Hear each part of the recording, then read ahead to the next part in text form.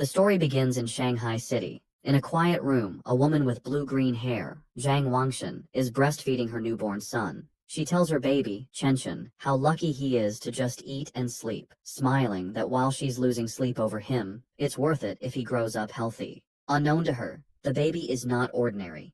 He is reincarnated and has the consciousness of his former life. As he feeds, he notes his brain isn't fully developed, yet he is aware. A blue, game-like status screen appears, identifying him as Lin Zichen, 33 days old, with a biological level of ordinary Tier 1. He realizes he has a special cheat ability. At 3 months old, Lin Zichen is in his crib while his parents, Zhang Wanxin and Lin Yansheng, watch him. His father remarks on how physically gifted the baby seems, predicting he will become a mighty gene fuser, or at least a cyborg. As they speak, Lin Zichen is kicking. A system notification announces he has kicked 10,000 times, granting him the biological attribute Use and Advance. This skill allows any part of his body he trains to grow infinitely stronger within carbon-based limits. He feels his strength grow and wonders what his father meant by gene fusers and cyborgs, imagining superheroes. By 4 months old, Lin Zichen has learned to sit up and crawl. To avoid frightening his parents with his unnaturally fast development, he trains only at night. Each time he crawls, his system rewards him with points. A month later, at 5 months old, he has mastered walking. At 6 months, he can finally sit up and crawl in front of his parents without it seeming too strange. While watching television, a news report on aberrant beasts shows gene fusers and cyborgs joining forces to fight them. For the first time, Lin Zichen understands this world is vastly different from his old one. He learns this Earth has mutated, giving rise to terrifying creatures called aberrant beasts. To fight them, humanity developed 2 paths. The first is mechanical ascension, where humans modify their bodies with technology to become powerful cyborgs. The second is gene modification, where humans fuse their genes with aberrant beasts, becoming gene fusers to fight monsters with their own power. Realizing the dangers, the reincarnated Lin Zichen resolves to use his system to grow up safely, evolve his abilities while laying low, and survive in this perilous world. One day, the doorbell rings. Zhang Wanxin opens it to a woman in a blue dress, Xu Ming, their new next-door neighbor. Xu Meng introduces her family, her husband, Shen Jianye, and their young daughter, Shen Qinghan, who clutches a doll. Lin Zichen looks at the little girl with purple hair. He acknowledges Shen Qinghan as his first friend in this new world, sensing their destinies will one day be tightly bound. Time passes, and Lin Zichen dedicates himself to training. At 7 months, thanks to his use and advanced skill, he has mastered running, jumping, and basic language by talking to himself, earning stat points for each activity. By 8 months, his training has progressed to doing sit-ups and push-ups in his crib. He is careful to practice only when his parents are not around. But one day, his mother, Zhang Wanxin, walks onto the balcony and is shocked to see her 8-month-old son doing sit-ups. She rubs her eyes in disbelief. However, being a web novel author, she dismisses it as a stress-induced hallucination. Lin Zichen immediately pretends to be asleep, breathing a sigh of relief and making a mental note to be more cautious. A few days later, while giving him a bath, Zhang Wanxin makes another shocking discovery. She screams for her husband, Lin Yansheng. When he rushes in, she points out that their 8-month-old son has defined abs. Lin Yansheng is stunned. He excitedly suggests their son might be a 1-in-a-million prodigy with a bright future as a powerful gene fuser or cyborg. Hearing this genius narrative, Lin Zichen is relieved his secret is safe, realizing how lucky he is to have 2 web novel authors for parents. Lin Zichen reflects that on this mutated Earth, he is not the only genius. He and his mother watch a news report about a 2-year-old from a martial arts family who can lift a 20 kilos dumbbell with one hand. Zhang Wanxin pulls her son close, proudly stating that her Chenchen is just as amazing. Lin Zichen is touched by his mother's confidence and wonders if he'll also be able to lift 20 kilos when he turns 2. By the time Lin Zichen turns 2, his training has paid off. He has kept a low profile while secretly developing his strength, easily lifting a 20 kilos weight with one hand in the storage room. His session is interrupted when his mother calls that Han Han, Shen Qinghan's nickname, is here to play. Startled, he puts the weight down and goes out. He opens the door to find Shen Qinghan, now also 2, offering him a tart. Lin Zichen internally remarks that due to their different mental ages, they don't play conventionally. While Han Han is a typical toddler, he uses every moment to train. He has found a unique way to spend time with her. Since she likes to stick close, she serves as a perfect custom-sized weighted vest for his exercises. There is, however, one recurring problem, which he is reminded of when he feels a warm wetness and cries out that Han Han has peed on him again. Another year passes. At age 3, Lin Zichen's strength has grown exponentially, and he can lift a 40 kilograms weight with one hand. While watching TV, he sees a report about a 4-year-old prodigy lifting a 30 kilograms dumbbell, and notes with satisfaction that he is already stronger. Despite his progress, his system still shows his biological level as ordinary Tier 1. He wonders what it would take to reach Tier 2. With these questions in mind, he steps out of his house for the first time. The world outside is a stunning, futuristic cityscape with beastmen and cyborgs, which he assumes are the gene fusers and cyborgs he's heard about. Accompanied by his mother and their neighbors, Xu Meng and Shen Qinghan, he heads to the library. Since his parents don't let him use electronic devices, books are his best source of information. At the library, his mother points him toward the children's section, but Lin Zichen heads for advanced encyclopedias, with a worried Shen Qinghan following. The mothers watch in confusion. Xu Meng asks why he likes these books, and Zhang Wangxin guesses it's his genius genes. While Shen Qinghan offers him cookies, Lin Zichen is absorbed in his reading. Through the books, he learns that all life is categorized into 6 biological levels: ordinary, advanced, rare, epic, legendary, and mythical, each divided into 9 tiers. He realizes normal humans like his parents are at the bottom, ordinary Tier 1, as insignificant as ants compared to higher-level beings. This knowledge lights a fire under Lin Zichen. He must accelerate his training while maintaining his cover. His system alerts him to a new quest: read 100 million characters to be rewarded with the celestial root of wisdom. Excited to train both mind and body, he accepts. For the next year, Lin Zichen splits his time between physical training and voracious reading. At age 4, he and Shen Qinghan begin kindergarten, holding hands with the IR teacher, Ms. Zhang Mei. His hard work pays off. Soon after starting school, he breaks through to ordinary Tier 2. His physical prowess is immense. He can lift an 80 kilograms weight with one hand, high jump 1.2 meters, and sprint 100 meters in under 11 seconds. Outstanding stats for an adult, let alone a kindergartner. One day, he finds children surrounding a crying Shen Qinghan, calling her a bedwetter. Seeing his friend bullied, he knows he must act. He leaps dramatically into the center of the bullies. He glares and unleashes a terrifying threat. If anyone bullies Han Han again, he will pee on their bed every day. The childish but menacing threat works. The bullies burst into tears, vowing never to return to kindergarten. Shen Qinghan looks at her protector with admiration. This act unlocks a new achievement, the title of Kindergarten Kid King, and a new series of quests. He is delighted he can work on multiple quests at once. Half a year later, he completes his reading quest. Having read 100 million characters, he is awarded the Celestial Root of Wisdom, granting him a perfect eidetic memory and peak human learning ability. Time flies, and soon he and Shen Qinghan are almost 7, posing for their kindergarten graduation photo. Even during vacation, Lin Zichen does not rest, now strong enough to train with a massive 200-kilo barbell. During the vacation, his abilities reached new heights. He could leap over 2 meters high and had broken the 8-second barrier in the 100-meter dash with a time of 7.98 seconds. His mind was just as sharp. Boosted by his new attribute, he had already finished most of the elementary school curriculum. His new life began at Sunshine Elementary School. Because he was already self-studying advanced subjects, academic competitions were easy. He effortlessly took first place at the National Elementary School Academic Competition, just to unlock his title as quickly as possible. Whenever he had free time, he would give Shen Qinghan private tutoring. Though not an exceptional talent, she was diligent. With his help, her grades improved dramatically, and after one semester, she was ranked second in the class, with Lin Zichen holding first place. To speed up his quest, he also participated in school sports meets, breaking every record. Just when he thought his school life would continue in this predictable routine, a special new transfer student appeared. The teacher introduced the newcomer, a girl with long, silvery blue hair named Bai Shui. Lin Zichen immediately knew she was different. As she stood in the doorway, he could sense a faint, unusual aura that did not belong to a normal human. As the new transfer student, Bai Shui, walks to find a seat, the other students watch her curiously.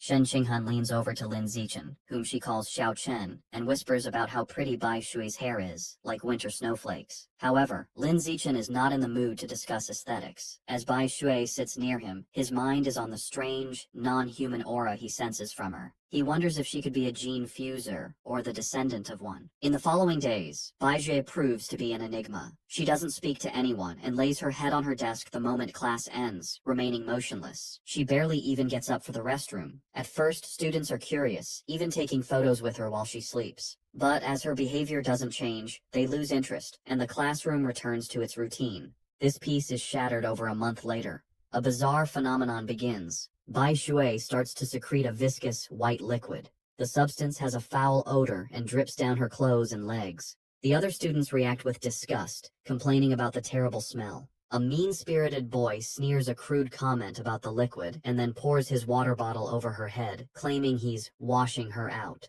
Humiliated and soaked, Bai Shui clenches her fist on the desk, and tears stream down her face as she begins to cry, her shoulders shaking with silent sobs. The bullies erupt in cruel laughter at her distress. Watching from their desks, Shen Qinghan turns to Lin Zichen with a worried expression, asking if they can help poor Bai Shui. Lin Zichen is confused. He had sensed Bai Shui was dangerous, so he can't understand why she is crying. He agrees to help. As he walks towards the bullies, he reevaluates his assessment. While he still doesn't understand her, he realizes that for now, she isn't a threat. She is just a weak girl being bullied, and he has to step in. Lin Zichen walks up to the main bully and grabs him by the collar, calling out his name, Guan Chun. With a menacing smile, he orders the boy to wipe the water off Bai Shui's desk. Guan Chun is terrified and stammers that he'll wipe it up right away. The other bullies know they are in trouble. Lin Zichen is notorious at school for being skilled at both academics and fighting. Not even 6th graders dare to mess with him. Knowing it's better to comply, they quickly grab tissues and clean up the mess. Once the desk is clean, Lin Zichen's gaze sweeps over the group. He commands everyone involved to apologize to her immediately. The bullies, sweating and terrified, quickly comply.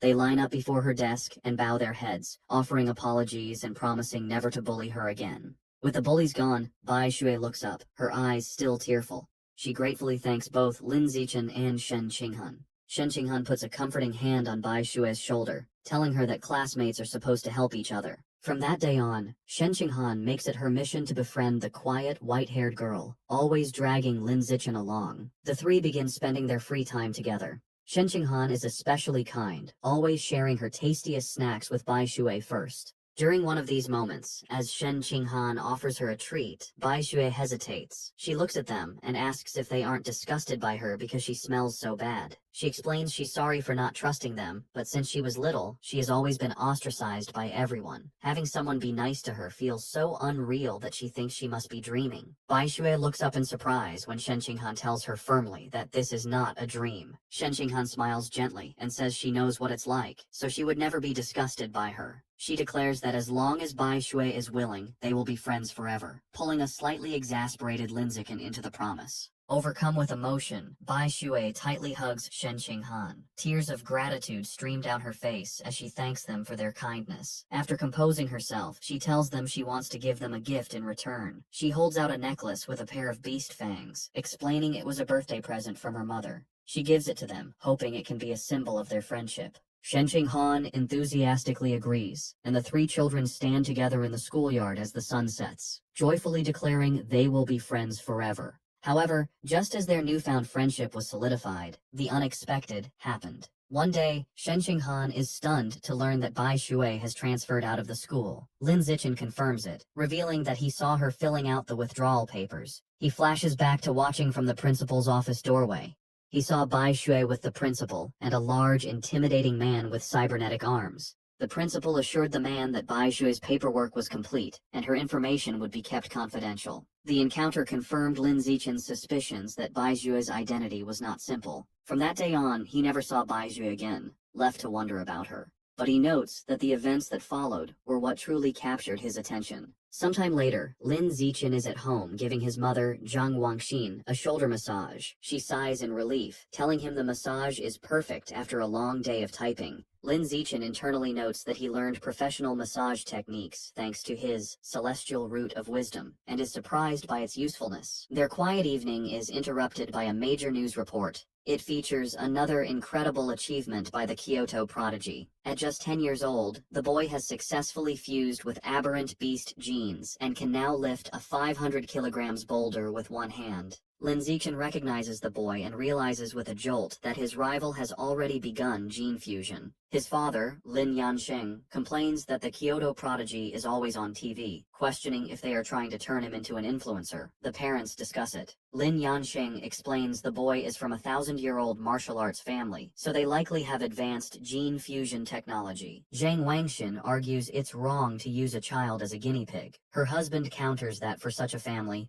interests come first, earning a sarcastic "you know everything" from his wife. While his parents bicker, Lin Zichen is deep in thought. He recalls that before the fusion, the prodigy could lift 100 kilograms. Now he can lift 500 kilograms, a five-fold increase. In comparison, Lin Zichen, at only 8, can already lift a 300 kilograms weight with one hand without any gene fusion. He concludes with a confident fist pump that his own potential is far greater. His confidence was soaring, but that feeling was short-lived. The next news report taught him the true meaning of fear. Breaking news shows a city in a neighboring country completely devastated by a massive explosion. The report states that based on footage, the attack was carried out by giant aberrant rats. The screen shows horrifying images of monstrous rats swarming the ruins, capturing a screaming woman in their massive jaws, and then brutally devouring her. The news report continues, confirming heretics were responsible for the aberrant rat attack, fanning the flames from the shadows. At a press conference, an official from the devastated Sakura country pleads for international aid, explaining the heretics are a shadowy cult manipulating the beasts. Watching the news, Lin Zichen learns the cult is an anti-human organization of traitors who serve the aberrant beasts for their own gain. He feels relieved to be born in a powerful, stable country, giving him a safe place to grow stronger while laying low. His thoughts are shattered by sonic booms outside. He rushes to the window and pulls back the curtain to see a squadron of heavily armed cyborgs flying through the night sky. He wonders why so many are being deployed, hoping nothing bad is happening. The next morning, everything seems normal. Lin Zichen waits for Shen Qinghan, who runs up, apologizing for being late. As she approaches, he notices something strange. The beast fang necklace Bai Shui gave them, now worn by Shen Qinghan, emits a bright blue glow. He realizes the fang is from an aberrant beast and the source of the faint, non-human aura he'd sensed from her. The glow fades as quickly as it appeared, and the two don't think much of it. However, between the cyborgs and the fang's reaction, Lin Zichen feels that something bad is about to happen. On their way to school, a striking woman with long red hair in a black dress leans against a lamppost, watching them. She comments on what adorable kids they are and steps in front of them, asking if they are brother and sister. Shen Qinghan proudly corrects her, explaining they are childhood best friends. The woman smiles wistfully, remarking how she wishes she had a childhood friend too. Then, her expression turns sinister. She leans in, eyes glinting, and asks why they're going to school alone and where their parents are. As Shen Qinghan begins to answer, Lin Zichen quickly grabs her hand, cutting her off. He pulls her along, stating they're going to be late, leaving the mysterious woman behind. Once a safe distance away, he gently scolds Shen Qinghan, reminding her not to talk to strangers. She nods. After school, Lin Zichen leads them through a deserted alleyway. Shen Qinghan nervously comments on how creepy it is. Lin Zichen explains the area is scheduled for demolition, and everyone has already moved out. Their walk is interrupted by a familiar voice. The red-haired woman from the morning appears, commenting on how they are finally out of school. She's not alone. A large, muscular man named Sheng is with her. The woman tells Sheng she's got the kids over here. Lin Zichen is alarmed. He had deliberately chosen a different route, but she had somehow followed them. The woman tries to lure them closer with a sweet voice, offering them treats. Her accomplice, Sheng, grows impatient. He tells her to stop talking and just knock the kids out so they can get it over with. Without another word, Sheng rushes toward them with a cloth, shouting he's in a hurry to sell them for cash. As he closes in, Lin Zichen shoves Shen Qinghan out of the way and squares up to face him. He clenches his fist and throws a powerful punch with all his might. The blow connects squarely with Sheng's face, stopping the larger man in his tracks. The immense force sends Sheng flying backward down the alley with a pained cry. The red-haired woman watches in utter disbelief, shocked that an elementary schooler could send a grown man flying. On the ground, Sheng coughs up blood, stunned. With Sheng down, Lin Zichen turns to the red-haired woman. Before she can react, he lands a solid punch to her midsection, followed by a powerful uppercut that knocks her unconscious. Standing over the defeated kidnappers, his expression hardens. He picks up a nearby brick, his intentions grim. He reasons that with no cameras in the deserted alley, he must finish them off. If they live, his superhuman powers will be exposed, ruining his plan to lay low and grow stronger. Just as he is about to deliver the final blow, the ground trembles violently. A powerful earthquake shakes the alley, catching them off guard. A moment later, a massive, clawed hand smashes through a nearby building wall. A monstrous giant aberrant rat emerges from the dust and rubble, towering over them. The beast ignores the children and looms over the unconscious woman, but instead of devouring her, it decapitates her with a swift swipe of its claws. The rat then picks up her severed head as Shen Qinghan screams in terror. Recognizing the danger, Lin Zichen scoops the horrified Shen Qinghan into his arms. He tells her it's a giant aberrant rat, and they have to get to safety. He turns and sprints away, carrying her as they flee. As they escape, a flash of red and gold streaks through the sky. A female cyborg with blonde hair and rabbit ear attachments on her helmet dives into the alley. She moves with incredible speed, a blur of motion as she zips past the rat. Shen Qinghan, looking over Lin Zichen's shoulder, exclaims how unbelievably fast the cyborg is. The cyborg lands gracefully behind the monster. Facing the rat, the female cyborg prepares her attack. Her gauntlet glows as she charges her weapon and announces, "Anesthetic smoke." She fires projectiles at the monster, causing massive explosions that rock the alley. Lin Zichen shields Shen Qinghan from the blast. The aberrant rat is caught in the fiery explosions, roaring in pain, and is left dazed by the anesthetic smoke. Seeing her opening, the cyborg surges forward and finishes off the weakened beast in a flurry of strikes. Later, Lin Zichen watches a news report about the incident at home. He analyzes the fight, concluding the cyborg's power level probably isn't very high. He reasons she had to weaken the rat first, and it still took her 7 minutes to kill it. He reflects on the danger of giant aberrant rats, knowing they are tough creatures that can grow over 10 meters long and reach ordinary 5th tier. Fortunate that they escaped unharmed, the incident reminds him of the world's dangers. He resolves to increase his training to protect himself and those he cares about. He is later seen in his training space, doing weighted squats with a heavy barbell, his system rewarding him with points. Although the threat of aberrant rats looms, life continues. Soon, he and Shen Qinghan celebrate their 9th birthday with both families around a large cake. After making wishes, they exchange gifts. Thanks to his celestial root of wisdom, Lin Zichen had taught himself to carve in one night and crafted an intricate wooden hairpin for Shen Qinghan. She is overjoyed, placing it in her hair and exclaiming how much she loves it. Time passes quickly, and soon, Lin Zichen and Shen Qinghan graduate from elementary school and start middle school. As they leave, his system notifies him that he has completed the Dominate 9 years of compulsory education achievement, unlocking the Kindergarten Kid King and Elementary School Top Dog titles. He becomes excited to unlock the Middle School Overlord title next, which will grant him the Survival of the Fittest attribute. During the break, he sticks to a high-intensity training regimen. His training includes 1,000 push-ups with a massive boulder on his back, granting him huge stat boosts. His hard work pays off. Just before school begins, after a 10 kilometers run, his system announces his biological level has broken through to ordinary 3rd tier. His physical attributes increase dramatically. He can now lift 700 kilograms with one hand, has a vertical jump of 4 meters, and can run the 100-meter dash in 6 seconds. As his power grows, he wonders what level the Kyoto prodigy has reached. Coincidentally, a news story airs on TV the night before school starts. The report reveals the now 14-year-old prodigy has fused with giant ant genes and can lift a 2,000 kilograms alloy block with one hand. Lin Zichen calculates that since giant ant genes increase strength by a factor of 4 to 8, the prodigy's true lift without the gene enhancement is only around 500 kilograms.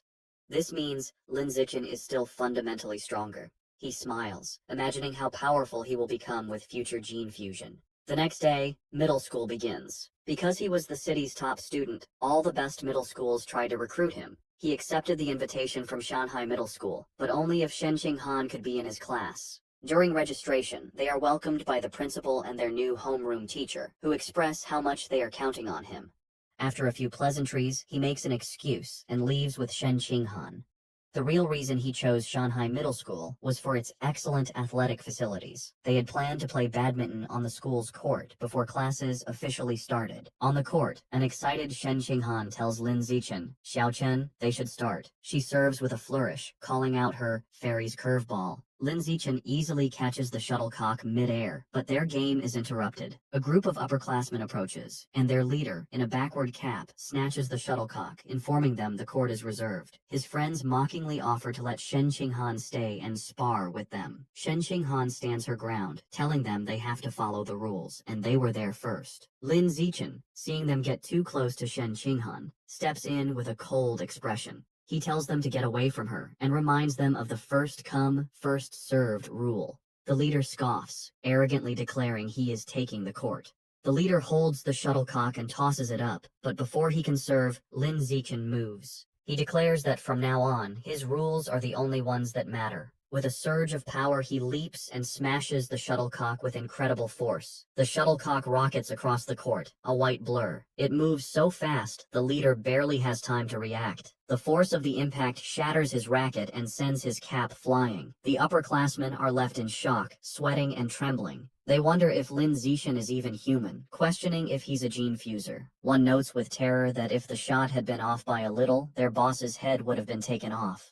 Thoroughly intimidated, the upperclassmen bow deeply in apology. They tell Lin Zichen they understand the rules now and will be leaving immediately. They then beat a hasty retreat. Perhaps because word of the incident spread, no one ever dared to bully Lin Zichen or Shen Qinghan again. Aside from being bigger with better facilities, their new school life felt much the same. Academically, Lin Zichen was far ahead, having finished the middle school curriculum long ago. During class, he would read interesting books to pass the time. At night, after workouts, he would use his celestial root of wisdom to learn new skills online, quickly dabbling in cooking, photography, driving, swimming, and various sports. To unlock the middle school overlord title, he didn't just rank first in every subject, he also represented the school in national competitions. He stood amidst a mountain of trophies. To keep a low profile, he was careful not to win first place in every competition. A semester went by, and the title still hadn't unlocked. However, his performances earned him many fangirls who left stacks of love letters on his desk. He ignored them. Aside from tutoring Shen Qinghan, he focused on the upcoming school sports festival. He believed that if he completely dominated it, he should finally unlock the title. For the festival, he entered only 3 events: shot put, high jump, and sprinting, representing strength, jumping, and speed. He achieved an astonishing 201-meter throw in the shot put. Although he held back to avoid seeming too superhuman, he still easily took first place in all his events. Just as he was sitting with Shen Qinghan, admiring his gold medal, he felt a new power surge through his body. A system notification appeared, announcing that because his achievements far surpassed every other student, he had unlocked the middle school overlord title.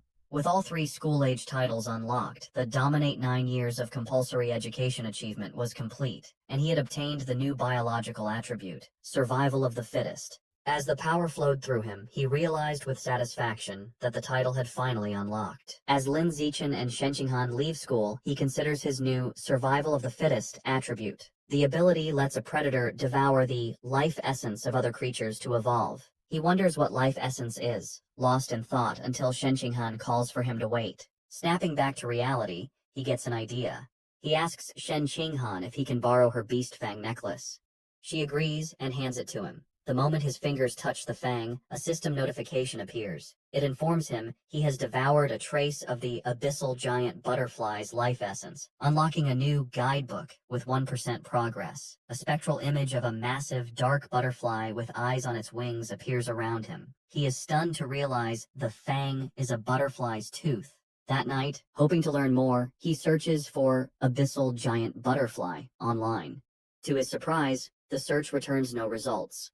Realizing he'll have to study this exotic beast on his own, he remembers Bai Shui had given them a pair of fangs. He rummages through his bag and finds the second tooth. Holding the second fang, he once again absorbs its power. Another system notification confirms he has devoured a second trace of life essence, but the guidebook progress only increases to 2%. He looks at the fang with disappointment, realizing there isn't much life essence left in it. He concludes he must find another way to unlock the abyssal giant butterfly's full power. The next day after school, to boost his training and ensure a quick escape route from any aberrant beasts, Lin Zichen starts biking Shen Qinghan to and from school every day. As they leave the school grounds, a man calls out to him, "Zichen!" The man, in a tracksuit, stops them and introduces himself as Coach Guo from the school's martial arts team. He praises Lin Zichen's performance at the sports meet as the best in school history. With great enthusiasm, Coach Guo formally invites him to join the team, insisting his athletic talent surpasses his academic abilities. He urges Lin Zichen to say yes, but also offers him time to learn about the team before deciding. Coach Guo speaks so quickly and passionately that Lin Zichen doesn't get a chance to say no. Waving goodbye as they ride off, the coach tells them the martial arts team is in room C of the gym and that he'll be waiting for him if he's free to visit the next day. As the sun sets, Lin Zichen is back in his room, ready to test his new ability. He claps his hands, squashing a cockroach and a mosquito he found. He opens his hands to examine the dead insects, but feels no power surge. He realizes killing such small, ordinary creatures didn't trigger the skill. He deduces that only powerful or exotic beasts carry enough life essence to be devoured for his evolution. To verify his new theory, Lin Zichen decides to visit a supermarket that sells beast meat. With Shen Qinghan on the back, he bikes them into the city. They soon arrive at a large, multi-story supermarket. Inside, they walk through the aisles, and Lin Zichen notes that while there is plenty of beast meat, it's all pre-packaged. He knows he can't test his theory without touching the meat. Just as he's feeling frustrated, he hears a butcher advertising fresh-cut beast meat. He spots a counter with a sign reading, "Fresh beast meat, not pre-packaged, safe to eat," where a butcher is cutting up large sides of meat. Telling a confused Shen Qinghan to wait, he says he's going to check out the meat. He doesn't explain further, eager to confirm his suspicions, and rushes to the counter. He reaches out and places his hand on a slice of freshly cut beast meat. The moment he makes contact, a powerful surge of purple energy flows into him. Just as he thought, the beast meat contains a strong surge of life essence. He clenches his fist in excitement, a wide grin on his face. Shen Qinghan watches, bewildered, wondering why he is so excited just from touching meat. She approaches him with a look of confused concern, asking how the meat feels. Trying to play it cool, Lin Zichen casually tells a bewildered Shen Qinghan that the meat just feels fresher than normal, and asks if she wants to touch it too. She frantically waves her hands and refuses, saying he has touched it enough for both of them. Having confirmed his theory, Lin Zichen decides to buy some of the beast meat to try at home, surprising Shen Qinghan. He isn't surprised by her reaction, knowing beast meat is incredibly expensive. Even the cheapest option, the ghost shadow squid, costs nearly 1,000 yen per jin. Deciding to go with the squid, he picks up a package. Shen Qinghan panics at the price, telling him it's too expensive and that he should ask his mother first. Lin Zichen simply smiles and pats her head reassuringly. He tells her not to worry, making up a lie that his mom had already told him to buy plenty for both of their families. A flashback shows his mother, Zhang Wangshan, happily agreeing to cook a feast. Internally, Lin Zichen admits that while sharing is part of his plan, his other, more important reason is to test if he can absorb life essence through consumption, as he worries direct absorption might spoil the meat. At the checkout, he buys 3 packages of the ghost shadow squid for a hefty 29.94 yen. The female cashier thanks him. As they leave, Lin Zichen thinks about how expensive the meat was, wondering when they'll be able to afford it again. By the time they finish shopping, it is after 9 p.m. Knowing the city has been chaotic lately, they decide to head straight home for safety. On the ride home, Lin Zichen can't stop thinking about his experiment. Unable to wait, he discreetly places his hand on the package of meat in the basket. He immediately feels a familiar surge of purple energy. His system confirms he has devoured a trace of the ghost shadow squid's life essence. A new guidebook for the creature is unlocked, but his progress is only 0.1%. A spectral image of the menacing, multi-eyed squid appears in his mind. As they bike through the quiet streets, he does some mental math. He realizes devouring a small amount of meat only unlocked a fraction of its power. He estimates he'd need to devour 100 jins to reach 100% on the guidebook, costing a staggering 100,000 yen. He considers the squid's special ability, to dissolve into water and vanish, and decides the powerful skill is worth the price. His course is clear. He needs to make a huge sum of money, as he can't ask his family for that much. He then remembers his second reason for buying the meat, to test if absorbing its life essence would cause it to spoil. He glances at the package. It's been a while, but the meat looks perfectly fresh. He grins, delighted that absorbing the essence doesn't ruin the meat. As he continues to absorb its power, his progress bar for the squid climbs to 3%. His concentration is broken when Shen Qinghan shouts a warning. He slams on the brakes, screeching to a halt just inches from a couple in the bike lane, and apologizes. He scolds himself for not watching where he was going, then wonders why the lane is so crowded. Shen Qinghan points ahead. They see a tense standoff. A muscular red-haired man is holding a woman hostage at knife point. Shen Qinghan recognizes the hostage in terror as their teacher, Chao Mei. The man shouts threats at the crowd. The area is surrounded by police officers, who try to de-escalate the situation through a megaphone. The police captain holds back an officer, Ah Bing, telling him not to shoot recklessly. The captain explains the target is too close to the hostage and using her as a shield, making a clean shot impossible. The officer suggests sleeping gas, but the captain rejects it, fearing it would provoke the suspect before it could take effect. While the police hesitate, Lin Zichen decides to act. He discreetly picks up a small rock from the pavement and flicks it with incredible speed and precision. The rock strikes Officer Ah Bing's gun, causing it to misfire. The stray bullet hits the hostage-taker's hand, forcing him to cry out and drop his knife, releasing Teacher Cao Mei. Seizing the opportunity, the police captain yells for his team to move in. The officers rush forward and swiftly arrest the disarmed suspect, while a female officer comforts the terrified but unharmed Teacher Cao Mei. As the situation is controlled, Lin Zichen quietly gets back on his bike. Shen Qinghan looks at him with wide, questioning eyes and asks if he threw the rock. He quickly shushes her, saying they should leave and talk later, and they pedal away. Just as they are about to get away, a voice commands them to stop. The police captain calls out, asking if Lin Zichen was the one who threw the rock. Panicked at being caught, Lin Zichen quickly denies everything with a nervous smile. The captain watches them pedal away, finding it strange that someone wouldn't want to admit to a good deed. He muses aloud that there's a reward for bravery. The word reward instantly catches Lin Zichen's attention. Needing money, he slams on his brakes, skids to a halt, and rushes back to the captain. He sheepishly retracts his denial, admitting he threw the rock and explaining that the money is really important to him. The captain tells him to come to the station to make a report, promising to help him apply for the reward. After informing their families, Lin Zichen and Shen Qinghan prepare to head to the police station. He assumes everything will go smoothly, but as the police lead the cuffed suspect away, something goes horribly wrong. The suspect's face begins to twist grotesquely. The police realize with horror that he's a heretic and is mutating into a giant aberrant rat right before their eyes. The monster breaks its cuffs and goes on a rampage, swiping its massive claws at the officers.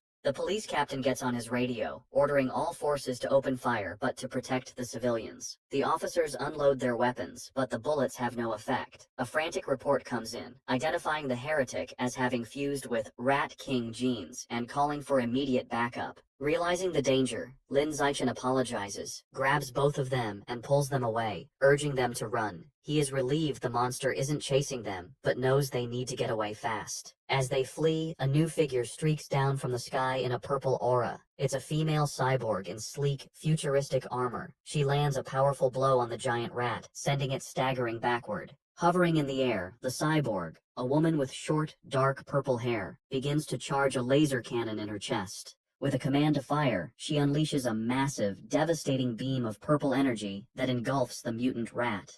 The creature roars in agony as it is completely disintegrated, leaving nothing but scorched remains. Lin Zichen watches, stunned by the cyborg's incredible power. With the threat gone, Teacher Cao Mei and Shen Qinghan breathe sighs of relief. Lin Zichen, however, is more concerned about his bike, noting with relief that the blast didn't hit it, which would have been a huge financial loss. Just as the tension subsides, he has a sudden realization. He looks into the bike's basket and sees the expensive ghost shadow squid meat has spoiled, giving off a foul smell.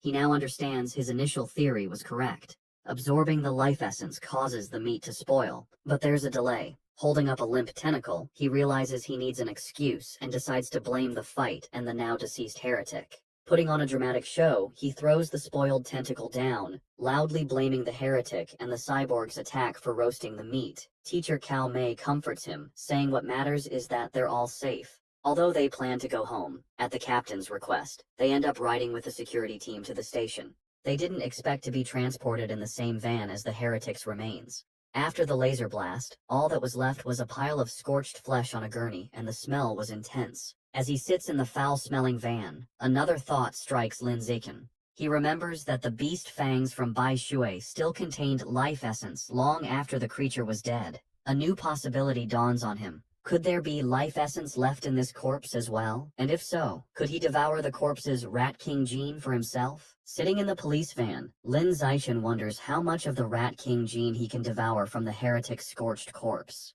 Deciding to find out, he discreetly reaches his hand towards the remains. The moment he makes contact, he feels a powerful surge of red energy. His system confirms he has devoured a trace of the giant mutant rat's life essence, unlocking its guidebook with an impressive 5% progress. He is shocked by how much he absorbed and realizes the freshness of the source is directly proportional to the amount of life essence he can obtain.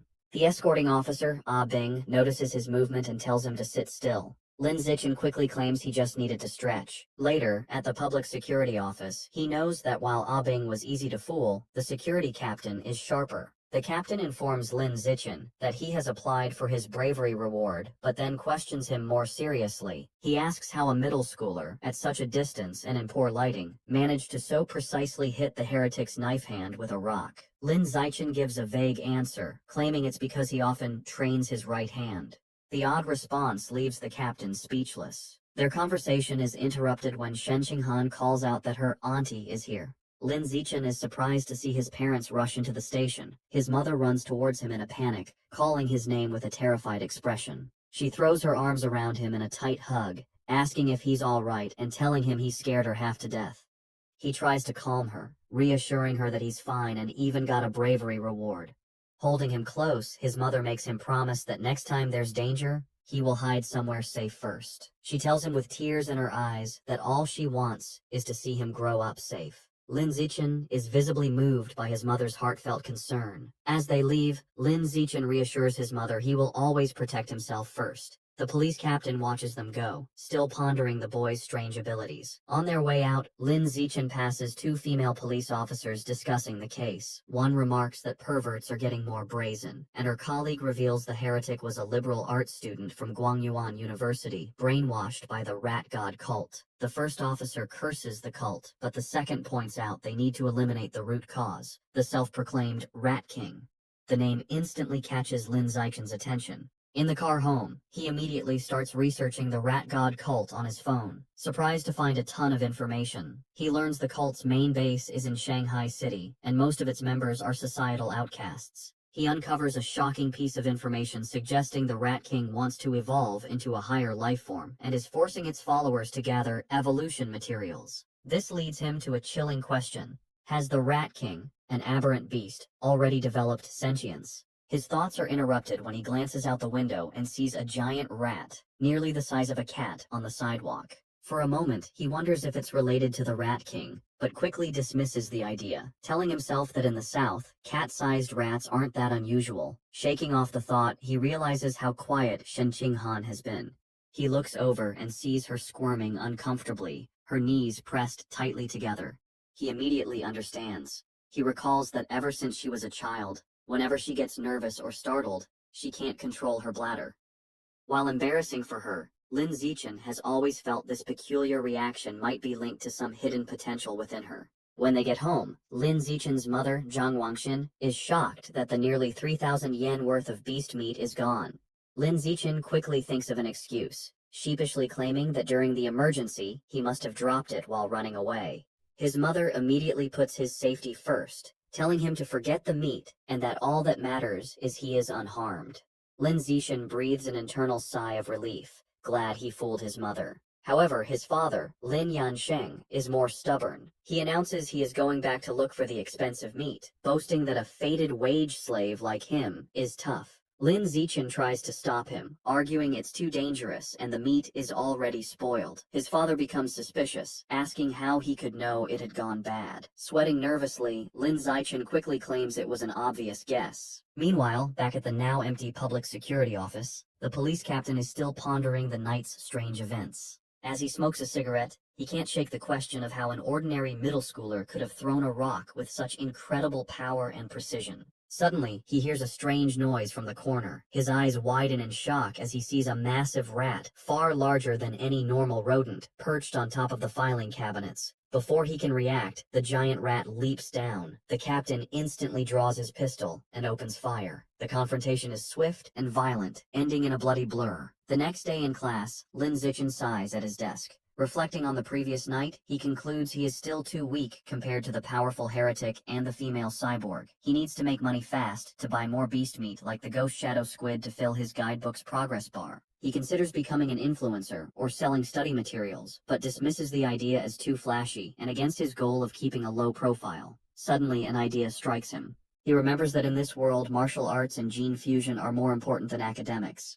He decides it's time to act. Later, he heads to the gym where the martial arts team practices in Building C. He finds Coach Guo drinking from a thermos and greets him. A surprised Coach Guo asks if he is there to join or just to learn more about the team. Instead of answering, Lin Zichen leans in and discreetly asks if joining the team offers a chance to compete in city tournaments, and if the prize money is high. The coach smiles, confirming he would have a chance, and that prizes are worth tens of thousands. With his main concern addressed, Lin Zichen shakes the coach's hand and announces he is joining the martial arts team today. Coach Guo happily welcomes him. The coach gathers the team to announce their new member. He introduces Lin Zichen, reminding them of his performance as the sports meet champion. The other team members, Zhang Kai, Huang Tianxing, or Ah Xing, Li Shutong, and Han Yiguo, introduce themselves. Finally, Lin Zichen introduces himself. Since Lin Zichen has no formal martial arts training, Coach Guo demonstrates basic fist and leg techniques. The coach explains the moves look simple, but are difficult to master, noting that the team's fastest learner, Li Shutong, took a week to perfect them. He then encourages Lin Zichen to try. Lin Zichen assumes a ready stance. Thanks to his celestial root of wisdom attribute, which grants him heaven-sent martial insight, he has already memorized and understood every detail of the demonstration just by watching. As he practices the fist techniques, a system notification awards him points in vitality, strength, dexterity, and proficiency. He executes the hand and fist movements with flawless precision and speed. He transitions seamlessly into the leg techniques, performing powerful, fluid kicks. Another system notification grants him points for his leg muscles, dexterity, and proficiency. The coach and the team watch in stunned silence. The coach's jaw drops, and he almost fumbles his thermos, unable to believe it. He wonders how someone could learn the complex forms perfectly after one look. Staring at the flawless performance, a single thought forms in his mind. He must be a once-in-a-million martial arts prodigy. That evening in Shanghai, Lin Zichen's mother, Zhang Wangxin, calls him for dinner. He rushes out eagerly, spoon in hand, asking what she made. She proudly presents a large platter of the ghost shadow squid he wanted. The aroma is incredible, and he tells his mother how amazing it smells. She urges him to eat while it's hot. He takes a bite and praises her cooking as the best in the world. Pleased, she tells him to eat a lot, as she bought 3 full gins for him. As he eats, a system notification appears. He has devoured a trace of the ghost shadow squid's life essence by consuming it, bringing his guidebook progress to 3.01%. He realizes with frustration that eating the meat works just as well. If he had known, he wouldn't have spoiled the first batch by touching it. While they eat, a news report catches their attention. It's about a 14-year-old genius girl, the youngest cyborg in history after fusing with an energy core. Her energy system grants her superhuman abilities, lifting a 5,000-kilogram SUV with one hand, sprinting 100 meters in 3 seconds, and jumping 8 meters vertically. Watching this, Lin Zichen ponders the debate in his world. Between the Kyoto prodigy's gene fusion and this girl's cybernetics, which path is stronger? His thoughts are interrupted by another breaking news story. It announces that the security captain they met, He Chun-shan, was killed in his office. Surveillance footage showed he was attacked and devoured by a giant mutant rat that infiltrated the station. Medics are shown wheeling his body into an ambulance. Lin Zichen is horrified. He recalls the large rat he saw the night before and wonders if it was connected. He imagines a giant rat rampaging through the city. The captain's death is a grim reminder of the escalating danger.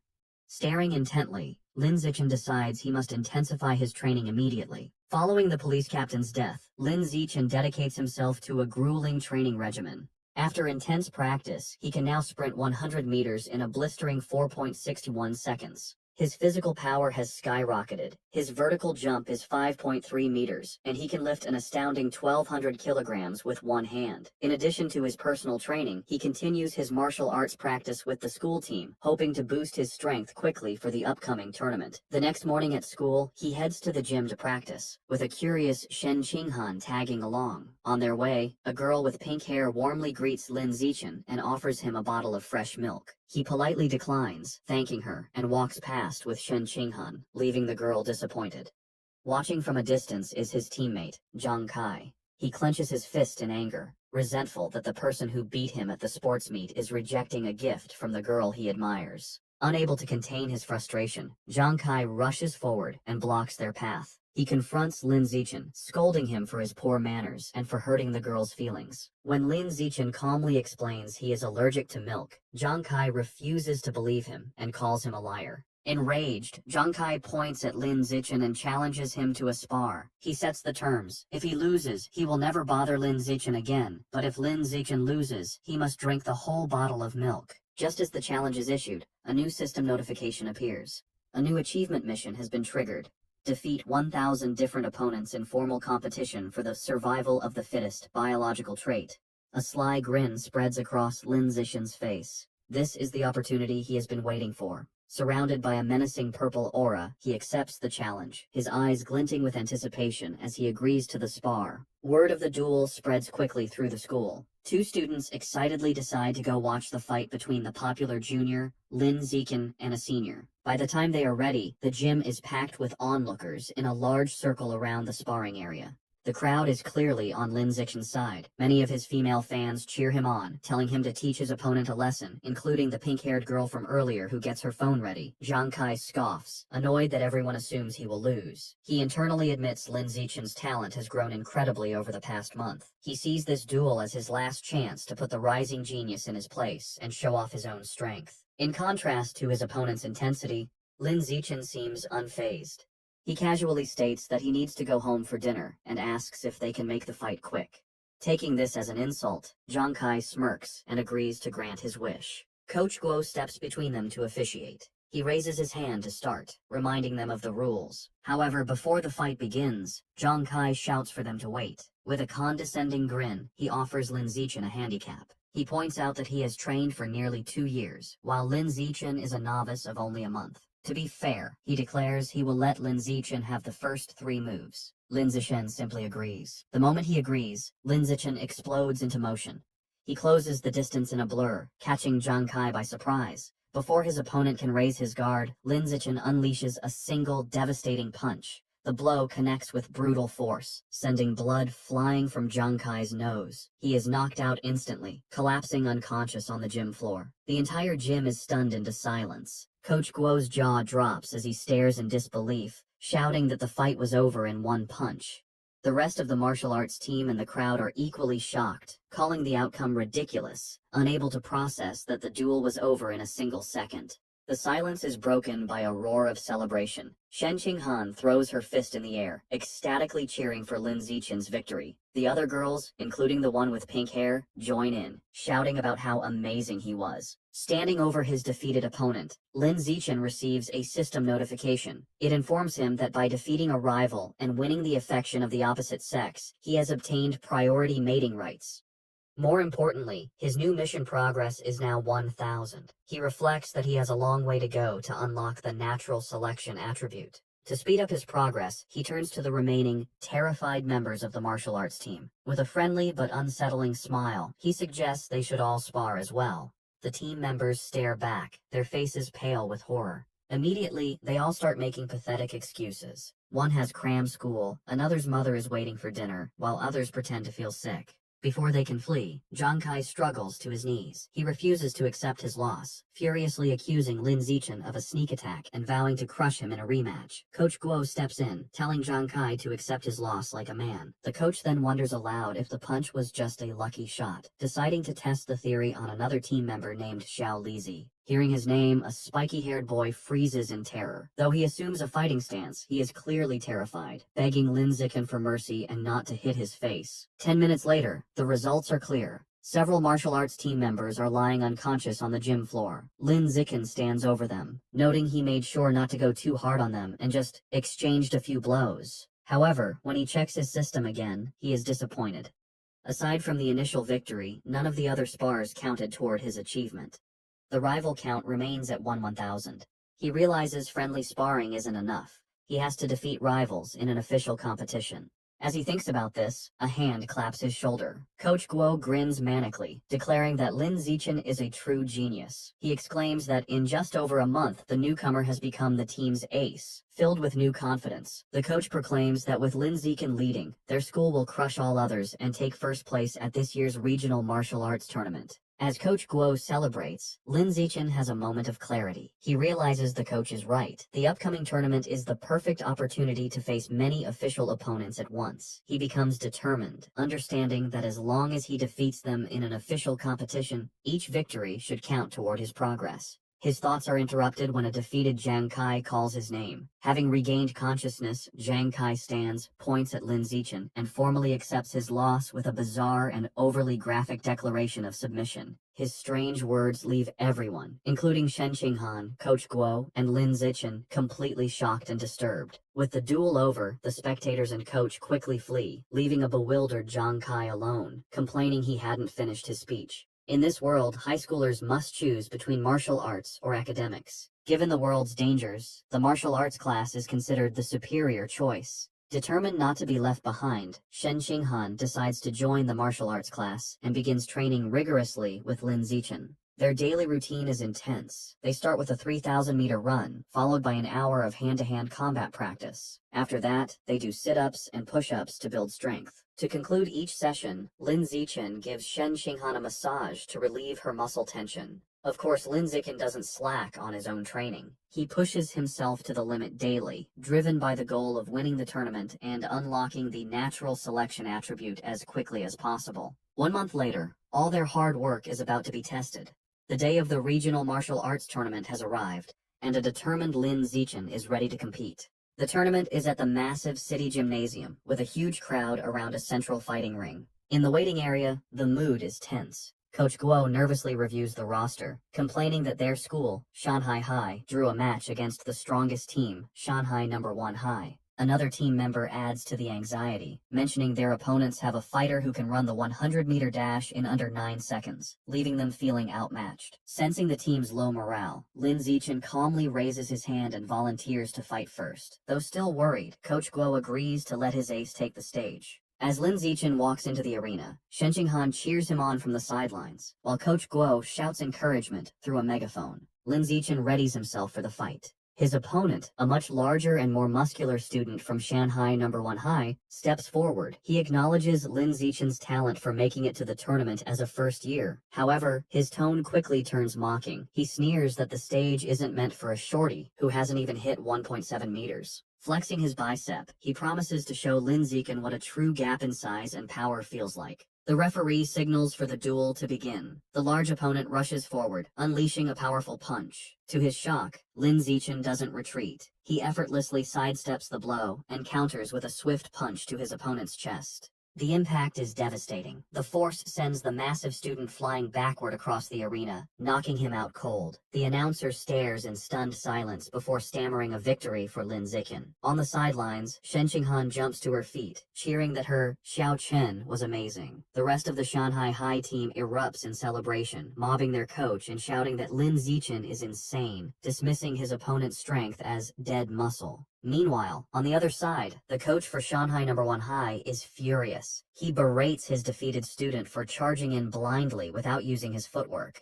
Back in the ring, Lin Zichen receives a system notification confirming he has defeated another tournament rival, improving his ranking and bringing his elimination count to 1,000. He clenches his fist, satisfied that these matches are what he needs to advance. The opposing coach, determined to stop this, calls his next fighter forward, a boy named Chen Feng, and orders him to crush the first year as quickly as possible. Chen Feng calmly agrees. He steps onto the stage and assumes a ready stance, looking far more composed than the last fighter. The announcer signals for the second duel to begin. Chen Feng immediately showcases his superior technique, moving with incredible speed and launching a flurry of attacks. Lin Zichen calmly meets the assault, blocking a powerful kick with one hand. However, the force of his block sends Chen Feng spinning wildly through the air before he crashes hard onto the arena floor, unconscious. Medics rush in with a stretcher and carry Chen Feng away, stating he needs a head scan. The crowd is left bewildered. They murmur among themselves, questioning what just happened and speculating that the student from Shanghai High must be insanely lucky. Some angry spectators shout that the tournament must be rigged, demanding a refund. However, the coach of Shanghai No. 1 High knows better. Clutching his head in despair, he realizes with dawning horror that this isn't luck. The first year from Shanghai High is the real deal. Back in the waiting area, the coach has a new strategy. He calls his next fighter, a spiky-haired boy named Gao Fei, and gives him strict orders to focus entirely on defense, warning him that he cannot afford to lose. Gao Fei, however, is brimming with confidence. He calmly tells his coach not to worry, assuring him he will win. As he walks to the ring, Gao Fei internally dismisses Lin Zichen's victories. He believes his opponent isn't strong and has only won through tricks. With his superior speed, running the 100-meter dash in under 9 seconds, and greater experience, he is certain he can't lose. The crowd is buzzing. Spectators discuss Gao Fei's reputation, marveling at his speed. One person mentions his father is a gene fusion user, explaining his enhanced abilities. The consensus is that Lin Zichen's impressive run is about to end, though they acknowledge his great potential. The announcer signals for the duel to begin. Ignoring his coach's instructions, Gao Fei immediately goes on the offensive, lunging at Lin Zichen with a powerful kick. He follows up with rapid strikes, unleashing his special technique, the flowing water-shattering rock fist. His coach watches in fury, shouting at his disobedient student for attacking. Gao Fei scoffs at defense, believing a genius like him doesn't need it. Meanwhile, Lin Zichen, easily evading the blows, finds the technique interesting and decides to learn it on the spot. Gao Fei grows frustrated as he can't land a single hit. He stops out of breath and demands to know how Lin Zichen is dodging his attacks. Unfazed, Lin Zichen calmly asks if he has any other moves, taunting him. Enraged, Gao Fei unleashes another desperate barrage of punches. Seeing the same predictable moves, Lin Zichen decides the time for observation is over. He thinks, "All right then, let's end this." He effortlessly dodges the final punch and counters with a single powerful kick to Gao Fei's midsection, ending the match instantly. The crowd is once again left in stunned, speechless silence. The silence is shattered by thunderous cheers from the Shanghai High supporters. Coach Guo and Shen Qinghan are ecstatic, shouting that their Xiao Chen is a beast and celebrating his third consecutive victory. The rest of the tournament proceeds just as easily. The next few opponents are even weaker. He effortlessly defeats each one, and soon he has single-handedly wiped out all 5 fighters from the opposing team. Over the next 2 days, the story is much the same. He continues his dominant performance, taking down 2 more schools by himself. Thanks to his incredible display, he successfully leads Shanghai High to win the championship. He and his team proudly pose with their medals and trophy. However, as he checks his system, his rival count is only 16,000.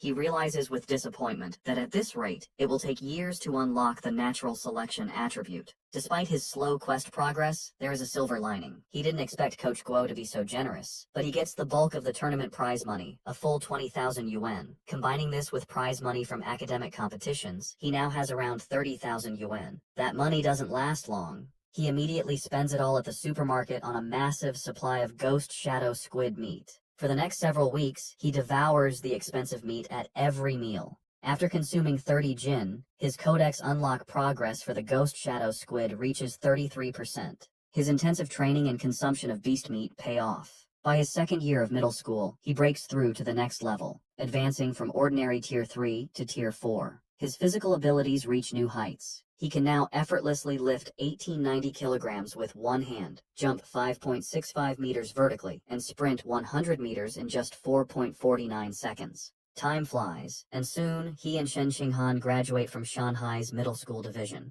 However, when the high school entrance exam results are released, their paths seem destined to diverge. A heartbroken Shen Qinghan sits in her room, crying. She asks Lin Zichen why, after all her hard work, they can't go to the same high school anymore. He explains that while he ranked first in both liberal arts and martial arts, and her academic scores were excellent, her martial arts score wasn't high enough for the elite class at Shanghai High. As he comforts the crying Shen Qinghan, she asks what will happen now. He tells her the principal of Shanghai High is coming to his house, likely to recruit him, and asks if she will come. Feeling hopeless, she tearfully replies that it has nothing to do with her, as the principal is obviously only coming for him. Taking her hand, Lin Zichen pulls her up and leads her out of the room. He tells her not to worry. He has a plan. He reveals his one condition for staying at Shanghai High. Shen Qinghan has to be his desk mate. As promised, the principal of Shanghai High visits Lin Zichen's home. She, his mother, and Shen Qing'an discuss his future for several hours, with the principal expressing how much she wants him to stay at her school. As the meeting concludes, the principal stands to leave. As a final offer, she tells Lin Zichen that if he agrees to stay, she will grant any request he has. Taking the opportunity, Lin Zichen states his one condition. Shen Qinghan must be allowed to continue in the same class with him. The principal looks at the nervous Shen Qinghan and confirms her name. Without hesitation, she agrees. With a smile, she tells them both to report to Shanghai High together for the new school year. Overjoyed, Lin Zichen and Shen Qinghan thank her. With their high school future secured, Lin Zichen participates in his final junior high martial arts tournament. As expected, his overwhelming power easily leads his team to another championship. He decides to use the prize money to finally unlock the Ghost Shadow Squid Codex. He was only 20% away, and the new prize money was enough to max out the progress bar. Unsure what might happen, he travels to a secluded forest outside Shanghai for safety. Deciding not to waste time, he begins devouring the life essence from the last of the squid meat. A powerful blue energy surrounds him as a system notification confirms he is absorbing a large amount of essence. His eyes widen as he feels a final surge of power, and the Codex progress bar hits 100%. A new notification announces he has unlocked the Ghost Shadow Squid Codex and obtained a new biological attribute, Blessing of Liquid Affinity. The ability enhances his affinity with water, allowing him to move freely and even vanish in aquatic environments. However, as the power settles, he stands in the quiet forest holding the limp squid tentacles and feels his new ability is kinda underwhelming. Still feeling underwhelmed, Lin Zichen tests his new ability in a nearby pond. He finds his Blessing of Liquid Affinity has some benefits. He can soak for long periods without his skin wrinkling, and swimming is much easier with reduced water resistance. However, there are no other noticeable effects. He sits in the water and rationalizes that since the Ghost Shadow Squid is a low-tier beast, it's fair the ability isn't very powerful. He resolves that to get better attributes, he will either have to save up for higher-grade beast meat, or become strong enough to hunt powerful wild mutant beasts himself. The memory of the terrifying giant mutant rats strengthens his resolve, and he clenches his fist, determined to grow stronger. With less than a week before school begins, Lin Zichen's mother and Shen Qinghan's family decide to go on a trip. To better study his new liquid affinity, Lin Zichen suggests they go to the beach. As they stand in the ocean, Shen Qinghan shivers and complains the seawater is cold. Lin Zichen, however, feels perfectly at home. He tells her to ease into it, and then dives into the water, swimming with incredible speed. As he moves, his system rewards him with stat points for swimming and diving. From the shore, a nervous Shen Qinghan calls out, asking him to teach her how to swim. Lin Zichen pops his head out of the water, suddenly remembering his childhood friend doesn't know how yet. He begins patiently teaching her the basics. Given her average athletic talent, he assumes she will struggle. However, Shen Qing'an proves him wrong. She excitedly exclaims that swimming is surprisingly easy, and that she learned it right away, diving effortlessly. She swims gracefully and surfaces with a look of shock, surprised she can dive without any instruction. Lin Zichen watches in shock as a strange blue aura of water seems to emanate from her. After she surfaces, she excitedly tells him how amazing it feels. She notes that while opening one's eyes underwater usually stings, she feels no discomfort. In fact, she finds it cool and pleasant. Her words leave Lin Zichen deep in thought. He watches her swim away, finding the situation unusual. He reasons that even with a natural talent for water, there's no way she could have mastered all the skills so instantly. Her rapid learning is simply not normal. Suddenly, a realization dawns on him. He recalls her lifelong problem with bedwetting when nervous. He wonders if this weakness is actually a sign of a powerful, innate water affinity she was born with. The idea excites him. He becomes convinced she might possess some kind of special cultivation body, like a character from his parents' Xianxia novels. To test his theory, they continue diving. Her performance shocks him even more as they explore the underwater world. He notes they have been holding their breath for over 10 minutes, an incredible feat for a beginner like Shen Qinghan. As they swim, Shen Qinghan's expression suddenly changes. A strange, swirling sound begins to vibrate through the water around her. Both look up, trying to find the source. They surface abruptly, and Shen Qinghan cries out as the glowing blue water swirls around her. Later that night, as they walk along the beach, Lin Zichen asks what happened. Shivering, she explains that underwater, she kept hearing strange and creepy sounds right by her ear. He comforts her and asks what kind of sounds. She tells him she couldn't understand the language, but it was a female voice that echoed non-stop until she surfaced. To help a frightened Shen Qinghan calm down, Lin Zichen brings her back to their hotel room. Later, he searches online for information about the strange female voice, but finds no results. Unsettled and unable to sleep, he uses his restless energy to train. As he performs 1,000 weighted sit-ups, he feels a sudden surge of power. A system notification announces his hard work has paid off. He has advanced to ordinary tier 5. Surprised but pleased, he considers his new strength. He realizes that at tier 5, he is powerful enough to rival a fully grown giant mutant rat. A determined glint appears in his eyes as he clenches his fist, confident that tearing the beasts apart with his bare hands is no longer impossible. Eager to test his new limits, he goes to the empty beach at night. The stat boost is immense. His 100-meter dash time has dropped to a mere 3.64 seconds, and his vertical jump has increased to an incredible 6.98 meters. To test his strength, he finds a nearby car and discovers he can now lift the 1,600-kilogram vehicle with one hand. With this new progress, his life moves forward. The vacation ends, and he and Shen Qinghan begin high school at Shanghai High. On their first day, they arrive early for class duty. Two new female classmates immediately recognize him, whispering excitedly about how handsome he is and how lucky they are to be on duty with him. While he is surprised his classmates know him, something even more unexpected happens. Simply performing class duty triggers a new system quest. The achievement requires completing 1,000 cooperative tasks for a new biological attribute, social animal. As he cleans the classroom with Shen Qinghan, he wonders what this new attribute will do. Since the school year has just begun, he takes the opportunity to visit the Mammoth supermarket after school. Now that he has unlocked the Ghost Shadow Squid Codex, he knows it's time to choose a new target for his ability. As he browses the expensive beast meat section, his eyes lock onto a new item. In one of the refrigerated cases is the packaged head of a savage giant eagle, priced at 1998 yuan per jin.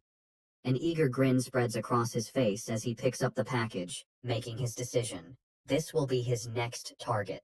The savage giant eagle is a higher-tier aberrant beast than the ghost shadow squid. It has incredibly powerful vision, 30 times stronger than a normal human's, making it a formidable hunter that can precisely capture even the fastest prey. Back in his room, Lin Zichen examines the eagle meat. He concludes that unlocking its guidebook is a worthy goal, as its enhanced vision would provide a massive combat advantage. He also notes its price of 1,998 yuan per jin makes it one of the more affordable options. He places his hand on the meat, and a blue energy surrounds him as his system confirms he has devoured a trace of the savage giant eagle's life essence, unlocking 1% of its guidebook. After some calculations, he realizes that since 1 jin of meat provides only 1% progress, he will need to spend over 200,000 yuan to fully unlock the guidebook. He understands that high school tournament prize money is much higher than in middle school. With renewed determination, he decides he must work harder in competitions to earn the money to unlock the Savage Giant Eagle's Codex before his second year. With the end of summer vacation, Lin Zichen's high school life at Shanghai High begins. On the first day, the teachers introduce themselves. The martial arts and homeroom teacher, the mechanical modification teacher, the gene fusion teacher, and the wilderness survival teacher. After their introductions, they ask the students to introduce themselves. Several students go first. A girl with long purple hair, Chu Yutong, says her specialty is in the arts. She is followed by an energetic pink-haired girl, Zhong Yijia, who shares her love for anime, cosplay, and sports. Next, a boy named Peng Huoguang says he likes to play video games at home. Soon, it is Shen Qinghan's turn. Being the center of attention makes her extremely nervous. With a blushing face, she manages to say her name is Shen Qinghan, that she enjoys drawing, and asks everyone for their future guidance. Finally, it is Lin Zichen's turn. His introduction is the shortest and most direct. He simply stands and states his name, asking for everyone's support. After introductions, time passes quickly. A new female classmate with brown hair approaches Shen Qinghan, who looks surprised. The girl asks Shen Qinghan for her entrance exam score. Shen Qinghan nervously replies that she scored 709 points, and then asks the new girl, Chu Rui, for her score. Chu Rui is impressed, exclaiming that Shen Qinghan's score is more than 10 points higher than her own 698. Chu Rui then asks about the physical fitness portion, admitting she only scored 95 out of 100. This question makes Shen Qinghan extremely uncomfortable. She stammers that her score wasn't as good, internally panicking because her score of 79 was so low she almost didn't make it into the elite class and feels too embarrassed to say it out loud. Not getting the hint, the persistent Chu Rui continues to guess if Shen Qing'an scored 94 or 93. Shen Qing'an, looking down in shame, quietly tells her it was even lower. Chu Rui continues guessing scores in the low 90s, making Shen Qing'an even more flustered. Suddenly, a hand slams down on the desk between them, startling Chu Rui. It's Lin Zichen. He smoothly leans in and asks the flustered girl if he can add her on WeChat. Surprised and thrilled that a handsome boy is giving her attention, she eagerly agrees. From her seat, Shen Qing'an breathes a sigh of relief, grateful that Lin Zichen saved her from the awkward conversation. Lin Zichen then turns to another male classmate, Hey You, and also asks to exchange contact information. After adding them, he creates a 4-person group chat. A system notification immediately confirms he has successfully created a group, completing another cooperative task. His progress for the social animal achievement is now at 2 out of 1,000. He reflects that this quest is surprisingly easy. After creating the group chat, the 4 new friends start to get to know each other. He Yu reveals he is from the neighboring Nanyuan city and comes from a prestigious martial arts family that runs a dojo. He even proudly mentions placing 8th in the Nanyuan City Youth Martial Arts competition. Chu Rui shares that her family owns a chain of clothing stores, making her wealthy. After Lin Zichen and Shen Qing'an also share their backgrounds, the 4 quickly become a close-knit group. Just as they are getting comfortable, He Yu asks the others to guess who the strongest student in their class is. Chu Rui immediately points to Lin Zichen, guessing it must be him since he was the top scorer on the entrance exam for their entire district. This shocks He Yu, who had no idea his new friend was so accomplished. However, Lin Zichen humbly suggests that being the top scorer doesn't necessarily make someone the strongest. He reveals a surprising fact. The principal had spent a lot of money to recruit 2 exceptionally powerful students from Nanyuan City for their class. He Yu then points out the 2 students. The first is a boy with blonde hair, Wang Shuojie, the 3rd-ranked student in Nanyuan City, who can run the 100-meter dash in 7.98 seconds. The second is a large, muscular boy, Lu Gang, who has immense natural strength and can easily lift a 300-kilogram barbell with one hand.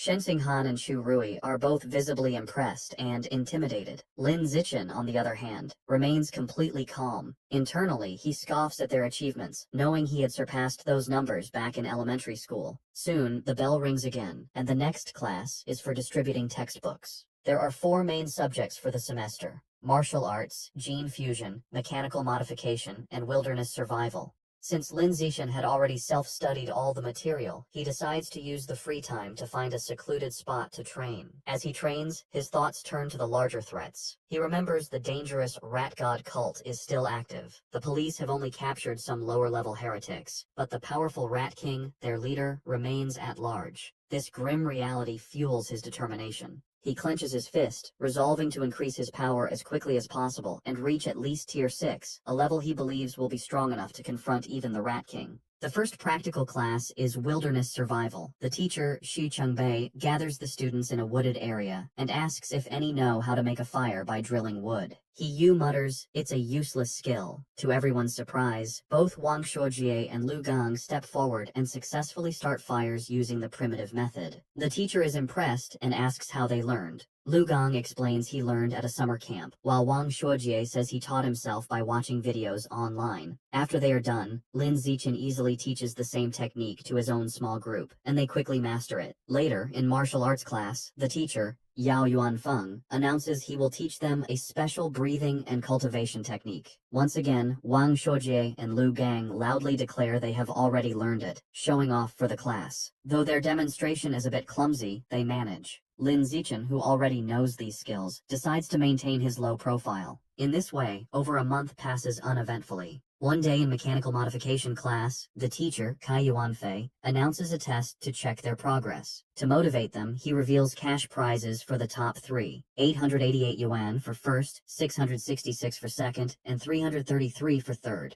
Lin Zichen's eyes light up when he hears about the prize money, realizing the first place reward is almost enough to buy half a jin of the expensive savage giant eagle meat. With everyone motivated, the class begins the exam. Coincidentally, the gene fusion teacher, Liu Duren, has the same idea, and also springs a surprise exam with the same prize structure.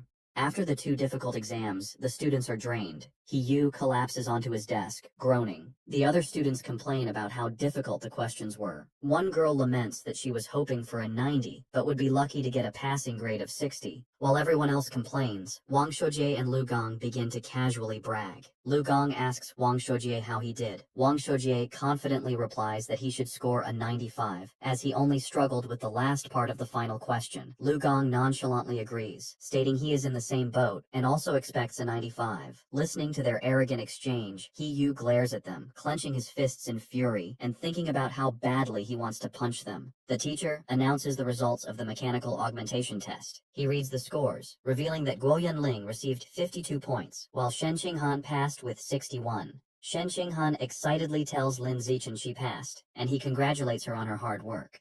The teacher continues, announcing, He Yu scored an impressive 88 points. His friends praise him, and he humbly replies he was just lucky, promising to treat them to a meal with his third-place prize of 333 yuan. Next, the teacher confirms Lu Gang and Wang Shuojie both scored 95 just as they predicted, complimenting them for being only one question away from a perfect score. Wang Shuojie confidently claims that with 10 more minutes, he could have solved the final problem, and Lu Gang agrees. Listening to them brag, He Yu is frustrated, but comforts himself with the thought that third place is still his. However, the teacher then reveals a shocking result. Despite the test's difficulty, one student achieved a perfect score, Lin Zichen, with 100 points. Wang Shojie and Lu Gang are stunned, shouting the result is absurd. The rest of the class erupts in cheers. Even a defeated He Yu joins in, recognizing Lin Zichen is on another level. Shen Qinghan and Chu Rui celebrate his victory as the glory of Shanghai. Ignoring the praise, Lin Zichen's focus is on the prize. He raises his hand and asks Teacher Kai when the 888 yuan prize for first place will be distributed.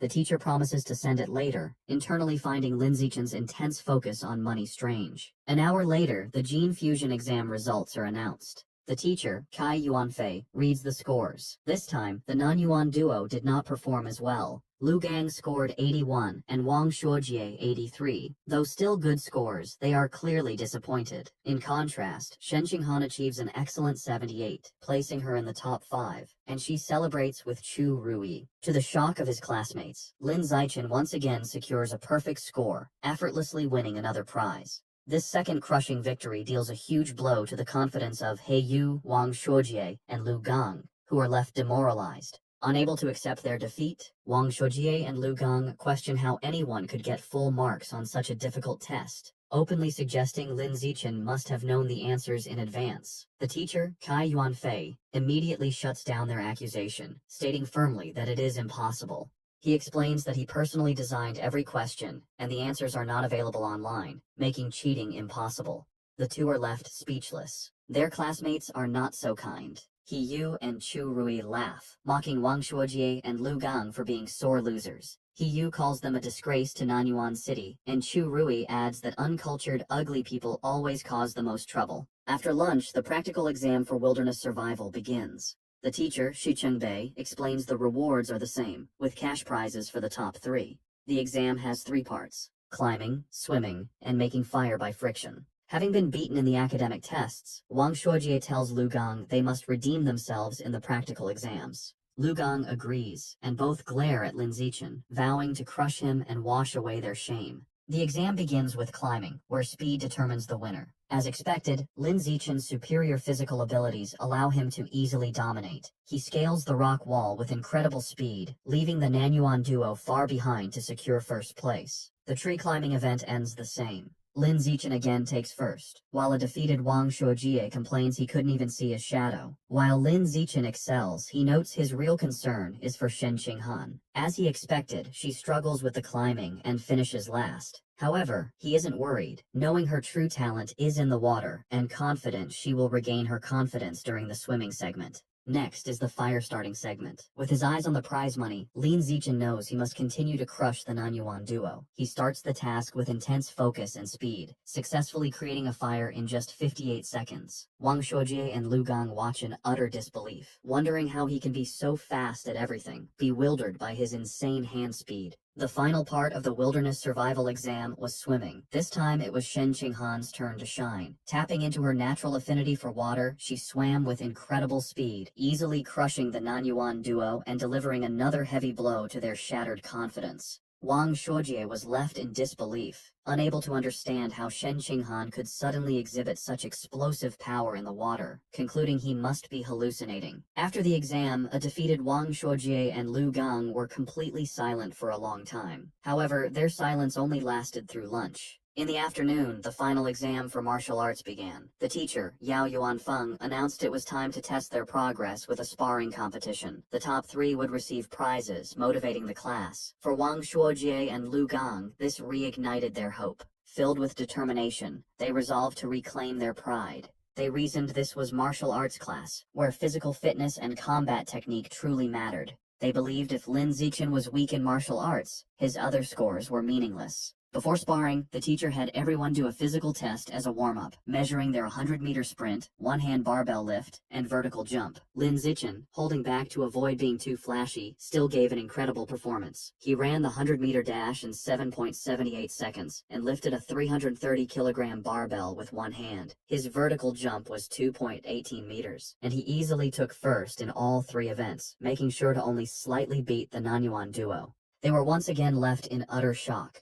Wang Shuojie couldn't understand how Lin Zichen could be faster, while Lu Gang was baffled by how someone who didn't look muscular could be so strong. Trying to rally, Wang Shuojie reminded Lu Gang that failing the physical test didn't mean they would lose in sparring, as real combat also required technique. They convinced themselves their superior technique gave them a chance. After the test, everyone moved to the dueling area for the sparring matches. Eager to complete his survival of the fittest achievement, Lin Zichen stepped into the ring first. However, after his overwhelming display, no one dared to challenge him. Even Wang Shuojie and Lu Gang held back to observe first. Seeing the stalemate, the teacher intervened. He called out a student named Lu Wei and ordered him to spar with Lin Zichen. The two faced off, but the match was over before it began. To save time, Lin Zichen ended it instantly with a single devastating punch that sent Lu Wei flying. He then speed ran through the rest of his opponents, taking down every student in the class with the same brutal efficiency. Watching this, Wang Shuojie and Lu Gang are left in utter despair. Wang Shuojie realizes with horror that Lin Zichen is far stronger than they imagined, and probably wasn't going all out during the physical test. He wonders how anyone could compete with such a monster. Just as their spirits are crushed, He suddenly leaps into the ring, shouting Lu Gang's name. He points at Lu Gang, declaring he's warmed up and at his peak, and challenges him to a fight. Eager to vent his frustration, Lu Gang readily accepts. He reasons that while he may not be confident against Lin Zichen, he can certainly defeat He Yu and vows to flatten him in 30 seconds.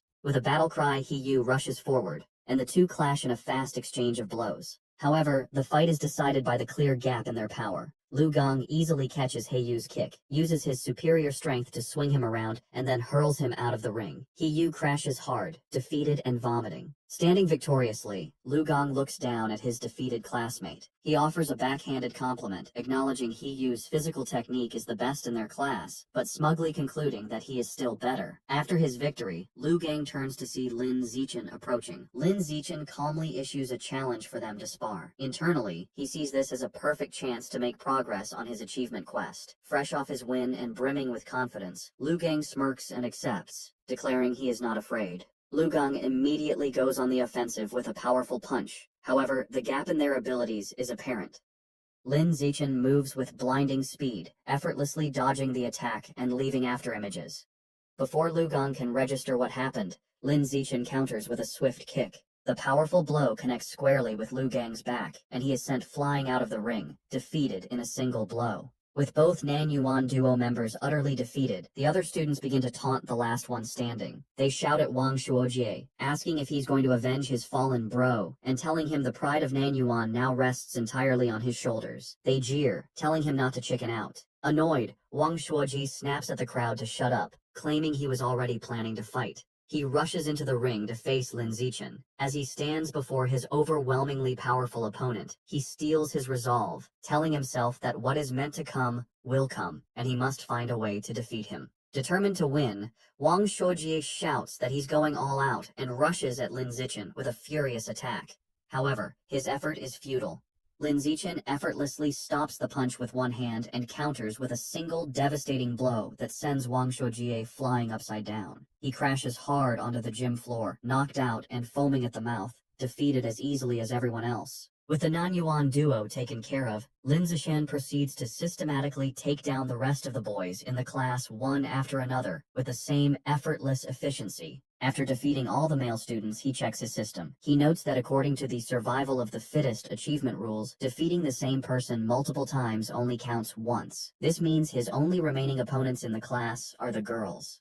He wonders if any of them will even be willing to spar with him. To his complete surprise, the girls are more than willing. A crowd of his female classmates gathers, blushing and eagerly making heart gestures, all wanting a chance to fight him. The first to volunteer is Chu Yutong, who excitedly raises her hand and challenges him. She leaps into the ring and attacks with surprising speed and agility. However, Lin Zichen is still on another level. He easily dodges her attack, leaving her to comment on his incredible speed. She gracefully lands, disappointed that she came so close but couldn't even grab him. Unexpectedly, after Chu Yutong's defeat, the other girls also volunteer to challenge him one by one. Of course, Lin Zichen holds back considerably when facing the girls. His main goal isn't to hurt them, but simply to win the official matches and complete his achievement as quickly as possible. Soon, Lin Zichen finishes sparring with all the girls in his class. While he has successfully defeated every student, he is still far from completing his achievement task. He is a bit disappointed, but his mood quickly changes when his teacher, Yao Yuanfeng, suddenly announces some good news.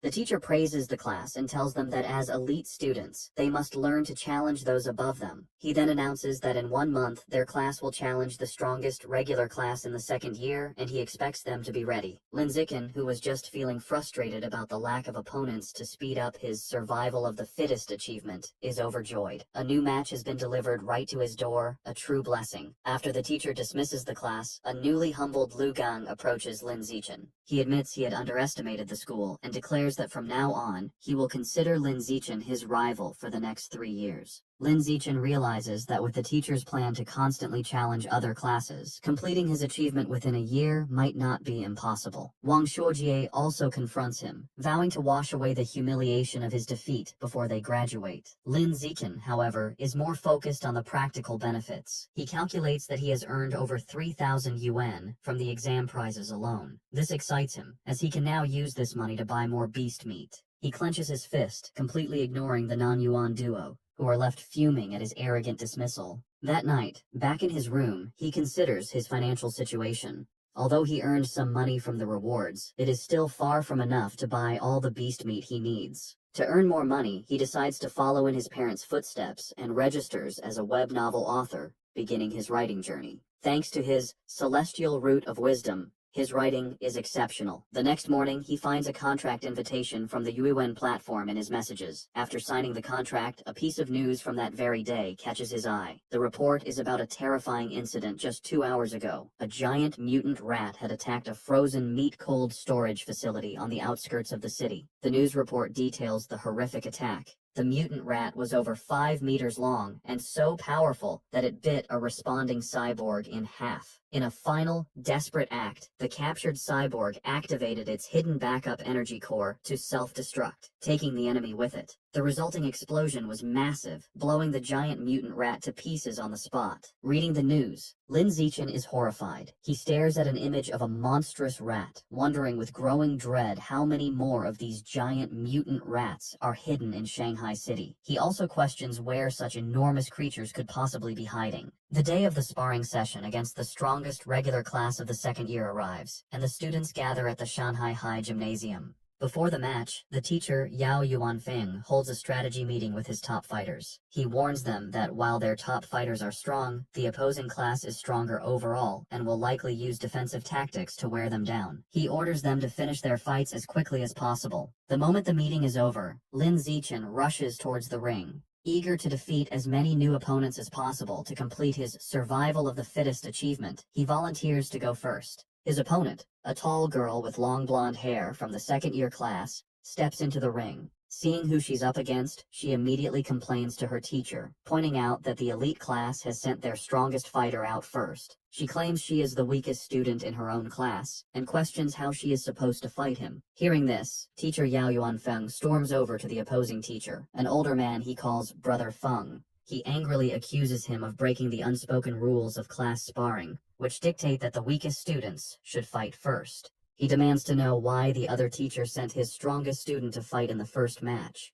To settle the dispute, Teacher Yao orders Lin Zichen down from the stage, telling him he can go later and to let the weaker students go first. Lin Zichen reluctantly agrees and steps down. The teacher then points to Zhong Yijia and tells her to go first, but she is caught off guard and protests that she isn't ready. Seeing an opportunity, Shen Qinghan steps forward. She volunteers to fight, telling Teacher Yao that since she is the weakest, she should be the one to go first. Shen Qinghan nervously enters the ring to face the tall blonde girl, clearly intimidated. From the sidelines, her classmates, including Chu Rui and He Yu, begin to cheer loudly, shouting encouragement for their friend, Han Han. However, the sudden pressure only makes Shen Qinghan even more nervous. The match begins, and the blonde girl immediately attacks with a powerful punch, which Shen Qinghan manages to block. Despite being outmatched, Shen Qinghan is determined. She knows she can't win, but resolves to hold on for as long as possible, adopting a purely defensive strategy to drain her opponent's stamina. Her plan proves surprisingly effective. 3 minutes later, the blonde girl is breathing heavily, surprised by Shen Qinghan's endurance. She realizes that if the fight continues, she will run out of stamina and decides she must finish the match quickly. She rushes forward with a final decisive punch. The blow lands, and Shen Qinghan is knocked to the ground, defeated. As she gets back on her feet, she is visibly embarrassed. The teacher, Yao Yuanfeng, praises her performance. He gives her a thumbs up, telling her she did great and that her defensive strategy was very smart. Lin Zichen also comforts her, patting her head gently. He tells her she did well, lasting over 3 minutes against a senior with an extra year of training, and that she has made big progress. Reassured, Shen Qinghan looks up at him with a happy smile. Following Shen Qinghan's defeat, another female classmate with brown hair from the elite class steps into the ring.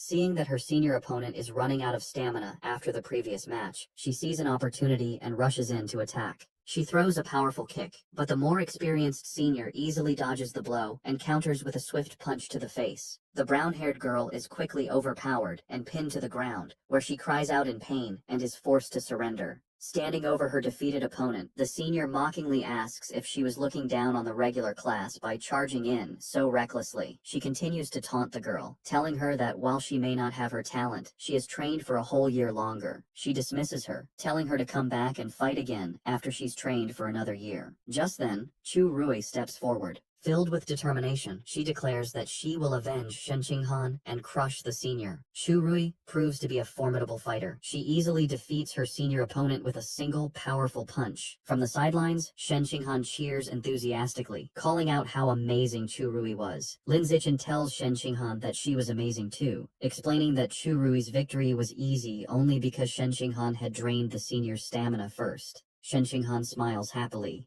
2 hours later, the sparring session continues, and the elite class has evened the score. Teacher Yao Yuanfeng approaches the second-year teacher, Brother Feng, and taunts him, pointing out that his class only has 4 fighters left and that he is confident his class will win the bet. However, he then turns to his students and warns them not to get complacent. He declares that the true strength of their class lies with their 4 top fighters, Lin Zichen, Wang Shuojie, Lu Gong, and He Yu. The real showdown is just beginning. Following his teacher's declaration, He Yu is ordered to go up next. He cracks his knuckles with a determined look and enters the ring with a dramatic, ground-pounding pose. He strikes a fighting stance and theatrically asks his senior opponent if he is prepared to face his fists, which he claims are thirsty for battle. The senior, a boy with brown hair, smirks and tells He Yu not to be so childish and overly dramatic. Annoyed, He Yu immediately attacks with a swift kick, sending the senior crashing to the ground in defeat. Standing over his fallen opponent, He Yu mocks him, questioning where he got the confidence to act so tough with such a low skill level, and calling him trash. Just as He Yu celebrates his victory, another, more formidable senior, with purple-tinged hair, stomps into the ring. He glares at He Yu, calling him arrogant for his taunts. The senior immediately lunges with a powerful punch, vowing to teach his junior opponent some intensity. To the senior's shock, He Yu moves with incredible speed, effortlessly dodging the attack. He Yu then counters with a powerful kick that sends the senior flying, knocking him out. Seeing his impressive victory, Chu Rui and Shen Qinghan erupt in cheers, shouting encouragement for He Yu. Fueled by his success, He Yu goes on an incredible winning streak, defeating several more opponents in quick succession. After taking down 5 consecutive fighters, He Yu stands exhausted, breathing heavily. Despite his fatigue, he puts on a brave face and defiantly shouts for the next opponent, boasting he can still take on 10 more. However, it's clear he is running out of stamina. His impressive run ends when he is defeated by his sixth opponent. With He Yu eliminated, the situation looks dire for the elite class. They are now down to their last 3 fighters, while the second-year class still has 13 members remaining. With He Yu defeated, Wang Shuojie is next. He unleashes his full power, going on an incredible winning streak and single-handedly defeating 10 opponents in a flurry of furious kicks and punches. However, the long series of battles takes its toll. During his 11th match, Wang Shuojie finally runs out of stamina and is defeated. Following him is Lu Gang, who quickly dispatches 2 more of the opposing team's top fighters in less than 10 minutes. With their opponents now down to their last fighter, teacher Yao Yuanfeng smugly suggests that the second-year teacher, Brother Feng, should just surrender.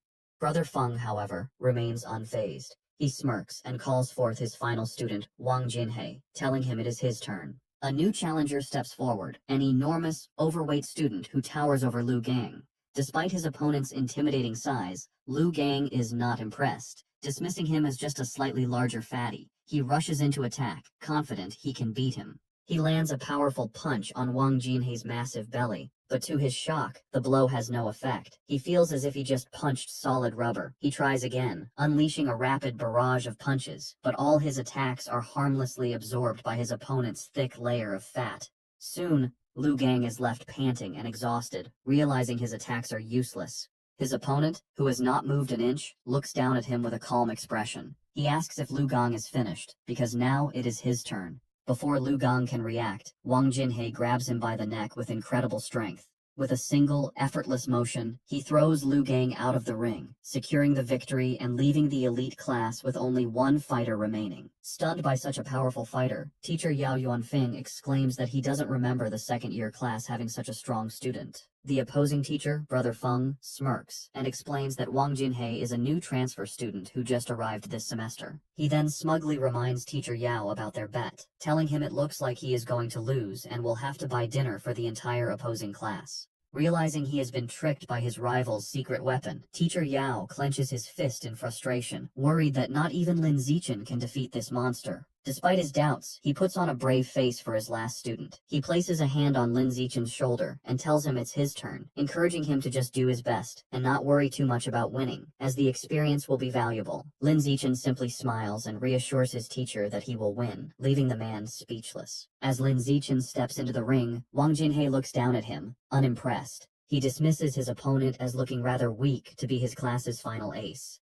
From the sidelines, Shen Qinghan, Chu Rui, and the other girls from the elite class shout insults at Wang Jinhei, calling him an arrogant fatty and cheering for Lin Zichen to teach the dead pig a lesson. Annoyed by the taunts, Wang Jinhei decides to offer a handicap. He tells Lin Zichen he will stand still and allow him 10 free hits. He explains that he doesn't want Lin Zichen and his little fangirls to complain later that he was just bullying a smaller opponent. Lin Zichen happily accepts the offer. Wang Jinhei tells him to come at him with his full power. Without hesitation, Lin Zichen unleashes a single devastating punch to his opponent's massive stomach. The force of the blow is so immense that it sends the enormous Wang Jinhei spinning through the air before he crashes hard onto the floor, knocked out cold. Both classes are left in stunned silence, which is quickly broken by a massive, tearful cheer from the elite class as they celebrate Lin Zichen's incredible victory. A few moments later, Wang Jinhei slowly begins to regain consciousness, completely disoriented. He groggily wonders where he is and what just happened, muttering that the outcome was completely illogical and unscientific. After Lin Zichen's victory, the second-year teacher approaches Yao Yuanfeng, the elite class's teacher. He remarks on how powerful Lin Zichen was, comparing his one-punch victory over Wang Jinhei to a former prodigy named Wu Tiancheng. Yao Yuanfeng replies that while Lin Zichen is strong, he isn't at Wu Tiancheng's level yet, explaining that Wu Tiancheng was a monster who terrified the principal as a first year. Overhearing the name, Lin Zichen walks over and asks his teachers who Wu Tiancheng is. Yao Yuanfeng excitedly explains that Wu Tiancheng was a legendary student from a few years ago. As a first year, he single-handedly defeated the entire third-year elite class, shocking the school leaders. The teacher continues by listing Wu Tiancheng's incredible stats as a first year, a 100-meter dash in 6.12 seconds, a 3.96-meter vertical jump, and a 650-kilogram one-handed barbell lift. He asks Lin Zichen if he is impressed. Lin Zichen smiles nervously and admits he is a little impressed. However, he internally thinks Wu Tiancheng's feats were only on par with the strength he possessed during his 6th grade summer vacation. That night, the class celebrates their victory at a restaurant. Teacher Yao Yuanfeng holds up a soda for a toast. He joyfully announces that because Lin Zichen secured their win, the second-year teacher had to honor their bet and pay for everyone's feast. The entire class raises their glasses, cheering for Lin Zichen's performance. During dinner, Lin Zichen is surrounded by his classmates, including He Yu and Chu Rui. Now famous in school, they are all eager to know his training secrets and add him on WeChat. Lin Zichen finds this new attention a bit strange. Amidst the chaos, he observes that Shen Qinghan hasn't changed. Worried he won't be able to eat, she quietly puts food on his plate. During the celebration, Shen Qinghan suddenly gets a shocked expression. Looking flustered, she quickly tells Lin Zichen she needs to go to the restroom and rushes away. As she leaves, Lin Zichen notes that while some things change, her urge to pee when nervous or excited has remained the same. In the restroom, 2 of their female classmates are gossiping. One complains about how Shen Qinghan fawns over Lin Zichen like a maid, always pouring his drinks and peeling his shrimp. The other agrees, questioning how someone with Shen Qinghan's lack of strength could have gotten into the elite class, if not for being his sycophant. She cruelly adds that their relationship won't last, as the difference in their abilities is destined to drive them apart. Unseen, Shen Qinghan overhears their entire conversation and is visibly hurt. However, instead of hiding, she confronts them. With newfound determination, she firmly tells the startled girls that she is not a sycophant. She is his childhood friend. Later that evening, as they walk home, Lin Zichen notices she seems dejected and asks if something is wrong. Looking down sadly, Shen Qinghan confides in him. She explains her mother always said she would grow out of wetting her pants. However, she reveals with frustration that even now, she still has to wear diapers to bed every night. Looking up at him, she says she feels disabled, like she can't even control her own bladder. Lin Zichen looks at a distraught Shen Qinghan and firmly tells her she is not disabled. He gently places his hands on her shoulders to comfort her, explaining that her inability to control her bladder is actually a superpower that hasn't fully developed yet. Shen Qinghan looks up with wide, hopeful eyes, questioning if it's really a superpower. Lin Zichen confirms it, telling her that her natural talent in the water is a manifestation of this power. Intrigued, Shen Qinghan asks if his own amazing abilities are also because he has a superpower. Lin Zichen confidently replies that yes, just like her, he also has a superpower. Excited by the idea, Shen Qinghan wonders what kind of power she might have. Lin Zichen reassures her it will definitely be a very powerful one. However, their path is blocked. A special team in protective gear is cordoning off a building, and an officer with a megaphone instructs the public to stay back while they exterminate rats. Their attention is drawn to the chaos inside. A man in an apron frantically swings a broom at a swarm of large rats, trying to fend off the exterminators. He screams at the officers to stop, pleading with them not to kill his brothers. His face twists in agony and rage as he continues to scream. Consumed by fury, the man charges at the officers, yelling that he will fight them to the death. Watching the scene, Shen Qinghan asks Lin Zichen if the man has gone crazy. Lin Zichen agrees, suggesting he might be mentally ill, though he finds the situation pitiful. He tells her that's just how some people are and that they should go home. Later that night, at Lin Zichen's house, he and his parents are watching a troubling news report. The anchor announces that a young female teacher went missing last week and is still not found. His mother, Zhang Wangshan, expresses her alarm, noting this is the 4th young woman to disappear this month. His father, Lin Yansheng, corrects her, stating it is the 5th. The report continues, showing photos of the missing women, all young and attractive. It issues a public warning for young women to avoid going out alone at night. Worried, Zhang Wangshan tells her son he must not let Shen Qinghan go anywhere by herself. Lin Zichen smiles and promises to look after her. Meanwhile, at a public security office in Shanghai City, the man from the market has been taken into custody. A doctor in a lab coat is speaking with a police officer. The officer asks for the doctor's opinion, wondering if the man is mentally ill. The doctor replies he isn't certain, explaining that he has tried to communicate with the suspect, but the man has remained completely silent. The officer finds this strange, saying the man was screaming non-stop at the market earlier. Suddenly, the officer's eyes widen with a terrifying realization. Both he and the doctor whip their heads around to look at the man, who is now hunched over, surrounded by a dark, menacing aura. Before their horrified eyes, the man begins to transform, mutating into a monstrous, giant, aberrant rat. As the creature grows, the terrified officer screams into his radio, frantically calling for backup and requesting a cyborg team, yelling that the person in the interrogation room is turning into a giant, aberrant beast. The giant, aberrant rat rampages. A police squad opens fire, but the bullets barely slow it down. As the officers retreat, a female officer reports that headquarters confirmed all cyborgs are deployed on other missions. The director adds grimly that support won't arrive for 10 minutes, and their ammunition won't last that long. Realizing they can't fight it head-on, the director orders his team to their car. Their new plan is to lure the monster into the suburbs to buy time. The female officer jumps into a police van and starts the engine, while another officer braces himself inside. They speed through the city with the giant rat in hot pursuit, leaping between buildings. The female officer urges them to go faster to give the cyborgs more time. The van races up a mountain road and into a tunnel, but the beast is relentless. It closes the distance with a terrifying roar, its massive tooth-filled maw open. The monster slams into the back of the van, causing it to lose control, flip violently through the air, and crash. Inside the overturned van, the female officer hangs upside down, injured. With a look of despair, she thinks that in the end, they still couldn't make it. Just as the giant aberrant rat roars in triumph over the wrecked van, a massive explosion engulfs it. Help has arrived. A female cyborg with short purple hair and sleek armor. Hovering in the air, she locks on and unleashes a barrage of powerful purple missiles. The projectiles slam into the monster, creating a series of fiery explosions as she gives the command to kill. After the smoke clears, the cyborg lands on the crater-filled road. She finds a large tunnel and realizes the rat escaped by digging its way out, noting the beasts seem to be getting smarter. However, she sees shredded flesh and blood on the ground and concludes the creature is seriously injured and couldn't have gotten far. She decides she has a good chance to track it down. The scene shifts to the city skyline at 3 a.m. In his room, Lin Zichen is at his computer, not training, but writing. He reflects on his progress as a web novel author. He has written daily for over half a month, and his novel is now nearly 200,000 words.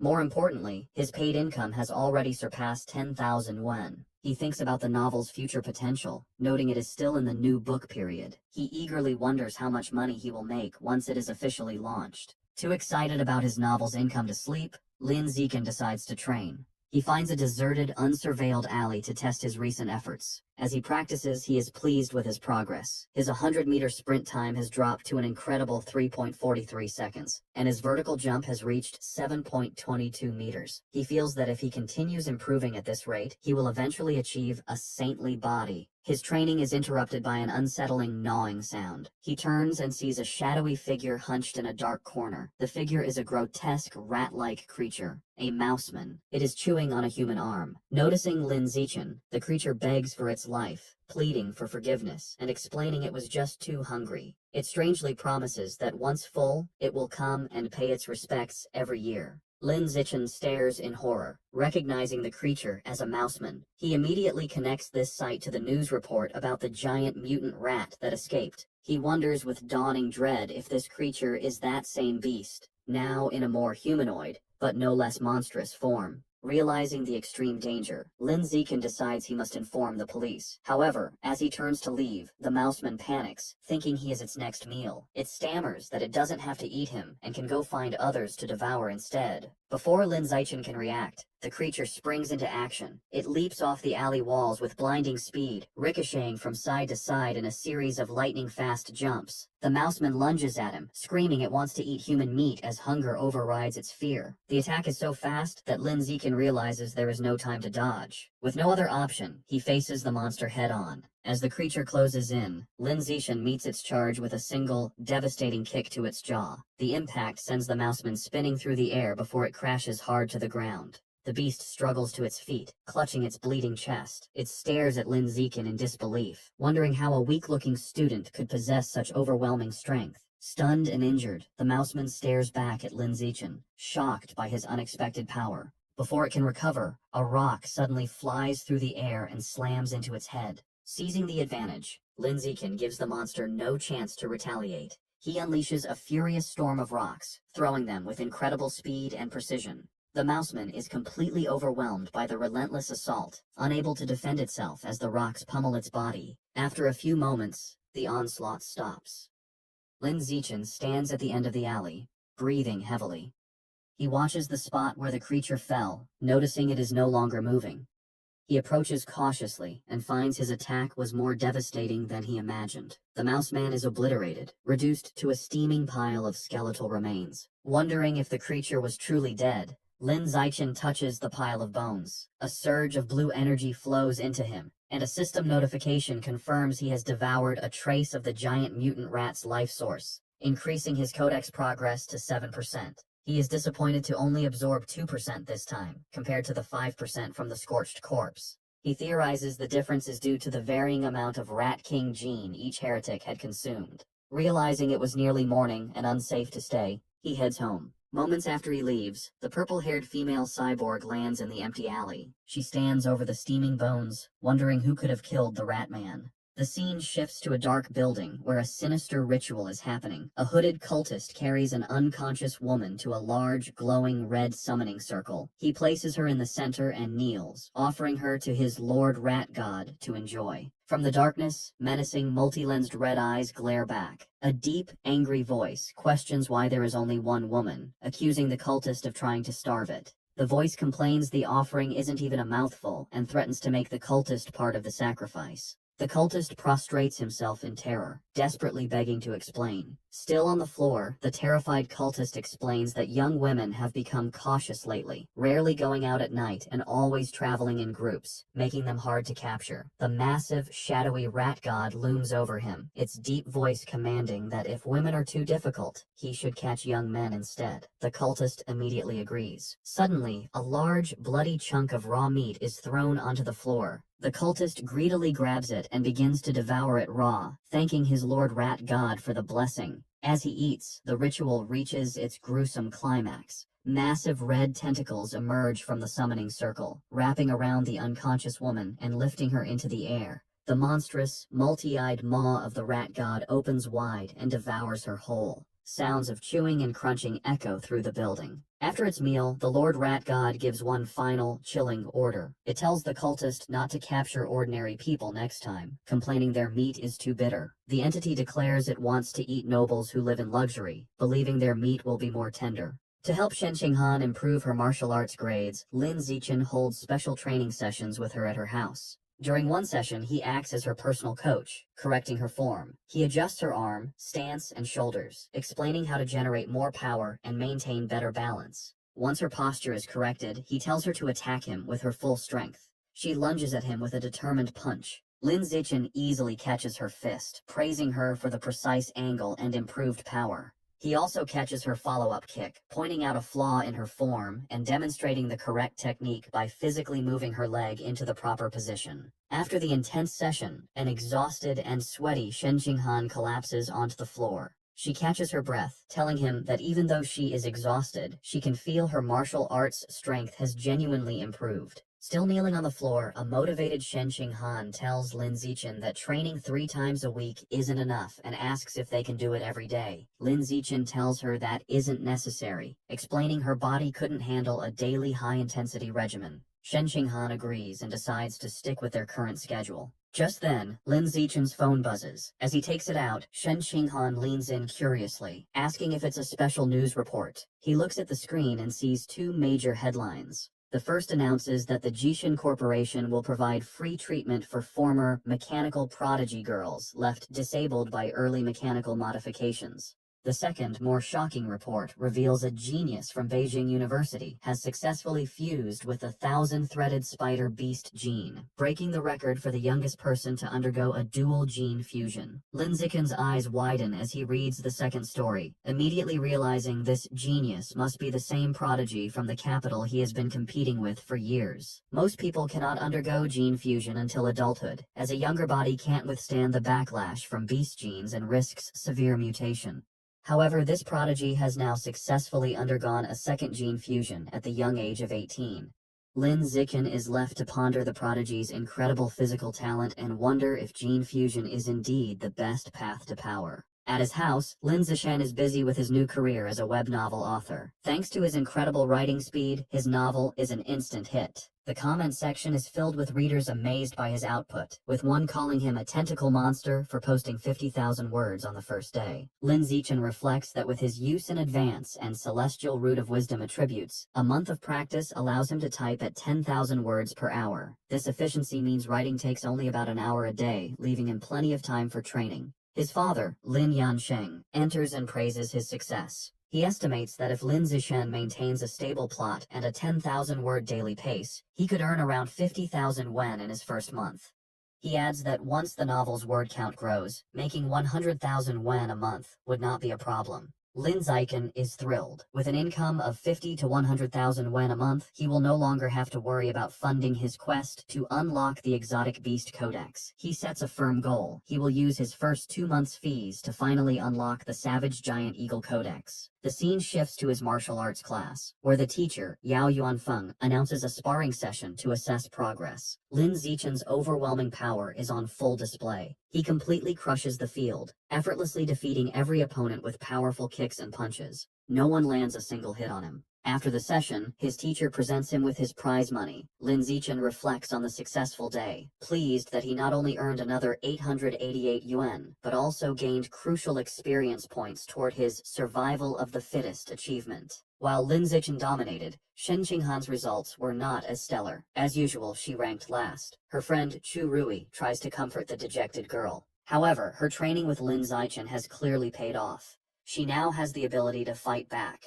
A flashback shows her previous match against Wen Yuntong, the second worst student in the class, where she was defeated in under 3 seconds. This time, Shen Qinghan held her ground for nearly 3 minutes. More impressively, she actively traded blows, landing several punches and kicks. Her martial arts teacher, Yao Yuanfeng, was very impressed by her progress. He praised her hard work and encouraged her to keep it up. With the sparring session concluded, the teacher gathered the class and made a new announcement. He declared that in 1 month, their class would challenge the elite class of the second years, setting an ambitious goal for them to take down every student except for their top 3 fighters. The class roared back in confident agreement. The teacher was pleased with their fighting spirit. A month passes quickly. Lin Zichan's web novel has been a massive success, and he checks his bank account to see a balance of 89,000 wen. With his new funds, he immediately heads to the supermarket to finally buy the beast meat he needs. He tells the female employee at the counter he would like to purchase some savage giant eagle meat. The employee informs him of a special promotion. If he buys 100 jin all at once, he will receive a 5% discount. After a moment of thought, Lin Zichan decides to hold off on the purchase for now. He concludes it would be more strategic to wait until he has saved up enough to buy all 100 jin at once to take advantage of the discount, figuring he will likely have enough by the following month.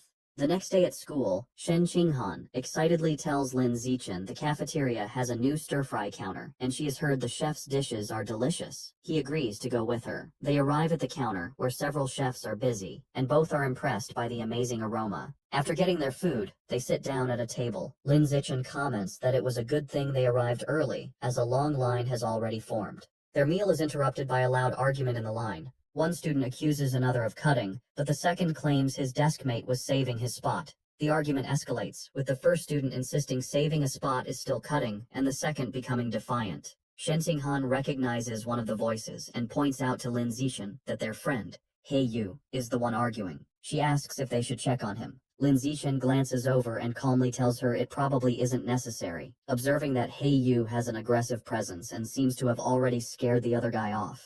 Lin Zichan's assumption is incorrect. The student He Yu was arguing with stands his ground, looking down at He Yu with a condescending expression and calling him a punk. He Yu finds himself surrounded as the student is joined by his friends. The leader of the group asks He Yu what his deal is. One of the other bullies smugly states they have no deal, they are simply cutting in line. Enraged, He Yu yells at them to get to the back of the line. He is shocked by their audacity and realizes he is outnumbered. Despite this, He Yu tries to hold them back, spreading his arms to block them. He wonders why no one in the crowded cafeteria is stepping in. From their table, Shen Qinghan watches with concern, pointing out to Lin Zichan that their friend He Yu is being bullied. Just as the bullies are about to push past He Yu, a hand clamps down on the leader's shoulder. It is Lin Zichen, his face shadowed and intimidating. He calmly tells the student to please line up properly. The bully turns around and confronts Lin Zichen with a smirk, defiantly asking what he can possibly do about it if he refuses. Instead of escalating the fight physically, Lin Zichen responds with a sly grin. He pulls out his phone and coolly informs the bully that he will report him. The bully leader scoffs at the threat, calling reporting shameful. With He-Yu smirking beside him, Lin Zichen coolly retorts that he finds cutting in line even more shameful. Unwilling to be reported, the group of bullies gives up and walks away in frustration. The scene shifts to a luxurious villa in a wealthy district of Shanghai City, where the rat god cult is holding a secret meeting.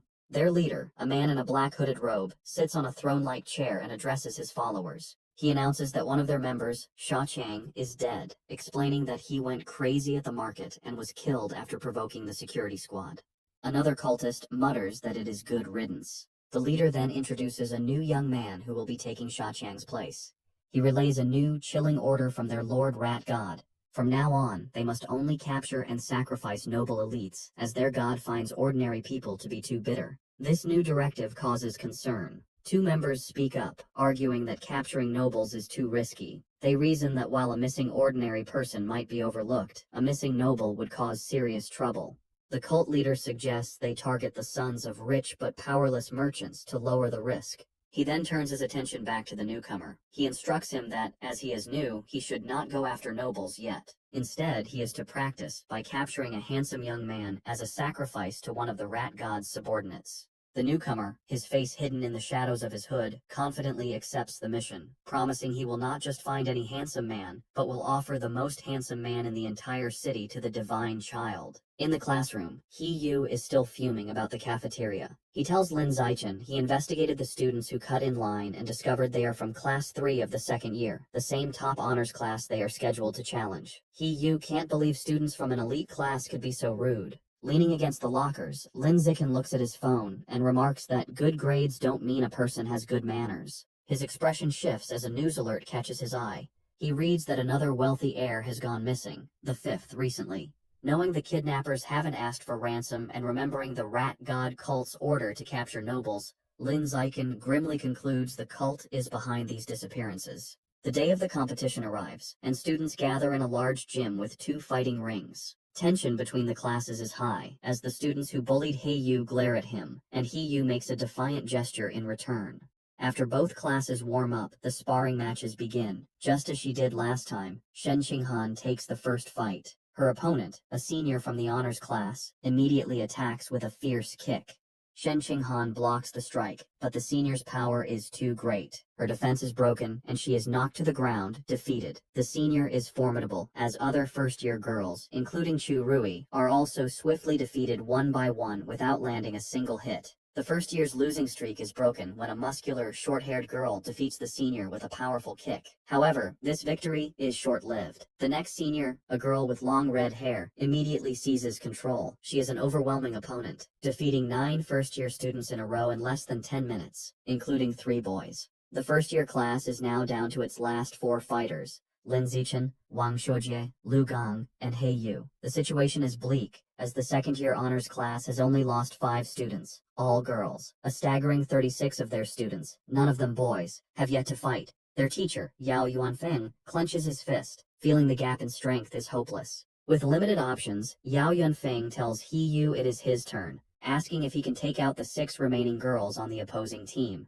He-Yu confidently agrees, declaring it will be easy, particularly motivated by fighting more attractive female seniors. True to his word, He-Yu handles the matches with ease and successfully knocks all 6 remaining girls out of the ring. With the female fighters defeated, the second-year class's first male student enters the ring with a threatening stomp. He strikes a menacing pose and asks He-Yu if he is ready to die. He-Yu retorts that his opponent has no manners. Recognizing the student as a bully from the cafeteria, He-Yu believes he's a pushover and sees a perfect chance for revenge. He-Yu's confidence is misplaced as the bully rushes him with surprising speed. Before He-Yu can react, the senior lands a powerful punch to his stomach. He-Yu collapses to his knees, stunned. The bully taunts him for being weak and tells him to admit defeat. Enraged, He-Yu struggles to his feet and throws a punch, but his opponent easily dodges and counters with a swift kick that sends He-Yu flying out of the ring, defeated. Lying on the ground, He-yu realizes with pain that his opponent's strength is far from the lowest among the boys, and curses himself for letting his guard down. Having defeated He-yu, the senior bully turns to Lin Zichen, who is standing by the ring. He mockingly asks if Lin Zichen still wants to medal and challenges him to a fight. Lin Zichen gracefully leaps into the ring, internally noting that he was hoping for this chance. His classmates erupt in cheers, shouting for their brother Chen to crush his opponent and avenge He-yu for his shameful behavior. The match begins, and the bully, Chi-Yue, rushes at Lin Zichen with a high kick. Lin Zichen, however, is unfazed. He effortlessly blocks the kick with one hand, then grabs Chi-Yue's leg and slams him headfirst into the ring floor with incredible force. The impact knocks Chi-Yue out cold. Lin Zichen stands over him for a moment before casually kicking his unconscious body out of the ring. The second-year students are in stunned disbelief. One points out that Chi-Yue is one of the top 5 strongest fighters in their class, yet he was taken out instantly. They can't comprehend how a junior could be so powerful. Watching from the sidelines, their teacher Yao Yuanfeng concludes that Lin Zichen must be hiding a great deal of his true power. Lu Gong and Wang Shuojie are equally horrified, wondering if he is even human. Lin Zichen turns to the remaining second-year male students and calmly asks who's next. Their faces contort in fear, terrified by the display. 30 minutes later, the outcome is decided. All 29 remaining students from the second-year class lie defeated. Standing over the last opponent, Lin Zichen wonders about his progress toward his survival of the fittest achievement. A system notification informs him his total count of opponents eliminated is now 119 out of 1,000.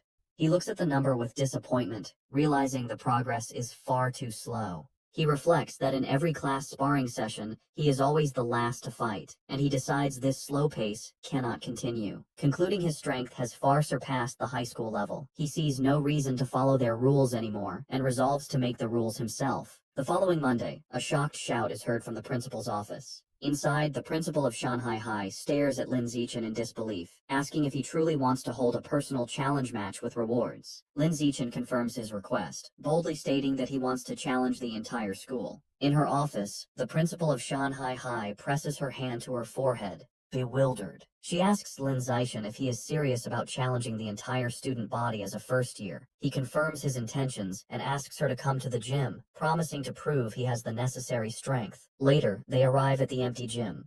The principal crosses her arms and asks why he brought her there so late. As he removes his school jacket, revealing his muscular build, he confidently tells her he is there to show his true power. The principal, flustered, momentarily misinterprets his intentions and tries to stop him. However, Lin Zichen walks over to a heavy barbell and grips it. To her astonishment, he lifts the massive 700-kilogram barbell into the air with one hand, holding it effortlessly. The principal stands frozen in shock. It dawns on her what he meant by showing his power. She realizes his strength already surpasses that of the school's most legendary student, Wu Tiancheng, during his first year. Completely convinced, the principal gives Lin Zichen a thumbs up. She agrees to his request, promising to arrange an event for him to challenge the entire school. With a sheepish grin, he reminds her they must set up rewards, explaining that without prize money, no one would be motivated to challenge him. He then lays out his clever plan for the prizes. He suggests 2 types of rewards, a participation prize to encourage everyone, and a larger, cumulative prize pool that grows with each challenger. Whoever defeats him wins the entire pool. If no one can beat him within the time limit, all the money will be his. The principal, intrigued, smiles and agrees. Lin Zichen makes one final request. Keep his true strength a secret for now. Otherwise, students might be too intimidated. She playfully pats his shoulder and agrees. Later, in her office, she shows Lin Zichen the finalized plan. He confirms it is perfect, thanking her for her hard work. As they speak, 2 teachers, Yao Yuanfeng and Liu Deren, walk by. They are shocked to see the principal's unusually cheerful demeanor towards Lin Zichen, wondering what is going on. Yao Yuanfeng is bewildered, remarking internally how the principal, usually a stern-faced she-devil, is now smiling so pleasantly, completely misinterpreting the situation. At 2 in the afternoon, the student body gathers in the gym, surrounding 2 large fighting rings where Lin Zichen and the principal stand.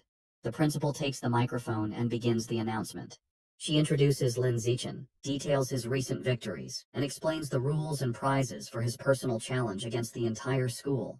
The announcement causes an uproar. The crowd erupts in disbelief and mockery, with many shouting that the principal must have gone crazy. They are insulted by a first year's arrogance, questioning his confidence. One student angrily points out that defeating the second year's strongest class doesn't mean he can take on the third year's, while another calls him arrogant. Facing the hostile crowd, Lin Zichen calmly announces that starting the next day, he will be in the gym for 2 hours every afternoon, welcoming challengers. Internally, he is pleased by their anger, thinking that with so many eager to fight, he has a good chance of completing his survival of the fittest quest early. The scene shifts to a bustling city street at night. A young man with blonde hair walks alone, sipping a drink. His walk is interrupted when two attractive women step in front of him and invite him to a bar. The blonde man looks at them with a cold expression and bluntly tells them to get lost. As they walk away, they mutter that he has no charm. The young man watches them go, annoyed, wondering if Shanghai City is always this lame. The blonde young man is a new member of the rat god cult, struggling with his first mission.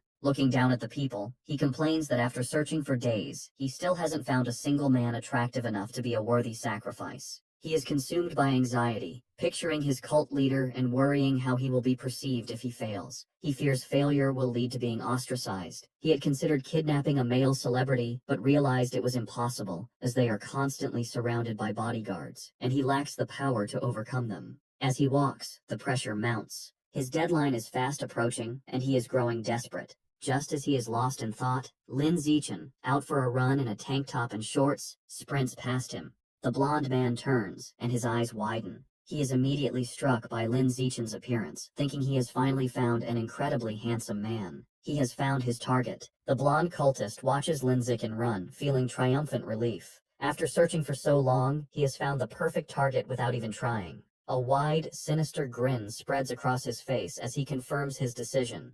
Lin Zichen will be his sacrifice. He begins to follow his target, watching as Lin Zichen turns down a deserted industrial alleyway. Seeing the secluded area, the cultist's face twists into a horrifying black-eyed grin. He knows this is the perfect opportunity. Deciding it is time to strike, he unleashes his power and undergoes a grotesque transformation, his body contorting into a monstrous beast with a massive, tooth-filled maw. However, just as the transformed cultist is about to attack, a brick comes flying out of nowhere and smashes directly into its head with a sickening, bloody impact. The transformed cultist stumbles, clutching its head in pain and confusion after being struck by the brick. From the shadows, Lin Zichen emerges, holding the brick he just threw. He calmly remarks to himself that he didn't expect to find a rat person while out for a run, seeing it as a fortunate chance to increase the unlock progress for his guidebook. The monster trembles in terror, thinking that this human is horrifying and is speaking words it cannot comprehend. It feels incredibly unlucky to have run into him. Before it can react further, the monster collapses to the ground, dead. Lin Zichen looks on in surprise, finding it hard to believe that he killed the creature just by picking up and throwing a single brick. He wonders how a follower of the rat god cult could possibly be so weak. Deciding not to dwell on it, he quickly kneels beside the dead monster to absorb its life essence before anyone else arrives. A system notification appears, confirming he has devoured a trace of the giant mutant rat's life essence and that his guidebook progress has increased to 8%. He looks at the result with disappointment, noting that it only went up by 1%. He concludes that the pathetically low amount of essence is why this particular rat person was so weak. Thinking about his safety, Lin Zichen decides that he won't be coming out for night runs for a while. He knows that not all of the cult's followers are this weak. Some of the more powerful members have incredibly strong bodies after transforming, durable enough to even withstand firearms. The next morning, Lin Zichen is at home when he sees a shocking news report on television. He learns that at 3 o'clock that morning, the Municipal Public Security Bureau, in cooperation with a chemical tutor from Shanghai University, successfully wiped out the rat god cult. The report explains that the tutor is a high-level gene fuser who single-handedly defeated the monstrous Rat King. The broadcast shows footage of the incredible battle, where the massive, multi-eyed beast unleashes a terrifying barrage of sharp spikes at the winged, red-haired gene fuser. The tutor endures the powerful attack but ultimately emerges victorious. The entire fight lasted only 30 seconds, ending with the colossal Rat King collapsing in defeat as the gene fuser lands, securing a swift and decisive victory. Watching the display, Lin Zichen is left in deep thought, his expression grim. He contemplates the immense power he just witnessed, wondering if this is the true strength of a high-level being, and acknowledging how truly formidable it is. In a modern, well-lit room, two men in tactical gear are having a conversation. A blue-haired man, sipping from a cup, asks his companion, a man with spiky orange hair named Tiancheng, if he has been able to contact their teacher yet. Tiancheng confirms that their teacher is still out of contact. He adds that the entire group of powerful individuals who went to suppress a riot at a place called Source Site 36 remain missing. The blue-haired man then asks about the current situation at the site. Tiancheng replies that it is relatively stable, explaining that if it weren't, he wouldn't have been free to come and clean up the little shrimp that escaped during the initial chaos.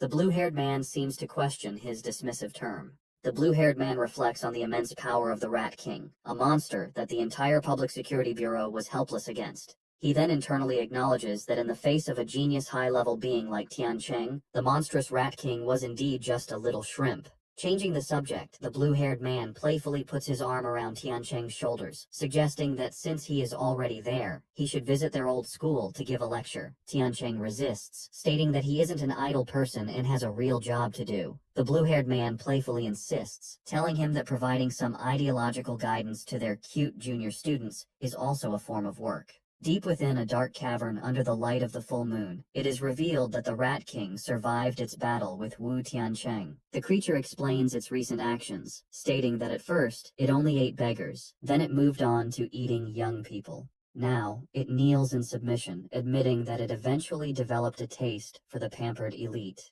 The Rat King is not alone. It prostrates itself before a new, far more terrifying monster. A colossal, green-skinned being with glowing red eyes and immense power. This new monster scolds the Rat King, angrily telling it that it went to great trouble to bring the Rat King there to have its clan dig tunnels. Instead, the Rat King went around eating people and caused a huge commotion that drew unwanted attention. The giant monster glares down and menacingly asks the Rat King if it believes it deserves to die for its failure. Terrified, the Rat King begs its master for another chance. The giant monster considers the plea and agrees that it can give the Rat King another chance, but it clarifies that there will be a price to pay. Without another word, the monster's clawed hand strikes the Rat King, and a spray of blood fills the air. Deep in the cavern, the giant green monster continues punishing the Rat King. Having ripped out one of its eyes, the monster holds the bloody orb and remarks that while the sewer rat's eyes smell foul, they taste delicious. The monster then grabs the cowering Rat King, acknowledging its cleverness for hiding and sending a subordinate to pose as the Rat King to be defeated by the authorities. This reveals the creature Wu Tiancheng fought was merely a decoy. However, the monster delivers a final, chilling warning. If the Rat King fails to dig tunnels as commanded, it will still die. Meanwhile, back at Shanghai High, the day of Lin Zichen's personal challenge has arrived. As he walks toward the gym, he is the subject of intense gossip. Students point him out as the arrogant first year who dared to challenge the entire school, with many eager to watch. Lin Zichen, however, is focused on his phone, where he is looking at a wanted notice for the 9 fugitive members of the Rat God cult, noting the 500,000 yuan reward for their capture. He thinks of them as a walking fortune, but his practical nature takes over, and he reminds himself that if he ever encounters one, his first priority is to stay safe before thinking about the bounty. He arrives at the gym to find it packed with students surrounding the fighting rings, just as he had hoped. Looking at the sea of potential opponents, he knows the large turnout is not just due to his challenge, but also because of the final part of his plan, the participation prize. To motivate the crowd, Shen Qinghan stands on the sidelines with a megaphone, announcing that every participant will receive a lottery ticket for a chance to win generous prizes. The announcement works perfectly, and the male students erupt in excitement. They shout about the amazing prizes, including the latest game consoles and smartphones, though one boy is more interested in the possibility of touching Shen Qinghan's hand during the lottery. This same boy eagerly reaches forward to be the first volunteer. However, before he can finish speaking, a female student leaps over him, stepping on his head as she declares she will go first. This opens the floodgates, and a massive, chaotic crowd of female students rushes forward, trampling the boys as they all clamor for a chance to fight Lin Zichen. Soon, the fighting ring is filled with a large group of girls who have surrounded Lin Zichen, eagerly declaring they want to challenge him. The challenge, however, quickly becomes his female classmates fawning over him. One girl touches his arm, excitedly exclaiming how strong he feels, while another caresses his face, admiring how handsome he is. Completely surrounded, Lin Zixin thinks the situation has taken a strange turn. He feels reluctant to fight girls but steels his resolve, knowing that to complete his achievement he has no other choice. He begins to concentrate his power. With a series of gentle but firm pushes, he sends the girls flying out of the ring one by one. Finally, he unleashes a wave of energy that repels them all at once, apologizing as they are cleared from the ring. After the chaos has settled, Lin Zixin checks his system. A notification shows his progress for the survival of the fittest achievement has now reached 309 out of 1,000. Despite being defeated, the female students are undeterred. One girl with pinkish hair eagerly raises her hand, shouting she wants to challenge him again. However, Lin Zixin stands firm and coldly announces that according to the rules, defeated challengers may not re-challenge. The girls are crestfallen, with one complaining about the unfair rule. A large, muscular student and his friends step forward, and their leader cracks his knuckles, angrily declaring it is now his turn to teach the arrogant junior a lesson. This proves to be an empty threat. Lin Zixin effortlessly defeats opponent after opponent with single punches, and his system shows his survival of the fittest progress has climbed to 419 out of 1,000. Soon, he stands triumphantly atop a massive pile of unconscious students and calmly asks who is next. Just then, a new, more formidable challenger steps forward, declaring he is still there to fight. He leaps into the ring, and the other students immediately recognize him as Yan Xiaoxuan, the overlord of the second year's top honors class. They begin to murmur, wondering who will win.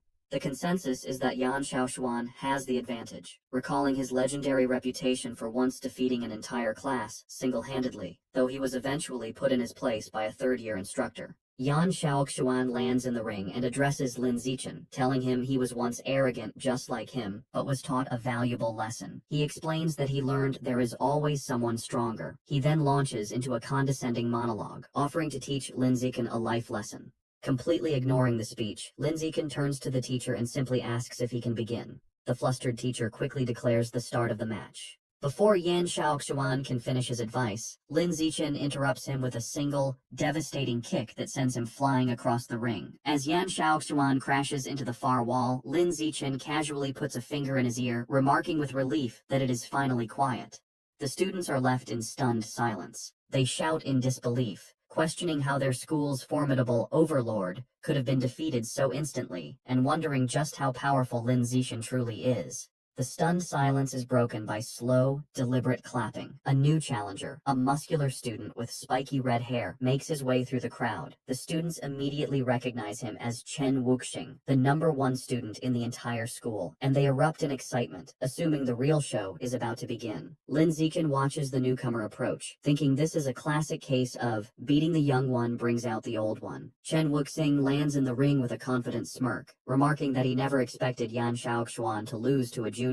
However, just as he is about to start his own speech, Lin Zixin again cuts him off, turning to the teacher and asking to begin. Over Chen Wuxing's protests, the teacher starts the match. Enraged at being ignored, Chen Wuxing charges forward, surrounded by a blue aura, declaring it seems he will have to beat his opponent to make him listen. Lin Zixin meets the charge, his own fist glowing with a yellow aura. Their powerful blows collide in a massive shockwave. Chen Wuxing apologizes, but Lin Zixin simply states that he is in a hurry and unleashes a powerful punch. The blow is too much for Chen Wuxing. It sends him flying backward, his shirt torn, his face a mask of disbelief as he questions how this is possible. The entire student body watches in absolute shock, their jaws hanging open as they witness the instantaneous defeat of their school's strongest fighter. With the school's strongest fighters defeated, Lin Zixin turns to the still stunned crowd. He points to a random student and tells him to get in the ring to fight. The student points to himself in disbelief, and Lin Zixin confirms it, stating they haven't fought yet.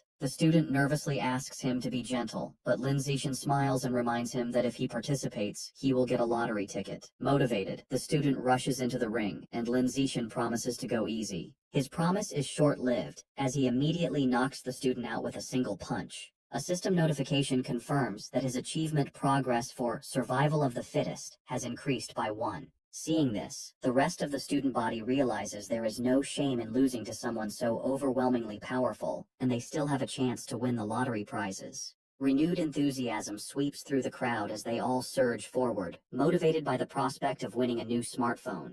What follows is a systematic and effortless series of victories for Lin Zixin. He stands his ground, easily dispatching every student who challenges him, with his system's counter ticking up by 1 with each defeated opponent. After the final student is defeated, a large system notification appears, announcing that by eliminating 1,000 different competitors, he has successfully completed the achievement. Another notification immediately follows, confirming he has finally acquired the new biological attribute, survival of the fittest.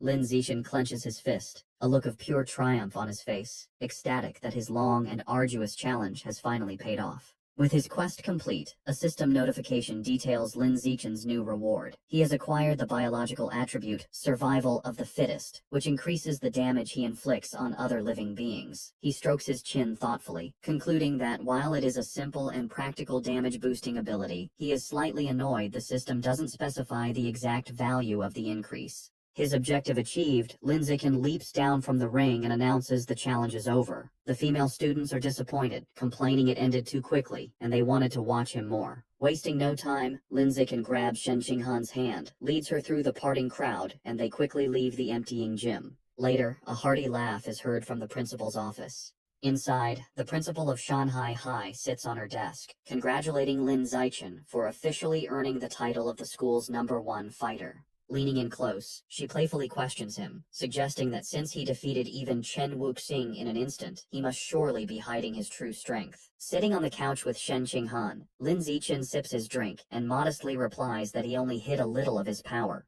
The principal gives him a knowing look, clearly not believing him. She brings up Chen Wuxing's recent special entrance exam for Kyoto University, where he lifted a 690-kilogram barbell with one hand. Based on that, she confidently estimates that Lin Zichen's own one-handed lift must be at least 800 kilograms. Internally, Lin Zichen knows he cannot let her find out his true, much higher strength. He plays along, telling her that her guess is nearly perfect, and his official data shows a lift of 795 kilograms. The principal laughs triumphantly, pleased she was right. As she celebrates, Lin Zichen tries to get her attention. Having established himself as the school's strongest, Lin Zichen immediately turns to his true priority. With an eager expression, he raises his hand and asks the principal when he can expect the 8,810 yuan prize money. Amused by his focus on money, the principal playfully calls him a little rascal, but agrees and immediately transfers the funds. Just as the principal begins to discuss his new responsibilities, Lin Zichen interrupts, asking if there is anything else he can do for her.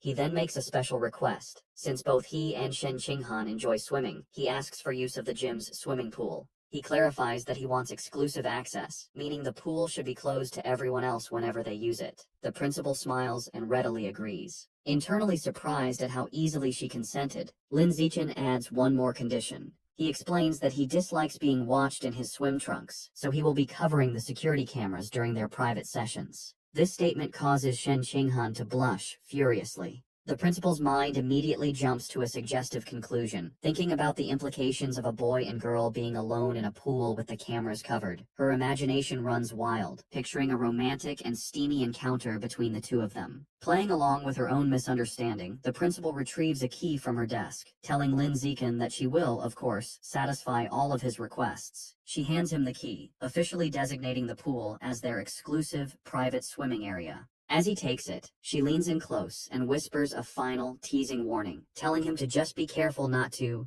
create a new life while they are in there. Her suggestive comment leaves Lin Zichen completely baffled, as he wonders what she could possibly mean by a new life. As they walk down the school hallway, Lin Zichen looks at the key to the swimming pool. He thinks to himself that with exclusive access, he can finally begin to properly explore the true nature of Shen Qinghan's mysterious abilities. His thoughts are interrupted when Shen Qinghan stops him, saying she has a favor to ask. With a nervous expression, she explains she signed up for a singing competition. While she has practiced her solo parts, she still needs someone to help her with the duet section. She shyly asks if he can practice with her that evening, and Lin Zichen readily agrees. Overjoyed, Shen Qinghan throws her fist in the air and happily skips away. Lin Zichen watches her go, thinking about how much this competition means to her. He smiles, hoping she will be able to find her confidence through it. Later that night, at Shen Qinghan's apartment, the two are in her room practicing. She sings into a microphone while Lin Zichen sits and listens, providing the other part of the duet from his phone. Meanwhile, in the living room, Shen Qinghan's parents, Shen Jianye and Xu Meng, are watching. Her father expresses concern, asking his wife if it is appropriate for them to be alone in a room together now that they are older. His wife quickly scolds him, retorting that they are childhood friends and questioning what right he has to object. She angrily tells him not to meddle, causing him to quickly back down. After overhearing her parents' conversation, Lin Zishen decides it's a good time to wrap up. He tells Shen Qinghan they've been at it for half an hour and it is time to focus on their studies. As he gets ready to leave, he reminds her about their plan for the next day, to go to the school's private pool so she can get more comfortable with her water abilities. He tells her not to forget her swimsuit and she happily agrees. They say their goodbyes, and Lin Zichen heads home. Once alone, Shen Qinghan's thoughts are consumed by the upcoming trip to the pool, and a deep blush spreads across her face. She nervously goes to her closet, wondering what swimsuit to wear. She lays out two options on her bed, a modest, blue one-piece, and a more revealing black bikini. She picks up the black bikini, her blush deepening as she worries it might be too revealing. Her imagination runs wild for a moment as she pictures a scene of her and Lin Zichen splashing each other playfully in the water. After a moment of hesitation, she makes up her mind, reasoning that since it will only be him at the pool, it should be fine. She resolutely shoves the bikini into her school bag. The next day after school, Lin Zichen and Shen Qinghan head to the empty gym swimming pool. Already changed into his swim trunks, Lin Zichen waits by the poolside, his impressive physique on display. He looks up at a security camera, remembering his promise to the principal and confidently thinking he will handle it. Just then, Shen Qinghan's voice calls his name. He turns to see her standing in the doorway, wearing the revealing black bikini. With a bright smile and a slight blush, she walks toward him, apologizing for making him wait. Outwardly, Lin Zichen appears calm, simply telling her to slow down and be careful. Internally, however, he is completely flustered, thinking how incredibly cute she looks. After regaining his composure, he tells her it is time to get in the water and begin their training, to which she happily agrees. The two enter the water and begin to swim gracefully. Underwater, Lin Zichen takes Shen Qinghan's hand, and they continue to swim together. Suddenly, her eyes widen in shock as she feels something strange. She quickly gets Lin Zichen's attention, looking startled. She frantically points towards the surface, indicating they need to go up immediately. Understanding, Lin Zichen grabs her and pulls her swiftly towards the air. They break the surface with a splash, and a concerned Lin Zichen holds her close, asking what happened. With a look of utter astonishment and excitement, Shen Qinghan exclaims that the water can pass directly through her body. To demonstrate, she holds out her hands just below the surface and tells him to watch. Just as she described, the water flows straight through her palms as if they were intangible before splashing back into the pool. At the school pool, Shen Qinghan looked at her hands in amazement as water flowed right through them. Confused, she asked Lin Zichen why her body seemed to be leaking water. He observed her, realizing he was witnessing her latent superpower.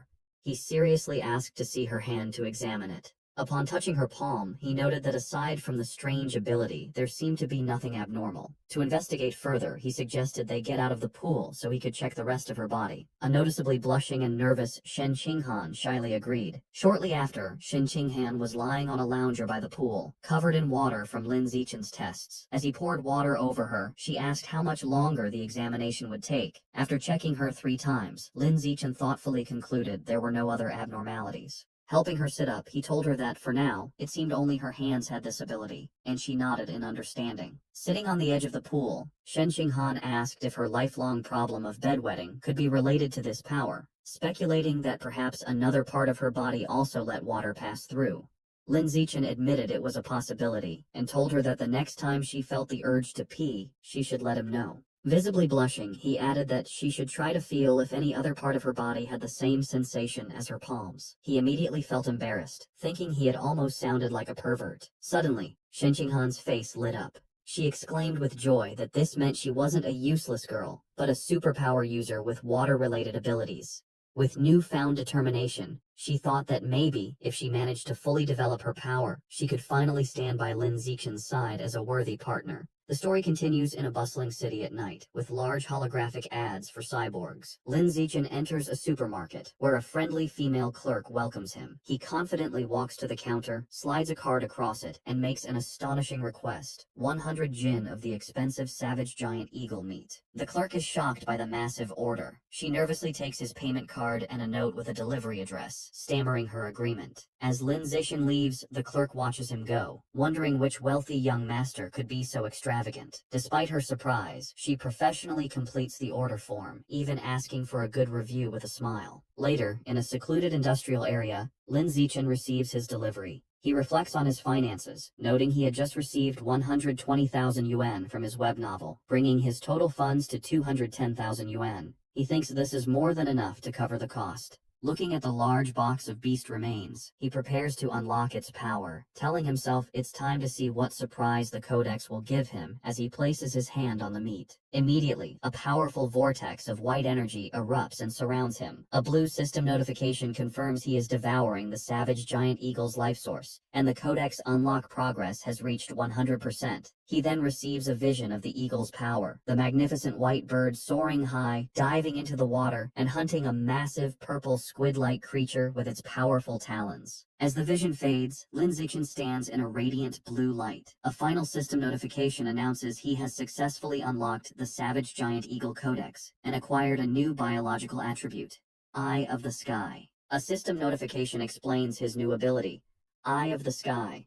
It informs him that his field of vision and ability to track moving objects are greatly enhanced. As the power activates, his eyes glow with a brilliant golden light, the pupils becoming intricate and eagle-like.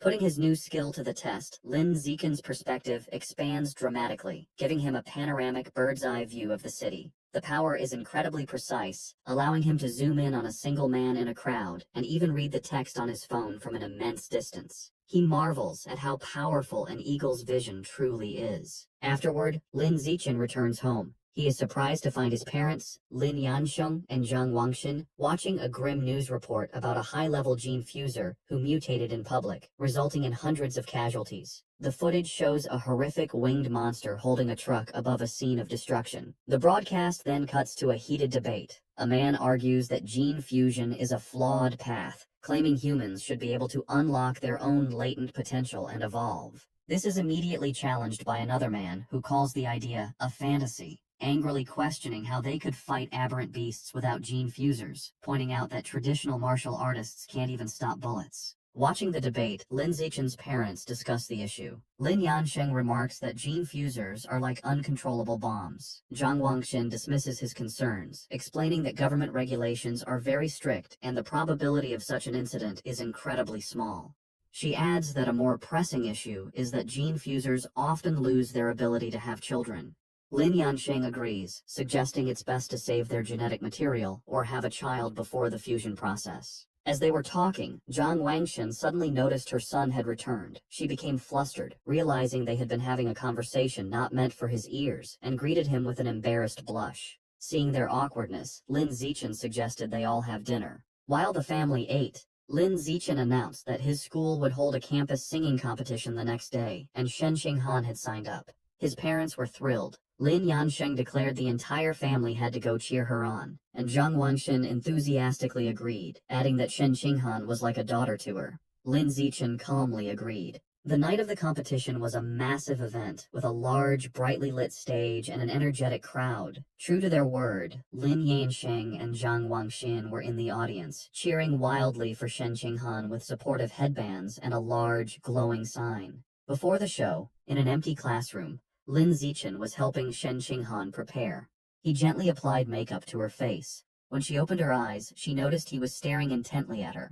Blushing, she shyly asked why he was looking at her like that. Lin Zichen simply smiled and told her she looked beautiful. His sincere compliment made Shen Qinghan, dressed in an elegant black gown, blush even more deeply. Their intimate moment was interrupted by their friend, Chu Rui, who peeked in. She teasingly asked if they were finished with their affectionate display. A flustered Shen Qinghan frantically explained she had only asked for his help because of his excellent makeup skills. Chu Rui playfully dismissed her excuses, teasing them for acting like an old married couple. Lin Zichen is holding multiple makeup brushes, reinforcing his makeup master reputation. Shu Rui explained she only came to remind them they were on stage after the next two performers. With a final wave, she left. After she was gone, Lin Zichen told Shen Qinghan he would walk with her to prepare. However, Shen Qinghan remained seated, looking extremely nervous and trembling. With a deeply flustered expression, she shyly tugged on his jacket, struggling for words.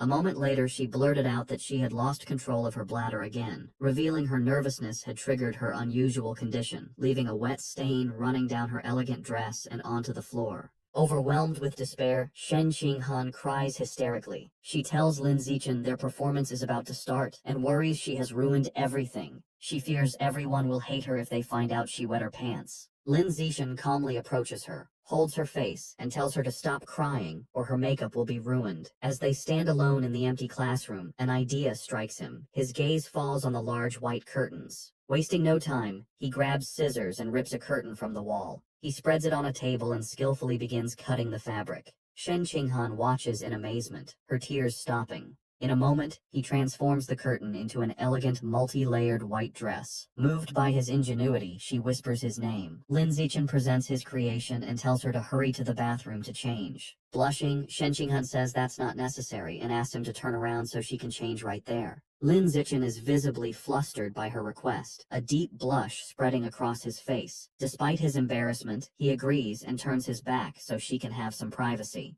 Behind him, Shen Qinghan sensually removes her ruined black dress. Although he isn't looking, Lin Zichen can hear everything, and he remains flustered as she stretches playfully in her underwear behind him before putting on the new dress. Once changed, Shen Qinghan tells Lin Zichen he can turn around. He sees her looking stunning in the impromptu gown. She thanks him, smiling brightly and explaining that after her cry, she's no longer nervous. Lin Zichen wishes her luck, affectionately patting her head as she beams at him. Soon, an announcer calls Li Chuxin and Shen Qinghan to the stage. They deliver a vibrant, energetic performance, captivating the crowd. After, the announcer builds suspense before declaring them the winners. The two friends embrace joyfully as the audience cheers wildly. In the crowd, Lin Zichen stands with his father, applauding proudly with a satisfied smile. The next day, a teacher enters the classroom and is shocked to see the window, angrily demanding to know who cut up the curtain. As punishment, Lin Zichen and Shen Qinghan must clean the entire classroom. While mopping, Lin Zichen thinks it's a fitting atonement.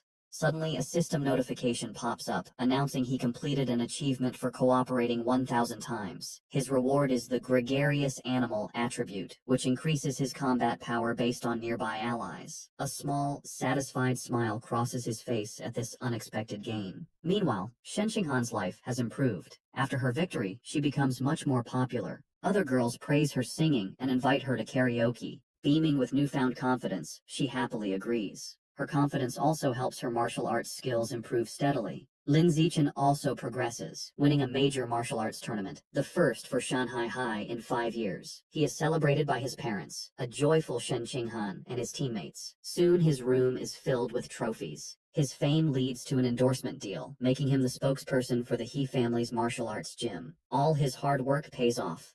Between his endorsement deal and his web novel income, Lin Zichen has amassed over 900,000 yuan. Looking at his bank balance, he concludes it's more than enough to unlock the next codex. Lin Zichen goes to a secluded area to pick up his next order from the friendly supermarket clerk. Inside the large box are the remains of a hidden dragon, a large lizard-like creature known for stealth. Placing his hand on the meat, Lin Zichen begins the absorption process, and a powerful blue aura erupts around him. A system notification confirms he is devouring the hidden dragon's life source, and the codex unlock progress reaches 100%. A moment later, another notification announces he has unlocked the hidden dragon codex and acquired the new attribute, natural camouflage. The system explains his new power. The ability allows him to reduce his presence by lowering his internal life signs and lets him hide his true biological level. Lin Zichen immediately understands the skill's dual applications. He can become stealthy for ambushes, or hide his true strength to lull enemies into a false sense of security. With his main objective complete, he remembers he needs to buy a cake for his mother, and walks through the city. His thoughts are interrupted by a shout. He turns to see a startling scene, a beautiful red-haired woman being forcefully escorted by 2 guards in tactical gear. Suddenly, a young man involved in the arrest calls his name in surprise. Lin Zichen recognizes him as Zhang Kai, a senior from his school. His attention is drawn to Zhang Kai's powerful cybernetic legs. Zhang Kai explains nonchalantly that after failing to get into high school, he became a biker and broke his legs so badly in an accident they had to be amputated. Zhang Kai explains he was lucky enough to join a mechanical modification experiment run by the Mechanical God Group, which unexpectedly transformed him from a disabled person into a cyborg. Curious, Lin Zichen asks about the arrested woman. A guard explains she is a remnant of the Rat God cult, the only female among 9 fugitives. Just then, Zhang Kai's colleague calls for him to leave. As he hurries off, he waves goodbye, promising to talk later, and Lin Zichen waves back. Watching them go, Lin Zichen becomes suspicious. The public security department searched for the rat god cult fugitives with all its resources and found nothing, yet the mechanical god group captured one with ease. He concludes this group is not to be underestimated. His thoughts are interrupted by a call from his mother, Zhang Wenxin. She asks if he bought the cake and when he'll be home. He says he's on his way and will be back soon, and she reminds him to be careful. The scene shifts to a lively birthday celebration. Since their birthdays are a day apart, their families always celebrate together. Their parents are gathered singing "Happy Birthday." For their 18th birthday, they stand side by side and blow out the candle on their cake. After, their mothers tell them to exchange presents. As they happily give each other gifts, their happy moment is shattered as the room begins to tremble violently. The families are thrown off balance, someone shouting if it's an earthquake. Lin Zichen instinctively grabs Shen Qinghan to steady her, but Lin Zichen immediately senses this is no ordinary earthquake. Something feels terribly wrong. Deep beneath the city, the true cause is revealed. A massive cavern teeming with an endless swarm of rats, their red eyes glowing as they surge upwards. The next morning, a TV news report dismisses the previous night's event. An anchor explains that Shanghai City is not on a tectonic plate boundary, so a major earthquake is unlikely, and advises citizens not to panic. At breakfast, Lin Zichen finishes his meal and tells his parents he is leaving for school. His father tells him to be careful. Outside, Shen Qinghan is waiting and cheerfully asks to walk to school together, to which he agrees.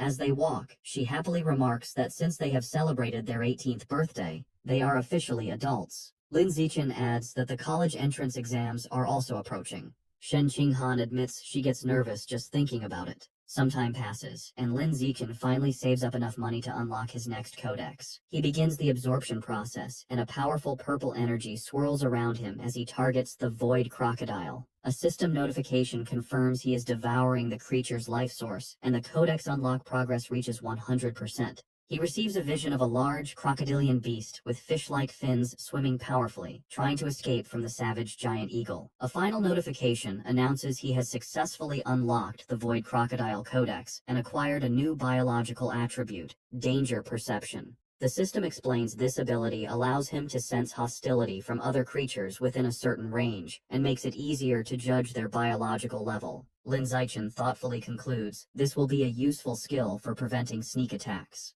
To test his new power, he goes to a busy shopping mall. As he walks through the crowd, he uses his danger perception and can now see the power levels of everyone. He observes most people are ordinary Tier 1 or Tier 2, confirming the vast majority are normal people. While browsing the supermarket, he decides on his next target for the codex. He sees packages of life and death toad meat, which he speculates could grant a self-healing ability. However, his enthusiasm fades when he sees the price, a staggering 100,000 yuan per jin. He realizes his monthly income from his web novel isn't enough to afford it. With a determined look, he concludes he must find a way to increase his income after the exams. The story moves to the Nanjiang Provincial Education Department, inside the minister's office.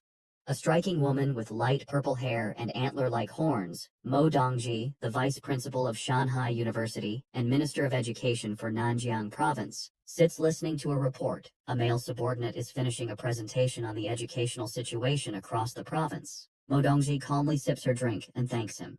She then asks about the status of Origin Site number 36. Her assistant replies the situation has finally stabilized, expressing great relief.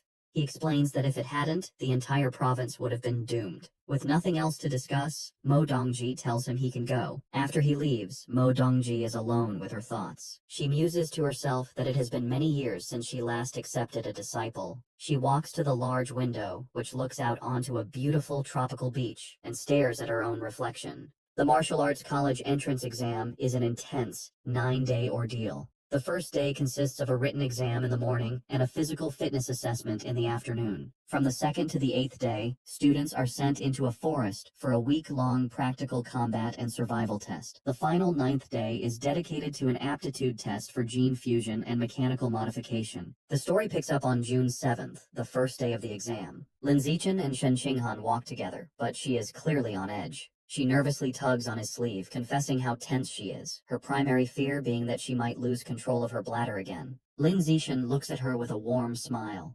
He pulls her into a comforting hug, telling her not to be nervous.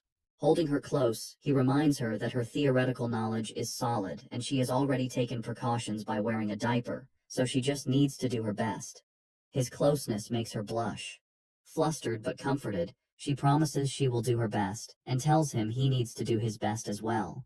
He agrees. During the written exam, Lin Zichen sits with a confident expression, easily filling out the test paper. He finishes long before time is up. With nothing else to do, he rests his head on his hand and brainstorms new plot ideas for his web novel. After the exam, he notices Shen Qinghan walking with her head down, looking upset. He worries she might not have done well. He approaches to comfort her, putting a hand on her shoulder and reminding her they only need to pass the written portion. However, Shen Qinghan quickly tells him she did very well and doesn't need his comfort. Confused, Lin Zichen asks why she looks so unwell. Blushing furiously, Shen Qinghan quietly confesses she had an accident and wet her pants again. She quickly tells him to wait while she runs to the restroom. Lin Zichen reminds her to be quick, as the physical fitness assessment is about to begin. Later, during the weightlifting portion, Lin Zichen demonstrates his overwhelming power. An announcer declares his final score as he effortlessly lifts a massive 950 kilograms barbell with one hand, leaving the other students speechless. His classmates erupt in shouts of disbelief, recalling his other incredible results, a 5.12-second 100-meter dash and a 4.91-meter vertical jump. After completing her own tests, a tired Shen Qinghan, in her gym clothes, approaches Lin Zichen.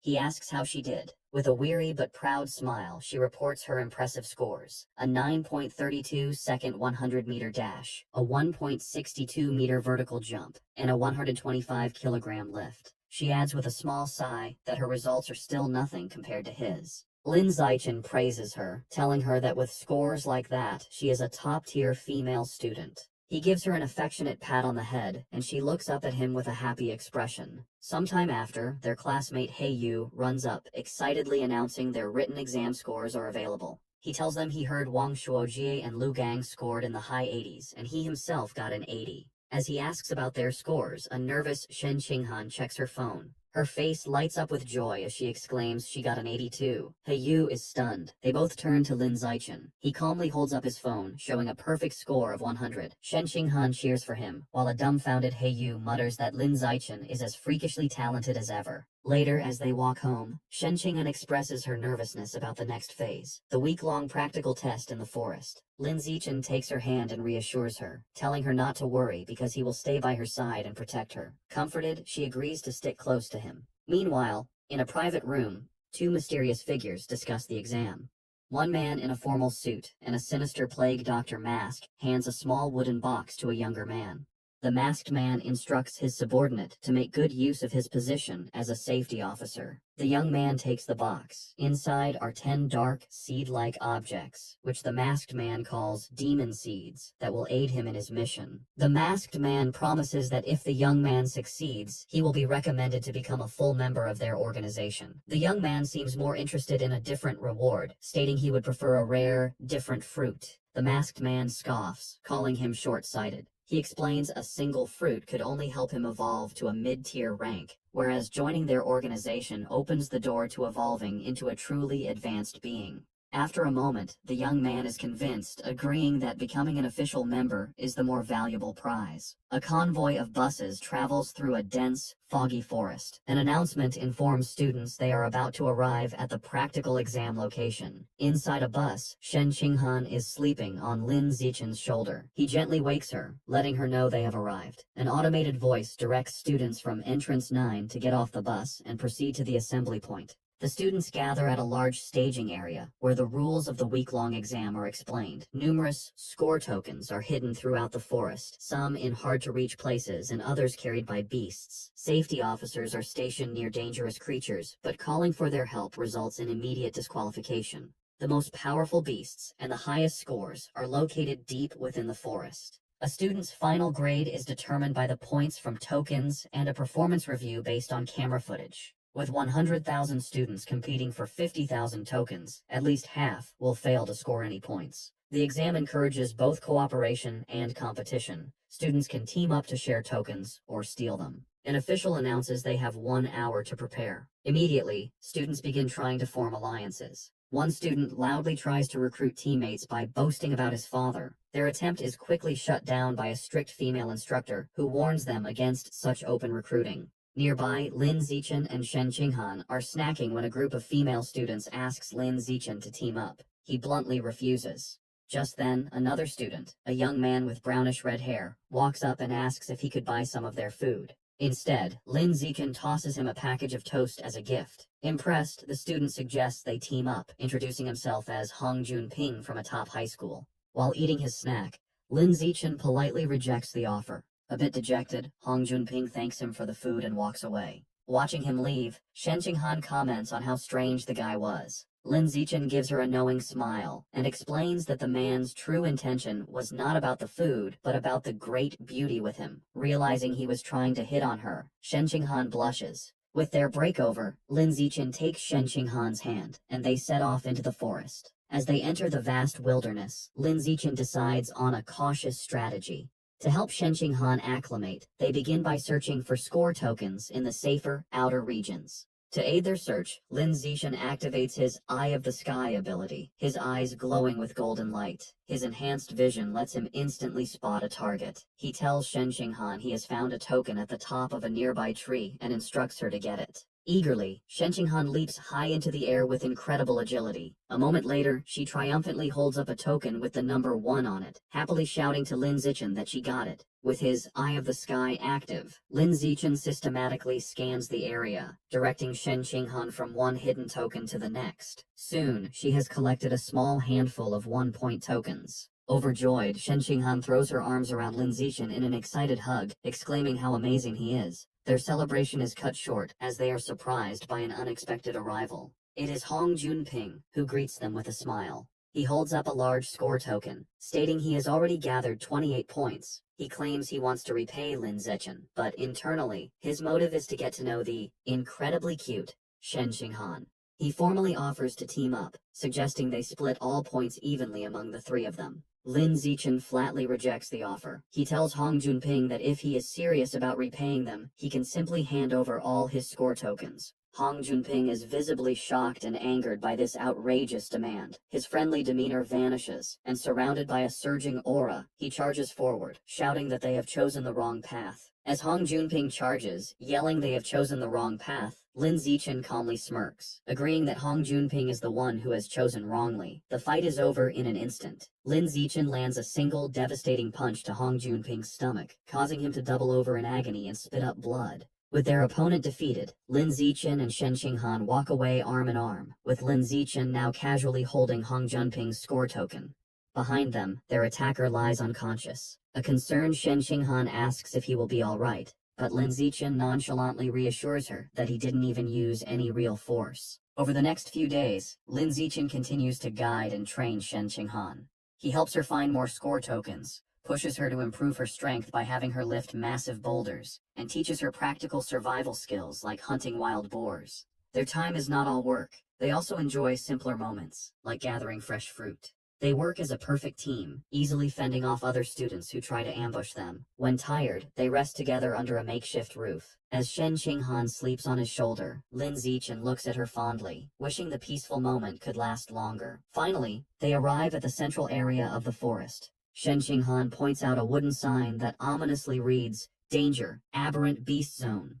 However, as they venture deeper, they find it eerily quiet. Shen Qinghan observes that they might have arrived too late, as there are no aberrant beasts in sight. The only evidence that anything was ever there are large, unsettling bloodstains splattered across the path. As they walk through the forest, Shen Qinghan is disappointed, lamenting that if they'd arrived earlier, she could have earned the genius title by killing aberrant beasts. Lin Zichen comforts her with a pat on the head, telling her the title doesn't mean much, and it's time to go back. He reflects that with cameras everywhere, hunting beasts is impossible, so it's more practical to focus on training Shen Qinghan's survival skills. After the combat assessment, the students are taken to the next phase, the gene fusion compatibility test. They are bused to a high-security facility on an island, the Island Gene Research Institute, where they are told to get in line for the test. Inside the lab, the students wait to have their blood drawn. Shen Qinghan asks Lin Zichen if the reagents in the test tubes are for the test. He confirms they are flowing cloud jellyfish genetic reagents. This jellyfish's genes have a high affinity with the human body and easily cause a special chemical reaction with human blood, making them the ideal reagent. The procedure involves injecting the student's fresh blood into the jellyfish reagent to observe the chemical reaction, which determines if a student is suitable for gene fusion. While waiting, a nervous Hiyu expresses his hope to pass the gene fusion test, not wanting to go through the mechanical modification test. Chu Rui adds that the mechanical test is rumored to be painful, like being burned, as it involves implanting special metal alloys into the body. This thought terrifies Hiyu, who begins praying. After their blood is drawn, the students wait about an hour for the results. As scores come in, a girl celebrates her 8% compatibility, which qualifies her to be a gene fuser, while another is dejected over a 4% score. Another classmate is relieved to have barely passed with 6%. The students discuss the grading scale. 6% is passing, 8% is excellent, and 10% is required for top universities. They also mention the famous Kyoto prodigy has a compatibility of 16%. Hearing this, Lin Zichen silently wonders what his own score will be, thinking that since his physical attributes are superior, perhaps he could reach 20%. Shen Qinghan, growing anxious, grabs Lin Zichen's arm for support. He calmly takes her hand, telling her it's normal to be nervous, while thinking she might not be able to continue with him if her compatibility is too low. Suddenly, their friend Chu Rui exclaims in joy that she scored 10%, high enough for the top universities. Hiyu, however, seems slightly disappointed with his 11% score, feeling it should have been higher. Seeing that others have results, Lin Zichen turns to check his phone. Shen Qinghan, too scared to look at her own score, asks him to check his first and then hers. He agrees and looks at his phone. The result is an impressive 15%. Overjoyed, Shen Qinghan immediately throws her arms around Lin Zichen in a celebratory hug, exclaiming that with a score like that, he is surely the top scholar in the province. Despite Shen Qinghan's joy, Lin Zichen is internally disappointed his 15% compatibility is lower than the Kyoto prodigies, leading him to conclude that physical strength isn't the only factor determining aptitude for gene fusion. He then gently tells Shen Qinghan it's her turn to check her results, and she nervously agrees. He tries to reassure her, saying that if someone like him can get a good score, she certainly can too. However, as he brings up her results, his expression turns to shock. Shen Qinghan and Chu Rui, looking over his shoulder, mirror his astonishment. The phone screen displays an unbelievable result. Shen Qinghan has a gene fusion compatibility of 21%. The scene shifts to the Nanjiang Provincial Ministry of Education headquarters, where Mo Dongji is in a meeting with other officials, including the principal of Shanghai High. Mo Dongji announces the gene fusion compatibility results are in. First, they see Lin Zichen's profile, noting his impressive 15% score, making him the provincial top scholar. The other officials congratulate the principal of Shanghai High, and while she acts modest, she is inwardly proud. Just as everyone believes the top student has been identified, Shen Qinghan's results are displayed. Her 21% compatibility score sends a shockwave through the room. The officials exclaim in disbelief, questioning if such a high number is possible. The principal is just as surprised, recalling Shen Qinghan as Lin Zichen's seemingly ordinary childhood friend.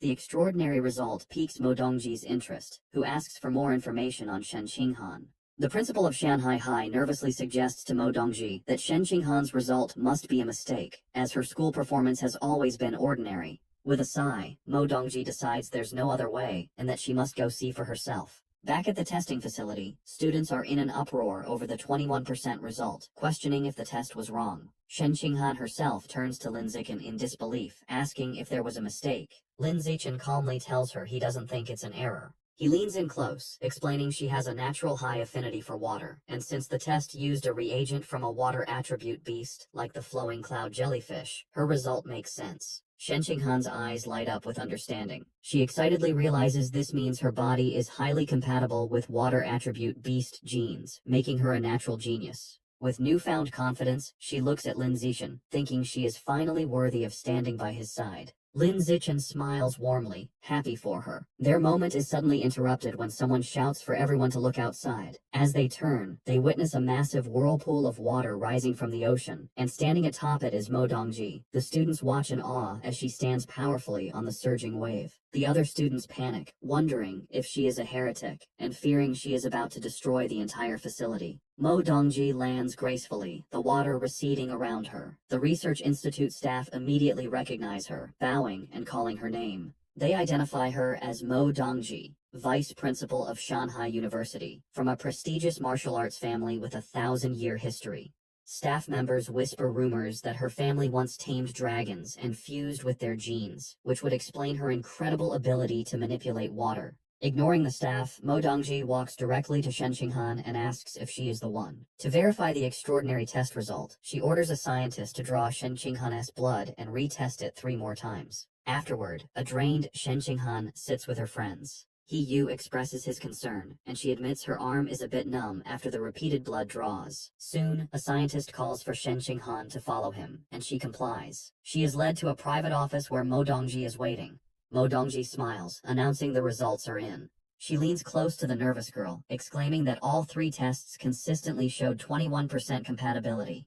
Getting straight to the point, Mo Dongji makes a life-changing offer. She wants to take Shen Qinghan as her disciple. Shen Qinghan is completely stunned, stammering at the sudden request. To demonstrate the power she could learn, Mo Dongji effortlessly levitates water from a glass on her desk, swirling it in a controlled vortex. She tells Shen Qinghan that as her student, she will easily be able to perform such feats. Overwhelmed, Shen Qinghan asks for time to think, wanting to consult Lin Zichen first. Mo Dongji dismisses her hesitation, stating there is nothing to consider, as becoming her disciple offers only advantages, while continuing her impressive display of water manipulation. Mo Dongji asserts her authority, stating that as Provincial Minister of Education and Vice Principal of Shanghai University, she has decided Shen Qinghan will attend her university now that they have a master-disciple relationship. She leans in close, asking the nervous Shen Qinghan if she has anything to say. Overwhelmed and intimidated, Shen Qinghan meekly replies that she has nothing to add. Feeling completely railroaded, she nervously adds Mo Dongji's contact info to her phone. Mo Dongji then informs her that she has another disciple, who will be Shen Qinghan's senior sister. She explains this student is of a similar age, but began her training over 10 years ago. Mo Dongji sends a photo to her phone, saying she'll introduce them when the time is right. Shen Qinghan is shocked when she sees the picture of a white-haired girl with a spear, surrounded by skeletal remains and standing over a monstrous carnivorous plant. She immediately recognizes her as her old friend, Bai Shui. She asks Mo Dongji for her senior sister's name. Mo Dongji reveals it is Luo Qianshui and asks if Shen Qinghan knows her. Shen Qinghan explains that she had a friend in elementary school named Bai Shui, who looked just like her, but she transferred away suddenly. She wonders if they could be the same person. Mo Dongji dismisses the idea as impossible. Still puzzled by Shen Qinghan's score, Mo Dongji tells her that her gene fusion compatibility is beyond anything she has ever seen. She decides to conduct a physical examination to see if there is anything special about her body. As she places a glowing hand on Shen Qinghan's chest, she becomes visibly surprised, muttering that something is strange. A worried Shen Qinghan asks if something is wrong with her body. Mo Dongji explains that, on the contrary, her body is too normal, which is odd for someone with a 21% compatibility score. To protect her from unwanted attention and potential harm from those with malicious intent, Mo Dongji decides to publicly report Shen Qinghan's score as 16%. Shen Qinghan quietly agrees to the arrangement. With their business concluded, Mo Dongji dismisses Shen Qinghan, telling her it is getting late and she can go home. Shen Qinghan nervously says goodbye to her new master and leaves the office. Once alone, Mo Dongji makes a phone call. The man on the other end, her father, tells her the new disciple is extraordinary and destined for greatness, which will bring them unimaginable rewards. He sternly warns her that her student's incredible talent must be kept a secret from everyone. Mo Dongji agrees, telling her father she understands. Later, as Lin Zichen gives Shen Qinghan a ride home on his bicycle, he remarks how strange it is that she so suddenly acquired a master. She agrees the situation feels very abrupt. Lin Zichen decides they should adopt a wait-and-see approach. He tells her if Mo Dongji proves to have no malicious intent, then it is fine to accept her as a master. However, he adds, if she turns out to be a bad person, they will end the relationship once Shen Qinghan is strong enough. Shen Qinghan agrees with his plan as she gets off the bike. As they arrive, their mothers, Zhang Wanxin and Xu Meng, greet them with great excitement. They announce they are all going to a restaurant to celebrate their children's success. They are overjoyed that Shen Qinghan is the provincial top scholar and that she and Lin Zichen can attend the same university together. At the restaurant, both families raise their glasses in a toast, celebrating Shen Qinghan and Lin Zichen for achieving the top 2 scores in the province. After the joyful dinner, the families part ways, wishing each other a safe trip home. That night, under a full moon, there is a knock at Lin Zichen's door. His mother, Zhang Wangshan, opens it to find Shen Qinghan standing there in her pink pajamas, looking flustered. Zhang Wangshan smiles and teasingly asks if she has come to sleep with Lin Zichen again. Flustered by Zhang Wangshan's teasing, Shen Qinghan quickly denies any romantic intentions, insisting she has something very important to discuss with Lin Zichen in person. She tells Zhang Wangshan she's going to find him and rushes into his room. Amused, Zhang Wangshan watches her go, wondering to herself if the important matter is a love confession. Shen Qinghan knocks on Lin Zichen's door, telling him she has something important to say. When he opens the door and asks what's wrong, she explains it is about the matter with her new master from earlier that day. Inside his room, she sits on his bed, hugging a pillow for comfort. She tells him that her master, Mo Dongji, performed a full physical examination on her, but found nothing out of the ordinary, concluding that her body was no different from a normal person's. Shen Qinghan reveals the crucial detail. Even with her power, Mo Dongji was unable to detect her strange ability to let water pass through her body. Lin Zichen is internally stunned by this revelation. He reflects on Mo Dongji's immense power, capable of controlling massive waves, yet she was unable to uncover the secret of Shen Qinghan's body. He concludes that her physical constitution is far more mysterious than he had ever imagined. He places a reassuring hand on her shoulder, advising her that they must keep this ability a secret from everyone for now, as they cannot predict the consequences if it were to be revealed. He suggests they can slowly study it later when they are stronger and more experienced. Shen Qinghan agrees, telling him she will follow his lead. She then brings up another topic, remembering that her master mentioned she has a senior sister. Shen Qinghan explains that she saw a photo of this senior sister and was shocked by how much she looks like her old friend, Bai Shui. She then shows the picture on her phone to Lin Zichen. He takes the phone and examines the photo of Luo Qianshu. He acknowledges the resemblance, but notes that her aura is completely different from the Bai Shui he remembers. His attention, however, is drawn to the strange, forested background of the image. He asks Shen Qinghan if she has any idea where the photo was taken. Shen Qinghan tells Lin Zichen she doesn't know where the photo was taken, but she will ask her master. She sends a text to Mo Dongji, asking about the location. Mo Dongji gives a one-word reply. Source site. When Shen Qinghan asks for more details, her master cryptically responds that she will find out when she becomes stronger. Shen Qinghan relays this information to Lin Zichen, telling him she couldn't get any more details. Lin Zichen decides they should put the matter aside for now and revisit it in the future. Later, as they lie on his bed, both looking at their phones, Shen Qinghan quietly watches him for a moment.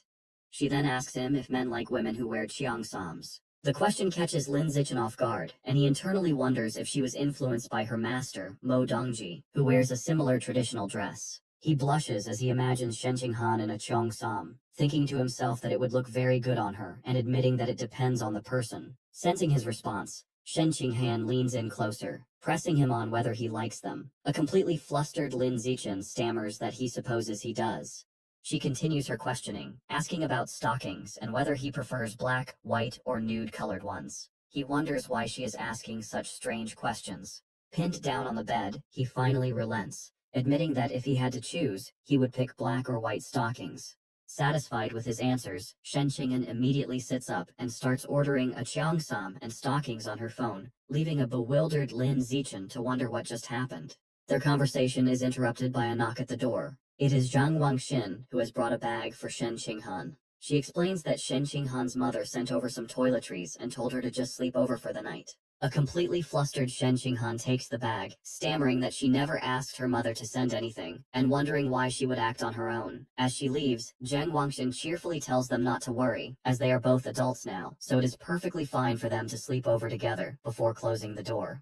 An awkward silence fills the room as both Shen Qinghan and Lin Zichen blush, unsure of what to do next. Resigning herself to the situation, Shen Qinghan sits on the bed and opens the bag, stating that she will just change her diaper and go to sleep. However, as she looks inside, she pulls out an object with a surprised expression, asking what it is. To her absolute horror, she realizes she is holding a box of those things for safety. Utterly mortified, she wonders what on earth her mother was thinking by packing such an item in her bag. In a complete panic, she stammers that she is going to change her diaper and scrambles off the bed, tripping over her own feet and falling face first onto the floor in her haste to escape. Lin Zichen is left sitting on the bed, completely bewildered by the chaotic scene and wondering what is going on. Lin Zichen and Shen Qinghan have been accepted into the Evolution Academy of Shanghai University. Lin Zichen tells Shen Qinghan, who is sitting on the back of his bicycle, to hold on tight because they're about to get going. She obliges, wrapping her arms around his waist. They have both also signed up for the He family's martial arts gym and are on their way to a promotional event today. As they ride through the bustling city streets, Lin Zichen suddenly notices that a strange group of people is blocking their path.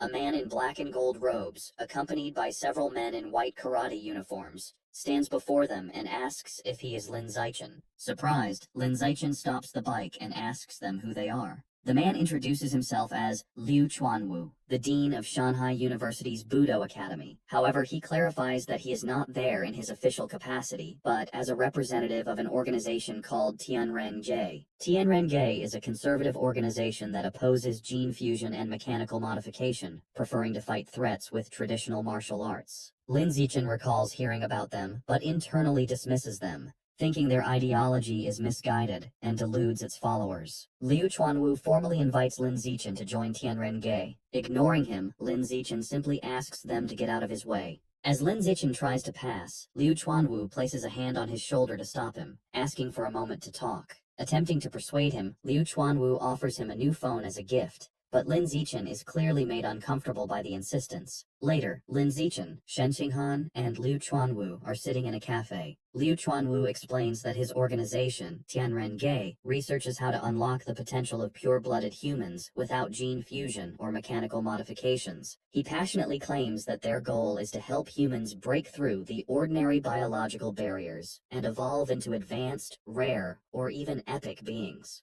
To prove his point, he tells Lin Zichen that they have already achieved some results and shows him a video on his phone. In the video, Liu Chuanwu, who states his own biological level is ordinary tier 9, is seen facing a formidable opponent. He explains that the video shows him defeating a high-level gene fuser. Lin Zichen is shocked to recognize the winged man in the video as Wu Tianqing, the powerful prodigy who had single-handedly taken down the rat god cult. The fight in the video unfolds, showing Wu Tianqing leaping high into the air and unleashing a deadly shower of sharp feathers down on Liu Chuanwu. The feathers pierce Liu Chuanwu's body, leaving him bloodied, while Wu Tianqing lands gracefully back on the fighting stage. Despite his injuries, Liu Chuanwu charges forward with incredible force and lands a devastating punch on Wu Tianqing, sending the powerful gene fuser flying out of the ring. As the video ends, Liu Chuanwu passionately argues that the human lineage is already invincible and does not need to borrow power from other species, proclaiming that pure-blooded humans who follow their path of cultivation are the true future. Lin Zichen looks at the phone, his expression a mixture of shock and disbelief. He wonders if the video could be fake, questioning if it was edited or if Wu Tianqing was paid to lose on purpose. Liu Chuanwu dismisses his doubts, stating firmly that the video is completely unedited. He adds that he will continue to challenge other high-level gene fusers and invites Lin Zichen to come and watch anytime. Lin Zichen then asks why they don't just post the video online to better promote Tianren-Ge.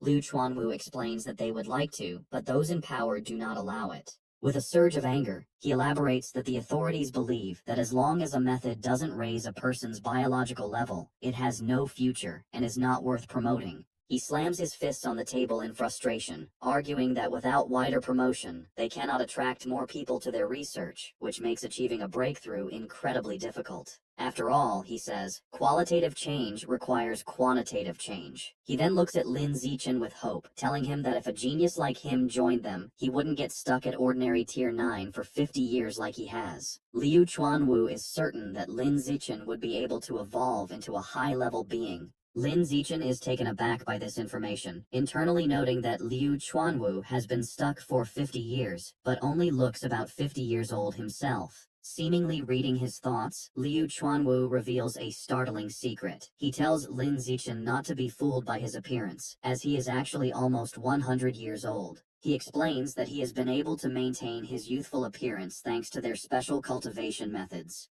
Skeptical, Lin Zichen searches online for the dean of Shanghai University's Budo Academy. The results confirm Liu Chuanwu's story. An encyclopedia entry lists his birth date as March 1929. Lin Zichen is surprised their cultivation method can grant such longevity and briefly wonders if his parents could learn it. He continues to scroll and learns that in his youth, Liu Chuanwu was the young master of the Liu family, a top martial arts clan. When the era of gene fusion began, his family's refusal to adapt led to their decline, with their dojo falling into ruin. The information also reveals a personal tragedy. Liu Chuanwu's insistence on the traditional path resulted in his wife and children leaving him, as they chose to embrace gene fusion. Looking at the article, Lin Zichen thinks about his relationship with Shen Qing'an, confident she would never leave him. His research is interrupted when he scrolls further and sees something that shocks him. Under the relationships section, it lists his ex-wife as Yuan Dongji, which Lin Zichen recognizes as another name for Shen Qing'an's new master, Mo Dongji. He also sees that the profile pictures for his son, Yuan Xusheng, and daughter, Yuan Xiaoyi, are grayed out, making him wonder if they have both died. Lin Zichen looks up from his phone at Liu Chuanwu, concluding this man should not be underestimated. Noticing the intense stare, Liu Chuanwu smirks. He proudly states that maintaining his youthful appearance at nearly 100 years old is proof of the great potential of pure-blooded humans, and it is for this reason that Tianrenge exists. He passionately declares that Tianren means humanity will conquer the heavens. He argues that those who rely on gene fusion will never surpass the beasts they take their power from and will eventually be destroyed by them. He makes the same argument for mechanical modification, stating that because many materials come from aberrant beasts, it is also a path that can never truly surpass its origins. He slams his fists on the table, clarifying that Tianrenge is not completely against these methods, but is against humanity betting its entire future on them. He believes they should be used as an early-stage solution while they research a better long-term path. With great passion, Liu Chuanwu extends his hand, sincerely inviting Lin Zichen to join Tianrenge and work for the future of humanity. However, Lin Zichen holds up a hand, silently declining. Undeterred, Liu Chuanwu expresses his firm belief that Lin Zichen has the potential to become the first pure-blooded human to break through the ordinary biological barrier. Lin Zichen, however, remains practical and asks what exactly this cultivation method is. Liu Chuanwu proudly explains their technique is the blood-tempering art, a method from ancient ruins. He describes it as a way to use one's own qi and blood to temper and strengthen the body, increasing combat power. He boasts that ancient records claim at its highest level, this art allows a practitioner to become a saint in the flesh, capable of shattering mountains and tearing apart giant steel beasts with their bare hands. However, Liu Chuanwu reveals a critical limitation. The art can only be practiced by pure-blooded humans. He explains that gene fusers have impure blood, while mechanically modified individuals have incomplete bodies that prevent the necessary circulation of qi and blood. This, he argues, is why he believes humanity's future lies with pure-blooded individuals. He once again formally asks Lin Zichen to join Tianrenge. Lin Zichen thoughtfully replies that he feels he knows too little about this path, and would prefer to just observe for now. Becoming more insistent, Liu Chuanwu leans forward, telling Lin Zichen he can take his time learning, but it would be a great shame to waste his incredible physical talent. Leaning in close, Liu Chuanwu tells him that from Tianrenge's perspective, the supposed top scholar, with 16% gene fusion compatibility, is nothing compared to him. He goes so far as to say she can't even compare to a single hair on Lin Zichen's head, causing a shocked Shen Qing'an to spit out her drink. Surrounded by a fiery aura of conviction, Liu Chuanwu declares they have always believed that Lin Zichen, with his #1 physical test data, is the true top talent in the province. He tells Lin Zichen that if he chooses their path, he will undoubtedly be able to crush Shen Qing'an in the future. This leaves Shen Qing'an looking dejected, wondering why she is being dragged into the conversation. Lin Zichen raises his hand to interrupt Liu Chuanwu's speech. He points directly at the downcast Shen Qing'an, clarifying that she is the top scholar with the 16% gene fusion compatibility he was just talking about. Shen Qing'an gives an awkward wave as Liu Chuanwu begins to sweat nervously. Deciding to end the conversation, Lin Zichen announces it is getting late. He picks up the phone Liu Chuanwu had offered him earlier. Standing up, he takes Shen Qing'an's hand, thanks Liu Chuanwu for the phone and drinks, and informs him they are leaving. In a panic, Liu Chuanwu reaches out desperately, pleading with them to wait and offering a trial period of half a year. As they walk away hand in hand, he shouts after them, offering to double whatever benefits the Evolution Academy gives him. When that doesn't stop them, he becomes even more desperate and raises his offer to triple the benefits. The word triple makes Lin Zichen stop, his eyes wide with shock. The scene changes abruptly as Lin Zichen is suddenly back at the table, telling Liu Chuanwu he has always agreed with Tianren Gei's philosophy. With a fiery look of determination, Lin Zichen clenches his fist and declares he has decided to bring his talent to Tianren Gei and contribute to the cause of pure-blooded humanity. Liu Chuanwu is left stunned and speechless, while a small chibi version of him cries over the vast amount of money he has just promised.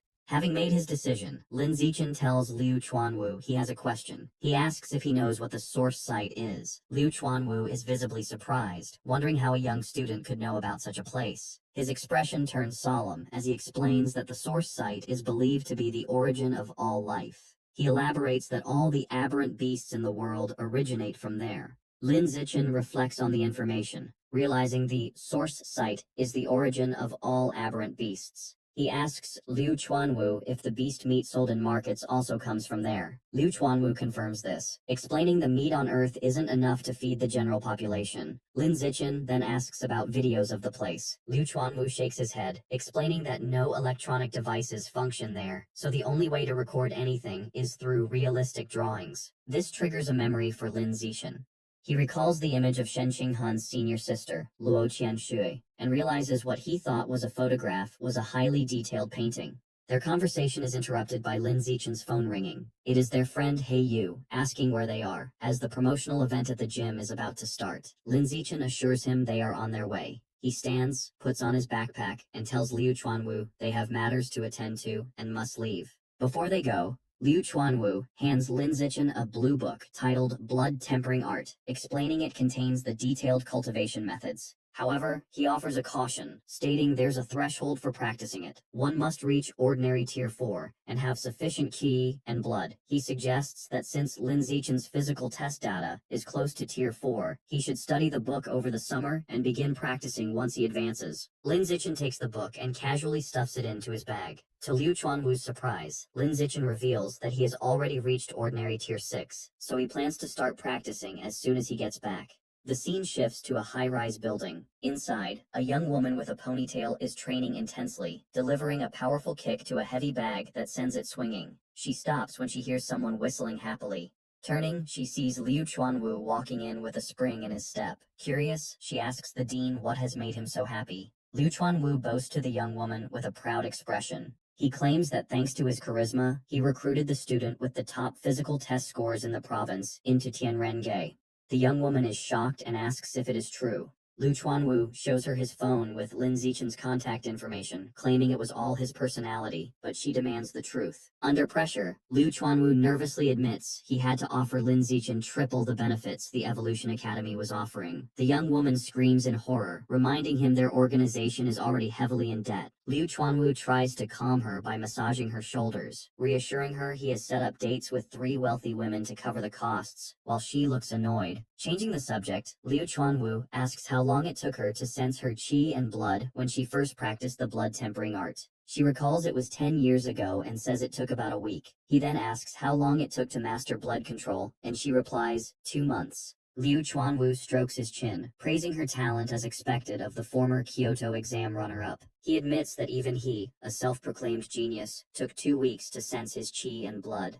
The young woman looks sad, asking him not to mention her past title. She laments that since giving up gene fusion to join Tianren, she hasn't evolved into a high-level being in years, and feels people mock her for fading into obscurity. Liu Chuanwu places a comforting hand on her shoulder, telling her to let them laugh. He assures her that in a few years, when she evolves, she will be the one beating them up. The young woman sighs, noting she has tempered her body twice, but still hasn't opened an acupoint. She asks about Lin Zichen, wondering how long it will take him to sense his qi and blood. Liu Chuanwu estimates that since Lin Zichen's physical data is exceptional, it should take him about 10 days. Hearing this, the young woman gets a mischievous look, declaring she will have to properly teach this new genius junior. Later that night, the city is quiet. In his room, Lin Zichen sits cross-legged on his bed, meditating with the blood-tempering art book open. He thinks to himself that sensing qi and blood was simple, noting he did it in just 3 seconds. Reading the book, he decides the next step is to control the qi and blood to temper his body, starting with his right arm. He focuses his energy, and his right arm becomes engulfed in a flame-like aura. A system notification confirms he is using qi and blood to temper his skin, increasing his skin strength and proficiency. Half an hour later, Lin Zichen tests the results. He takes a knife and swings it forcefully against his arm. To his satisfaction, the blade bounces off without a scratch. He realizes one session of tempering has made his skin impervious to blades, understanding now how Liu Chuanwu withstood Wu Tiancheng's attacks. Wondering how strong he will become after 5 sessions, he continues his cultivation. 3 hours later, an exhausted Lin Zichen sits on his bed, sweating. He calculates that at this speed, he can finish tempering all the skin on his body within a week, noting that while his arms are done, it consumed a third of his qi and blood. His rest is interrupted by a phone notification late at night. He checks it and sees a message from Shen Qinghan. She asks if he is asleep and says she has a surprise, inviting him to her room. Curious, he agrees to go over immediately. As he leaves, he wonders what kind of surprise this could be. In the hallway, he runs into his mother, Zhang Wangxin. She knowingly asks if he is going to see Shen Qinghan, explaining the girl had messaged her about the surprise. With a teasing smile, she tells him to hurry up so Shen Qinghan doesn't get anxious. Lin Zichen knocks on Shen Qinghan's door and announces his arrival. She invites him in. He opens the door and is stunned to find Shen Qinghan on her bed, completely wrapped in a thick duvet, her face flushed red. When he asks what is going on, she shyly replies that this is the surprise. His imagination runs wild, and he wonders if the surprise is that she intends to offer herself to him, visualizing a scandalous scene involved with caution tape. Shaking off inappropriate thoughts, he nervously jokes to himself that she surely just wants to show him a glow-in-the-dark watch. However, Shen Qinghan insists he just needs to come over and look. Still blushing, Lin Zichen walks over and sits on the edge of the bed. She softly tells him to lift the cover and see. He looks down and sees her face is a deep red, her eyes looking up at him with a shy, almost seductive expression. Lin Zichen feels his heart racing, his face equally hot as the atmosphere becomes tense and ambiguous. Unable to wait, he reaches out and lifts the white duvet to reveal the surprise underneath. When he lifts the quilt, Lin Zichen is left completely stunned by the surprise waiting for him. Shen Qinghan is lying on the bed, blushing, wearing the tight white cheongsam she bought online. Lin Zichen's face turns bright red at the sight of her, utterly shocked. Shyly, Shen Qinghan asks him if the outfit looks good on her. Nervous and unable to look away, he manages to nod and say she looks great. Encouraged by his reaction, she admits that she also bought black stockings and asks if he'd like to see how they look on her. Sweating nervously, he agrees with excitement, telling her to put them on so he can see. As Lin Zichen watches, Shen Qinghan slowly begins putting on the black stockings, which makes him blush even more. Once she's done, she asks again if she looks good. He assures her she looks stunning and that the outfit suits her perfectly. Playfully, she tells him the stockings feel very nice and invites him to touch them. He approaches and gently touches her leg, agreeing that they feel very comfortable. Lying down on the bed, Shen Qinghan moves closer to him and asks which feels better to the touch, her legs or the stockings. Blushing but smiling, Lin Zichen replies that her legs definitely feel better, something she seems to agree with. Suddenly, their intimate moment is interrupted by Zhang Wangxin's voice from the other side of the door. She shouts that Shen Qinghan's mother just brought her some toiletries and hung them on the doorknob for her to pick up later, startling a confused Lin Zichen. Startled by her sudden appearance, Lin Zichen stands up and heads to the door to answer her. With a puzzled expression, Lin Zichen picks up the bag her mother left at the door. When he looks inside, he blushes upon seeing a box of those things for safety that Shen Qing'an's mother prepared for him, confirming his suspicions. Embarrassed and a bit annoyed, he puts the box back in the bag, thinking to himself that they haven't even kissed yet, and wondering why the rush. Shen Qinghan tells him it's already late and that he should stay the night. Then shyly, she asks him to turn around so he doesn't see her, while she puts on her diaper. Blushing, Lin Zichen turns around while she changes clothes at the back of the room. Once she's done, she approaches him and says she's ready. They can turn off the light and sleep. Both of them are visibly nervous. Later, the two lie in bed, side by side under the same quilt. Unable to sleep, Lin Zichen asks Shen Qinghan if she used any perfume, since he notices a pleasant scent in the bed. With her eyes closed and a playful smile, she replies that it's her natural scent that perfumed the bed and invites him to smell if he doesn't believe her. Skeptical, he murmurs that that's impossible. Opening her eyes, Shen Qinghan gives him a seductive smile, leaving him speechless. He blushes intensely, captivated by the moment. Slowly, she moves closer to him and kisses him passionately. During the kiss, Shen Qinghan's eyes suddenly open, showing surprise. She immediately pulls away gently, asking him in a breathless voice to wait a moment. Shocked, Shen Qinghan gets out of bed and puts on her slippers, while a confused Lin Zichen asks what's wrong. Her face burning with shame, she turns around and confesses that she just wet herself again. She stands next to the bed, mortified, while Lin Zichen watches from the mattress. Suddenly, an idea occurs to Lin Zichen, and he asks her to wait. He asks how she felt right before it happened and whether she experienced a strong mental fluctuation. Embarrassed, she explains that her heart was racing, she felt a jolt in her chest, her body grew warm, and as a result, she lost control of her bladder. Hearing this, Lin Zichen confirms that her mental fluctuations were extremely intense, and that everything fits what he suspected. He explains his theory to her, recalling her innate water ability, and tells her he suspects her unknown superpower is linked to her mental power and is controlled by it. Shen Xinghan listens in amazement, realizing that if her mental strength is high enough, she might be able to fully develop and control her ability. With a new idea to test his theory, Lin Zichen takes her hand and suggests they keep kissing to see if her mental fluctuations trigger the same effect again. Shen Xinghan asks Lin Zichen to wait so she can change her diaper, but he tells her not to worry, arguing that she'll end up wetting herself again in a moment anyway, so they might as well continue their experiment. She agrees, and they resume kissing passionately on the bed. After the kiss, Lin Zichen gently holds her face and asks how she felt this time. Completely red, she confirms that it was exactly like before. An intense surge of mental fluctuation followed immediately by the loss of bladder control. Having tested it several times, Lin Zichen tells her he's now convinced that her superpower is activated through her mental power. Shen Qinghan, drenched and embarrassed, says she has sweated a lot and is going to take a shower as she gets out of the bed. From the bathroom, she shouts that she forgot her pajamas and asks him to bring her a set. He agrees without hesitation.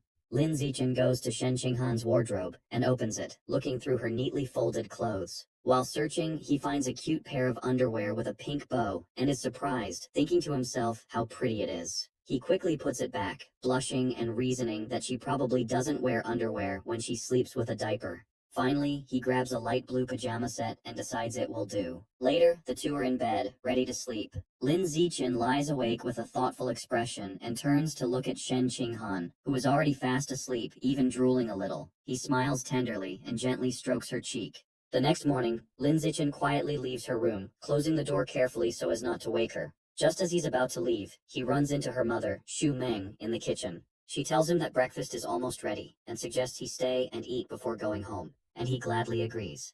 Lin Zichen has breakfast with Shen Qinghan's parents, Shen Jianye and Xu Meng.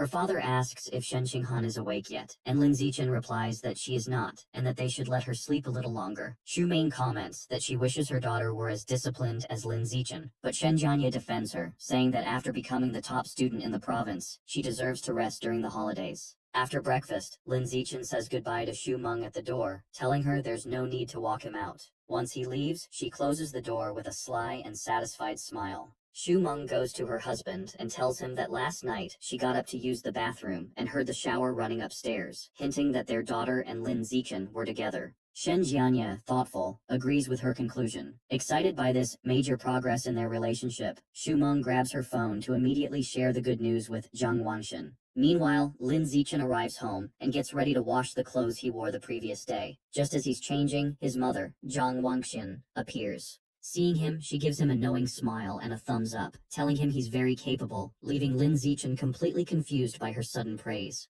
The scene shifts to a building that appears to be a university.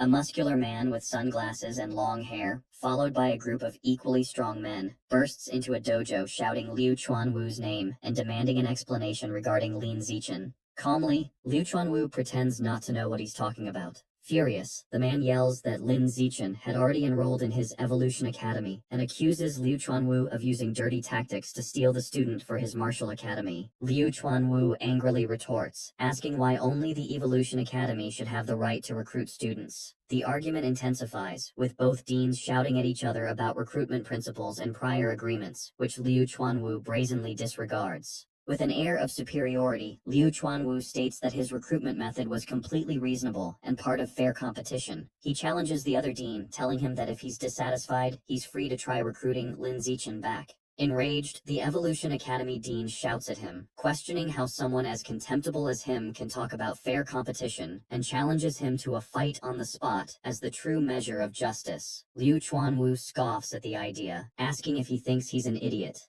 The argument escalates further. Liu Chuanwu points out the massive difference in their power levels, explaining that the dean is a level 5 advanced, while he is only a level 9 ordinary, which would make the fight unfair.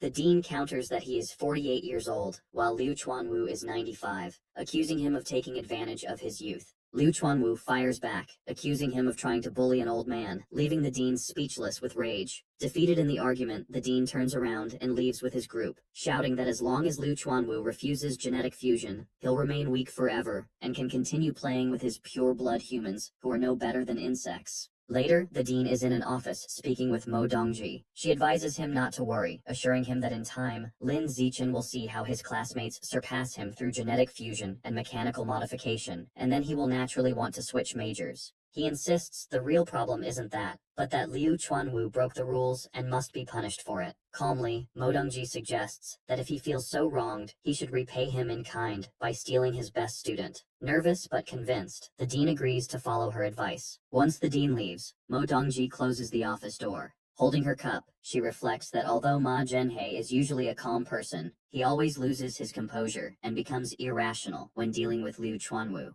As she takes a sip, she thinks about Liu Chuanwu, noting that after so many years, he hasn't changed at all, and his mouth is still as sharp as ever. She regrets that he chose the wrong path in his youth, believing his body was as formidable as his tongue, and that if not for his choices, he could have been at least a school principal by now. The scene shifts to an outdoor scene, where Lin Zichen and Shen Qinghan are running together along a street beside a canal. After a while, Shen Qinghan stops, completely exhausted and out of breath, saying she can't keep running anymore. Lin Zichen approaches and hands her a bottle of water to rehydrate. As she drinks, he suggests they finish training for the day and go to a nearby bench to relax their muscles. Soon after, Shen Qinghan is lying face down on a wooden bench, and Lin Zichen sits beside her to massage her legs and relieve the muscle tension. Grateful, she turns to look at him and thanks him. He smiles and tells her that, given how close they are, she doesn't need to thank him. His words make Shen Qinghan blush deeply. She sits up and, timidly, asks him directly what their relationship is at that moment. She wonders aloud whether they are simply friends, childhood friends, or if she's his girlfriend. Lin Zichen smiles at Shen Qinghan and confirms that he considers her family. Blushing, Shen Qinghan asks what kind of family he has in mind, and then asks him what kind of family he would like them to be. Shyly, she suggests that they could be fiancés, to which he agrees, filling her with joy. Happily, she sits closer to him on the bench. Shen Qinghan then proposes that they get married right after they graduate from university. Lin Zichen happily agrees to her plan, and they both seal their agreement with a pinky promise. Later that night, at Lin Zichen's house, he is sitting on the living room sofa with his parents, Lin Yansheng and Zhang Wangxin. Suddenly, someone knocks on the door. Lin Yansheng goes to open it, and is surprised to see who it is. It is Dean Ma Zhenhe, who greets him and apologizes for the late visit, explaining that he wanted to talk about Lin Zichen's choice of academy. Lin Yansheng is confused, wondering why the dean would come to talk about that so late when the matter was already decided. Ma Zhenhe hands him a gift, 2 fish, explaining they were a present from a student. Lin Yansheng invites him in, telling him they can talk in the living room where Lin Zichen is. In the living room, Ma Zhenhe tries to persuade Lin Zichen, pointing out that his 15% gene fusion compatibility promises an incredible future, and it would be a waste of his talent to pursue the path of a pure-blooded human. He continues, arguing that while Tianrengei's intentions may be good, their theories have shown no real progress, and are a trap that will only harm Lin Zichen in the long run. He urges Lin Zichen to listen to his advice, forget the pure blood path that will only lead to mediocrity, and choose the Evolution Academy instead. Lin Zichen listens to the dean's plea with a serious and unreadable expression. His mother, Zhang Wangxin, is confused by the conversation and asks for clarification, stating that she thought her son had already enrolled in the Evolution Academy. At this point, Lin Zichen addresses his parents, admitting he forgot to tell them that he joined Tianrengei a few days prior. He explains that he has already transferred to the Budo Academy to follow the path of a pure-blooded human, leaving his parents utterly shocked by the news. His mother anxiously asks him what is going on. Lin Zichen explains his reasoning, stating that he agrees with Tianrengei's philosophy. He says that because the dean of the Budo Academy, Liu Chuanwu, showed great sincerity by offering him triple the benefits, he agreed to join for a 6-month trial period. He clarifies that if he doesn't see any progress after half a year, he will return to the Evolution Academy and the gene fusion path. His parents seem to be processing his logical plan. Ma Zhenhe, however, is furious, silently questioning how the poor old Liu Chuanwu could possibly afford such an offer. He turns to Lin Zichen and says he has some advice for him as a young man. He argues that triple the benefits is a small, short-term gain that will result in a huge, long-term loss. He warns that in those 6 months, Lin Zichen will miss out on precious knowledge and experience that he can never get back, pleading with him not to waste his time. Lin Zichen remains firm, thanking the dean for his advice, but reiterating that he truly believes in Tianrenji's ideals. He explains that if he doesn't at least try this path, he knows he will regret it for the rest of his life. Internally, however, he admits to himself that the triple benefits are just too good to refuse. Seeing that Lin Zichen's decision is final, Ma Zhenhe lets out a sigh of resignation. He stands up, stating that since Lin Zichen is so insistent, there's no point in talking further. He announces he has other matters to attend to, and prepares to leave. Lin Yansheng quickly offers to see him out as he walks toward the door. The next morning, Lin Zichen is at home, sipping a drink while checking the news on his phone. He is shocked by what he sees. A news headline claims that the provincial top scholar, Lin Zichen, has been brainwashed by Tianren and has chosen the pure-blood human path, effectively wasting his talent. The article even mentions a female genius from a decade ago who supposedly ruined her future after joining the same group. He scrolls through the comments and finds a wave of negativity, with people mocking his intelligence and calling for Tianren to be shut down. Lin Zichen is deeply concerned, realizing his personal information has been leaked. He worries that this publicity could attract the dangerous attention of heretics. He wonders if Ma Zhenhe or another group hostile to Tianren could be behind the leak.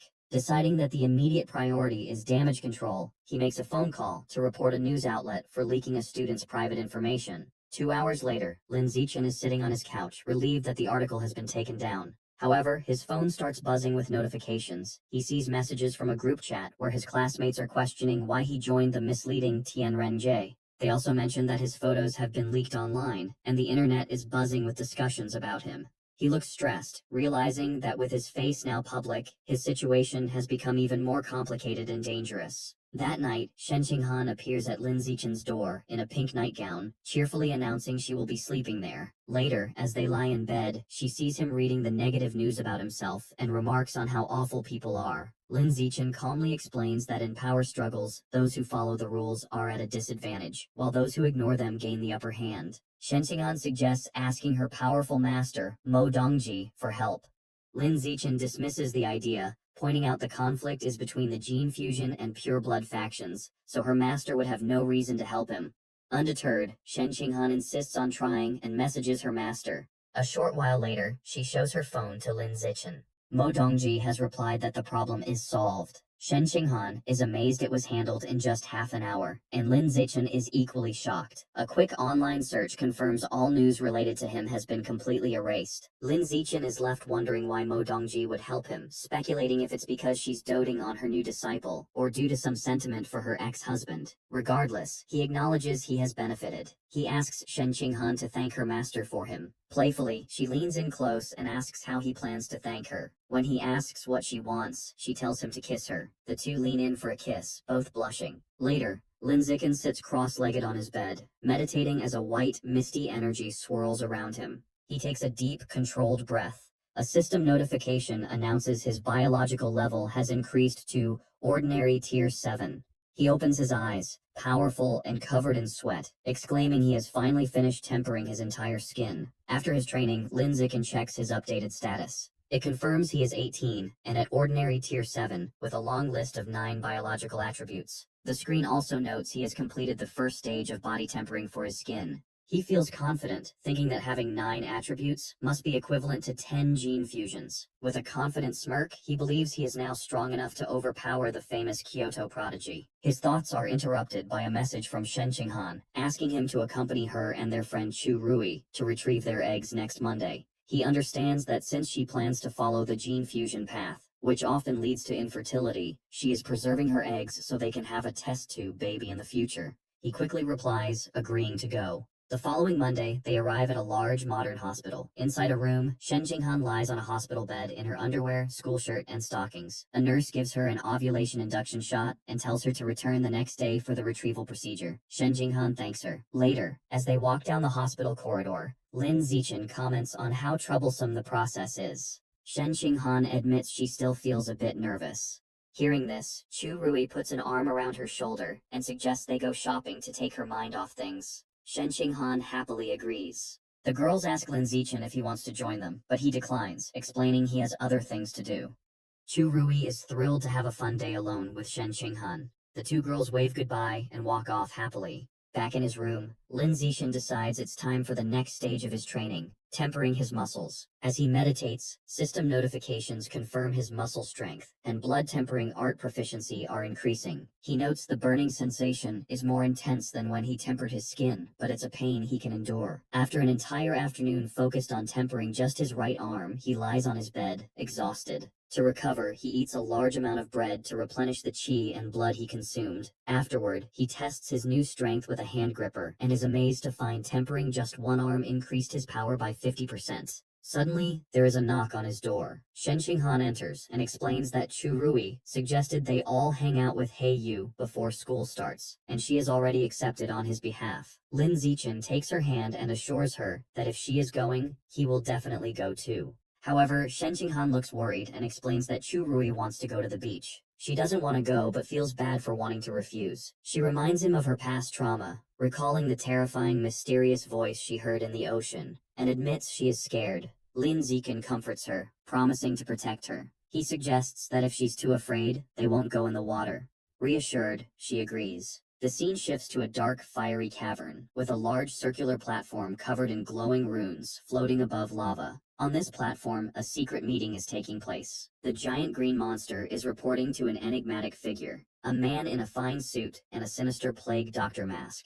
The monster informs him he has successfully made his stinky rats dig all 108 required tunnels. The monster instructs the man in the plague doctor mask to set a biological coordinate in that spot. The masked man agrees. He then raises a strange, powerful staff with a single glowing red eye and slams it into the ground, releasing a surge of dark energy. To complete the ritual, the masked man slices his own wrist and lets his blood pour onto the staff, where it is absorbed by the red eye. As tendrils of red and black energy erupt from the ground, the masked man explains the coordinate has been set. He states his next step is to find a corresponding point at the source site and place another coordinate there. He concludes that once the two coordinates resonate, the tunnels will be fully connected to the source site, completing their plan. The friends are on their way to the beach, driving along a beautiful coastal road.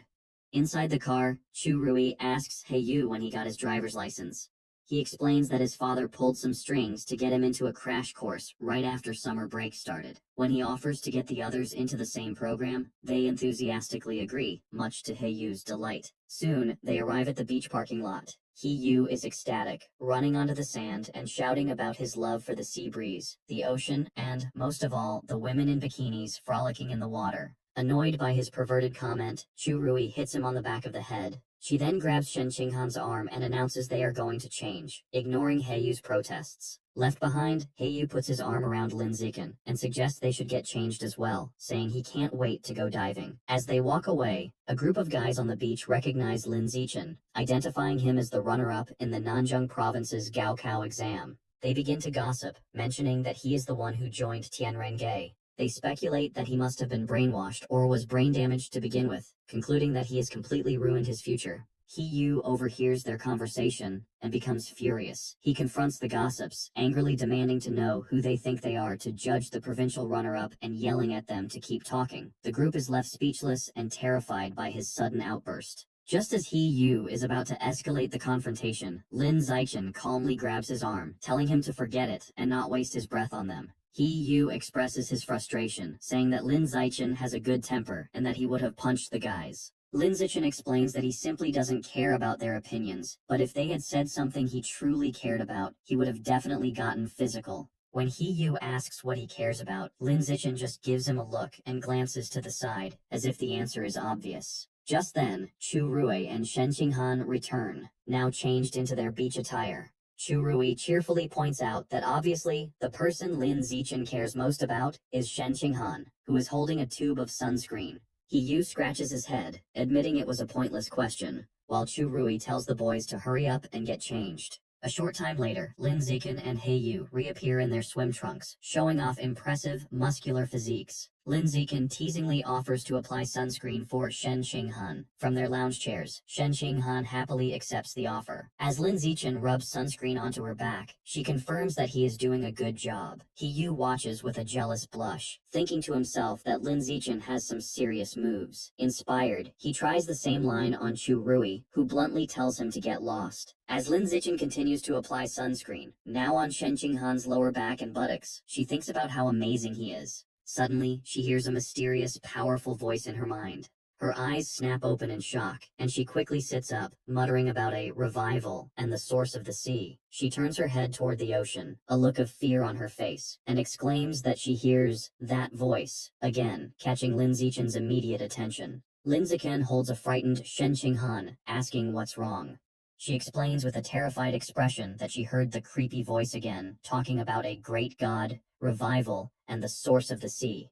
Lin Zichen listens intently, speculating that the voice might be connected to the Origin Land's sources site. He concludes that they don't know enough to understand what's happening, and must learn more first. He suggests that once they start university, she should try to indirectly ask her master, Mo Dongji, about it, and Shen Qinghan agrees to the plan. Sometime later, Lin Zichen is back in his room, continuing his training. Having finished tempering his muscles, he has now begun the arduous process of bone tempering. The training is incredibly painful, far more so than muscle tempering, as he focuses his energy on strengthening his bones. After a grueling session, he lies on his bed, completely exhausted and covered in a strange residue, but triumphant, having successfully tempered all 206 bones in his body. His hard work is rewarded with a system notification congratulating him on evolving to Ordinary Creature Rank 9, leaving him just one step away from becoming an advanced creature. Lying on his bed, he studies the blood tempering art book, understanding that he now needs to open the apertures in his body to achieve the next evolution. However, he finds the instructions in the book to be vague. With a determined look, he closes the book, resolving to figure out the method on his own. The scene shifts to the impressive campus of Shanghai University, where Lin Zichen and Shen Qinghan have finally arrived to begin their college life. One of their parents calls out to them, announcing they are here. As they walk through the campus with Lin Zichen's parents, Shen Qinghan, now dressed in a stylish new outfit, excitedly points out an old ice cream shop that is still there. As they walk through the bustling university town, Lin Zichen confirms Shen Qinghan's nostalgic observation that the ice cream shop is indeed the same one they used to visit when they were children. His mother, Zhang Wangshen, suggests they stop for a treat since it's still early, and Shen Qinghan happily agrees. Inside, Shen Qinghan enjoys a large bowl of strawberry milk-flavored ice cream, delighting in how delicious it is. She then sweetly offers a spoonful to Lin Zichen, who takes a bite while his parents watch the tender moment with smiles. Their peaceful outing is interrupted by a commotion from a nearby bar, which catches Lin Zichen's attention. He looks through the window and overhears a man complaining to a woman named Jiaxin that her skirt is too long, making it difficult for him to grope her. Inside the bar, Brother Yang has Jiaxin sitting flirtatiously on his lap. She suggests he can just slide his hand underneath her skirt, as she wouldn't mind. Another man at their table urges Brother Yang to stop touching the woman and focus on their game. Outside the ice cream shop, two other men are talking about a girl named Huang Jiaxin. One of them mentions that she acts like a goddess at the art academy, but is now letting men from the Evolution Academy get close to her. The other man comments that students from the Evolution Academy have bright futures, making them attractive to women. This conversation makes Lin Zichen think about the university's structure. Shanghai University is divided into two distinct areas, an outer campus for arts and culture students, and a heavily guarded inner campus for those studying evolution, mechanical modification, and martial arts. The inner campus is a high-security zone, closed to the public and even students from the outer campus, due to the sensitive nature of gene fusion and mechanical modification research. It is constantly patrolled by armed guards and surveillance drones. Back at the table, Lin Zichen's mother, Zhang Wangshen, advises him and Shen Qinghan that even though university life offers more freedom, they must remain focused on their studies and not get distracted. Her husband, Lin Yansheng, reassures her that their children are responsible. He tells Lin Zichen and Shen Qinghan it is time for them to head to the inner campus. Since the parents cannot enter the restricted area, Lin Yansheng reminds his son to take good care of Shen Qinghan, and Lin Zichen promises he will. At the heavily guarded entrance to the inner campus, a guard asks them to present their admission notices. Lin Zichen hands his over, but as Shen Qinghan searches for hers, the guard stops her. He recognizes Lin Zichen as the top student from the provincial exams, who recently made news for joining Tianrengei, and allows them to pass without further checks. Inside, the campus is bustling with gene fusers and cyborgs, a common sight in this specialized area. After they both complete their registration paperwork, it is time to go to their separate dormitories. Shen Qinghan waves goodbye to Lin Zichen, promising to see him that evening before heading to her dorm in the Evolution Academy.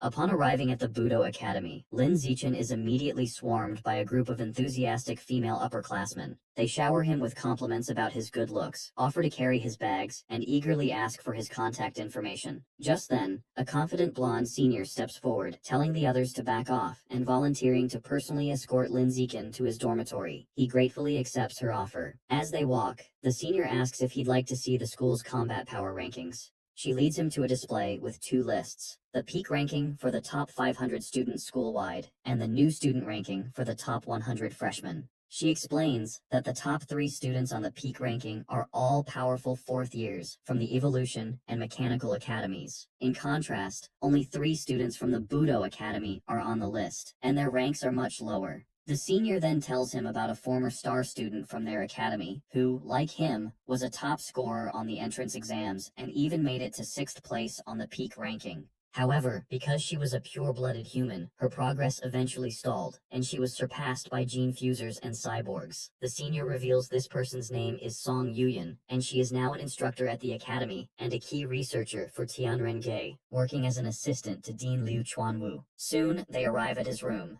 The senior leads him inside, revealing a spacious private apartment instead of a standard dorm room. She remarks with envy that being the top scorer comes with amazing benefits. Fanning herself, she then comments on how hot it was walking outside, and suggestively asks if she can use his shower. Lin Zichen, however, seems to miss the hint.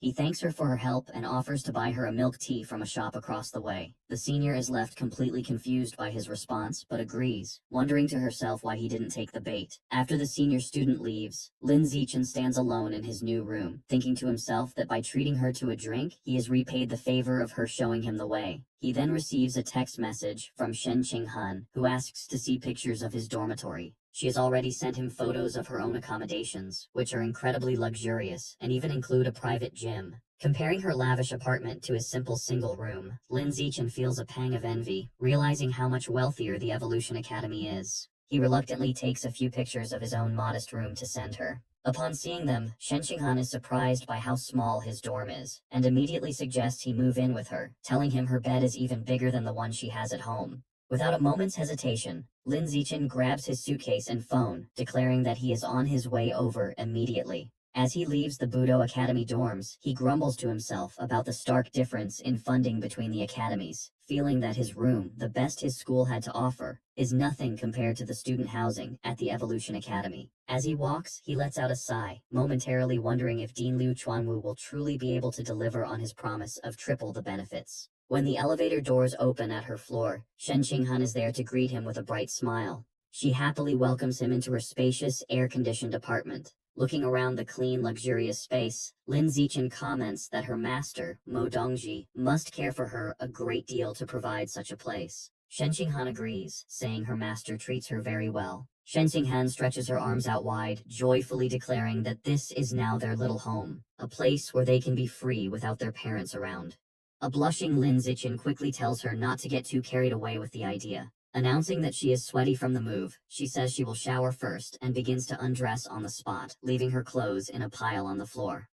Lin Zichen can only watch, asking her not to leave a mess. As she showers, a flustered Lin Zichen picks up her clothes. He decides to use the free time to check out the new university campus app he downloaded. He discovers an in-app store where students can use school credits to purchase resources for gene fusion and mechanical modification. He learns that there are 3 ways to earn these credits: placing on the school's power rankings, completing official school tasks, or achieving outstanding results in competitions. He realizes that for him, this will be even easier than earning money. His exploration is interrupted when Shen Qinghan calls out from the bathroom, asking him to bring her clothes in. He walks into the bathroom to give them to her, only to find her relaxing in the large bathtub. With a blush, she comments on how comfortable the water is, and invitingly asks if he wants to join her. A blushing Lin Zichen hesitates, then decides it would be a waste of so much hot water for one person.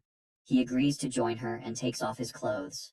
In the tub, he offers to wash her back, and she happily accepts, promising him it will be her turn to wash his back afterward. Later, after their bath and a meal, Lin Zichen meditates on the bed while Shen Qinghan lies beside him. He begins the second stage of tempering his skin using the blood tempering art. The process is grueling. He finds it much harder than the first time, taking 2 full hours just to temper his right hand. Curious, he asks Shen Qinghan for a sewing needle to test his skin's new strength. To her amazement, he presses the sharp needle against the back of his hand, but it cannot pierce the skin. A system notification confirms his skin's toughness is increasing. When he applies more pressure, the needle shatters against his hand. Shen Qinghan is in awe, exclaiming the blood tempering art is so incredible, it makes her want to pursue the pure blood path too. Lin Zichen then announces the next test, heat resistance. He calmly holds his hand over a lit stovetop flame. A system notification confirms his heat resistance is increasing. He reflects that it took over a minute before he felt a slight burning sensation, and concludes that with the blood tempering art and his system's attributes, he is on his way to achieving a saintly body. Just as Lin Zichen is relaxing, his phone buzzes with a new message from Liu Chuanwu, the dean of the Budo Academy. The dean asks if he is settled in and invites him to visit the Tianren-Gei headquarters to familiarize himself with the environment and meet the other members. Lin Zichen agrees, and the dean instructs him to wait downstairs for someone to pick him up. Since he is not at his own dorm, Lin Zichen replies with Shen Qinghan's address. After receiving confirmation, he sighs and decides to head downstairs. He informs Shen Qinghan he has to go out for a while, explaining the dean invited him to the organization's headquarters. She encourages him to go ahead. Outside, he finds a shady spot under some trees. While leaning against a tree, he is noticed by a young man with spiky orange-brown hair. The young man approaches and recognizes him as Lin Zichen, the top provincial exam scorer who joined Tianren-Gei. Lin Zichen greets him, thinking to himself that he has become well known. The young man expresses his admiration for Lin Zichen's decision to forego gene fusion for the pure blood path. He shares that he is also a freshman and grew up near Kyoto, where a similar research institute for pure-blooded humans once existed, but was shut down after 20 years of little progress. He passionately expresses his hope that the research at Shanghai University will succeed. Lin Zichen finds the guy a bit too talkative. The young man gives him a final thumbs up and an encouraging good luck before walking away. Shortly after, Lin Zichen hears the roar of an engine. He turns to see a woman in a helmet pulling up on a sleek red motorcycle. She asks if he is Lin Zichen, and after he confirms, she dismounts. Removing her helmet, she introduces herself as Song Yuyan, an instructor from the Budo Academy and a researcher for Tianren-Gei, explaining she has come to take him to their headquarters. As they shake hands, Lin Zichen internally recalls her story as the former top student who chose the pure blood path. He gets on the back of her motorcycle, and she playfully advises him to hold on tighter. As they speed off, she asks if he is happy that a beautiful senior came to pick him up, to which he replies that it is an honor. Curious, she then asks why a student from the Budo Academy was waiting outside the luxurious dorms of the Evolution Academy. Lin Zichen casually explains that his girlfriend lives there, and he has moved in with her. Hearing this, Song Yuyan laments her own love life, complaining that she has never even lived with a boy. Soon, they arrive at a large, modern building. Song Yuyan leads Lin Zichen to a building with a sign that reads Pure Human Research Institute. She beckons him inside, and he asks if it's an abbreviation for the Pure-Blooded Human Research Institute. She shows him a common area for researchers to relax and offers him free drinks from a stocked refrigerator. As they walk through an empty hallway, Lin Zichen asks why no one else is around. Song Yuyan explains with a sigh that Tianren-Gei is not well regarded by the university, so their funding is limited, and they can't afford a large staff. She reveals the entire organization consists of only Dean Liu Chuanwu, herself, Lin Zichen, and 3 fourth-year martial arts students. This shocks Lin Zichen, who now understands the large group of men in karate uniforms with the dean when they first met were just hired actors. Feeling a bit let down, he thinks that as long as he gets the promised triple benefits, nothing else matters. Song Yuyan then calls out to the dean, announcing she has brought Lin Zichen. A disheveled and exhausted-looking Liu Chuanwu appears and invites them into his cluttered office. Lin Zichen comments on the dean's haggard state.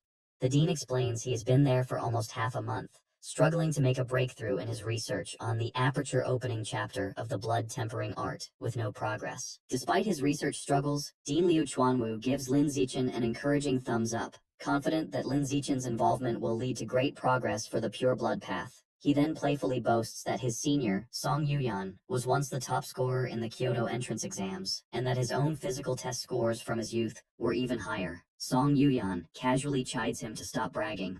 The dean's tone turns serious as he explains that with Song Yuyan's help, he finally broke through a decades-long plateau and completed his third body tempering. This breakthrough gave him the power, as an ordinary Tier 9 human, to defeat a high-level gene fuser. Putting his hands on both their shoulders, he assures Lin Zichin that with time, he has the potential to surpass even Song Yuyan. Changing the subject, Liu Chuanwu asks about Lin Zichin's progress with the blood tempering art. He questions if Lin Zichin has managed to learn blood control and reach the required ordinary Tier 4 to begin skin tempering. Lin Zichin calmly confirms he has. Pleased, the dean assigns Song Yuyan as his mentor, explaining that with her guidance, he should be able to complete his first skin tempering by the end of the semester. He notes that she herself accomplished this in just 3 months. Song Yuyan confidently accepts. However, Lin Zichin interrupts, plainly stating a mentor won't be necessary. He reveals that he already completed the first round of skin tempering during his summer vacation. This shocking announcement leaves both Liu Chuanwu and Song Yuyan completely stunned and speechless, wondering if they heard him correctly. Song Yuyan finds it impossible that Lin Zichin could have mastered the complex art of skin tempering on his own over the summer. Lin Zichin casually explains that the book had detailed instructions, and he just studied it for a few days, though he internally admits it only took him half an hour. Still skeptical, Dean Liu Chuanwu asks to examine his hand to confirm. Before presenting his arm, Lin Zichin discreetly activates his natural camouflage ability, deciding to mask his true power. He sets his visible biological level to ordinary Tier 5, just high enough to be consistent with having completed 1 round of skin tempering. He then allows the dean to inspect his arm. The moment Liu Chuanwu touches him, both he and Song Yuyan are left speechless. The dean confirms in amazement that Lin Zichin has indeed completed a full skin tempering. Still shocked, Liu Chuanwu asks what his current biological level is. Feigning nervousness, Lin Zichin tells him it is ordinary Tier 5. This revelation sends the dean into pure ecstasy. He throws his hands in the air and shouts that Lin Zichin is a peerless genius, and the future of the pure blood path is secure. Overjoyed, he pulls a surprised Lin Zichin into a tight hug, declaring that with such a talent, they will surely break through the limits of ordinary beings. Watching them, Song Yuyan reflects that there is always someone more talented. She smiles, thinking it is good to have a more capable person leading their cause. Filled with renewed hope, she excitedly suggests to the dean that they should immediately publicize Lin Zichin's potential to attract more talented individuals and secure more funding. However, Liu Chuanwu immediately rejects the idea. He sternly explains that Lin Zichin's abilities must be kept a secret for now, as suddenly revealing his progress on the pure blood path could expose him to danger. The dean elaborates that their strategy should be quality, not quantity. Now that they have a prodigy like Lin Zichin, they must concentrate all their resources on helping him break through the ordinary biological barrier. When Song Yuyan raises concerns about finances, the dean reassures her. He promises to use all his connections to gather the necessary evolution resources. His plan is to wait until Lin Zichin's power is undeniable, find him a powerful backer, and only then begin to promote the ideals of Tianren Ge. Song Yuyan praises the dean's thoughtful planning, and he proudly accepts the compliment. Lin Zichin listens quietly, thinking how shocked they would be if they knew his true power, that he is already at ordinary Tier 9, has completed tempering his flesh and bones, and is in the middle of his second tempering cycle.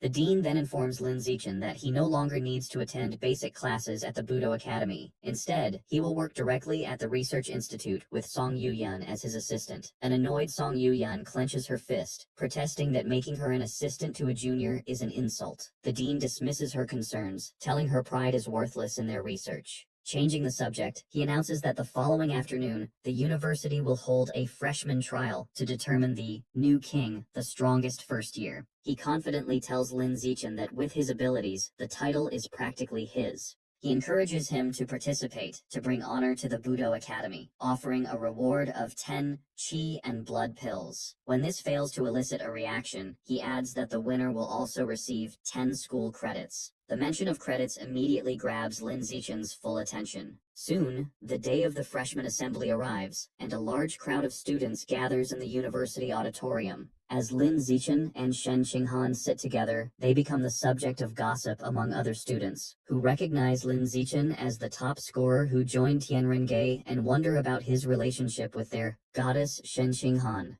Their conversation is interrupted by a familiar face. The talkative, spiky-haired freshman from before approaches and asks if Lin Zichen remembers him. Lin Zichen confirms he does. Leaning in, the freshman points at both of them and bluntly asks what their relationship is. Holding a blushing Shen Qinghan's hand, Lin Zichen plainly tells him they are engaged childhood sweethearts who plan to marry after graduation. This news seems to disappoint the freshman, who can only manage a forced smile. As the assembly continues, the auditorium fills with other first-year students. In the crowd, a girl with dark hair, purple tips, and cat-like ears sits quietly.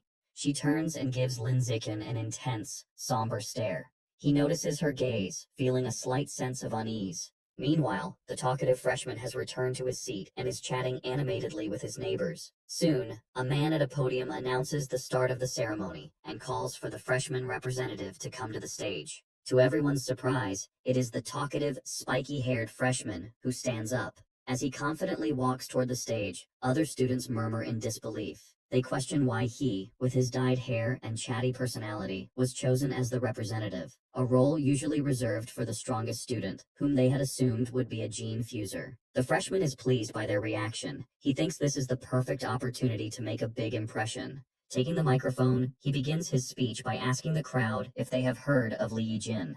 Lin Zichen internally scoffs, thinking that everyone knows about the famous genius from Kyoto. Continuing his speech, the freshman reveals that the famous prodigy, Li Yijin, has an equally talented younger brother. He explains this brother was the top scorer in the Kyoto entrance exams, boasting a 16% gene fusion compatibility and the highest national physical test scores, tying with the top scorer from Nanjing province. With a confident smile, he then dramatically reveals that he is that very brother, Li Moyu. He goes on to declare that he and his older brother made a pact to dominate the records at Shanghai and Kyoto universities. To demonstrate his power, Li Moyu unleashes the full force of his biological pressure, announcing that this is the power of an ordinary Tier 5 being. The entire auditorium is overwhelmed by the immense aura, and the other students gasp in shock, realizing the vast gap between their own abilities and those of a true genius. Pleased with their reaction, Li Moyu smugly tells everyone to remember his name. Back in the audience, Shen Qinghan whispers to Lin Zichen, mocking Li Moyu's arrogance and commenting that he has no idea Lin Zichen could defeat him with a single finger. Lin Zichen simply tells her to keep a low profile, and she playfully agrees. After Li Moyu's speech, the announcer invites the next speaker to the stage. Zhou Hong, the president of the student council. A young man with dark blue hair walks to the podium, where the announcer hands him a script. Addressing the crowd, Zhou Hong introduces himself and states he has 3 important things to share. First, he explains that student discipline is managed by the student council, which holds significant authority. Second, he announces the student council will recruit 10 new members from the freshman class next semester, with the sole requirement being strength. He advises them to use the next few months to prove their abilities. Finally, he issues a stark warning. Shanghai University's inner campus is a ruthless environment where strength is everything. Bullying of lower-classmen by upperclassmen is common. He tells everyone to be mentally prepared. After delivering his main points, Zhou Hong's expression darkens. He declares that before he leaves the stage, he wants to give everyone a taste of the power of an advanced being. He then unleashes an overwhelming wave of biological pressure that crushes the entire auditorium. The freshmen are immediately overwhelmed, gasping for air and crying out in pain under the immense force. Lin Zichen sits beside Shen Qinghan as the oppressive pressure from the student council president, Zhou Hong, lifts. Lin Zichen notes that while the pressure from an advanced being is powerful, from this distance, it's no threat to him, as he has reached ordinary Tier 9. Meanwhile, the other freshmen recover, expressing relief that the display only lasted for 5 seconds, and remarking on how terrifying the strength of an advanced being is. Once Zhou Hong leaves the stage, Mo Dongji addresses the students. She announces a freshman trial will begin after the assembly. The rules are simple. In the center of the gym is a large stage, and the first student to remain on it alone for over 1 minute will be crowned this year's new king. The reward is 100 school credits, 10 times more than the previous year. In the stands, a couple of upperclassmen arrogantly comment that the top 10 spots are always taken by their genius class, and this year will be no different. This sparks a murmur among the ordinary class students. A special rule is then revealed. If a single student from outside the genius class places in the top 10, all non-genius freshmen will receive 1 school credit. The students get excited as they calculate that 1 credit is worth 10,000 yuan, realizing if they work together, they all stand to gain. Seizing the moment, He gets on stage and takes the microphone. He introduces himself and reminds everyone that his classmate, Lin Zichen, is the province's top scorer and the strongest among the ordinary students. He proposes that all ordinary students join forces to attack the genius class, clearing a path to help Lin Zichen secure a top 10 spot. All eyes turn to Lin Zichen, who remains seated and composed. Inspired, the ordinary students rise with determination, shouting their support and vowing to clear a path for him. Meanwhile, a group of faculty, including Liu Chuanwu, Mo Dongji, and Ma Zhenhe, watch from a distance. Liu Chuanwu remarks to Zhou Hong that he was being too petty with his earlier display. Ma Zhenhe interjects, asking Liu Chuanwu if it was necessary to take his anger out on Li Moyu's younger brother just because Wu Tiancheng defeated him.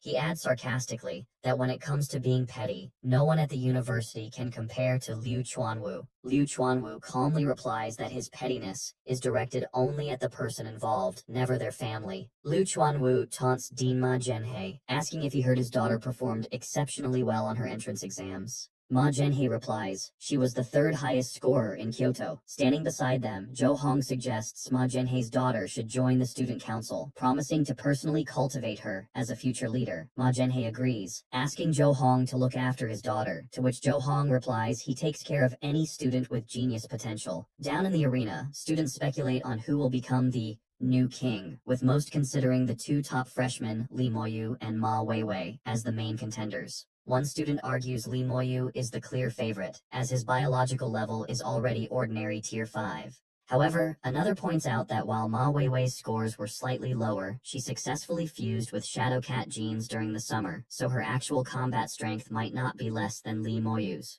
A third student dismisses this, believing her fusion was only partial and her power increase is limited. Their debate is cut short when Liu Chuanwu's voice booms, declaring that neither Li Moyu nor Ma Weiwei will become the new king. As the others look on in shock, Liu Chuanwu continues with a confident grin, proclaiming that the true new king will be a member of his Tianren Ge, Lin Zichen. Ma Zhenhe immediately fires back in anger, questioning how that could be possible. He points out that Lin Zichen's physical test data didn't even place him in the top 10. He scoffs at the idea, accusing Liu Chuanwu of making baseless boasts. Liu Chuanwu calmly asks if Ma Zhenhe does not believe him, and challenges him to a bet. Furious, Ma Zhenhe immediately accepts, shouting that he's not afraid. They agree to wager 100 school credits, with Ma Zhenhe warning Liu Chuanwu not to go back on his word. Hearing the challenge, Liu Chuanwu invites the other staff to place bets. A powerful-looking gene fuser asks a senior professor, School Director Qin, if he's willing to wager 1,000 credits, and the director agrees. Watching this, Ma Zhenhe grows suspicious.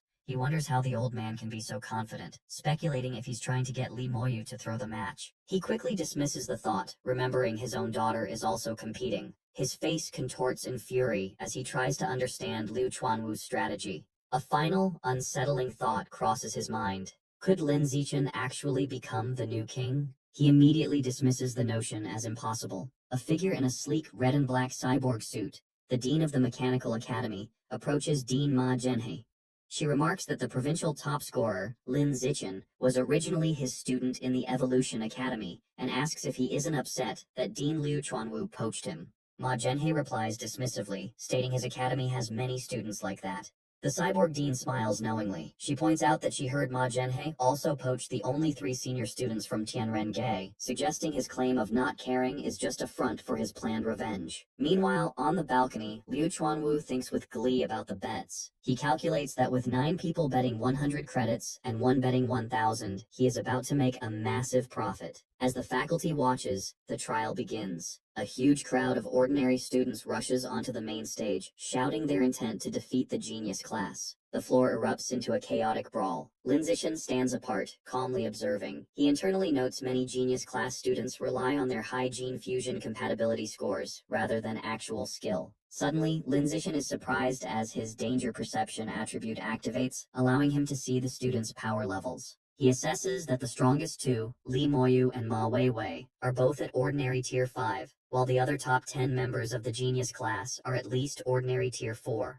After the initial clash, the ordinary students cheer, having defeated several members of the genius class, who now lie on the floor. One student shouts that the genius class wasn't so tough after all. Fueled by their success, the remaining ordinary students charge forward, shouting at the genius class members still in the stands to come down and fight. In response, a very large and muscular student with white hair leaps down. He lands powerfully on the stage, arrogantly telling the mob to come at him so he can make them understand how weak they are. The ordinary students don't hesitate and charge at him as a group, shouting that with their numbers, they can overwhelm him if they each land one punch. However, the muscular student meets their charge with a single, powerful, sweeping kick.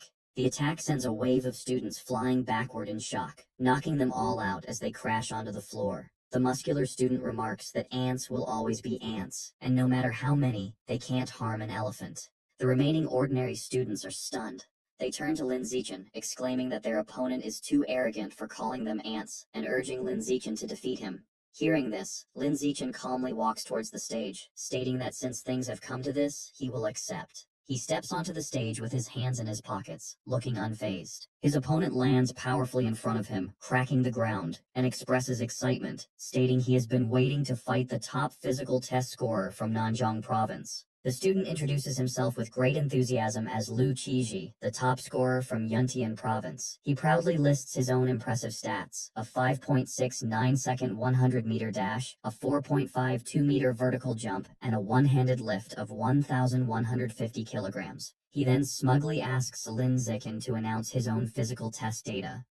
Lin Zichen calmly tells his opponent, Lu Qiji, there's no need to report his stats, saying he will feel it himself soon enough. Before Lu Qiji can react, Lin Zichen unleashes a single, fast kick that sends the muscular student flying across the stage. Lu Qiji crashes to the ground, defeated instantly. In the background, the ordinary class students erupt in cheers for his victory. On the viewing balcony, the faculty members are stunned. They expected a strategic fight, but instead witnessed a victory of sheer, overwhelming power. They wonder about Lin Zichen's true strength, noting that despite his gentle appearance, he is ruthless. Before the cheers fade, another challenger leaps onto the stage. He introduces himself as Luo Yongjian, the top scorer from Dajiang province, and lists his accomplishments. His speech is cut short when Lin Zichen meets him with a powerful knee to the face, ending the match instantly. Standing over his opponent, Lin Zichen looks at the remaining genius class students, declaring this victory shows the ordinary class has its own geniuses too. His dominance prompts a voice to shout in alarm, calling for Li Moyu and Ma Weiwei to get on stage before the new king title is taken by an ordinary student. In response, a girl with cat-like ears lands on the stage.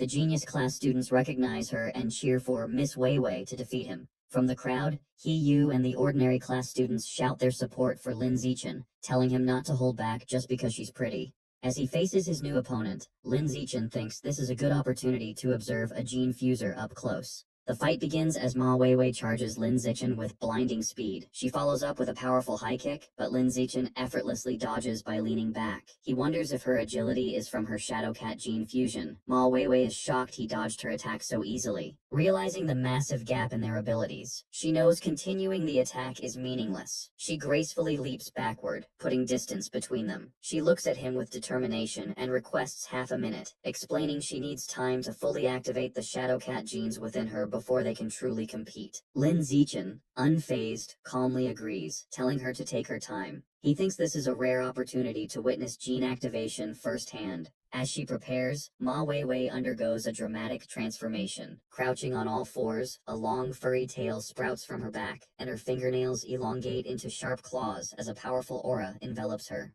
Watching from the stands, the faculty is impressed. One comments to Ma Zhenhe on his daughter's incredible gene integration, praising her immense talent. Ma Zhenhe proudly agrees, stating her talent surpasses even the top scorers from other provinces. However, his expression shifts to concern. He worries that since her fusion was recent, pushing her body this far could cause a backlash. He sighs, noting she is just as headstrong as ever. With her transformation complete, Ma Weiwei lunges at Lin Zichen, shouting he is too arrogant for waiting. She declares he will pay the price and attacks with newfound ferocity. She throws a powerful kick, which Lin Zichen narrowly dodges. As he evades, he analyzes her new power, noting it jumped from mid-ordinary tier 5 to nearly ordinary tier 6. Ma Weiwei is shocked that even with enhanced power, she still can't land a hit. She unleashes a furious barrage of claw strikes and kicks, but Lin Zichen effortlessly dodges every attack with fluid movements. After observing her, Lin Zichen's expression turns serious. Surrounded by a blue aura, he thinks he has gathered enough data on Shadowcat gene fusers.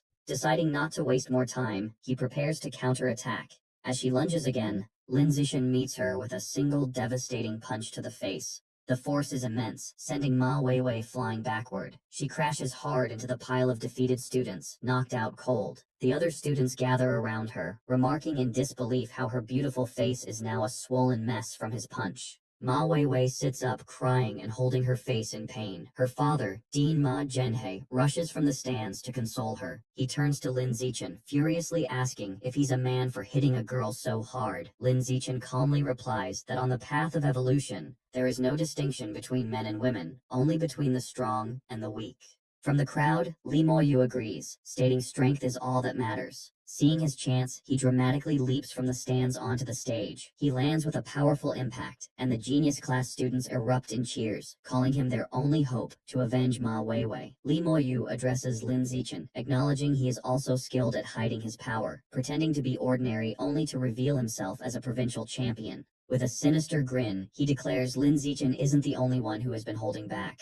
Li Moyu unleashes his power, and his body begins to transform, growing larger and more muscular as a powerful aura surrounds him. The faculty on the balcony are shocked, realizing Li Moyu is also a gene fuser. The Dean of Mechanical Engineering identifies the genes as those of a demon-eye giant ape, which require immense physical strength for fusion. His biological pressure surges to ordinary tier 6. As the transformation completes, Liu Chuanwu freezes in horror, realizing he is about to lose his bet of 1900 school credits, worth 19 million yuan. The scene shifts to a separate location, where Wang Shuojie and Lu Gang are given a mission by another student. He instructs them to retrieve a high-level demon seed from a nearby park and make Li Moyu consume it. Lu Gang is concerned about the risk of targeting someone from the powerful Kyoto Li family. However, their superior assures them their organization is far more powerful and could easily destroy the Li family. When asked if they will carry out the mission, a resigned Wang Shuojie tells Lu Gang they have no other choice. The battle between the two top freshmen begins. Li Moyu explains his transformation, boasting that the demon-eye giant ape maximizes strength and defense. Though it is usually slow, his power level is far superior, creating a massive gap between them. He taunts Lin Zichen, wondering if he can remain as relaxed now that he faces a true genius. Instead of replying, Lin Zichen immediately attacks, charging forward with a punch. As they clash, Li Moyu reacts to the attack, leading Lin Zichen to note that his opponent's reaction speed is decent enough to dodge a blow controlled at ordinary tier 6 speed. Deciding to push harder, Lin Zichen increases his output to test ordinary tier 7 speed. This increase is too much for Li Moyu, and Lin Zichen lands a heavy, direct punch to his face. Li Moyu stumbles back, angrily accusing Lin Zichen of a sneak attack. Lin Zichen calmly analyzes that the beast's defense is indeed strong, comparable to a high-level ordinary tier 6. Furious, Li Moyu regains his stance, vowing Lin Zichen's fists will not touch him again. Lin Zichen continues his offensive. However, he internally notes that although his speed is superior, he has not yet managed to inflict any significant damage. The battle intensifies as Li Moyu blocks a barrage of attacks. Lin Zichen analyzes that while Li Moyu is slower, his high defense gives him a large margin for error, whereas Lin Zichen cannot afford a single hit, making it seem the winner is already decided. Testing his limits, Lin Zichen engages in a rapid exchange, dodging Li Moyu's heavy punches. He decides the test of reaction speed is sufficient. Lin Zichen leaps backward to create distance. He prepares himself, deciding it is time to test the final attribute, strength.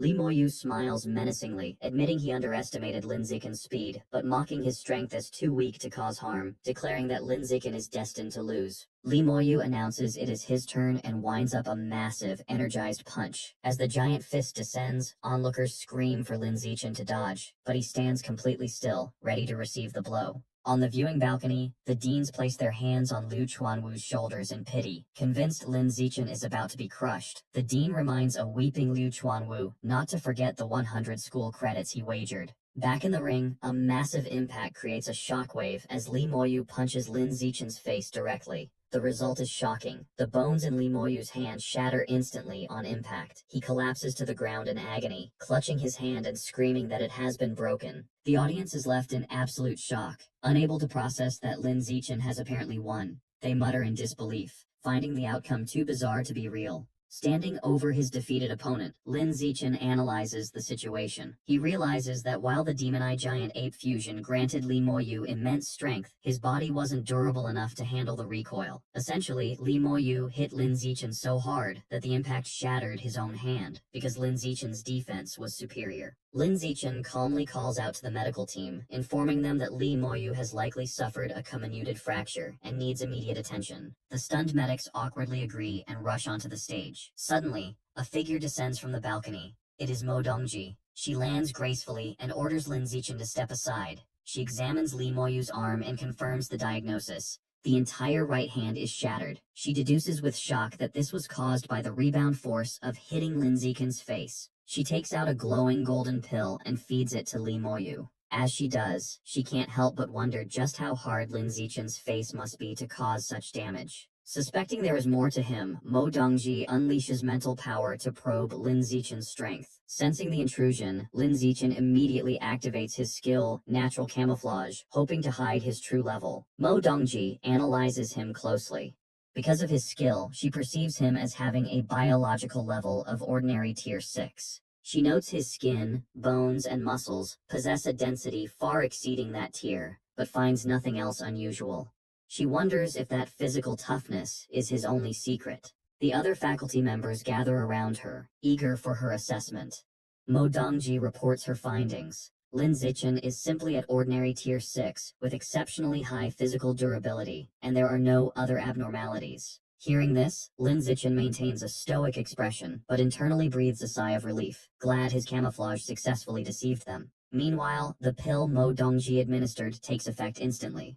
Li Moyu sits up, amazed. He exclaims the medicine was miraculous, as he has recovered safely. He flexes his hand and smiles, confirming his injury is completely healed. With the battle concluded, Lin Zichen decides Li Moyu no longer needs to be on stage. He calmly tells him he can go down now and delivers a casual kick that sends the newly healed Li Moyu flying out of the ring. Humiliated, Li Moyu shouts from the floor below, vowing that once his gene fusion progresses, he will return to defeat Lin Zichen. In the stands, a heated argument erupts between the ordinary and genius students. The ordinary students mock the elites for having losers act so self-righteous. The genius students retort that Li Moyu lost to Lin Zichen, not them, but the ordinary students drown them out, claiming Lin Zichen's victory as a triumph for their entire class. On stage, the timer completes its countdown. A notification declares that 1 minute has passed. The announcer officially proclaims Lin Zichen of Martial Arts Class 1 as this year's new king. The ordinary students cheer wildly for Brother Chen, celebrating the glory he has brought them. However, Lin Zichen is not finished.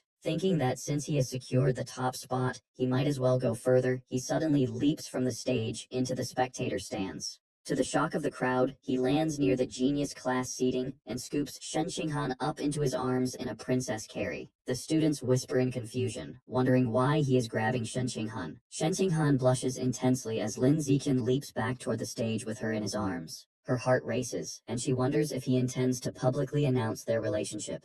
Lin Zichen lands gracefully back on the ring. With Shen Qinghan standing behind him, Lin Zichen faces the stunned audience and faculty. He boldly declares that for the remaining rankings, from 2nd to 10th place, he wants them all. The enraged genius class students refuse to accept defeat. Shouting that Lin Zichen is bullying them, they charge together to crush him and the traitor Shen Qinghan. The stage erupts into a chaotic brawl. Lin Zichen moves fluidly through the attackers, dominating the fight despite being outnumbered. He dismantles their formation with a flurry of punches and kicks, knocking students away with ease. Seeing an opening, Ma Weiwei lunges from the air, aiming her attack at a shocked Shen Qinghan and shouting at her to die for her betrayal. However, Lin Zichen reacts instantly, intercepting her midair with a heavy kick to protect Shen Qinghan. The force of the blow sends Ma Weiwei flying off the stage. From the balcony, her father, Ma Zhenhe, screams as he watches his daughter crash violently onto the floor. With the genius class wiped out, Lin Zichen stands triumphantly over the defeated students.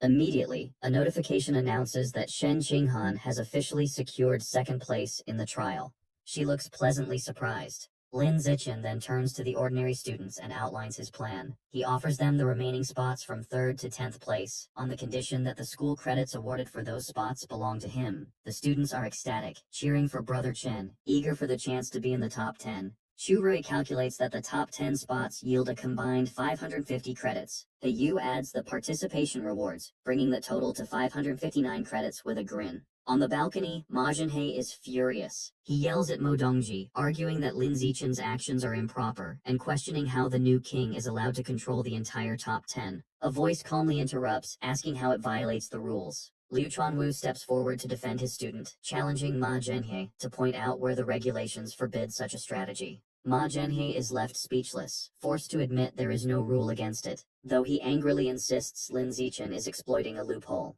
Ma Zhenhe stands sweating and defeated. Meanwhile, the plans of hidden conspirators shift. Wang Shuojie urgently grabs Lu Gang, informing him the plan has changed, and they should no longer target Li Moyu. As they watch the celebrating students toss Lin Zichen in the air, Wang Shuojie declares their new target is Lin Zichen. Their goal is now to make him eat the high-level demon seed, so he joins their organization. After the trial, Liu Chuanwu runs excitedly toward Lin Zichen with open arms, but is coolly dodged. Lin Zichen simply asks if the dean has forgotten his promises. Liu Chuanwu immediately produces a bottle, explaining it contains 10 qi and blood pills, along with the triple benefits for the semester. He adds that he has transferred 300 credits to Lin Zichen, happily noting the boy just helped him win 1,900 credits from other faculty members. Leaning in close, Liu Chuanwu whispers, asking Lin Zichen his true strength and level. Lin Zichen whispers back a partial truth, claiming he is at ordinary tier 6, has completed skin tempering once, tempered some facial muscles, and was born with naturally hard facial bones. Liu Chuanwu is shocked, screaming in disbelief that Lin Zichen has already learned to temper his muscles. Overcome with emotion, he grabs Lin Zichen's hands and cries, declaring that Lin Zichen will evolve into an advanced creature with a pure human body before graduating.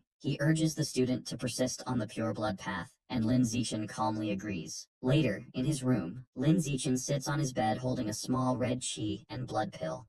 Curious, he puts the pill in his mouth to test its effects. Steam rises from his body as he metabolizes the pill, but a system notification shows a meager increase of 108 points. Disappointed, he realizes the pill is less effective than his usual training. Realizing the pills are of little use to him, he decides it would be better to give them to Shen Qinghan. Just then, Shen Qinghan walks in wearing athletic gear, sweaty from a workout. She asks when he got back, and he replies half an hour ago. Lin Zichen calls her over and hands her one of the red pills, instructing her to eat it. Shen Qinghan curiously takes the pill and eats it. The effect on her is immediate. Steam erupts from her body as she blushes, exclaiming how hot she feels as her qi and blood surge. Seeing how effective it is, Lin Zichen hands her the bottle. He explains the pills don't do much for him, so she should take the remaining 8, advising her to take only 1 per day. Shen Qinghan happily agrees. The next morning at the Tianrenge Research Institute, Lin Zichen greets Song Yuyan. She is in the middle of a workout and playfully calls him the new king. While stretching, Yuyan asks him to confirm what she heard from the dean. She asks if his biological level is truly ordinary tier 6, and if he has mastered muscle tempering. Lin Zichen confirms the story he fabricated for the dean is true.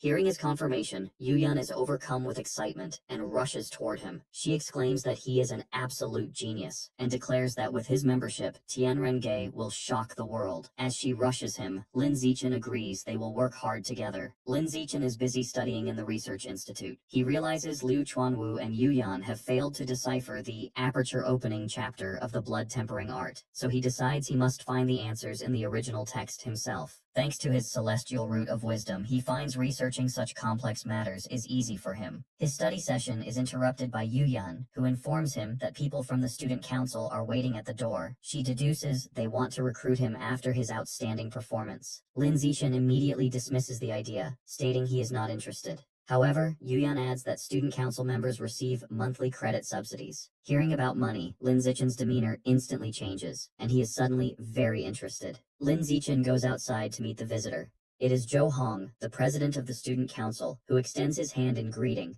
They shake hands, and Zhou Hong explains that he has come to invite Lin Zichen to join, offering to groom him as a candidate to become the future president. Zhou Hong elaborates on the benefits, painting a picture of wealth and luxury. He explains that besides special meals and the power to participate in school decisions, members enjoy monthly credit subsidies. Motivated by the rewards, Lin Zichen smiles and agrees immediately. However, Zhou Hong stops him, stating there is one condition. Zhou Hong demands that Lin Zichen must give up the path of the pure-blooded human and choose gene fusion instead. Lin Zichen looks confused and asks why. Zhou Hong arrogantly explains that the student council only accepts future geniuses. He declares the pure-blood path has no future, calling Dean Liu Chuanwu and Yuyan failures. He warns that without gene fusion, even Lin Zichen's talent will fade into mediocrity. Lin Zichen asks Zhou Hong, the president of the student council, if joining their organization requires gene fusion. After Zhou Hong confirms it does, Lin Zichen calmly says he will not be joining and turns his back, surprising them.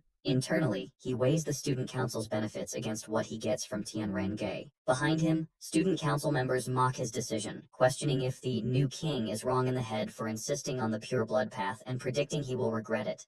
One tells Zhou Hong it was a waste of time, as Tianren-ge's brainwashing is effective. Zhou Hong dismisses Lin Zichen as a genius with no future, which he considers trash, and tells his group they will recruit other talented people. Later, at the Tianren-ge Research Institute, an enraged Yuyan slams her fists on a desk, complaining to Lin Zichen about the student council's hopeless mindset. Their conversation is interrupted by the arrival of Dean Liu Chuanwu, who looks utterly exhausted. Yuyan sarcastically praises him for his sacrifice for the pure-blood cause, including working day and night and selling his body for investments. Annoyed, Liu Chuanwu asks if she must always include that last part. He then warns Lin Zichen that women are a roadblock on the path of evolution and he should avoid them. Sitting in his office, Liu Chuanwu informs Lin Zichen that the university provides housing for the families of geniuses.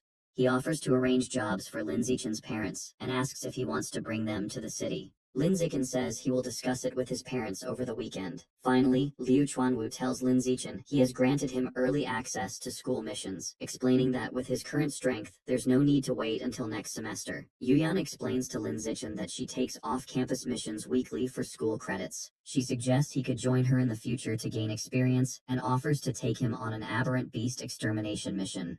Lin Zichen politely thanks her. Deciding to explore his options, Lin Zichen checks the school's app for missions. He finds the school-published tasks are minor chores for only 1 or 2 credits each. He then browses student-published missions and finds a peculiar request for a female gene fuser training partner with beast ears and long legs for 5 credits a month. Amused, he checks the off-campus missions instead. He finds the off-campus missions are numerous and offer higher rewards. One is to capture robbers for 30 credits, and another is to hunt a powerful aberrant beast for 200 credits, though both are far away. As he scrolls, a particular mission catches his eye. It is to capture a Shadow Cat Girl, an out-of-control gene fuser at Ordinary Tier 6, who has been killing men in the city's red light district. The reward is 50 credits, and he promptly accepts it. Yuyan leans in close, startling Lin Zichen. She asks if he accepted the Cat Girl mission, and offers to join him. Surprised, he asks how she knew. Yuyan explains the mission details page shows who has accepted the task. Checking his phone, Lin Zichen is surprised to see 28 people have already accepted it, including 26 seniors and one other freshman Ma Weiwei. He finds it odd she would take this mission at only Ordinary Tier 5 and assumes she has a helper.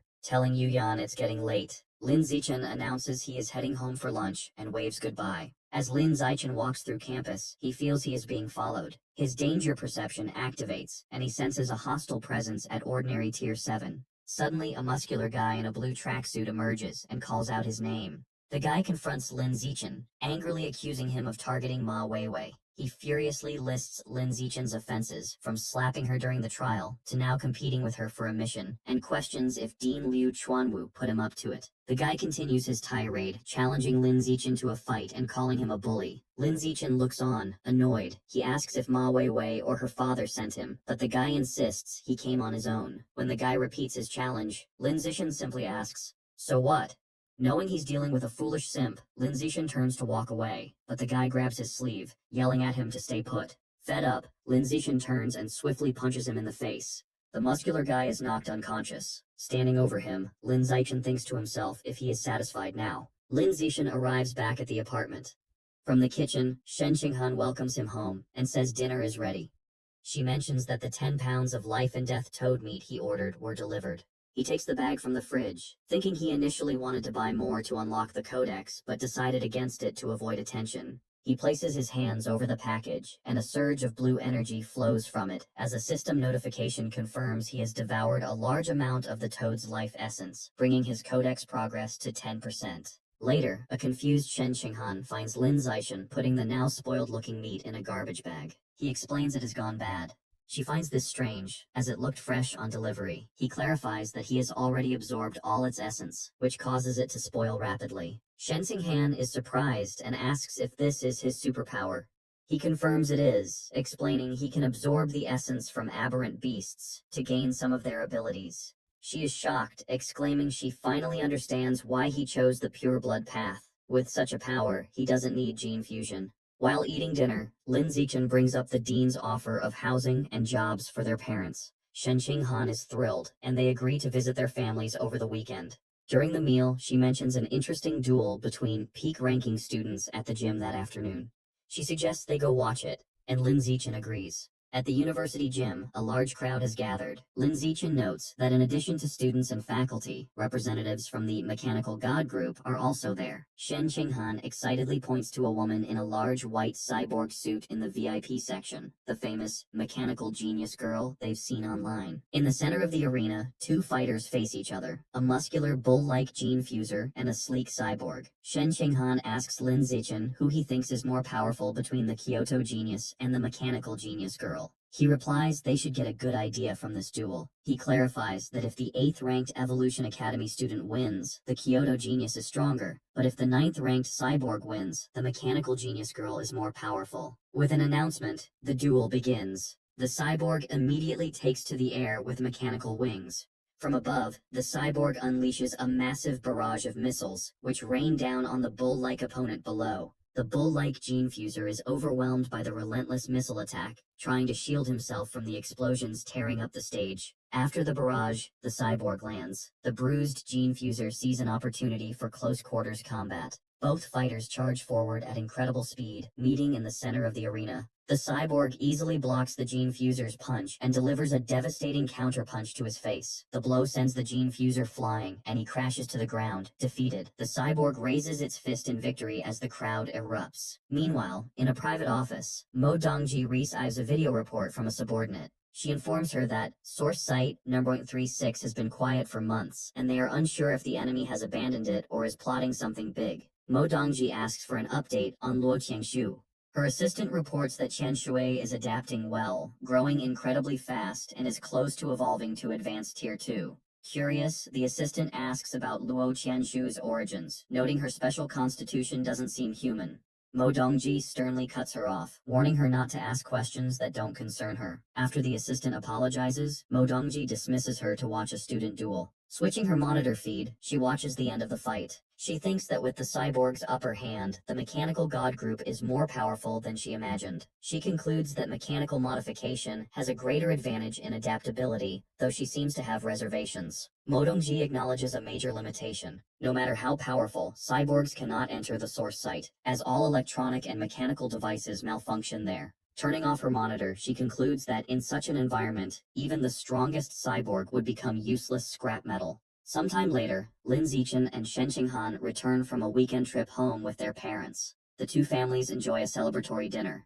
During their visit, they discuss the university's housing offer for their parents, and both families happily agreed. With that settled, Lin Zichen focuses on his next mission, capturing the Cat Girl in the city's neon-lit red light district. Walking disguised through the crowded streets, he reviews the mission details. The target is an ordinary Tier 6 gene fuser with incredible speed who lures and kills men. The file also notes she is a master of disguise and skilled with drugs. Lin Zichen understands why the mission remains uncompleted. The large area and her cunning make her hard to track. To begin his search, Lin Zichen uses his Eye of the Sky and Danger Perception for a wide area scan. As he activates his powers, his eyes glow with golden light behind his sunglasses. The crowd is startled by his strange appearance. Some are unsettled by his eyes, while others comment that he is handsome, but has a creepy gaze. As Lin Zichen stands out, a large muscular man confronts him, demanding to know who he is staring at. Unfazed, Lin Zichen unleashes his biological pressure, telling the man to get out of his way and sending him flying as the crowd parts in shock. Standing over the unconscious man, Lin Zichen concludes his search yielded no targets and decides to move on. Just then, he spots some familiar faces. He sees Ma Weiwei with two other students, whom he identifies as ordinary Tier 7 seniors, likely there to assist her. Ma Weiwei and her female companion notice him. The companion points him out, and Ma Weiwei looks away, annoyed. The companion suggests they stay away, and Ma Weiwei agrees, leading her group away. Lin Zichen is bewildered by their sudden avoidance. Ma Weiwei states that since Lin Zichen accepted the mission, he must be there for the cat girl. She declares they must find the target first. Their male companion confidently tells them to leave it to him. He boasts he is fused with demon dog genes, giving him a keen sense of smell to find the cat girl before Lin Zichen. As he concentrates, a pink scent-like aura appears, and he triumphantly announces he has picked up the cat girl's scent. Having locked onto the scent, the demon dog gene fuser points to a bar across the street, declaring the target is inside. Determined to beat Lin Zichen, Ma Weiwei and her companions rush across the street. Her female senior vows they will capture the cat girl and flaunt their victory. The group enters the crowded bar following the scent trail. Ma Weiwei asks where she is. The demon dog guy points to a woman with glasses on a couch. Ma Weiwei expresses doubt, noting the woman looks like an ordinary college student. Her male companion is certain, explaining her scent is identical to the one on the cat girl's belongings at the public security department. Ma Weiwei concludes the target is a cunning master of disguise. Seeing no reason to hesitate, the female senior declares they should capture her now. The three charge towards the woman. As they close in, she looks up with a sinister grin. She suddenly leaps up, smashes through the glass table, and makes a break for it, with one of them shouting, "She's escaping." Ma Weiwei and her companions burst out of the bar, chasing the fleeing cat girl through the crowded streets. As they pursue her, Ma Weiwei worries the cat girl is too fast. The demon dog gene fuser confidently tells her not to worry, as he can track her scent and she will eventually have to rest. Following the trail, they corner the cat girl in a dead-end alley. The male companion confirms she is there and urges the others to finish the fight quickly. However, the cat girl turns around with a smug smile, taunting them and asking if they really thought they could catch her if she were trying to run. A menacing red aura surges around her as she explains that the most skilled hunters often disguise themselves as prey. She undergoes a dramatic transformation, her hands morphing into long, sharp claws, and asks if they don't understand this simple rule. She unleashes an overwhelming wave of biological pressure at the three pursuers. They are shocked to realize her true power level is not ordinary Tier 6, but an incredible ordinary Tier 9. Ma Weiwei and her companions are left in stunned disbelief, realizing the cat girl had been hiding her true strength. In the dark city alley, Ma Weiwei, the demon dog, and their female senior companion are running for their lives. Ma Weiwei yells that the mission is impossible and they have to escape. Behind them, the powerful cat girl watches with a smirk, claws ready, and mockingly asks if they think they can get away. With incredible agility, she leaps up a building, easily getting ahead of them. She lands in the alley, blocking their path and telling them they cannot escape. The cat girl then focuses on the trembling demon dog. She leans in menacingly, telling him she had her eye on him since he entered the bar. Seeing no other way out, Ma Weiwei throws a smoke grenade, which fills the alley with thick purple smoke. She tells her teammates the smoke will dull their enemies' senses, giving them a chance to run. Under the smoke's cover, the three manage to escape. Exhausted and shaken, they finally reach a crowded street. The demon dog remarks on the mission's danger, saying the information was wrong and they almost died. The female senior urges Ma Weiwei to call her father, Dean Ma Zhenhe, to report the situation so the mission details can be corrected. A terrified Ma Weiwei pulls out her phone and agrees to call him immediately. However, as she's about to call, she has a shocking realization. She remembers Lin Zichen also accepted the mission. She panics, thinking if he encounters the cat girl, he will surely die without knowing her true power. She declares they must warn him. She can't just watch him die. She checks her contacts but doesn't have his number, and decides her only option is to contact Shen Qinghan instead. Back in the empty alley, as the purple smoke fades, the cat girl is annoyed that her cooked duck has flown away. Just as she laments her missed chance, she notices someone else in the alley, Lin Zichen, standing calmly at the other end. Seeing him, the cat girl is immediately captivated, thinking he's handsome and exactly her type.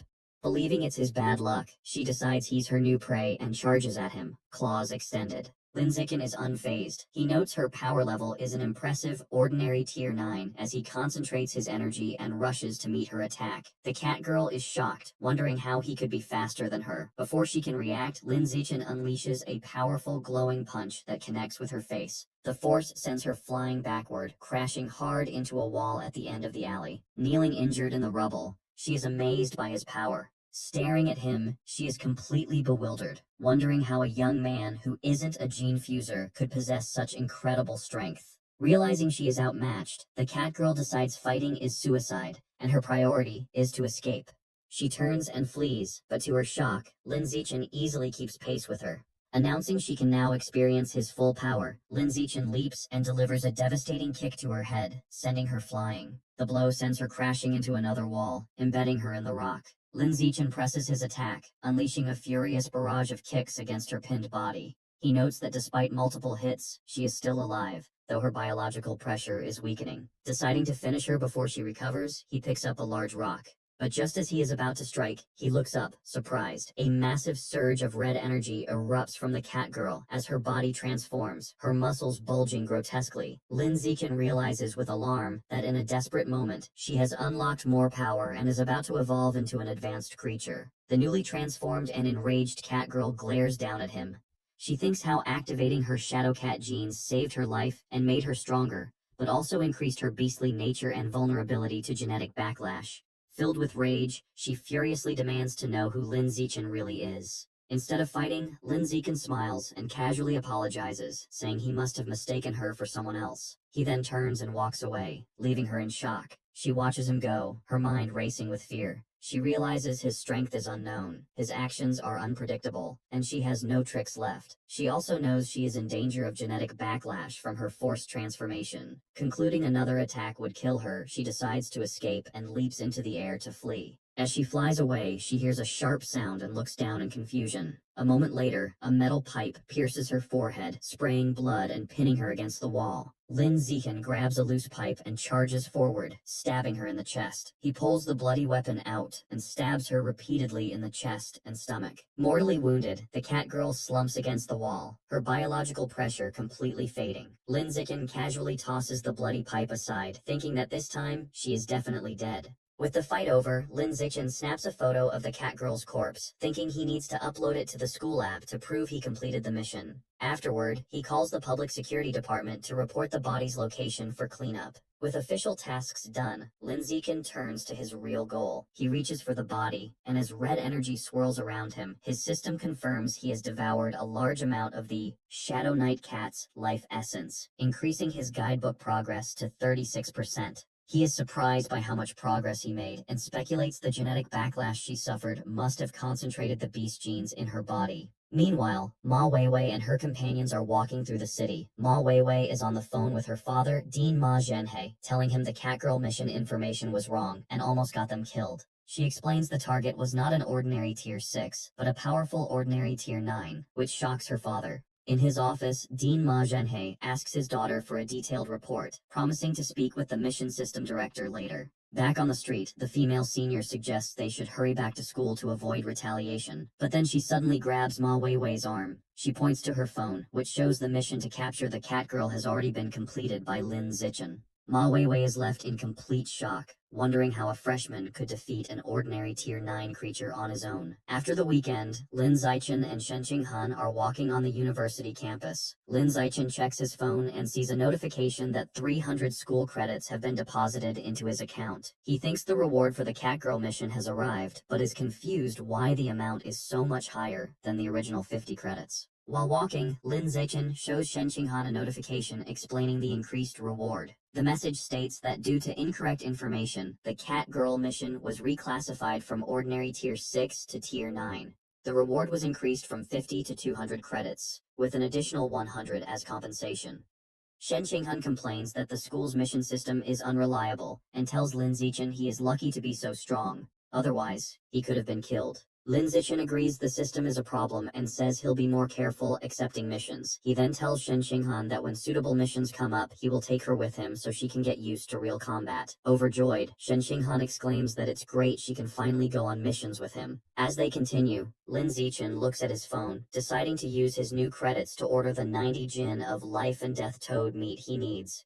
He thinks that while he was previously worried about attracting attention with a large order, it doesn't seem to be a problem now. He also considers that beast meat is nutritious and will help Shen Qinghan evolve, so he should buy plenty for her too. They arrive at their apartment, and as Shen Qinghan opens the door, Lin Zichen asks her if there is any particular beast meat she would like. She runs inside excitedly, telling him she will place the order, and he follows her. Once inside, she sits on the couch and begins browsing options on her phone. In the kitchen, Lin Zichen, now in an apron, listens as Shen Qinghan suggests they buy Tyrant Ash Big carved meat. She explains that for just 1 credit, they can get 6 jin, enough for several days. Lin Zichen agrees with her practical choice. However, Shen Qinghan tells him not to place the order, insisting she will do it. She happily reminds him she still has the 90 credits he gave her from the freshman competition. Lin Zichen, who has started cooking noodles, smiles and agrees. He tells her it's fine since they are family, so there is no need to worry about whose credits they are using. While Lin Zichen and Shen Qinghan are enjoying the noodles, the doorbell rings. Lin Zichen gets up to answer it. He returns with a large cardboard box, surprised their beast meat delivery arrived so quickly. He opens the box and hands a package of the Tyrant Ash Big carved meat to Shen Qinghan, telling her to put it in the fridge. With that taken care of, Lin Zichen turns his attention to the 90 pounds of life and death toad meat. Thinking it is time to begin the absorption, he places his hand on the meat. Immediately, a powerful blue energy surges from the box and surrounds him. A system notification confirms he has devoured a large amount of the life and death toad's life source, and that its guidebook is now 100% complete. Lin Zichen then receives a vision. He sees a massive beetle-like creature, the life and death toad, torn to pieces by a large eagle-like beast. He then witnesses the creature's incredible power, as its severed body parts regenerate at incredible speed. The creature becomes whole again, and a new system notification announces he has unlocked the Life and Death Toad guidebook and acquired the new attribute, Rapid Self-Healing. Back in his apartment, Lin Zichen looks at his new power's description with a shocked expression.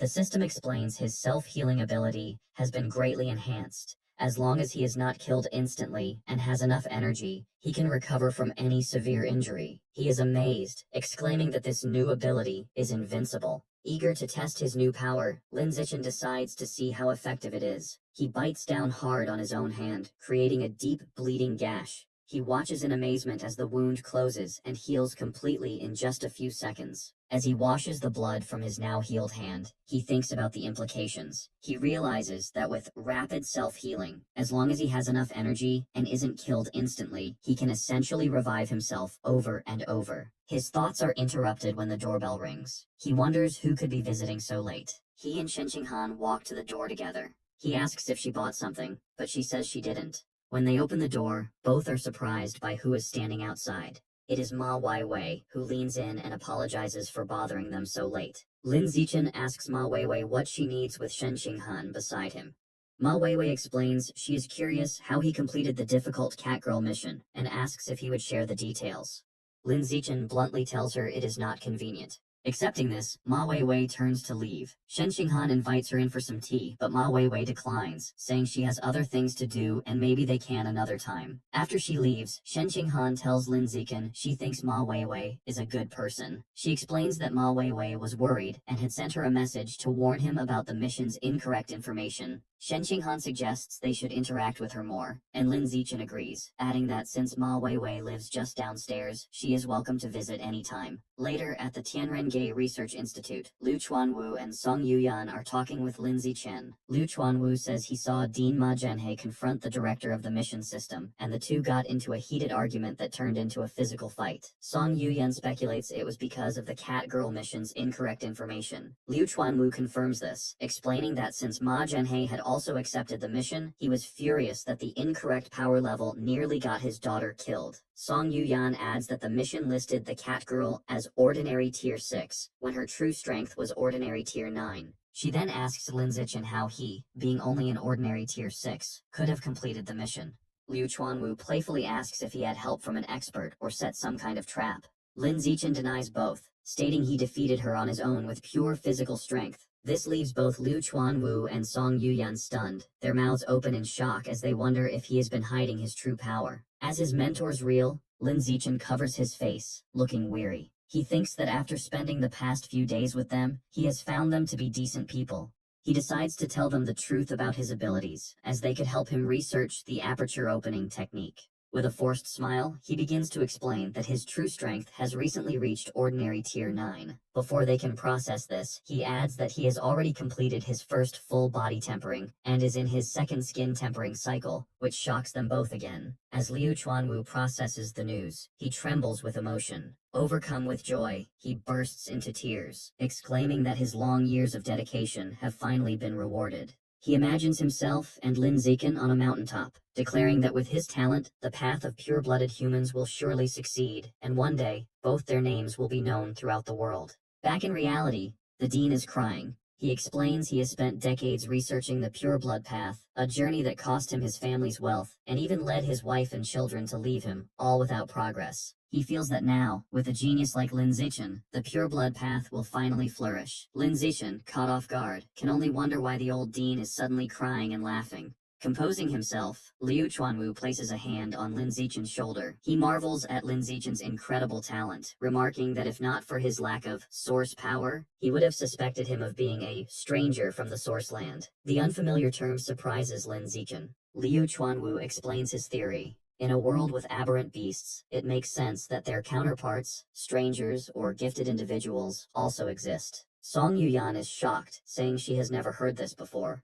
Lin Zichen then asks what source power is. The Dean clarifies that it is a unique energy exclusive to beings from the source land, similar to ki, blood, and spiritual power. Curious, Lin Zichen asks how this power is used. Liu Chuanwu admits he doesn't have a clear answer, as he has only encountered 2 such strangers in his long life. Song Yuyan scoffs, accusing him of bluffing and pointing out that since he is stuck at ordinary tier 9, he cannot enter the source land himself. This prompts Lin Zichen to ask if there is a biological level requirement for entry. Liu Chuanwu confirms the standard is high-level being, and anyone below that would be turned to ash. Defensively, Liu Chuanwu clarifies he met the strangers here on Earth, not in the source land. The first was a female disciple he took on decades ago. As he speaks, Lin Zichen has a vision of Luo Qianshu fighting monsters, leading him to realize that Shen Qinghan's mysterious senior sister must be one of these powerful strangers. Liu Chuanwu continues, stating he met the second stranger in the ancient ruins where they discovered the blood-tempering art. Having shared these secrets, he sternly warns them never to reveal this information. Song Yuyan eagerly promises to keep her lips sealed, and Liu Chuanwu says he trusts them. He then gives Lin Zichen a specific warning to keep his true strength a secret to avoid being targeted by dangerous heretics, who are pervasive even within the university. To help with this, he proposes that if Lin Zichen wants to take on missions matching his true power, he should use Song Yuyan's account. Since she is also an ordinary tier 9, he can go all out without exposing his rapid progress. Lin Zichen agrees. Intrigued, he asks the Dean if he has any information about the source land. Liu Chuanwu's expression turns grave. He explains everything about the source land is top secret, and even he knows very little. He advises Lin Zichen not to worry about it until he evolves into a high-level being. However, he shares one crucial piece of information. For humans, most creatures from the source land are enemies, and they are constantly trying to invade Earth.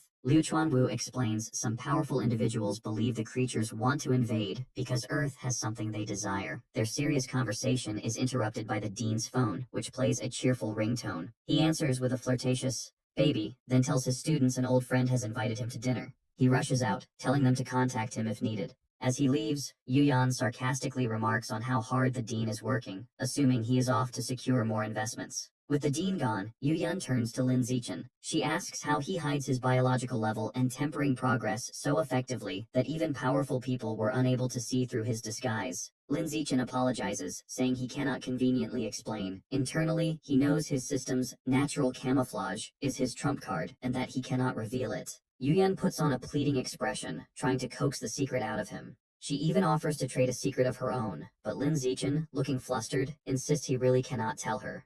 Seeing he will not budge, Yuyan sighs and gives up. However, her demeanor quickly shifts. With a competitive glint in her eyes, she cracks her knuckles and suggests that since they are both at ordinary tier 9, they should have a sparring match. Lin Zichen's face lights up with a grin. He agrees, thinking a fight against a peer will be a perfect opportunity to understand his own strength. Yuyan immediately strikes a fighting pose. She details her own progress. She is in her second skin tempering, has completed her second muscle tempering, and is 1/5 of the way through her second bone tempering. She then tells him to come at her with everything he has. Inside the Tianrenge Research Institute, Song Yuyan and Lin Zichen prepare to spar. Song Yuyan asks if he is ready and tells him to attack first so she can test his power while she defends. She takes a defensive stance, inviting him to strike. Lin Zichen charges forward and delivers a powerful high kick. The impact sends her sliding backward. Internally, she is shocked that despite him supposedly only having completed the first skin tempering, he is strong enough to hurt her, even though she has undergone secondary muscle tempering. She realizes his strength is absurd and fears he will soon surpass her. However, she decides she must show off her seniority while she is still stronger. Coughing in pain, Song Yuyan tries to act tough. She lectures Lin Zichen, claiming she is dissatisfied with his kick because he didn't aim for a vital point, preaching that real combat is about life and death. Lin Zichen, seeing she is hurting, plays along with a deadpan expression and agrees. Recovering her composure, Song Yuyan declares the official exchange will now begin and challenges him to last 5 minutes against her as she charges forward. Lin Zichen accepts and meets her attack.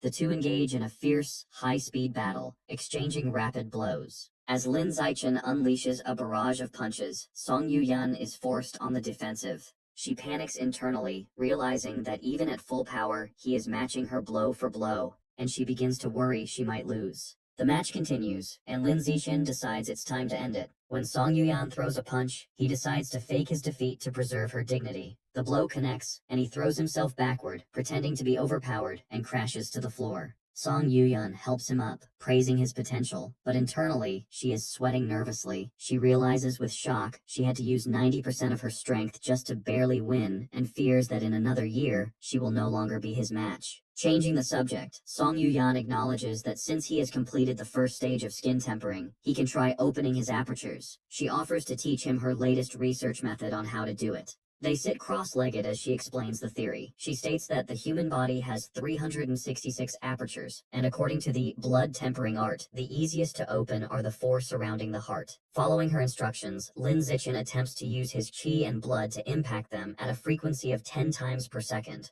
However, he snaps his eyes open in frustration, realizing he cannot break through them at all. Seeing his distress, Song Yuyan comforts him, suggesting his physical strength isn't high enough yet, or perhaps her method still needs refinement. The scene shifts to a dark basement in the Liu family ancestral home. Liu Chuanwu stands before a large, ancient bronze coffin. He excitedly reports to the entity inside, Pavilion Master, that he has found a peerless genius who will hopefully open his apertures using the pure-blooded human path. Liu Chuanwu promises that the master will be able to rely on the student's daily delivery of qi and blood to sustain her life, so she won't have to suffer inside the cramped coffin anymore. After a long pause, a weak sound finally emanates from the coffin. Liu Chuanwu looks concerned, realizing it took her that long just to respond, indicating she used up a whole day's energy. As he walks away, he worries the Pavilion Master is getting weaker, and hopes Lin Zichen can evolve into a high-level creature before she falls completely. Lin Zichen arrives at their apartment with groceries, announcing he has returned to cook. Shen Qinghan stops him at the door with a serious expression, saying she has something important to discuss. She explains her master, Mo Dongji, wants her to undergo gene fusion earlier than expected. Her master has selected the dark blue jellyfish gene, stating it is suitable for her at this stage. Lin Zichen processes this, visualizing the creature. He knows that while the standard dark blue jellyfish is a low-tier beast, the Jellyfish King variant can evolve to a high level. Its advantage is a mental strength that far exceeds other creatures of the same rank. Lin Zichen tells her it sounds like a good plan. However, Shen Qinghan confesses her fear. Her master isn't using a normal gene, but the Jellyfish King gene. She worries her weak body might not withstand the high-level genetic material and could mutate. Hearing this, Lin Zichen is shocked. He realizes a Jellyfish King gene is incredibly rare and expensive. He imagines Mo Dongji carelessly throwing money around and feels a pang of envy. Pushing it aside, he comforts Shen Qinghan by patting her head. He reassures her that jellyfish-type beasts have a high natural affinity with the human body, and her incredible 21% compatibility score means she can fuse with a high-level beast gene without risk. Shen Qinghan then asks about side effects. Lin Zichen explains the standard consequences: loss of natural reproductive ability, and some physical beast characteristics. He reminds her she has already preserved her eggs, so if they want children, they can use those. As they hold hands, he explains that beast traits can usually be hidden if the genes are forced into dormancy. He then tries to cheer her up, noting many beast traits, like cat ears or foxtails, are considered attractive. His words work, and her mood lifts. She looks at him cheerfully, wondering what traits a Jellyfish King will give her, and if she'll be more beautiful. She excitedly holds up her phone to show Lin Zichen a picture of the dark blue jellyfish, asking if he thinks it's beautiful. He leans very close, causing her to blush, and replies that while the jellyfish is pretty, it's not nearly as beautiful as she is. The conversation shifts. Shen Qinghan explains her master filmed the video by diving thousands of meters into the deep sea without protective equipment. Lin Zichen estimates that to withstand such pressure, her master's body must be at least at the rare level. Shen Qinghan wonders if she will ever evolve to such a high level herself. Lin Zichen reassures her with confidence, pointing out that with her 21% gene compatibility, reaching the rare or even epic level is within her grasp. Shen Qinghan remains practical, countering that compatibility isn't everything, and she will need a vast amount of evolution resources. Hearing her concern, Lin Zichen gives her a thumbs up and makes a firm promise. He tells her not to worry about resources because he will work hard to earn money and provide whatever she needs. Touched by his generosity, she adopts a playful and seductive demeanor. She kneels on the bed, teasing that she must properly please her new, wealthy patron. She picks up 2 pairs of stockings and, blushing, asks which color he prefers. Lin Zichen replies that he likes both. To satisfy him, she puts a black stocking on one leg and a white stocking on the other. Watching her, Lin Zichen thinks that while the combination is a bit strange, he can definitely enjoy it. With Shen Qinghan at her afternoon classes, Lin Zichen decides to skip the Pure Human Research Institute and stay home to train. While pouring water, he checks the latest news on his phone. An article catches his attention. Mysterious, unknown plants have appeared across Shanghai City. The article shows a large, menacing, flower-like plant emerging from a building as citizens watch in shock. The public is being warned to stay away. Lin Zichen instantly recognizes the strange flora, realizing they look identical to plants from the source site in a painting of Shen Qinghan's senior sister, Luo Qianshui. He wonders how they could be on Earth and suspects a new plant god cult is responsible. Frustrated that another group of heretics has appeared just after the rat god cult was dealt with, he feels motivated to increase his strength. He reflects that after his secondary tempering, his body consumes qi and blood too quickly. He browses the school's online store for pills to help him recover energy faster. He finds blood recovery pills for 1 school credit each. Noting they offer very fast recovery for his level, he buys 100 of them. With recovery supplies sorted, he thinks about his next evolutionary goal. Now that he has unlocked the Life and Death Toads Codex, it's time for a new one. He browses the beast meat section and finds 10,000 poison chimera meat, which costs 20 credits per jin. The description explains the creature isn't poisonous. Instead, it devours poisons, giving it extremely high poison resistance. Lin Zichen speculates that unlocking this creature's codex could grant him a valuable poison resistance attribute. Realizing he has less than 200 credits, he decides to buy just 1 jin to begin unlocking the guidebook. Finally, he reconsiders his failed attempt to open his apertures. He concludes his body isn't strong enough yet. With renewed purpose, he decides to continue his secondary skin tempering. He sits to meditate, and a fiery aura envelops his body as he resumes training. After 2 hours of intense skin tempering, Lin Zichen's body is enveloped in a fiery aura. The session ends, and he collapses onto the floor, exhausted and drenched in sweat. He realizes his qi and blood are being consumed too quickly, and he must rest. Overcome by extreme hunger and weakness, he stumbles to the refrigerator for food. The doorbell rings. A weak Lin Zichen opens it to find a delivery girl from the school with 2 packages. As he takes the boxes, a wave of dizziness causes him to lose his balance. He stumbles into the delivery girl, causing her to drop the packages. Despite falling, Lin Zichen quickly catches the heavy boxes with one hand before they hit the floor. The worried delivery girl asks if he is all right. After bringing the packages inside, Lin Zichen, still weak, immediately tests the blood recovery pills. He opens a box and pops one of the golden pills into his mouth. The effect is almost instant.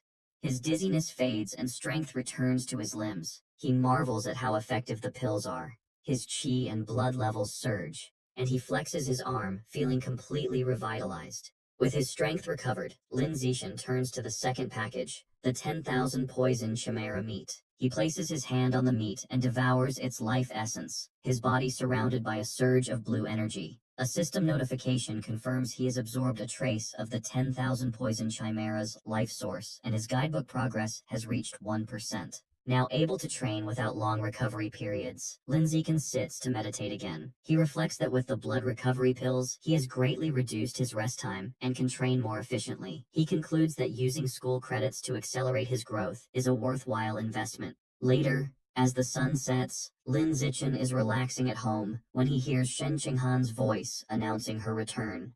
As he gets up to greet her, she playfully says she has brought a guest and challenges him to guess who it is. He opens the door and is surprised to see their friend Chu Rui beside Shen Qinghan. Chu Rui waves cheerfully, and Lin Zichen greets her, surprised. As they enter the luxurious apartment, Chu Rui expresses her envy, complaining she has to share a room while they live so nicely. Lin Zichen kindly offers her his single dorm room at the Budo Academy. While he offers her water, Chu Rui politely declines, explaining she enjoys having a roommate so she doesn't feel lonely. However, her friendly demeanor quickly shifts to anger. She announces the real reason for her visit is to complain about how outrageous the other university students are.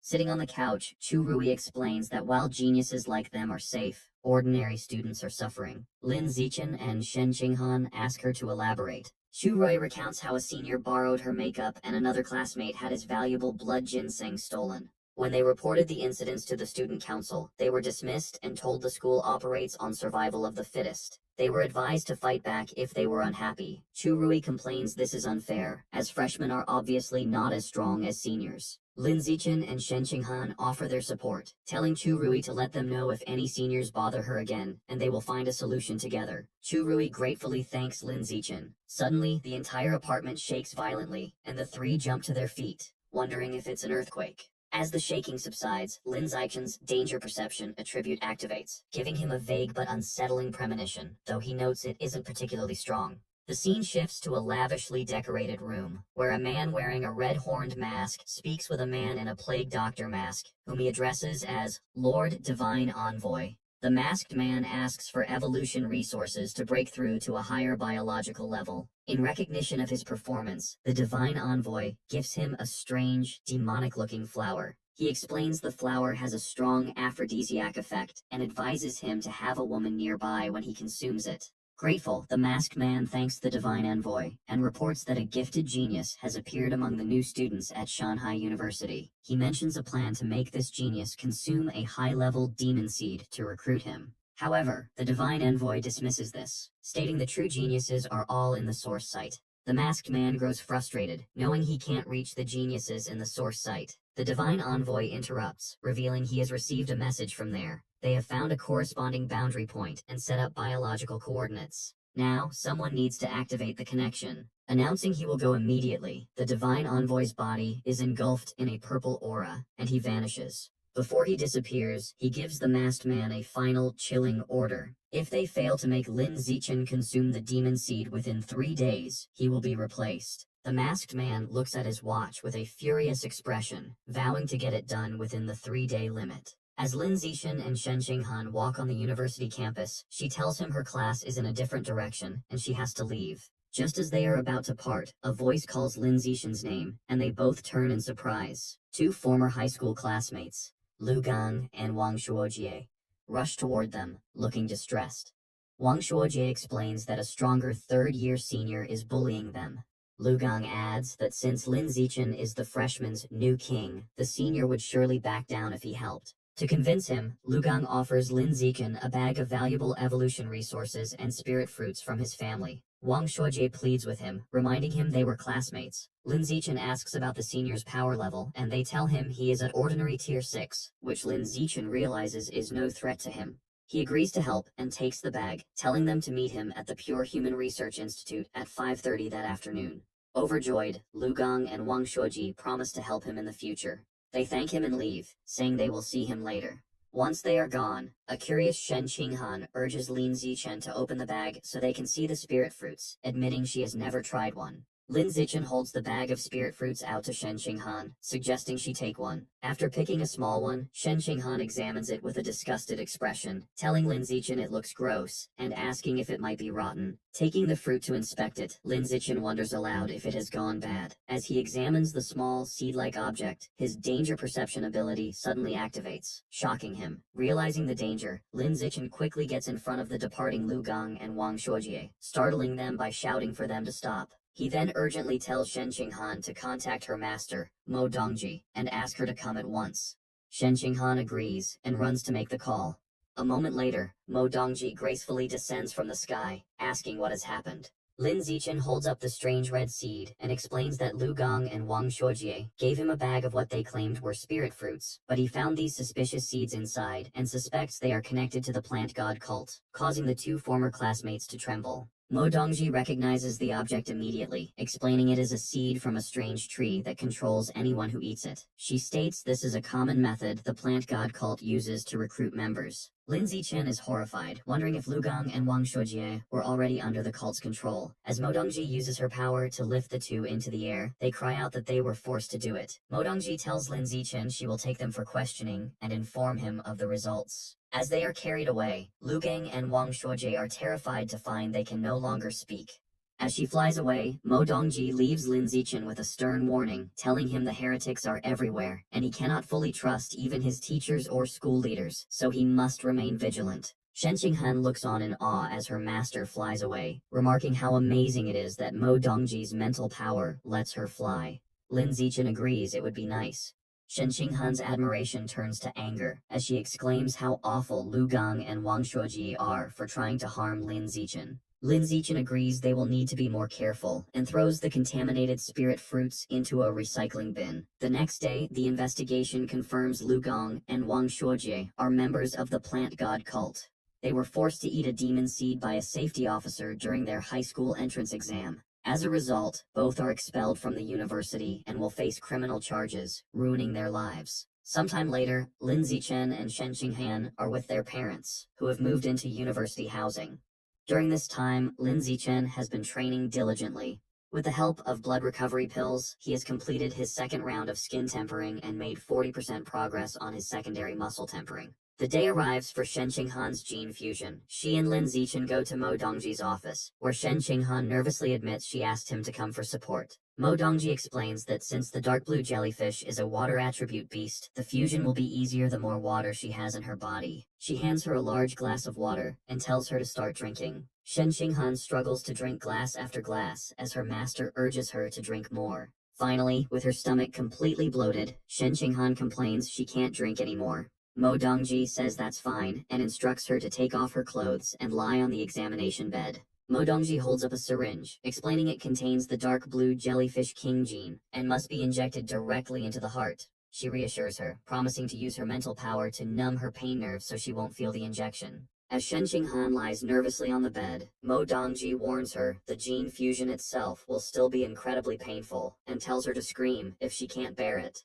Shen Qinghan confirms she understands, and Mo Dongji injects the gene into her chest. As Lin Zichen watches, he notes that while the fusion process typically requires precise monitoring instruments, Mo Dongji's immense mental power makes them unnecessary. After the injection, Mo Dongji informs Shen Qinghan that the gene fusion has begun and intense pain will soon follow. She tells her to be mentally prepared, and a blushing Shen Qinghan nervously agrees. However, 2 minutes later, a confused Shen Qinghan sits up, asking why she doesn't feel anything. A concerned Lin Zichen asks Mo Dongji if there is a problem. Mo Dongji is completely surprised, wondering how this could be possible. Shen Qinghan is left in shock, fearing her gene fusion has failed. Mo Dongji explains to a worried Lin Zichen and Shen Qinghan that the gene fusion has failed, as Shen Qinghan could not fuse with the dark blue jellyfish king gene. However, she adds that it isn't a complete failure either, which confuses them. Mo Dongji clarifies the normal process. As long as there is no severe rejection when the beast gene is injected, it is a success. With the help of drugs, the host's genes fuse with the beast genes, allowing the person to gain new abilities. In Shen Qinghan's case, while there was no rejection, the fusion process never started.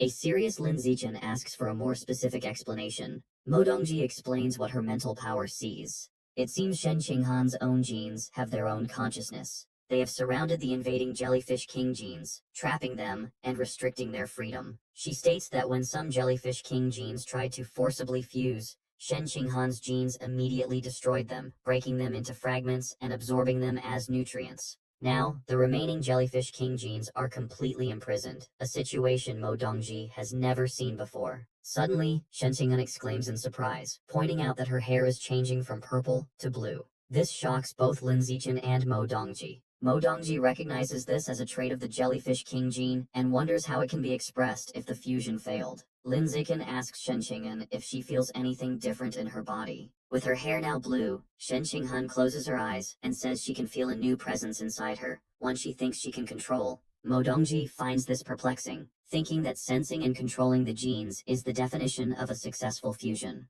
Wondering if she missed something, she leans close to Shen Qinghan, using her mental power to investigate again. She tells Shen Qinghan the new presence is the jellyfish king gene and instructs her to use her mental power to control it and force it into a dormant state. Shen Qinghan nods. She closes her eyes and concentrates, saying she will try. As she focuses, her hair begins to revert from blue back to its original purple. Mo Dongji then tells her to try expressing the gene again, and Shen Qinghan agrees. In an instant, a powerful blue aura surrounds her, and her hair turns a brilliant blue once more. Mo Dongji is internally stunned, realizing that renowned geniuses Li Moyu and Ma Weiwei took half a month to master making their beast genes dormant or expressed. Yet Shen Qinghan learned it in a moment. A confused Lin Zichen steps closer, asking what is happening with Shen Qinghan. Mo Dongji turns to them and says she has good and bad news, asking which they want to hear first. After a moment, Shen Qinghan says they will hear the bad news first. Mo Dongji explains that the bad news is that Shen Qinghan may never become a gene fuser, which shocks the girl. However, the good news, she continues with a confident smile, is that Shen Qinghan is something more advanced and powerful. She can do everything a gene fuser can, and even better, without needing to fuse at all. Mo Dongji explains that Shen Qinghan's genes can enslave beast genes injected into her body. This means she can use their abilities without actually fusing, allowing her to avoid genetic backlash and remain a pure-blooded human. Mo Dongji reveals that until now, no pure-blooded human has ever broken through the ordinary biological barrier to evolve. She believes Shen Qinghan has the potential to be the very first pioneer on Earth to achieve this. Amazed, Shen Qinghan asks if she is truly capable of something so incredible. Mo Dongji reassures her with absolute confidence, stating that if any pure-blooded human is to break that barrier, it will be her. Lin Zichen listens to Mo Dongji's praise, feeling a bit left out and wondering if she is looking down on him. Mo Dongji then explains that even though Shen Qinghan is not a true gene fuser, her powers still come from beast genes. For this reason, Shen Qinghan must still present herself as a gene fuser to the outside world. She sternly warns them that this is a secret they must not tell anyone, not even their parents. Mo Dongji then tells Shen Qinghan there is still much to learn about her unique gene enslavement ability and instructs her to come to her office every night at 8 o'clock so they can research it together. Shen Qinghan agrees. Half a month later, while Lin Zichen is meditating in his room, surrounded by a fiery aura, Shen Qinghan calls out that she has good news. He enters the bathroom to find her in a bubble bath, happily swirling streams of water in the air. She excitedly tells him she has learned to control water with her mental power. Lin Zichen sits on the edge of the tub, remarking that learning so quickly shows her amazing talent. Shen Qinghan boasts she can do something even more impressive, revealing she can now remotely control the qi and blood inside another person's body. She explains that her master said a light touch could cause chaos in an opponent's system, while a strong one could kill them instantly by making their blood vessels explode. Lin Zichen is surprised and suggests that if she can control another's qi and blood, she should also be able to control her own to temper her body. However, Shen Qinghan looks downcast, explaining her master said her physical talent and qi and blood strength are too weak, so she cannot follow the path of a pure-blooded human. Leaning close to Shen Qinghan, Lin Zichen tells her she is a special existence, just like him, and they are capable of things ordinary people cannot do. He encourages her to try tempering her body, promising to teach her.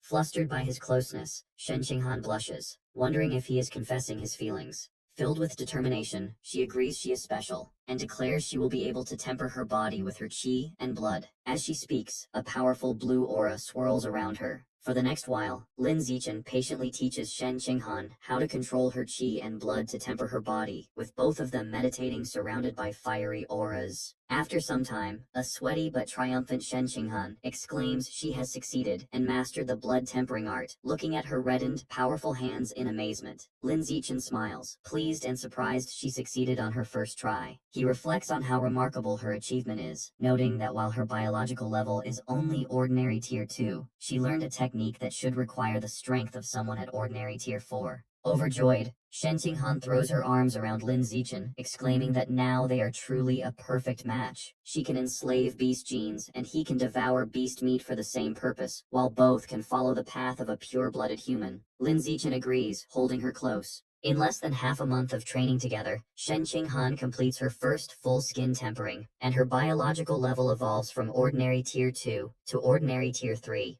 Later, as Shen Qinghan sleeps beside him, Lin Zichen lies awake, thinking it is time for her to experience real combat to temper her mind. He picks up his phone and browses the school's off-campus missions, settling on one to capture 21 armed drug dealers, noting the reward of 50 school credits. At 9 o'clock at night, Lin Zichen and Shen Qinghan arrive at the Shanghai City Public Security Headquarters. A friendly officer with a goatee introduces them to the team, explaining they are students from Shanghai University assisting with a case. He points out that Lin Zichen is the famous top scorer from Nanjiang Province. The other officers recognize him, welcoming him and commenting on his talent and good looks. The friendly officer mentions that his godson is also a freshman in the elite genius class. He tells Lin Zichen it's a shame he joined Tianrengei, as his talent would have surely gotten him into the genius class with his godson. He advises Lin Zichen to transfer, but Lin Zichen is silent. The officer adds that he invited his godson to help with the operation, suggesting he could be a powerful friend to protect them from seniors at school.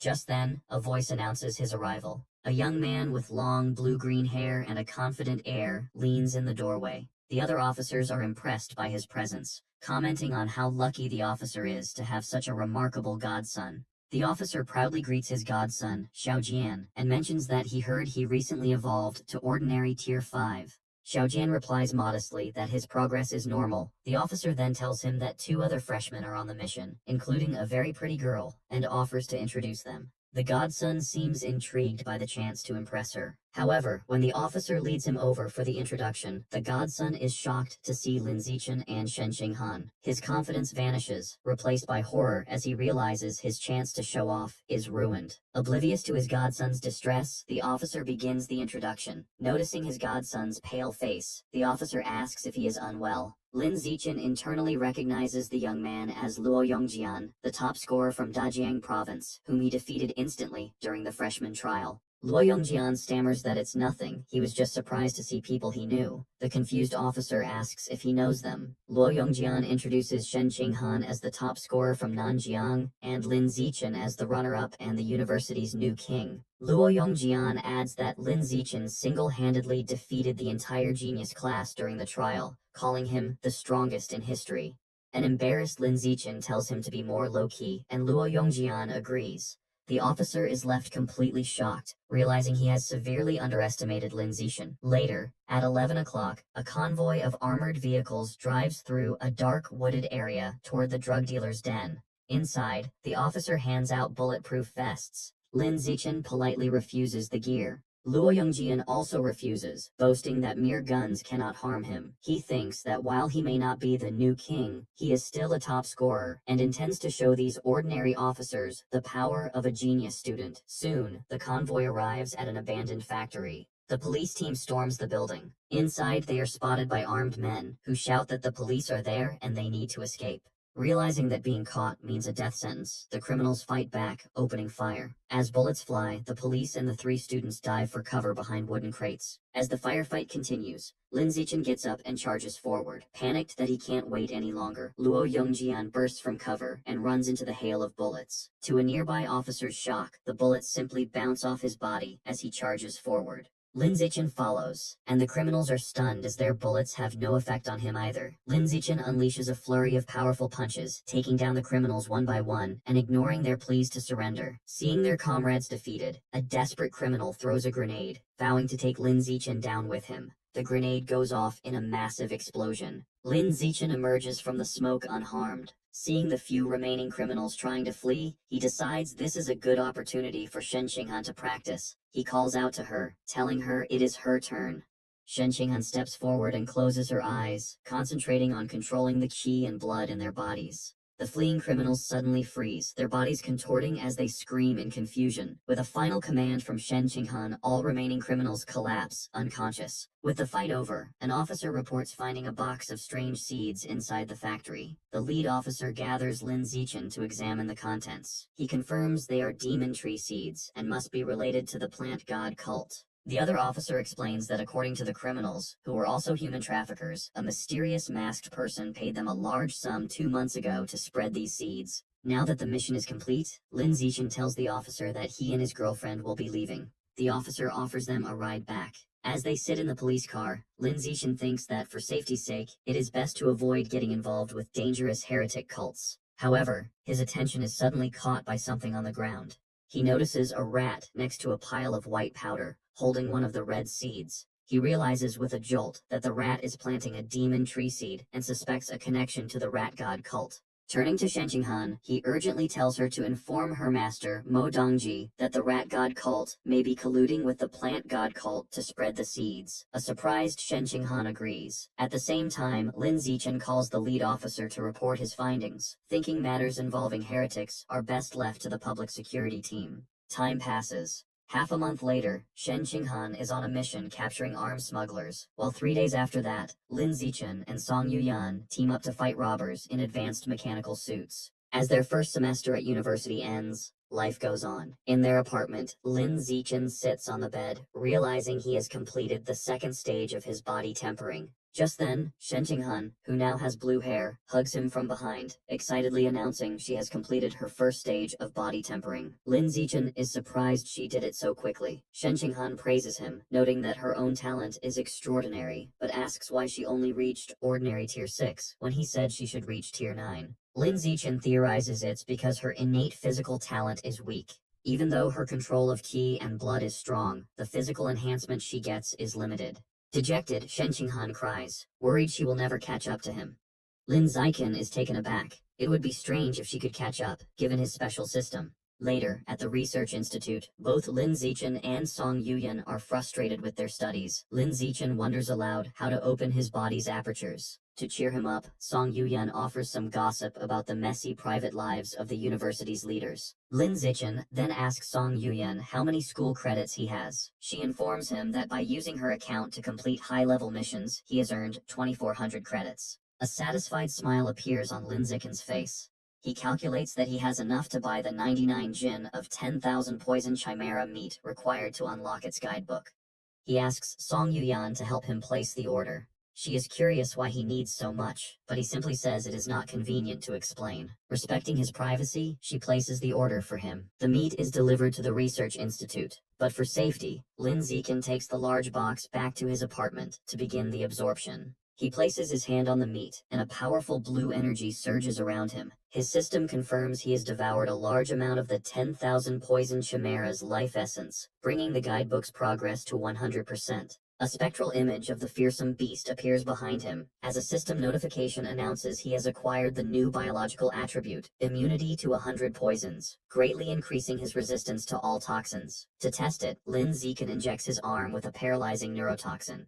2 hours later, he flexes his muscle, completely unaffected. He concludes with satisfaction that the immunity had completely neutralized the neurotoxin. Soon after, Lin Zichen accompanies Shen Qinghan to a medical building for her second gene injection with her master. Inside a sterile room, Shen Qinghan lies on an examination table. Mo Dongji explains that before injecting a second gene, she must first examine the status of the Jellyfish King gene within her. However, as she places her hand on Shen Qinghan's chest, Mo Dongji's expression turns to utter shock. She asks in disbelief how Shen Qinghan's biological level could have evolved so rapidly from ordinary tier 2 to ordinary tier 6. A shy Shen Qinghan explains to her master that she has been practicing the blood tempering art and completed her first full body tempering a few days ago. Mo Dongji is amazed and asks how she achieved this. Shen Qinghan explains she used the water control ability from the Jellyfish King gene to help manipulate her own qi and blood. Overcome with pride, Mo Dongji caresses Shen Qinghan's shoulder. She calls her a true genius and predicts she will become one of humanity's strongest fighters. With this, Mo Dongji decides to test her student's limits. She holds up 5 syringes with different aberrant beast genes, explaining she will inject all of them to see the limits of the genes Shen Qinghan can enslave. The 5 genes represent the 5 core elements. Mo Dongji informs Shen Qinghan she is starting the injections, and she quietly agrees. Mo Dongji watches in surprise as Shen Qinghan's own genes immediately attack and destroy the first injected gene, the Earth attribute Armored Earth Dragon. She realizes the next 3 injections, representing fire, wood, and metal, all suffer the same fate, being completely destroyed by Shen Qinghan's dominant genes. Mo Dongji concludes that only the final gene, the water attribute Life and Death Toad, managed to survive. Shen Qinghan's genes successfully enslaved it, and she excitedly demonstrates her new ability to Lin Zichen. Mo Dongji theorizes that Shen Qinghan can only enslave water attribute genes. To confirm this, she injects her with 3 more different types of water attribute genes. After the procedure, Mo Dongji asks her student how she feels. Shen Qinghan complains that she feels uncomfortable, as if she has eaten too much. Mo Dongji realizes the 3 new genes were also destroyed and absorbed. She concludes that, for now, Shen Qinghan can only enslave 2 types of aberrant beast genes. As she helps Shen Qinghan sit up, Mo Dongji explains her theory for this. She suggests Shen Qinghan's physical or mental strength is not yet strong enough to enslave more than 2 genes. She reassures her that as her strength increases, she will be able to enslave more. Hearing this, Shen Qinghan's face lights up with joy, and she declares she will work hard on her training. Mo Dongji then explains the new abilities Shen Qinghan has gained from the Life and Death Toad gene, which allows her to secrete a special mucus with powerful healing and lubricating effects. With a suggestive tone, she adds that if they ever need it in the future, they can use it. This remark causes both Lin Zichen and Shen Qinghan to blush. Changing the subject, Mo Dongji makes an important announcement. She informs them that this year's freshman competition has been moved up to the middle of January. She tells Shen Qinghan she is looking forward to her performance and hopes she will place in the top 5, which would grant her a spot in a special winter training camp. Shen Qinghan accepts the challenge, promising to do her best. Lin Zichen, who has been listening quietly, looks surprised by this news. Later, in Lin Zichen's apartment, a meal is on the dining table. Chu Rui arrives, playfully announcing she's come to bother them again. Shen Qinghan tells her not to say that and to visit more often, while Lin Zichen welcomes her in. Shen Qinghan notices Chu Rui's many shopping bags and asks why she has so much. Chu Rui explains that her family's clothing store got a new shipment, and she found several couples' outfits she thought would suit them perfectly, bringing them as a gift. She hands a bag to Lin Zichen, saying she has already washed the clothes and that they should try them on. Moments later, Lin Zichen and Shen Qinghan are modeling the first outfit. Churui asks them to pose for a picture, cheekily remarking she could use their photos as models for her online store. Lin Zichen playfully realizes her plan, while Shen Qinghan smiles for the camera. They then change into a second, cooler black outfit, and Churui exclaims this set looks even better. After trying on a third matching set, Churui declares that any couple would want to buy them. With the fashion show over, Lin Zichen calls them to the dining table, reminding them to eat before the food gets cold, and the girls happily agree. As they eat, Shen Qinghan tells Lin Zichen that on their way back, she and Churui encountered a mean senior. She explains the senior, relying on her superior strength, tried to snatch their bags, likely only backing off because another student recognized her as Lin Zichen's girlfriend. A weary Churui chimes in, explaining this is the same senior who had previously borrowed her makeup and never returned it. She clarifies the senior was targeting her, and Shen Qinghan was unfortunately dragged into it.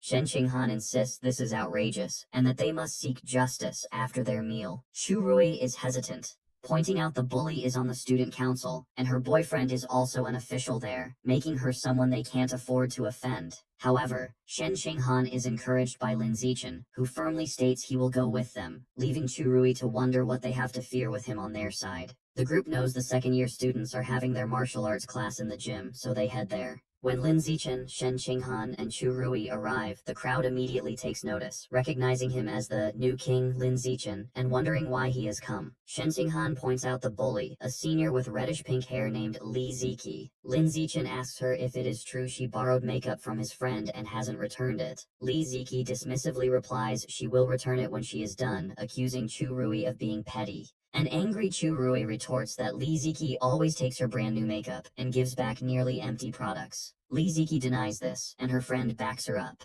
As Churui gets more upset, Lin Zichen steps between them, questioning Li Ziki's reason. He then turns to a nearby teacher and asks for clarification on the school's survival of the fittest rule, wanting to know if it means the strong can trample the weak. The teacher explains the university's dual rules. He clarifies the weak can challenge the strong unconditionally, but the strong must get the weak's consent to initiate a fight. He explains strength is determined by combat power rankings, or by year level, if a student is unranked. Lastly, he adds that to start a challenge, both participants must wager an equal amount of school credits, with the winner taking all. If they can't agree, the default wager is 1 credit. This last rule surprises Li Ziki. A confident smile appears on Lin Zichen's face as he understands the rule's implications. He states this means he can challenge her unconditionally right now. Li Ziki taunts Lin Zichen, asking if a boy with a clear physical advantage is really planning to bully a girl like her. Internally, she is nervous, knowing her biological level is only ordinary tier 5 and that she would be no match for him. Seeing through her bluff, Lin Zichen turns to Shen Qinghan and instructs her to be the one to challenge Li Ziki, which surprises her. Understanding his intention, Shen Qinghan's expression becomes serious, and she agrees. A panicked Chu Rui immediately tries to intervene, warning Lin Zichen not to fall for the senior's taunts and begging him not to let Shen Qinghan fight. She internally frets, recalling how Shen Qinghan had always been at the bottom of their class with her, and thinks sending her to fight now would be sending her to get beaten up. Shen Qinghan calmly places a reassuring hand on her friend's shoulder and tells her not to worry. With a confident look, she declares that she can win. A blushing Chu Rui is moved by her friend's sudden coolness and can only watch in admiration. Shen Qinghan then leaps forward, landing gracefully on the dueling floor. She introduces herself as Shen Qinghan from the first-year Genius class, and formally challenges Li Ziki from the second-year Evolution class 2. Annoyed, Li Ziki wonders where this freshman gets the confidence to win, while the students in the crowd comment on how beautiful and cool Shen Qinghan looks. Dismissing her opponent as just a pretty face, Li Ziki lands on the dueling floor and proposes they make the stakes higher. She confidently wagers 10 school credits. A teacher confirms both parties have agreed. Shen Qinghan accepts the wager, also risking 10 school credits. The two fighters take their stances, confirm they are ready, and the teacher officially starts the match. The moment the fight begins, Shen Qinghan's hair flashes from purple to a brilliant blue as she charges forward with incredible speed. Li Ziki is shocked, exclaiming at how fast her opponent is. Before she can react, Li Ziki suddenly freezes, her body trembling uncontrollably. She wonders what is happening, feeling dizzy and unable to move. Seizing the opportunity, Shen Qinghan delivers a single, powerful high kick to Li Ziki's face. The force sends the senior flying backward across the gymnasium, crashing hard onto the floor. In the crowd, Chu Rui and the other students are left in utter shock, with Chu Rui wondering aloud when her friend became so powerful. Li Ziki's friend cries out her name in concern. She rushes to the side of the unconscious Li Ziki and makes a frantic phone call to a man named Jin Mingyu, telling him his girlfriend has been kicked and might have a concussion and that he needs to come to the gym immediately. The person on the other end confirms he is on his way. Holding her defeated friend, the girl glares at Shen Qinghan's group, furiously telling them they are in big trouble now. In a high-tech facility, students from the Genius class train inside large, transparent pods filled with energy. Onlookers are impressed, as top students like Li Moyu and Luo Yongjian perform exceptionally well, and Ma Weiwei also achieves a high score. After the session, a teacher tells the class the training was demanding and that they should rest. He then announces that the freshman competition has been moved up to January 18th, surprising the students. The news energizes Li Moyu, who declares he can't wait to finally defeat Lin Zichen. He confidently states he has undergone multiple gene fusions and is now close to ordinary tier 7, believing Lin Zichen, who has none, is now far weaker. Other students agree, calling Lin Zichen's decision to remain a pure-blooded human a waste of his talent. Hearing this, Ma Weiwei gives them a stern look, telling them not to judge others' choices, which makes them quickly apologize. Ma Weiwei then looks around and realizes Shen Qinghan, usually a model student, is absent from their first advanced training session, which she finds strange. She asks the second-year teacher about Shen Qinghan's whereabouts, and he informs her that Shen Qinghan requested leave for an urgent personal matter. Suddenly, another student bursts in, shouting that Lin Zichen and Shen Qinghan are causing trouble downstairs, and that Shen Qinghan has just beaten up a popular girl from the second-year evolution class. Intrigued, the entire class, including Li Moyu, rushes out to see what is happening. Down in the gymnasium, a furious girl holds a crying Li Ziki, whose face is bruised. Li Ziki is distraught, screaming that her face is ruined. Her friend yells at Shen Qinghan, calling her vicious for kicking someone in the face so hard. Standing before them, a shocked Shen Qinghan stammers an apology, explaining she didn't control her strength properly. As Shen Qinghan apologizes, Chu Rui takes her hand and tells her not to, insisting it wasn't her fault her opponent was less skilled. As they try to leave, Li Ziki's friend grabs Shen Qinghan's arm, shouting that they cannot just walk away. Lin Zichen steps in, slapping her hand away from Shen Qinghan. He warns her that if she continues to bother them, he will use force. Li Ziki's friend sneers, taunting him about being the new king and daring him to punch her in the face as well. Without hesitation, Lin Zichen punches her squarely in the face, remarking that he has never heard such a strange request. The system indicates he has gained 1 school credit. Just then, a very muscular student council discipline officer Jin Mingyu, arrives on the scene. He is Li Ziki's boyfriend. Seeing both girls on the floor crying with bruised faces, a furious Jin Mingyu confronts Lin Zichen, questioning if it was necessary to hit girls so hard. Lin Zichen calmly replies that he finds his girlfriend bullying freshmen to be far more excessive, but Jin Mingyu dismisses the accusation, telling him not to speak without proof. At that moment, Luo Yongjian steps forward, telling Jin Mingyu he has seen his girlfriend bully ordinary freshmen on many occasions. Tired of arguing, Lin Zichen tells Jin Mingyu that if he wants justice, he should challenge him to a fight now, because he doesn't have time to waste talking. Jin Mingyu angrily accepts. He then proposes a wager of 300 school credits on the match, asking if a mere freshman can afford it. To everyone's surprise, Lin Zichen calmly confirms that he can. From the sidelines, Ma Weiwei expresses her shock, wondering how Lin Zichen dares to fight Jin Mingyu, a powerful ordinary tier 7. Luo Yongjian, however, seems amused, commenting that he has never considered such a bold way to show off. In the center of the gym's dueling floor, Lin Zichen and Jin Mingyu face each other as the challenge begins. Immediately, Jin Mingyu transforms into a massive, muscular lion-like creature with a wild mane and sharp claws. The pressure from his transformed state is so intense that the watching students are shaken, wondering how Lin Zichen could possibly win. With a roar, the transformed Jin Mingyu charges ferociously toward him. Despite the display of power, Lin Zichen remains calm. Jin Mingyu declares that since Lin Zichen's girlfriend dared to hit his girlfriend's face, he will now smash Lin Zichen's face. Jin Mingyu strikes Lin Zichen's face, sending a powerful shockwave through the air. The result is instantaneous and shocking. Jin Mingyu's hand shatters upon impact with Lin Zichen's face. The beastly senior collapses to his knees, clutching his mangled hand and screaming in agony. Standing over his defeated opponent, Lin Zichen casually announces the match is over. He then delivers a powerful kick, sending Jin Mingyu's massive body flying across the gym into the empty spectator seats. The crowd of students is left in stunned silence. Luo Yongjian remarks with a wry smile that this scene feels incredibly familiar, while Li Moyu stands completely mortified with a red face. Witnessing this overwhelming power, a furious Li Moyu immediately calls his grandfather. He says he needs to fuse with a second beast gene the very next day, determined to become stronger. Lin Zichen then addresses the entire student body. He announces that from now on, he will accept paid requests to fight on behalf of others. He clarifies that it doesn't matter if the client is a freshman or a senior. As long as they pay him in school credits, he will help them challenge anyone. Hearing this, Luo Yongjian's eyes sparkle, and he exclaims that Lin Zichen is a true king, and that he wants to become his disciple. Meanwhile, the student council is holding a meeting, its members furious about the incident. They complain that Lin Zichen is arrogant and has no respect for authority. They agree his actions are a direct challenge to their power, and that he must be punished. One of the women turns to the president, asking for his thoughts on Lin Zichen's new proxy fighting service. The president, Zhou Hong, looks on with a dark expression, remarking that Lin Zichen is like a newborn calf that does not yet fear the tiger. Through Chu Rui, Lin Zichen gets his first proxy fighting job. He sits down with the client, a pink-haired girl named Hu Yingli, along with Shen Qinghan and Chu Rui. Hu Yingli explains she's being bullied by a senior, Huang Jiamin, who has stolen her expensive clothes and bags. Because the bully's brother, Huang Jiarui, is in the student council, the job costs 11 credits, with a 1 credit referral fee for Chu Rui.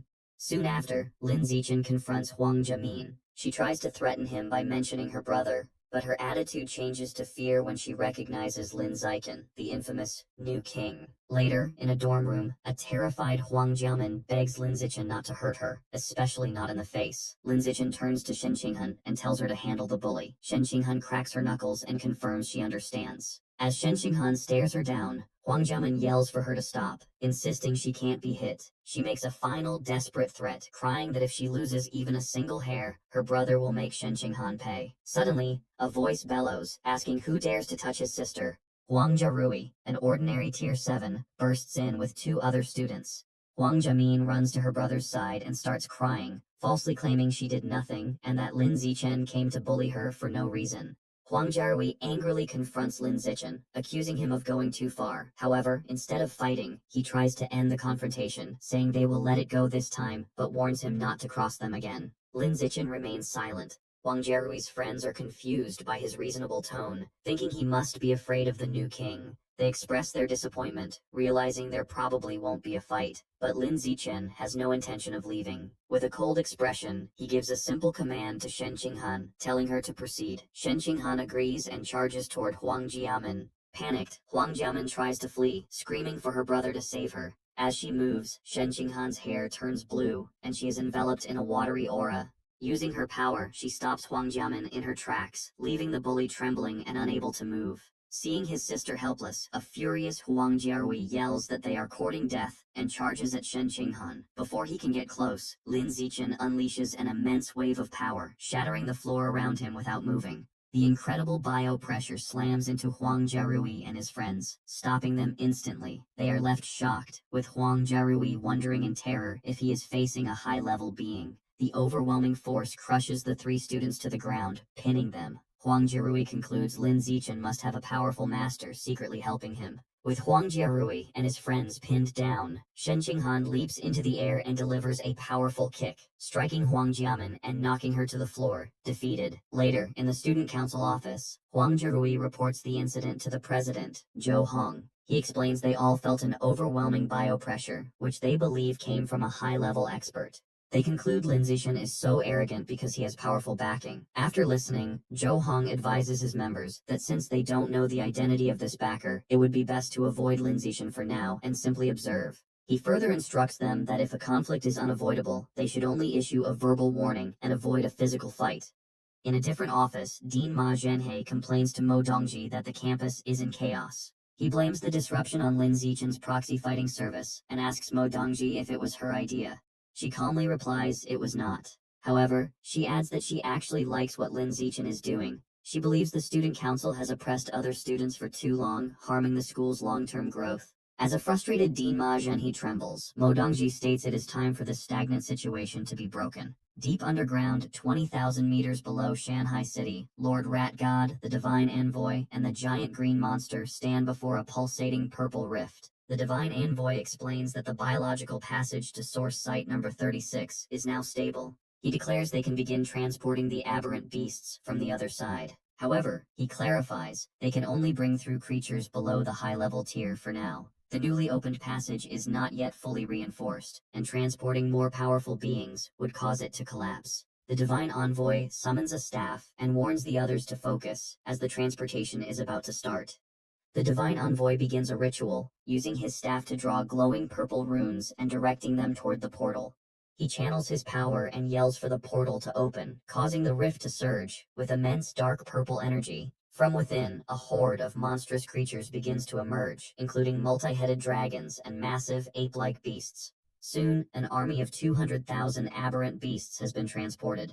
The Divine Envoy asks if they should continue the transport. As the army stands assembled, the purple portal begins to rumble and collapse. The divine envoy declares the passage is unstable and must be closed immediately. He gestures with his hands, commanding the portal to shut down. Suddenly, just as the rift is about to seal, a clawed hand rips it back open, surprising everyone. The giant green monster and the Lord Rat God ask the divine envoy what is happening. As a white-haired figure begins to emerge, the divine envoy grimly states they must prepare for a fierce battle. From the reopened portal, a beautiful woman with 9 flowing white tails and fox ears lands gracefully. Identified as the 9-tailed demon fox, she looks around with curiosity and wonders if this is the legendary planet Earth.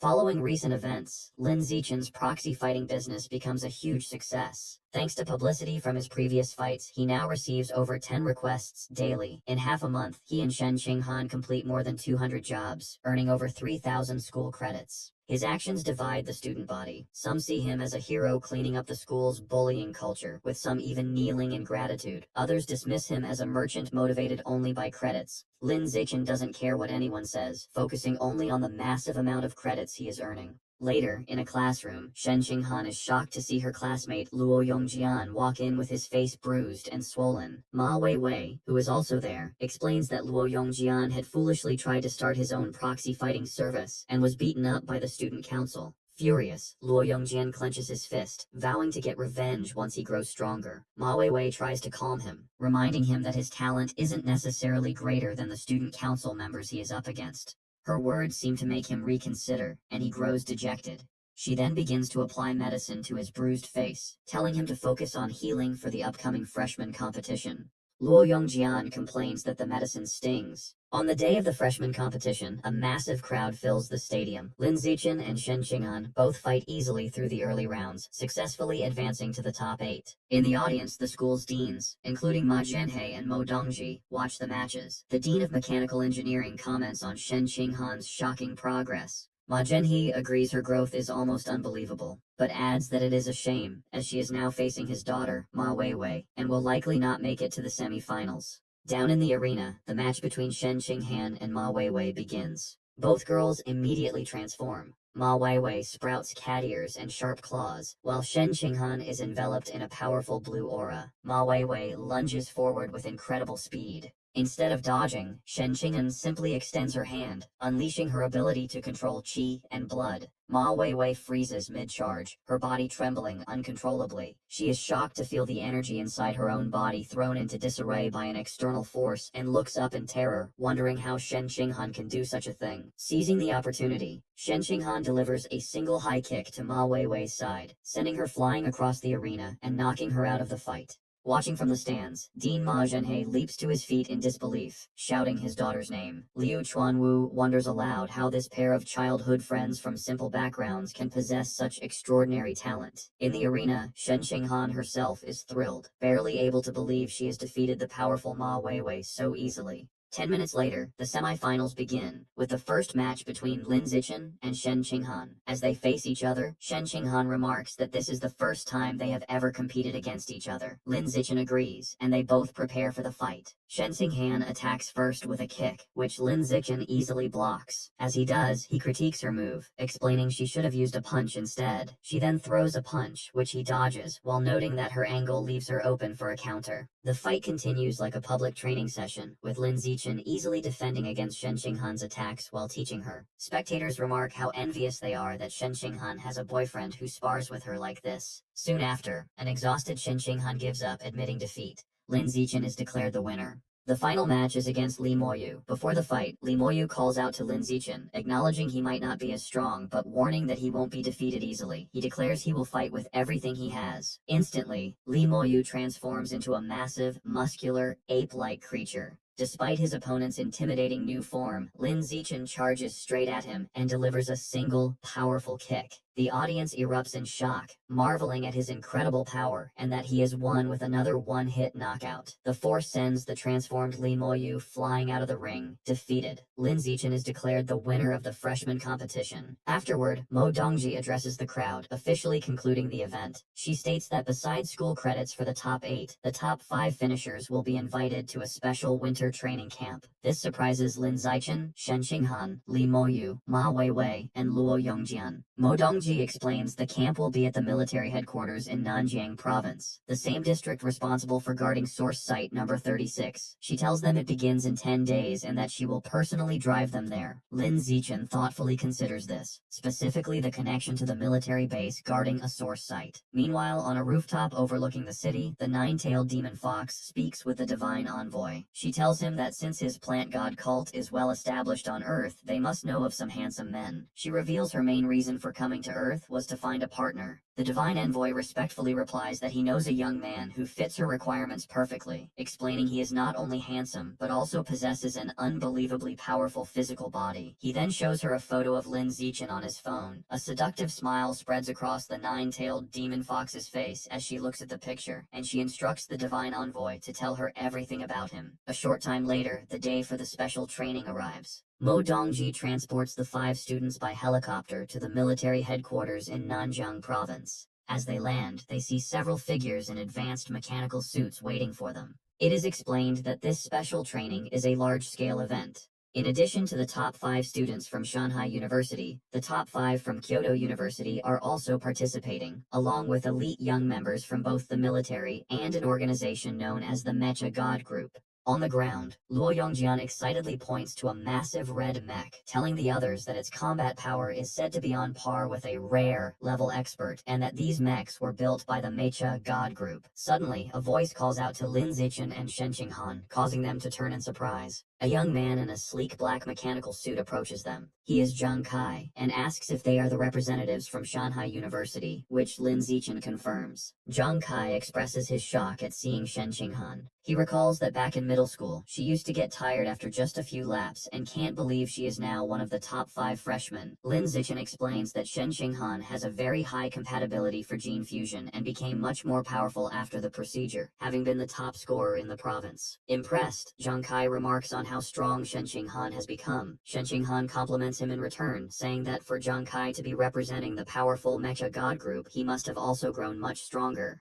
Zhang Kai explains that his high compatibility with mechanical modifications has allowed him to undergo various experiments, greatly enhancing his strength as he shows off a glowing mechanical gauntlet. He then says he has other business and will see them tomorrow at the training ground before leaving. As it's getting late, Luo Yongjian suggests that the group should go to the cafeteria to eat. Inside the spacious dining hall, Shen Qinghan excitedly tells Lin Zichen how delicious the food is, much better than their school's cafeteria. She then picks up a piece of food and offers it to Lin Zichen, telling him to try it. He accepts the bite and agrees that it tastes good, while Li Moyu and Luo Yongjian watch their public display of affection with annoyance. Trying to join in, Li Moyu playfully asks Ma Weiwei to feed him a piece of tofu. Ma Weiwei bluntly tells him to get lost. Suddenly, a voice calls out Li Moyu's name, causing him to turn around with an annoyed expression. He looks surprised to see who has approached them. 2 young men stand before their table. The blonde guy smugly addresses Li Moyu as a traitor from Kyoto. The purple-haired guy mocks Li Moyu, calling him the trash he used to easily beat.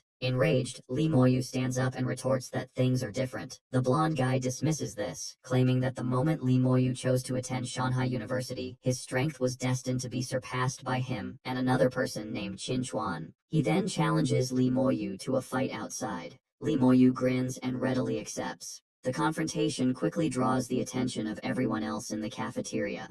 The other diners stop eating and rush outside, excited to witness a showdown between a genius from Kyoto University and a genius from Shanghai University. Outside, Li Moyu confidently tells his 2 opponents to come at him at the same time, stating it would be a waste of time to beat them one by one. The blonde young man, Gao Mu, retorts that it won't be necessary, claiming he alone is more than enough to crush Li Moyu. He then leaps forward, landing directly in front of his rival. Li Moyu scoffs, mocking Gao Mu as a perennial loser, and immediately transforms into his powerful white ape form. Internally, he feels confident, thinking about how he fused with a Shadow Knight cat gene the previous week. He believes this new fusion has compensated for his previous lack of speed, and that there is no way Gao Mu can possibly defeat him now. In response, Gao Mu also transforms. His body becomes covered in tough, purple, feather-like armor. Watching from the crowd, Lin Zichen analyzes the transformation. He recognizes that Gao Mu has fused with the gene of an armored earth dragon, an earth attribute beast renowned for its incredibly strong defense. Lin Zichen reflects that even a standard Tier 9 armored earth dragon is durable enough to withstand a full-powered punch from a high-level Tier 1 demonic eye giant ape. The fight begins with Li Moyu throwing a massive punch which Gao Mu easily blocks with his armored arm, the impact creating a shockwave. Li Moyu follows up with a furious barrage of punches, but Gao Mu stands firm, his incredible defense absorbing every blow without him moving an inch. Frustration turns to panic as Li Moyu realizes his opponent is unbelievably tough, and his attacks are having no effect. Watching the stalemate from the crowd, Shen Qinghan remarks to Lin Zichen that it looks like neither of them can harm the other and that the fight will likely end in a draw. Lin Zichen, however, disagrees. He confidently states that it won't be a draw and that Gao Mu will win. He explains that Gao Mu is holding back his true strength, as he has another beast gene within him that he hasn't even activated yet. As if to confirm this, Gao Mu grins confidently, knowing that while he is still conserving his power, Li Moyu is already fighting with everything he's got. Furious and unable to break through his opponent's ironclad defense, Li Moyu grits his teeth in frustration. He yells out, accusing Gao Mu of being a coward who can only hide inside his shell like a turtle to drag the fight out into a boring draw. Hearing this, Gao Mu reveals a sharp-toothed, sinister grin. He decides that he is done playing around and announces that it is time to show Li Moyu his true, full power. As he speaks, the air around him seems to vibrate. His body begins to swell, his muscles bulging and tearing through his clothes as he transforms even further. He takes on the terrifying muscular characteristics of a demonic eye-giant ape. The crowd watches in stunned silence, suddenly realizing that Gao Mu has fused with the very same beast gene that Li Moyu possesses.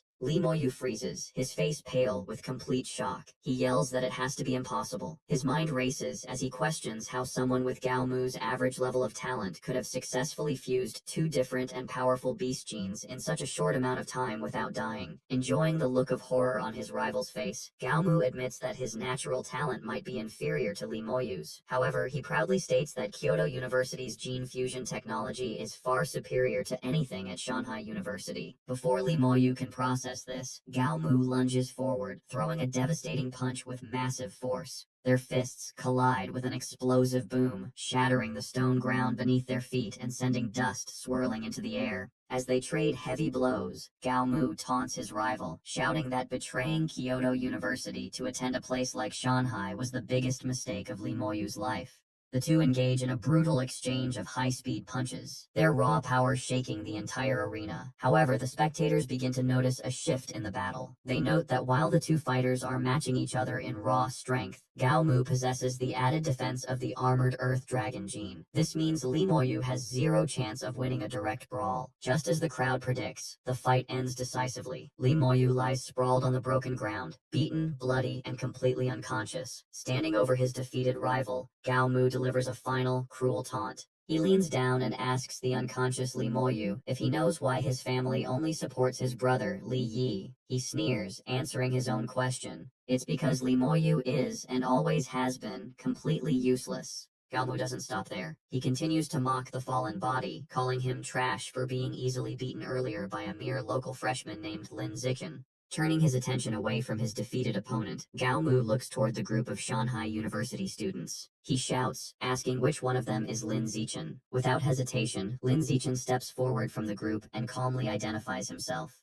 Gao Mu looks him up and down and issues a challenge. He states that he heard Lin Zichen has been dominating Li Moyu recently. He offers to fight him right now, promising a generous reward of 10 high-grade QE and blood pills if Lin Zichen manages to win. Hearing the reward, Lin Zichen flashes a confident, almost predatory smile and simply agrees to the fight. As Lin Zichen prepares to step out, Luo Yongjian grabs his shoulder with a worried look to offer some advice. He warns him that Gao Mu is dangerous because his combination of genes gives him incredible attack power and rock-hard defense. However, he has a weakness: very low speed. Luo Yongjian urges Lin Zichen not to fight him head-on, suggesting that he should use his superior speed to wear Gao Mu down, since that monstrous transformation can't last forever. Lin Zichen nods but says nothing as he steps into the fighting area. Gao Mu immediately starts taunting him, questioning why someone would choose to remain a pure-blooded human in this era, calling it a waste of potential. Gao Mu grins to himself, thinking that by crushing Lin Zichen here, he will show Li Moyu the true, insurmountable difference in their power levels. Lin Zichen, looking completely unimpressed by the trash talk, simply tells him to shut up and get on with it. With a ferocious roar, Gao Mu charges forward, his armored body and sharp claws ready to rip his opponent apart. Ignoring Luo Yongjian's earlier advice completely, Lin Zichen does not retreat or dodge. Instead, he explodes forward with blinding speed. He moves so fast that he creates multiple afterimages says, rushing straight in to meet his opponent head-on. As the two fighters close the distance, Lin Zichen pulls back his fist and unleashes a single devastating punch that glows with intense, fiery red energy. The blow connects instantly with Gao Mu's defensive stance. The impact is terrifying, completely shattering the armored Earth Dragon armor like it was made of glass. The punch continues through the defense and lands squarely on Gao Mu's face. Blood goes flying as the massive fighter is thrown backward by the sheer force of the hit. He crashes hard onto the ground, sliding to a halt. He doesn't move. He has been defeated in an instant. The entire arena falls silent before the Shanghai University students erupt. Shen Qinghan cheers joyfully, while Luo Yongjian and Ma Weiwei stare with their mouths open in complete shock. Luo Yongjian exclaims that Lin Zichen is simply unbelievable for winning such a hard fight with a single move. Meanwhile, standing in the crowd, Gao Mu's companion from Kyoto University is trembling with terror. He thinks to himself that his own strength isn't much greater than Gao Mu's. If he were to fight a monster like Lin Zichen, he likely wouldn't last more than 2 punches. Just then, a new figure leaps over the heads of the crowd, drawing everyone's attention. He is a soldier who comments aloud that he had expected this year's competition to be a contest between the military and the Mecha God Group. However, he admits he is surprised to see a genius like Lin Zichen emerge from Shanghai University. The soldier lands gracefully in the arena and introduces himself as Zhao Yuanzhong, a 19-year-old representing the military. With a serious expression, he formally challenges Lin Zichen to a match. Lin Zichen calmly responds to Zhao Yuanzhong's sudden challenge. He looks the soldier up and down and states that while he is willing to spar, he isn't going to waste his precious time and energy without a prize on the line. Understanding the condition, Zhao Yuanzhong immediately offers a valuable spirit fruit. He explains that it is worth 1.5 million and is excellent for improving one's qi and blood. Hearing the value, Lin Zichen's interest is piqued. He internally dismisses his opponent, noting that Zhao is only at ordinary rank 8. A weakling he could easily defeat with a single, well-placed kick. Seeing an opportunity for an easy prize, he flashes a faint smile and accepts the challenge. However, just as the tension rises and the fight is about to begin, a military officer steps in. He shouts strictly that while sparring is permitted, wagering material rewards is a direct violation of military district discipline. The moment Lin Zichen hears this, his motivation vanishes. He immediately loses interest, waves his hand, and says to forget the whole thing. He turns around and walks away, leaving a frustrated Zhao Yuanzhong standing there with no opponent. Sometime later, having left the crowd, Lin Zichen tracks down Gao Mu. He stands over the defeated rival, who is now bruised and looking pathetic, and asks when he will receive the 10 advanced vitality pills that were promised. A battered and shirtless Gao Mu, terrified of another beating, stammers nervously. He promises that he will go to his dorm and retrieve them for him right away. That night, inside his single dormitory room at the military base, Lin Zichen focuses entirely on his training. He is determined not to let his progress fall behind, even for a day. He sits cross-legged on his bed, his skin glowing with a faint red light from the intense heat and exertion of body tempering. A system notification pops up, revealing that he has begun his 4th round of skin tempering, and is already at 12% completion. He sighs, reflecting that the progress feels a bit slower than it did during his 3rd tempering cycle. His focus is interrupted when Shen Qinghan, wrapped only in a towel, peeks through his door and asks if she can come in. She walks in and sits on the edge of the bed next to him. She explains that the dorms don't have hair dryers, so she asks him to use his control over his qi and blood to generate heat and dry her damp hair. Lin Zichen smiles and tells her she arrived at the perfect time because he actually has something for her. While he helps dry her hair, he hands her a small jar containing the 10 advanced vitality pills he collected from Gao Mu earlier. He explains that at his current level, they aren't much help to him, so he wants her to have them. Shen Qinghan is surprised to receive such a valuable gift, but Lin Zichen quickly reassures her. He tells her not to feel indebted because they are family, and her safety and well-being are the most important things to him. Touching the jar, Shen Qinghan smiles softly and accepts his gift. Immediately afterward, blushing, she leans over him as he lies on the bed and tells him that now it's her turn. She positions herself over him, and while massaging his chest, whispers that she will let him thank her properly. The next morning, the sun rises over the base as all the training participants gather outside. Zhao Yuanzhong spots Lin Zichen and greets him cheerfully, no longer upset about the cancelled match. Lin Zichen returns the greeting. Standing together, Lin Zichen asks Zhao Yuanzhong if the rumors are true that the younger generation of his military district has all entered the source land for training. Zhao Yuanzhong shakes his head and replies that it barely counts as having truly entered. This confuses Lin Zichen, so Zhao explains further. He says the military has established fortified cities just inside the source land. However, young soldiers who are only at the ordinary creature level are trapped in these cities doing menial chores. They are strictly forbidden from going out into the true wilderness, which is filled with dangerous, primitive competition. He adds that it is impossible to truly explore the source land until one's biological level reaches the advanced stage. He explains that just as exotic beasts are repelled by the world power when they try to enter Earth, Earthlings experience a similar repulsion force when they enter the source land. This invisible force tries to drive them out and mainly affects those below the advanced level.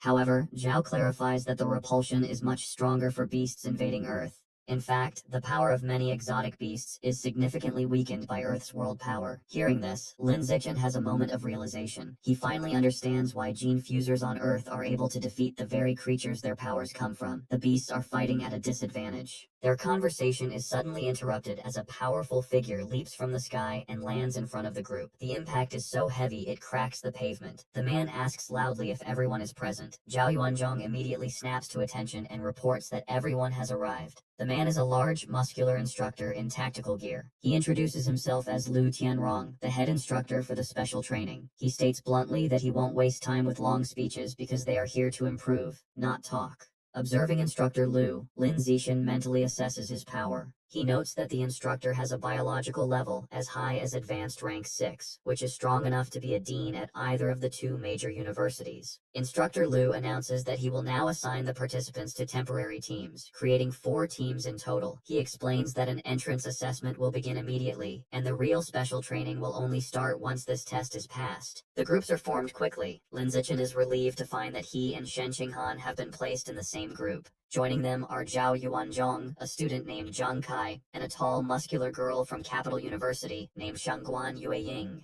Shen Qinghan happily comments on how lucky they are not to have been separated during the selection. Instructor Lu leads the teams to a large, imposing 3-story building and explains the rules. Each floor has a series of checkpoints. To pass, they must clear all of them and reach the rooftop within 3 hours. He points out that the first floor has 4 walls, each with a door in the middle. The 4 teams will enter through these different doors to begin. After wishing them good luck, Instructor Lu leaps effortlessly onto the roof of the building in a single bound. From above, he shouts for the assessment to begin. Lin Zichen and his team step forward, entering the dark building ready to face whatever challenges await inside. The special training assessment kicks off, and Lin Zichen's team, Group D, makes it through the gunfire and obstacles of the first level with relative ease. However, when they check the progress screen, they are stunned. The other 3 groups are already on the 3rd level, while they have only just finished the first. The second level is a tricky intelligence test, a game of rock, paper, scissors against an AI. Every time they lose, the door closes a bit more, and the entire team gets hit with a painful electric shock. After several failures, Lin Zichen comes up with a clever plan. Knowing the AI has no predictable pattern, he uses a shard of glass as a mirror to see the AI's hand before he makes his move. This allows him to force a series of draws, slowly prying the door open centimeter by centimeter until they can finally squeeze through. When they reach the 3rd floor lounge, a shocking sight awaits them on the progress screen. All 3 of the other teams, A, B, and C, have been eliminated. Realizing that whatever defeated so many powerful students so quickly must be incredibly dangerous, Lin Zichen activates his danger perception ability to scan the floor ahead. He discovers the 3rd floor is divided into 4 rooms, each holding a powerful robot guard. Based on the bloodstains and wreckage scattered across the floor, it's clear these robots have immense defensive and offensive power, and they are what wiped out the other teams. Despite the obvious threat, Lin Zichen leads his group confidently into one of the rooms. The 5 of them stand together, facing the massive robot that serves as the level's guardian. As the team prepares for battle, the robot's single red eye flashes to life. Without warning, it opens fire, unleashing a hail of bullets from its arm-mounted cannons. "Everyone, be careful," Zhao Yuanzhong yells, warning them that the robot is using armor-piercing rounds that could easily shatter their bones. The group scrambles for cover, and Zhang Kai suggests they wait for the robot to run out of ammo before they try to attack. That hope dies quickly as the robot continues its relentless assault, shredding the cover around them. Lin Zichen and Shen Qinghan realize it has far too much ammunition. They have to attack soon, or they'll be left completely exposed. The terrifying display of power sends Shangguan Yueying into a panic. She suggests they just forfeit, believing that if every other team was eliminated, they don't stand a chance. However, Zhao Yuanzhang refuses to back down. He tells her that no matter how hopeless it seems, they can't quit, or they'll have to face the instructor's wrath for their cowardice. Shen Qing'an agrees, adding that she has complete faith that with Lin Zichen leading them, they can clear the level. With their determination renewed, Zhao Yuanzhang lays out a new plan. He announces that he and Lin Zichen are in the best physical condition, so they will attack the robot head-on. Meanwhile, Zhang Kai, Shen Qinghan, and Shangguan Yueying will provide support from a distance. With the plan set, Zhao Yuanzhang and Lin Zichen burst from their cover, charging the robot from different sides as it continues to fire. As they charge, Zhang Kai lobs 2 thermal sensing smoke grenades to buy them time. He tells them to hide in the purple smoke, which will block the robot's thermal sensors and hide their positions. At the same time, Shen Qinghan unleashes her power, declaring, "I'll slow it down." She uses her mental abilities to manipulate the fluids inside the robot's systems, causing it to malfunction and slowing its reaction time. With the robot's sensors and speed now compromised, Shangguan Yueying steps up as a decoy, skillfully dodging its gunfire to draw its attention. Seeing an opening, Zhao Yuanzhang transforms his arm, encasing it in sharp, stone-like armor. He leaps forward and smashes his fist directly into the robot's head. However, the robot's defense is unbelievable. Zhao Yuanzhang stumbles back in shock and pain, his armored fist cracking from the force of the blow as he feels the bones in his arm break. Immediately after, Lin Zichen follows up with his own attack. Jumping into the air, he delivers a powerful kick to the robot's torso, noting that its power level seems to be at the peak of ordinary rank 8. Just like Zhao's punch, the kick does almost nothing to the heavily armored machine. A battered Zhao Yuanzhang shouts in frustration that its defense is too strong for them to break. He insists they need to fall back and recover before trying again. But just as they are about to retreat, the robot reveals a new weapon. A glowing blue energy blade forms from its arm, shocking Zhao Yuanzhang. He screams a desperate warning for everyone to run, realizing the robot's thermal sensors have recovered and it can see them through the smoke. The robot lunges, targeting a caught-off-guard Shen Qinghan. It raises its massive energy sword high, preparing to bring it down as her teammates scream for her to watch out. In a flash, Lin Zichen moves to intercept. He grabs Shen Qinghan and leaps out of the way, rescuing her just as the robot's blade smashes into the floor where she was standing. The overwhelming power of their enemy crushes the team's morale. Shangguan Yueying collapses to the floor in tears, convinced there is no way for them to win. The robot continues its pursuit, stalking Lin Zichen as he carries Shen Qinghan to safety. After setting her down, he calmly assesses the situation. He thinks to himself that everyone should be at their physical limit and that Shen Qinghan's practice is over, revealing that he had been using this deadly fight as a training exercise for her. Having decided enough is enough, he declares it's time to clear the level. He confidently charges forward to meet the robot's next attack, ready to end the fight himself. Meanwhile, on the rooftop of the training building, the students from the first 3 teams are having their injuries treated. They complain among themselves about how ridiculously strong the robot on the 3rd level was, wondering how anyone could possibly pass.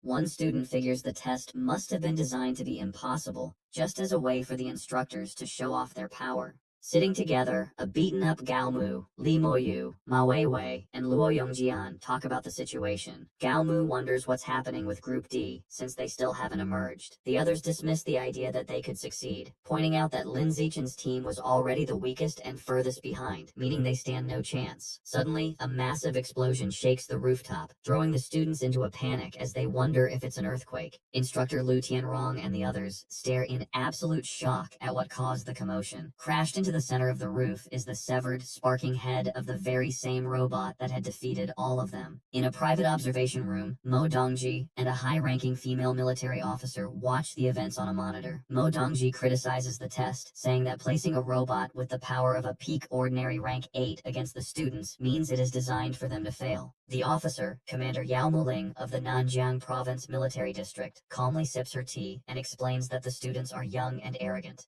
She believes it is necessary to humble them at the start so they will be receptive to special training later. As they watch, Yao Muling points out a handsome young man practicing the blood tempering art. Mo Dongji dismisses him as just a kid who is easily fooled. Their conversation is cut short as they witness Lin Zichen deliver a single, explosive punch that completely destroys the robot. Both women are left stunned and speechless in utter disbelief. Shortly after, the headless body of the defeated robot crashes down from the ceiling into the testing room. Mo Dongji and Commander Yao Muling descend to confront Lin Zichen and his team. The commander immediately questions him, asking how he was able to unleash the power of an ordinary rank 9 when his biological level is only ordinary rank 8. Lin Zichen offers a partial truth, claiming his innate strength, combined with the explosive power from the blood-tempering art, allowed him to achieve such a feat. Mo Dongji is internally skeptical that the art alone can provide such an immense power increase. She decides to use her mental power to scan him and discover his true strength. Sensing her intentions, Lin Zichen activates his natural camouflage ability to hide his true power, while also deciding to test her abilities by probing back. However, Mo Dongji's scan is powerful, and she quickly discovers the truth. Lin Zichen's entire body has already completed its first tempering, and his biological level is actually a full ordinary rank 9. She realizes he is lying. When Commander Yao Muling asks what she discovered, Mo Dongji makes a quick decision to protect his secret. She tells the commander that his biological level is indeed only ordinary rank 8, but that his physical body is shockingly powerful, comparable to that of an early-stage ordinary rank 9 gene fuser. Hearing this, the commander is thrilled. She throws her hands up in excitement, exclaiming that the path of pure-blooded human physical enhancement seems invincible, and that if Lin Zichen can truly break the biological barrier, his future will be limitless. After the test, the students are gathered in a large armory. Commander Yao Muling explains that all the weapons are forged from B-grade alloy, strong enough to cut through iron and withstand bullets. She instructs them to each choose a weapon for a combat exercise in 10 days. While the others select their weapons, Lin Zichen stands aside, deciding not to take one. He reasons that his own body, having undergone 3 tempering cycles, is far stronger than the B-grade alloy, and a weapon would only be a hindrance. After a while, Commander Yao Muling approaches a group of students, including Shen Qinghan and Li Moyu, and confirms they have all made their selections. Noticing Lin Zichen is empty-handed, she confronts him. Lin Zichen calmly replies that he is accustomed to fighting unarmed and does not need one. The commander is secretly annoyed, thinking the genius has become overly arrogant and needs a lesson. She then announces that the best way to get familiar with their new weapons is to use them in a sparring match. With a smirk, she singles out Lin Zichen, stating she is curious about his bare-handed fighting style and suggests he be the first to demonstrate his strength. Lin Zichen simply agrees. Immediately, Zhao Yuanzhong, armed with a large, futuristic halberd, steps forward and volunteers. Lin Zichen coolly invites him to begin.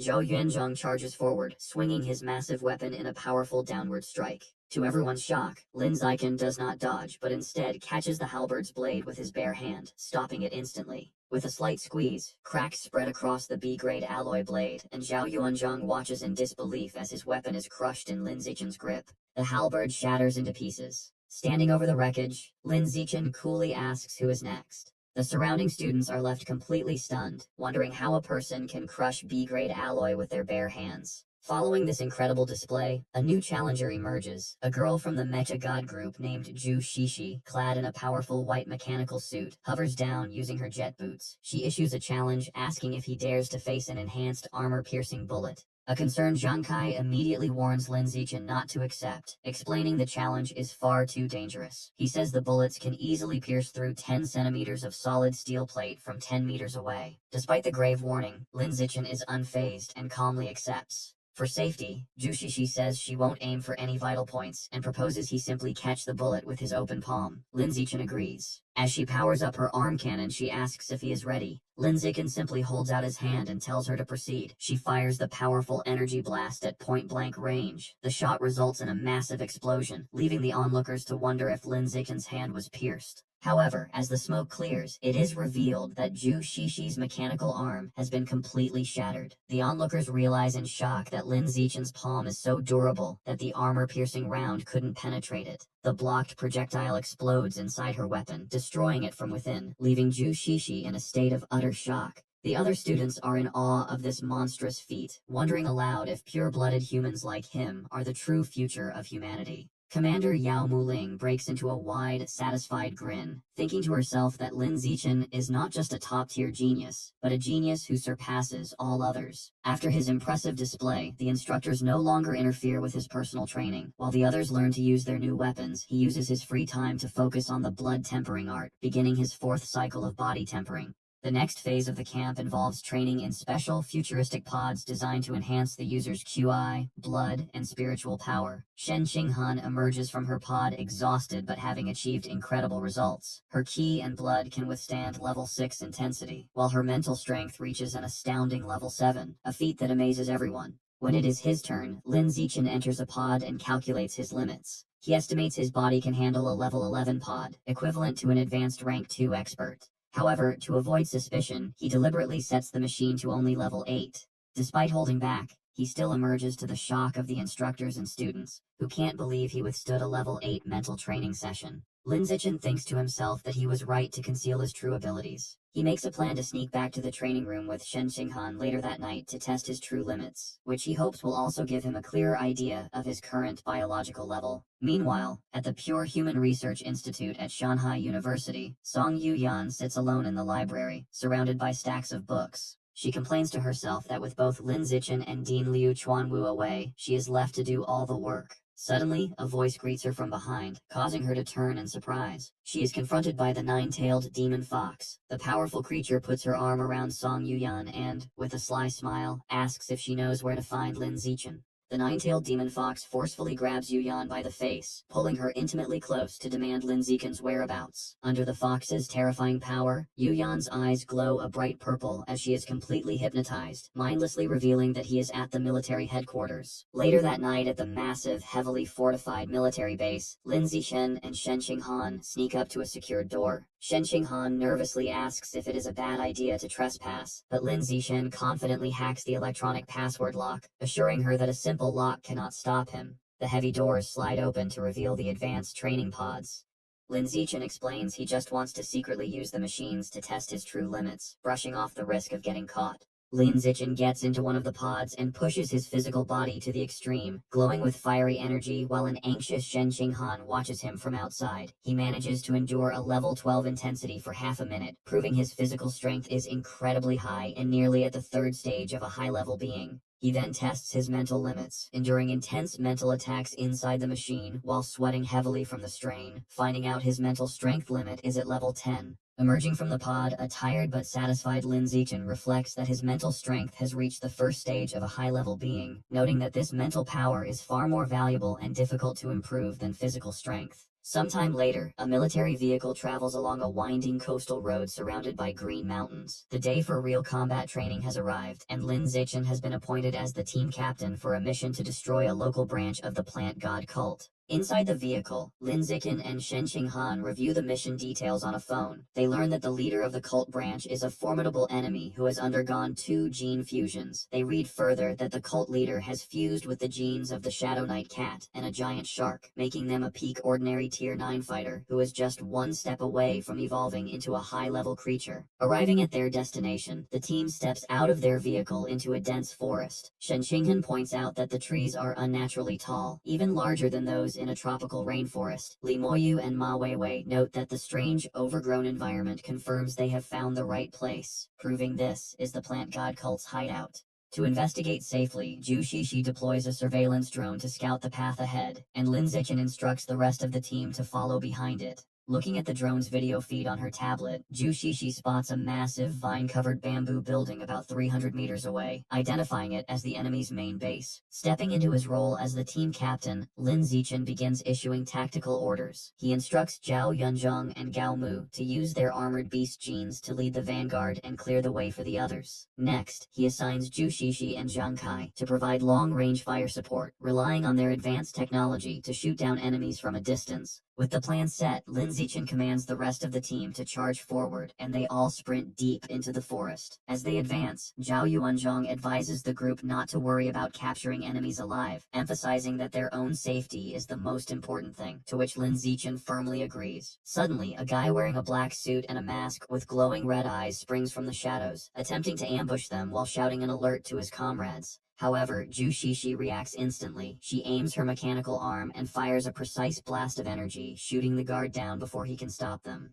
The team quickly reaches the massive bamboo building. Without slowing down, Lin Zichen uses his immense physical power to leap forward and smash completely through the heavy front doors, shattering them into pieces. The moment he bursts inside, another masked guy wielding a knife tries to attack him, but Lin Zichen effortlessly counters the assault, delivering a devastating high kick directly to the attacker's face that sends him flying backward. After defeating the masked guard, Lin Zichen places his hand on the unconscious man's head. Blue energy flows into Lin Zichen's hand as his system confirms he has devoured a trace of life essence, increasing his codex progress. Lin Zichen looks pleasantly surprised, realizing that devouring the essence of someone who has already activated a beast codex can actually enhance his own corresponding biological attributes, noting how useful this ability is. Harnessing his power, Lin Zichen propels himself upward with incredible force, his launch shattering the floor beneath him in an explosion of golden energy. He lands gracefully on an upper level covered in thick vines, completely surprising 3 more masked guards who are stationed there. Recovering from their shock, the 3 masked guards draw their knives and aggressively charge at Lin Zichen, shouting orders to kill him. Unfazed, Lin Zichen unleashes a terrifying glare, his eyes glowing with intense, fiery energy as a powerful aura erupts from his body. The sheer force of his invisible aura instantly crushes the area, creating a massive crater in the floor and easily neutralizing the attackers. Standing victorious amidst swirling blue energy, Lin Zichen's system displays his increased progress across several beast codexes. Feeling satisfied that this area is cleared, he decides it is time to check on how the rest of his team is doing. Meanwhile, in another part of the base, Li Moyu, fully transformed into his giant white ape form, is struggling in a fight against a massive muscular guy with gray hair and glowing red eyes. Unable to hold the enemy off, Li Moyu desperately calls for backup, prompting Ma Weiwei to rush in to assist him. Suddenly, Lin Zichen's danger perception ability activates, and he looks surprised as he senses an impending threat. Working together, Ma Weiwei and Li Moyu manage to strike the massive enemy, sending him crashing violently through a stone wall. From below, Luo Yongjian urges them to follow up with a finishing strike, warning that the enemy is not dead yet. Elsewhere, Zhang Kai, Zhu Shishi, and another guy in cyan armor provide heavy long-range fire support, unleashing a massive explosion that completely engulfs several enemy fighters in a blazing inferno. Suddenly, Lin Zichen notices the entire bamboo building shaking violently around them. He leaps out of the way as the massive vines and roots making up the structure begin to writhe and crash down. A panicked Shen Qinghan shouts a warning for everyone to dodge as the environment wildly shifts. The moving vines quickly weave together, trapping Lin Zichen, Shen Qinghan, and the rest of the team inside a massive, inescapable wooden cage, leading them to realize they have walked right into an elaborate trap. Spotting a group of masked cultists who are also trapped inside the cage with them, Lin Zichen leaps down toward them, deciding to interrogate them to understand the situation. He swiftly beats the enemies down with a flurry of powerful punches. Grabbing one of the defeated cultists by the collar, Lin Zichen demands to know what the vine cage is, promising to spare the man's life if he explains. The terrified cultist stammers and begins to answer. However, before the cultist can finish his sentence, a thick vine violently bursts out from inside his mouth. The man screams in agonizing pain as more vines erupt from his face and body, tearing him apart from the inside out. Lin Zichen, Shen Qinghan, Li Moyu, and Luo Yongjian watch in horrified silence as the vines completely consume and drain the cultist, leaving behind only a shriveled, lifeless husk.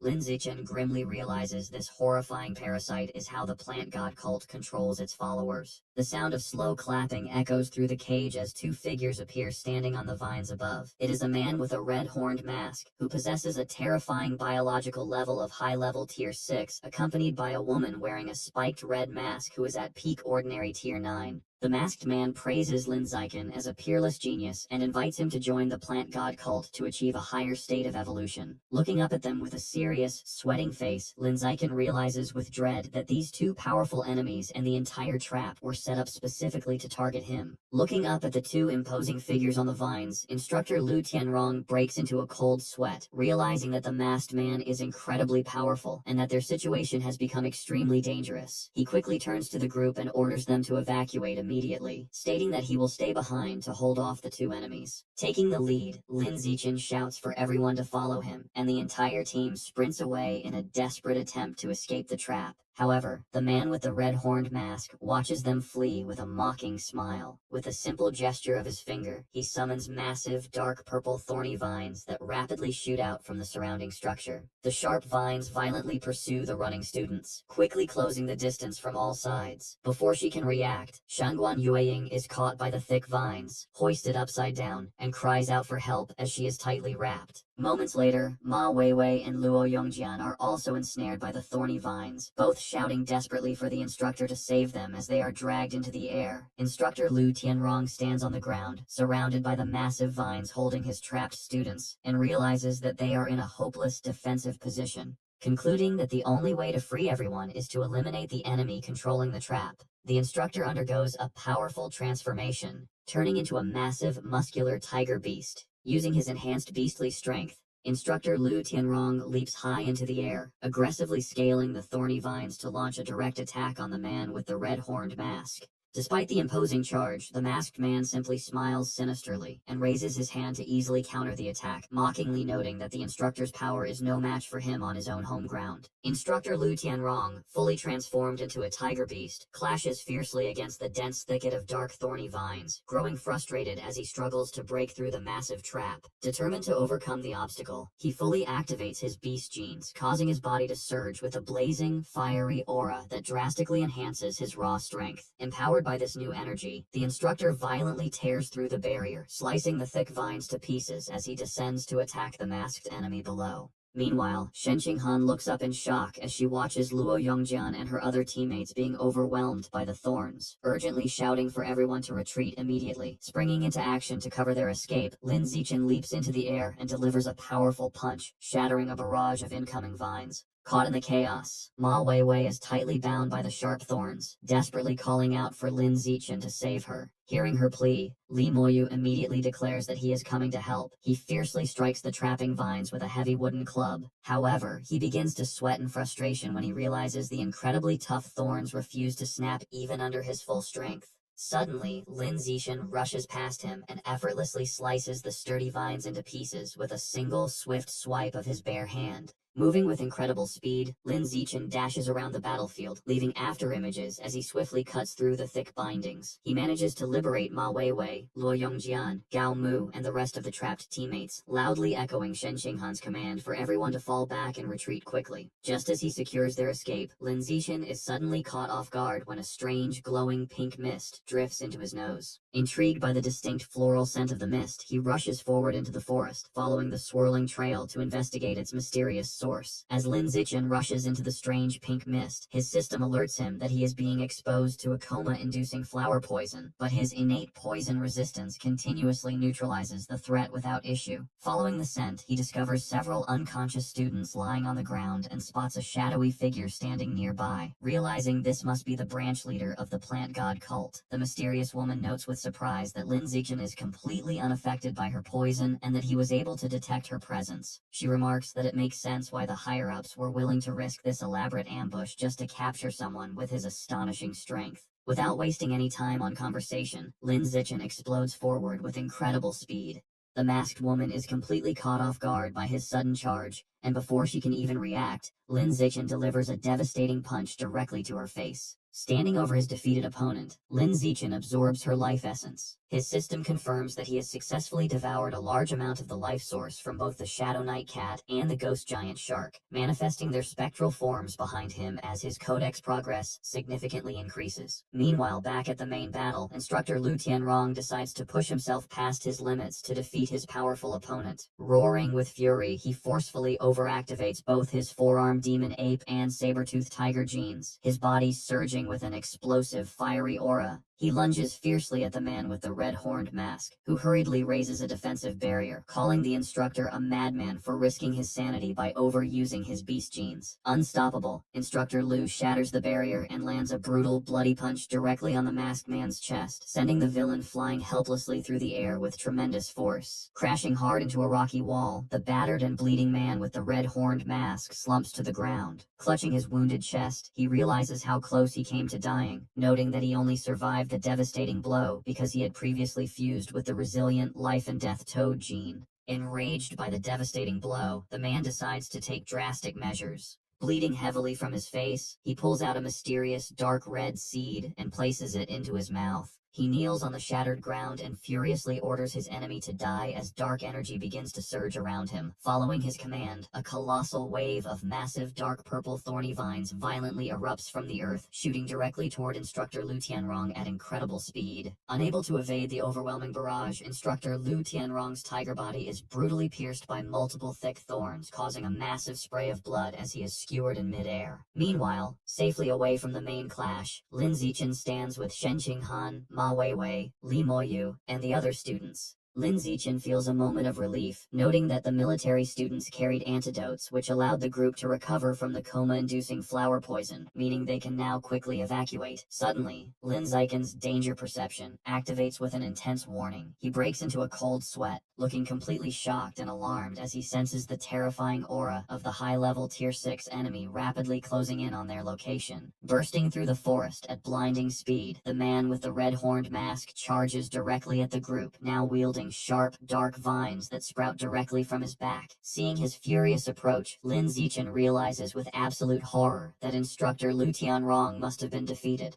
Lin Zichen addresses his rescued teammates, informing them that he can sense the masked man who controls the vines rapidly approaching them. He notes that since Instructor Lu is nowhere to be seen, the instructor must have been defeated. He explains to the group that the masked man's target is specifically him, so he plans to act as a decoy to draw the enemy's attention and give them a chance to escape. He strictly instructs them not to look back or worry about him, emphasizing that staying behind would only make them a burden. As Lin Zichen suddenly dashes off alone into the thick forest of vines, Shen Qinghan calls out after him, pleading for him to return safely. Lin Zichen shouts back his agreement as he speeds away from the group. A deeply worried Shen Qinghan stands next to Ma Weiwei and the others, clenching her hands to her chest. She thinks bitterly about her own weakness, realizing that at her current level, she is completely unable to help him in battle. She laments that her only option is to stay away so she doesn't drag him down, wishing desperately that she were stronger. Leaping through the massive roots and vines, Lin Zichen looks back and confirms that the masked man is indeed pursuing him, meaning Shen Qinghan and the rest of the team are finally safe. However, as he watches his pursuer, Lin Zichen senses something is off. The enemy's speed feels far too slow for a high-level Tier 6 expert.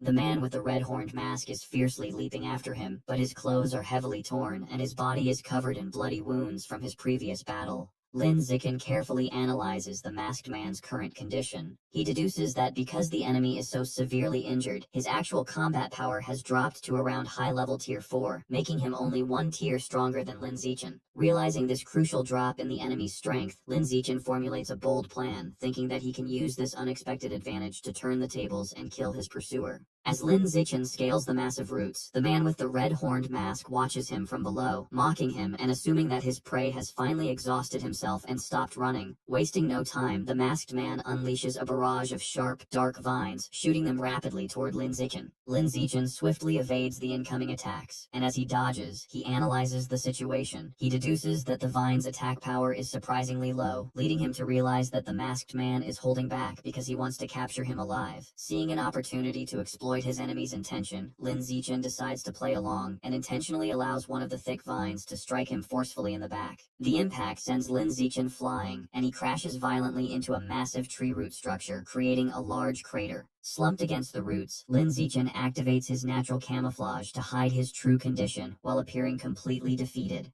The masked man approaches his fallen prey, cursing him but acknowledging how fast he ran. He assumes Lin Zichen must have used some newly developed military stimulant to achieve a speed that far exceeded his biological level. Standing over Lin Zichen, the masked man angrily brings up the woman with the spiked mask that Lin Zichen had defeated earlier. He reveals that she was just one step away from evolving into a high-level creature and served as his personal servant. He expresses his fury that Lin Zichen killed her after he had spent 5 long years training her, still believing Lin Zichen only won because of a stimulant. Playing the part of a battered victim with his eyes closed, Lin Zichen internally pieces the information together, realizing the woman the masked man is referring to was the peak ordinary Tier 9 branch leader of the cult. The masked man's thoughts then turn to Shen Qinghan. He remarks that the blue-haired girl who was with Lin Zichen is incredibly beautiful, even more so than movie stars. With a sinister smile, he declares his dark intention to capture her and force her to be his new servant once he has recovered from his own injuries. Smirking confidently, the masked man reaches his large hand out to grab Lin Zichen, stating that for now, he will just take him back to complete his mission. However, seeing his powerful enemy completely off guard and within striking distance, Lin Zichen secretly prepares to make his move, knowing the perfect moment to execute his counterattack has finally arrived. Just as the masked man reaches out, Lin Zichen's eyes suddenly snap wide open. Seizing the perfect opportunity, Lin Zichen springs into action and delivers a ruthless, devastating punch directly to the masked man's groin. The masked man's eyes bulge with bloodshot agony behind his disguise, and he cries out in excruciating pain from the unexpected low blow. As the injured villain stumbles backward, realizing with horror that his prey was faking his defeat the entire time, Lin Zichen calmly stands back up, completely unfazed. Wasting no time, Lin Zichen lunges forward and winds up his fist for another heavy attack, while the panicked masked man desperately tries to raise his guard to cover himself. However, Lin Zichen swiftly changes his angle and delivers a brutal upward kick, striking the masked man in the groin yet again and causing him to scream out in absolute agony as blood flies. The masked man is left in utter shock, desperately wondering how Lin Zichen can still unleash such immense strength and theorizing that the effects of his supposed military stimulant must still be active. Taking full advantage of his opponent's weakened state, Lin Zichen unleashes a relentless high-speed barrage of punches. The masked man tries to brace himself against the storm of fists, hoping that if he can just survive this wave of attacks, Lin Zichen will eventually exhaust himself and weaken. However, the villain quickly realizes with mounting terror that Lin Zichen's power is not fading at all. In fact, the force behind his Kui and blood is actually growing stronger with every single strike.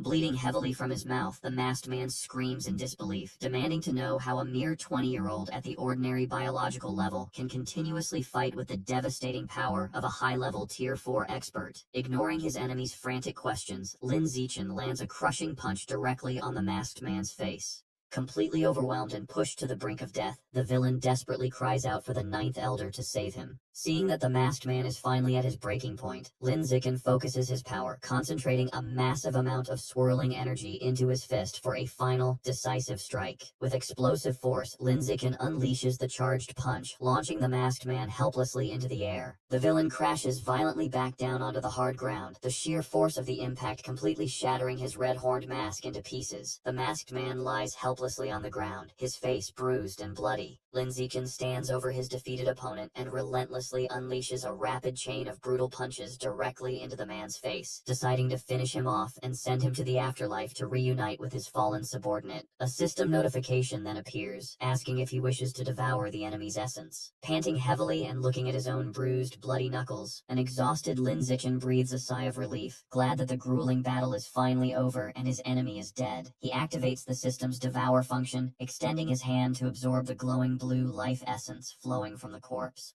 The system confirms that he has unlocked 2 new codexes, granting him new attributes that allow him to control nearby plants using his mind and significantly boost his own mental strength. Looking down at the lifeless body, Lin Zichen realizes that his opponent's powers were entirely focused on mental energy. He concludes that the man was essentially a mage with a fragile physical body, which explains exactly how Lin Zichen was able to exploit that weakness and kill someone at a much higher biological level. Suddenly, the sound of slow clapping breaks the silence, and a surprised Lin Zichen turns his head in shock as an unfamiliar voice praises his incredible feat of defeating a high-level Tier 6 expert while only being at the ordinary Tier 9 level. Looking up, Lin Zichen spots the man in the plague doctor mask standing high above on a thick vine. The imposing figure remarks that their elaborate scheme was completely worth it to find a genius like him, leaving Lin Zichen to nervously wonder if this newcomer is the mysterious Ninth Elder the masked man had desperately called out for moments ago. Standing high above the battlefield, the divine envoy expresses his genuine surprise at discovering someone with Lin Zichen's exceptional talent existing on Earth.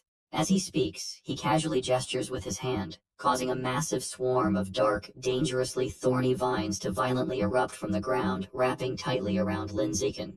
Completely trapped, Lin Zichen realizes with overwhelming dread that he cannot possibly break free, acutely aware that his opponent is a truly formidable rare-level expert. However, Lin Zichen is suddenly and unexpectedly freed as a barrage of sharp, intensely glowing projectiles shoots past him, cleanly slicing the thick vines into pieces and leaving him completely surprised by the sudden rescue. The source of the devastating attack is revealed to be Mo Dongji, who gracefully floats in the air while summoning a massive, swirling storm of icy projectiles around her. Her breathtaking presence completely shocks the arrogant masked man with her sudden appearance. Floating calmly amidst her swirling powers, Mo Dongji confidently explains to the plague doctor masked man that she fully anticipated the plant god cult would target Lin Zichen after his outstanding performance. Thus, she had been secretly guarding him, waiting in the shadows for them to finally make their move. The masked man simply chuckles, finding her clever trap amusing, but he remains confident, arrogantly claiming that he is more than capable of dealing with her alone. Deeply angered by his blatant arrogance, Mo Dongji sharply retorts that she is certainly no longer the weak opponent she once was, and without warning she forcefully launches her massive barrage of glowing projectiles directly at him.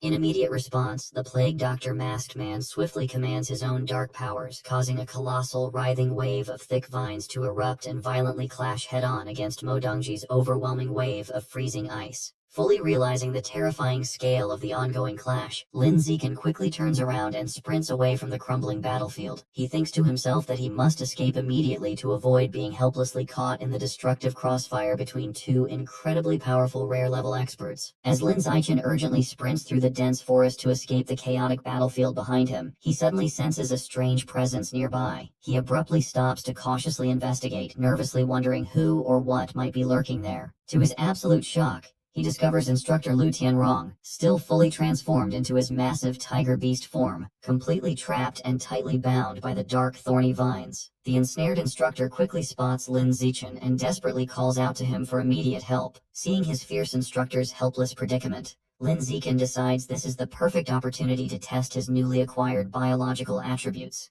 His eyes glow intensely as he focuses his mental strength, actively channeling his energy to trigger his new plant-controlling ability. To the trapped instructor's absolute surprise, the thick vines forcefully binding him automatically begin to loosen and retract into the soil. This miraculous rescue leaves him bewildered, silently wondering how the deadly magical trap managed to mysteriously untie itself. Now completely freed from the suffocating vines and safely standing alongside Lin Zichen, instructor Lu Tianrong listens as Lin Zichen explains his success. Lin Zichen cleverly tells him that he managed to kill the masked man with a swift sneak attack because the dangerous villain was already heavily injured. With the magic user dead, the vine ability naturally deactivated. Hearing this logical explanation, the pragmatic instructor notes that they should not delay any longer. He urges them to quickly find the rest of the team so they can safely evacuate the area. A sensible plan Lin Zichen firmly agrees with. A short and tense time later, they finally arrive at a wide clearing where the team's heavy military vehicles are parked among the giant roots, and the rest of the rescued students are gathered together. Suddenly, someone from the anxious crowd spots Lin Zichen approaching and loudly calls out his name in relief. An incredibly worried but now immensely relieved Shen Qinghan quickly breaks away from the gathered group and urgently sprints toward him. She tearfully exclaims how incredibly glad she is that he has finally returned to them safely. Without hesitating, she throws her trembling arms around Lin Zichen in a fierce emotional embrace. She begins crying as she openly confesses how terrified she was of losing him and never seeing him again. She desperately pleads with him that they must never separate again, and a comforting Lin Zichen gently hugs her back, sincerely promising her that they will stay together from now on. Shortly after the deeply emotional reunion, Ma Weiwei cautiously approaches Lin Zichen to carefully check on his overall physical condition, genuinely asking if he sustained any injuries during his harrowing escape. She kindly holds out a valuable healing pill and generously offers it to him, but Lin Zichen politely declines the thoughtful offer, confidently assuring her that he isn't hurt at all and doesn't need the medicine. However, a stubborn Ma Weiwei firmly insists, gently but forcefully pressing the pill into his hands. She strictly tells him to keep it just in case he desperately needs it later on, an unexpectedly caring gesture that leaves Lin Zichen looking pleasantly surprised. Quickly getting back to the highly urgent situation, Lin Zichen seriously addresses the entire gathered team. He loudly announces that since everyone is accounted for, they must get into the armored vehicles and evacuate the hostile area immediately. He strictly warns them that it is incredibly dangerous to stay because a frighteningly powerful rare-level expert from the plant god cult is currently engaged in a fierce battle with Mo Dongji nearby, and they heavily risk being tragically caught in the crossfire. Following his orders, the team quickly boards the heavily armored military vehicles and rapidly speeds away through the overgrown forest. Safely inside the moving trucks, the trembling students openly voice their shock over the terrifying situation, completely amazed that both a rare-level enemy and Mo Dongji are present.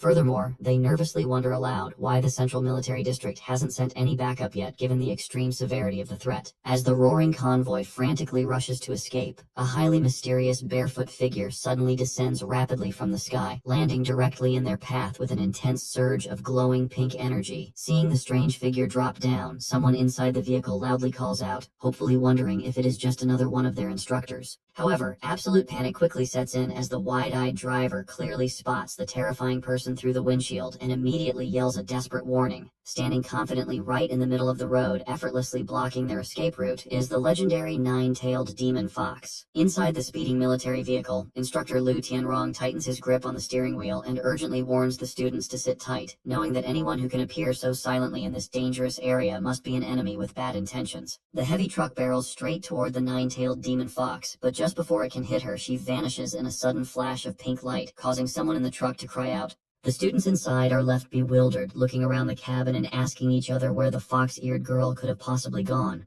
Lin Zichen, however, breaks into a cold sweat. He focuses his senses but realizes with shock that he cannot detect her presence at all. Knowing that even Instructor Liu, an advanced rank 6 expert, cannot sense her either, Lin Zichen dreads that the mysterious girl's power level must far exceed advanced rank 6. Suddenly, the nine-tailed demon fox reappears directly inside the cramped cabin, floating gracefully above the startled students and playfully asking if they are looking for her. Reacting without hesitation, Instructor Liu Tianrong demands to know her identity. He instantly transforms into his massive tiger beast form and fiercely charges at her from the driver's seat. Unfazed by the charging beast, the nine-tailed demon fox simply stares back, her red eyes glowing intensely as she unleashes her hypnotic power. Instructor Liu's eyes immediately turn the same glowing red, and his furious charge is halted as he instantly falls completely under her mental control. Now sitting comfortably among the terrified students, the nine-tailed demon fox calmly orders everyone to get out of the car. A completely shocked Luo Yongjian watches helplessly as the hypnotized Instructor Liu wordlessly obeys the command and walks right out through the door. Sitting elegantly inside the vehicle, the nine-tailed demon fox announces that she has no interest in anyone besides Lin Zichen and commands the rest of the students to leave immediately. Realizing that even their powerful instructor was easily defeated, the students agree that they must escape first and figure out a plan later, though some hesitate to abandon Lin Zichen. Stepping forward to protect them, Lin Zichen gestures for his teammates to fall back, firmly instructing everyone to get out of the vehicle since he knows he is the enemy's only target. He watches through the front windshield as Zhao Yuanzhong safely exits the truck, telling his teammate to take care of himself. However, a tearful Shen Qinghan grabs Lin Zichen's arm, refusing to leave his side and declaring that she will not let him face danger by himself again. In response, Lin Zichen gently urges her to step down and leave first. Finding the emotional display annoying, the nine-tailed demon fox uses her glowing pink energy to abruptly lift Shen Qinghan high into the air, causing Lin Zichen to cry out her name in alarm. With a forceful motion, the fox violently throws Shen Qinghan out of the vehicle, sending her crashing completely through the glass windows as Lin Zichen desperately shouts for her again. Rushing to the broken window, Lin Zichen looks outside and spots Ma Weiwei and Shangguan Yueying helping Shen Qinghan to her feet in the forest. Seeing her safely standing with her friends, he breathes a sigh of relief, noting to himself that she is fine and only suffered torn clothing from the sudden ejection. With Shen Qinghan out of danger, the nine-tailed demon fox approaches Lin Zichen and announces that it is time for them to talk, referring to him as her little servant. She explains that his powerful body and handsome appearance perfectly meet her requirements. She declares that the life energy of such a strong body must be rich and valuable, and that he is qualified to become her personal servant, someone she can keep by her side and draw energy from. Intrigued, Lin Zichen asks whether she is a genetic fusion user, an exotic beast, or perhaps an inhuman. She clarifies that she is none of those things. She explains that she comes from the Origin Land and that she is half Earthling since her mother is a creature from the Origin Land while her father is an Earthling whom she despises for deceiving her mother and whom she has never met. Holding up a collar glowing with pink energy, she states that, to her, men are only fit to serve her, bound by a collar. She presents the collar to Lin Zichen and asks if he is willing to wear it and become her personal servant, claiming that she has been completely honest with him. Lin Zichen asks what would happen if he refused. She tells him that he has no reason to refuse and even less the right to do so. Instead of giving a direct answer, Lin Zichen says that he needs time to think about it. Internally, his true plan is to stall for time, hoping that the military district or President Yuan will arrive to rescue him. Trying to persuade him, she asks him to admire her beauty and figure, mentioning that countless creatures in the Origin Land desire her. She asks if he is sure he does not want to become her servant, but Lin Zichen insists that he needs time to think about it. Her patience runs out, and with a threatening expression she asks if the reason for his refusal is the little sister outside the vehicle. Before Lin Zichen can react, she instantly appears outside the truck, grabbing a terrified Shen Qinghan by the face and coldly declaring that she will kill her instead. Inside the speeding military vehicle, Instructor Lu Tianrong tightens his grip on the steering wheel and urgently warns the students to sit tight, knowing that anyone who can appear so silently in this dangerous area must be an enemy with bad intentions. The heavy truck barrels straight toward the nine-tailed demon fox, the engine roaring as it charges forward across the rough terrain. But just before it can hit her, she vanishes in a sudden flash of pink light, disappearing without leaving the slightest trace and causing someone in the truck to cry out in shock. The students inside are left completely bewildered by what they just witnessed, nervously looking around the cramped cabin and asking each other where the fox-eared girl could have possibly gone. Lin Zichen, however, breaks into a cold sweat. His expression stiffens as he focuses his senses, carefully trying to track her aura, but realizes with shock that he cannot detect her presence at all.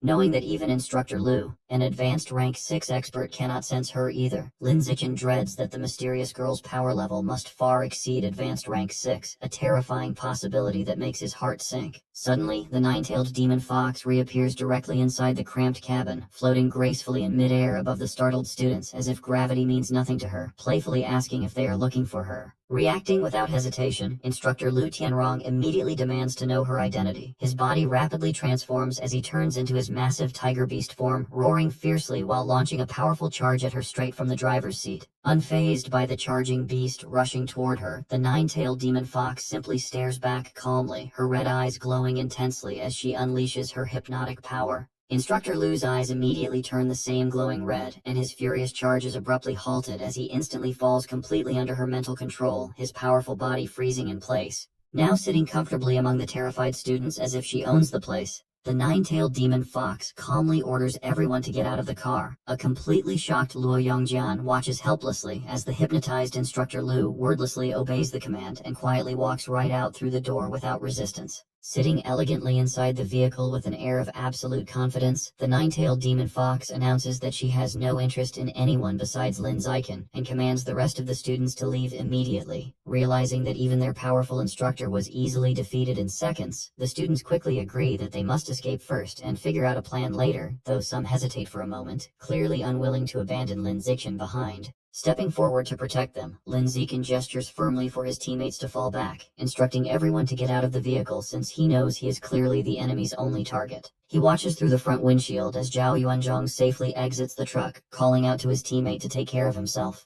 However, a tearful Shen Qinghan suddenly grabs Lin Zichen's arm, refusing to leave his side and declaring that she will not let him face danger by himself again. Her voice trembles with determination as she stubbornly refuses to move. In response, Lin Zichen gently urges her to step down and leave first, trying to reassure her despite the danger surrounding them. Finding the emotional display irritating and unnecessary, the nine-tailed demon fox raises her hand and releases a surge of glowing pink energy that abruptly lifts Shen Qinghan high into the air, causing Lin Zichen to cry out her name in alarm.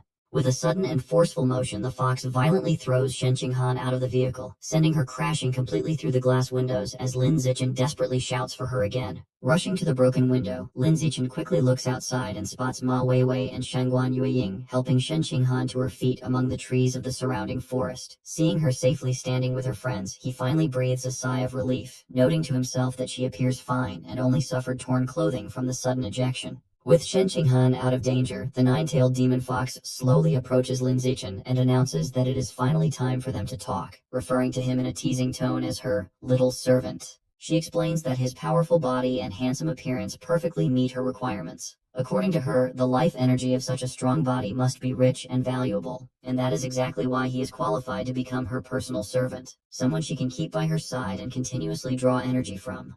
Intrigued but cautious, Lin Zichen asks whether she is a genetic fusion user, an exotic beast, or perhaps an inhuman creature. She calmly clarifies that she is none of those things. Instead, she explains that she comes from the origin land and that she is half Earthling. Her mother is a creature from the origin land, while her father is an Earthling whom she deeply despises for deceiving her mother and whom she has never even met.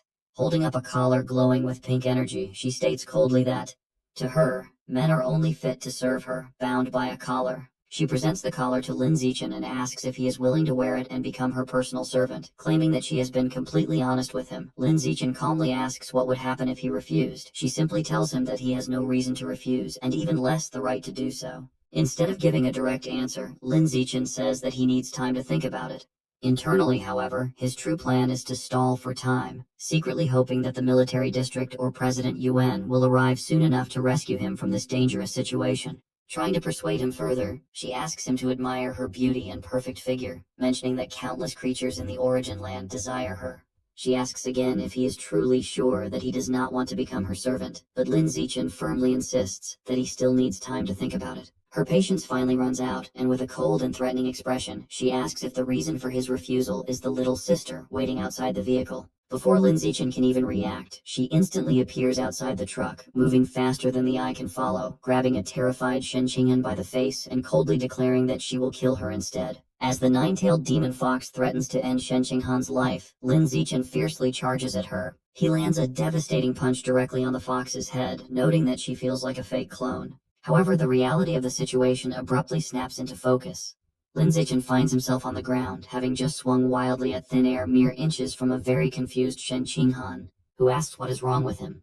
Still disoriented, he replies that he was trying to save her. His bewildered teammates look on, and Li Moyu questions why he suddenly leaped from the safety of the vehicle just to throw a punch at nothing, as if he were fighting a ghost. A deeply shocked Lin Zichen breaks into a cold sweat, realizing how ruthless his misdirected strike was. Sitting casually in the broken window of their armored truck, the nine-tailed demon fox gloats that her physical body is only at the ordinary rank 9 level and would have never survived such a heavy blow, confirming Lin Zichen's suspicions. Lin Zichen grimly concludes that his previous attack was entirely against an illusion.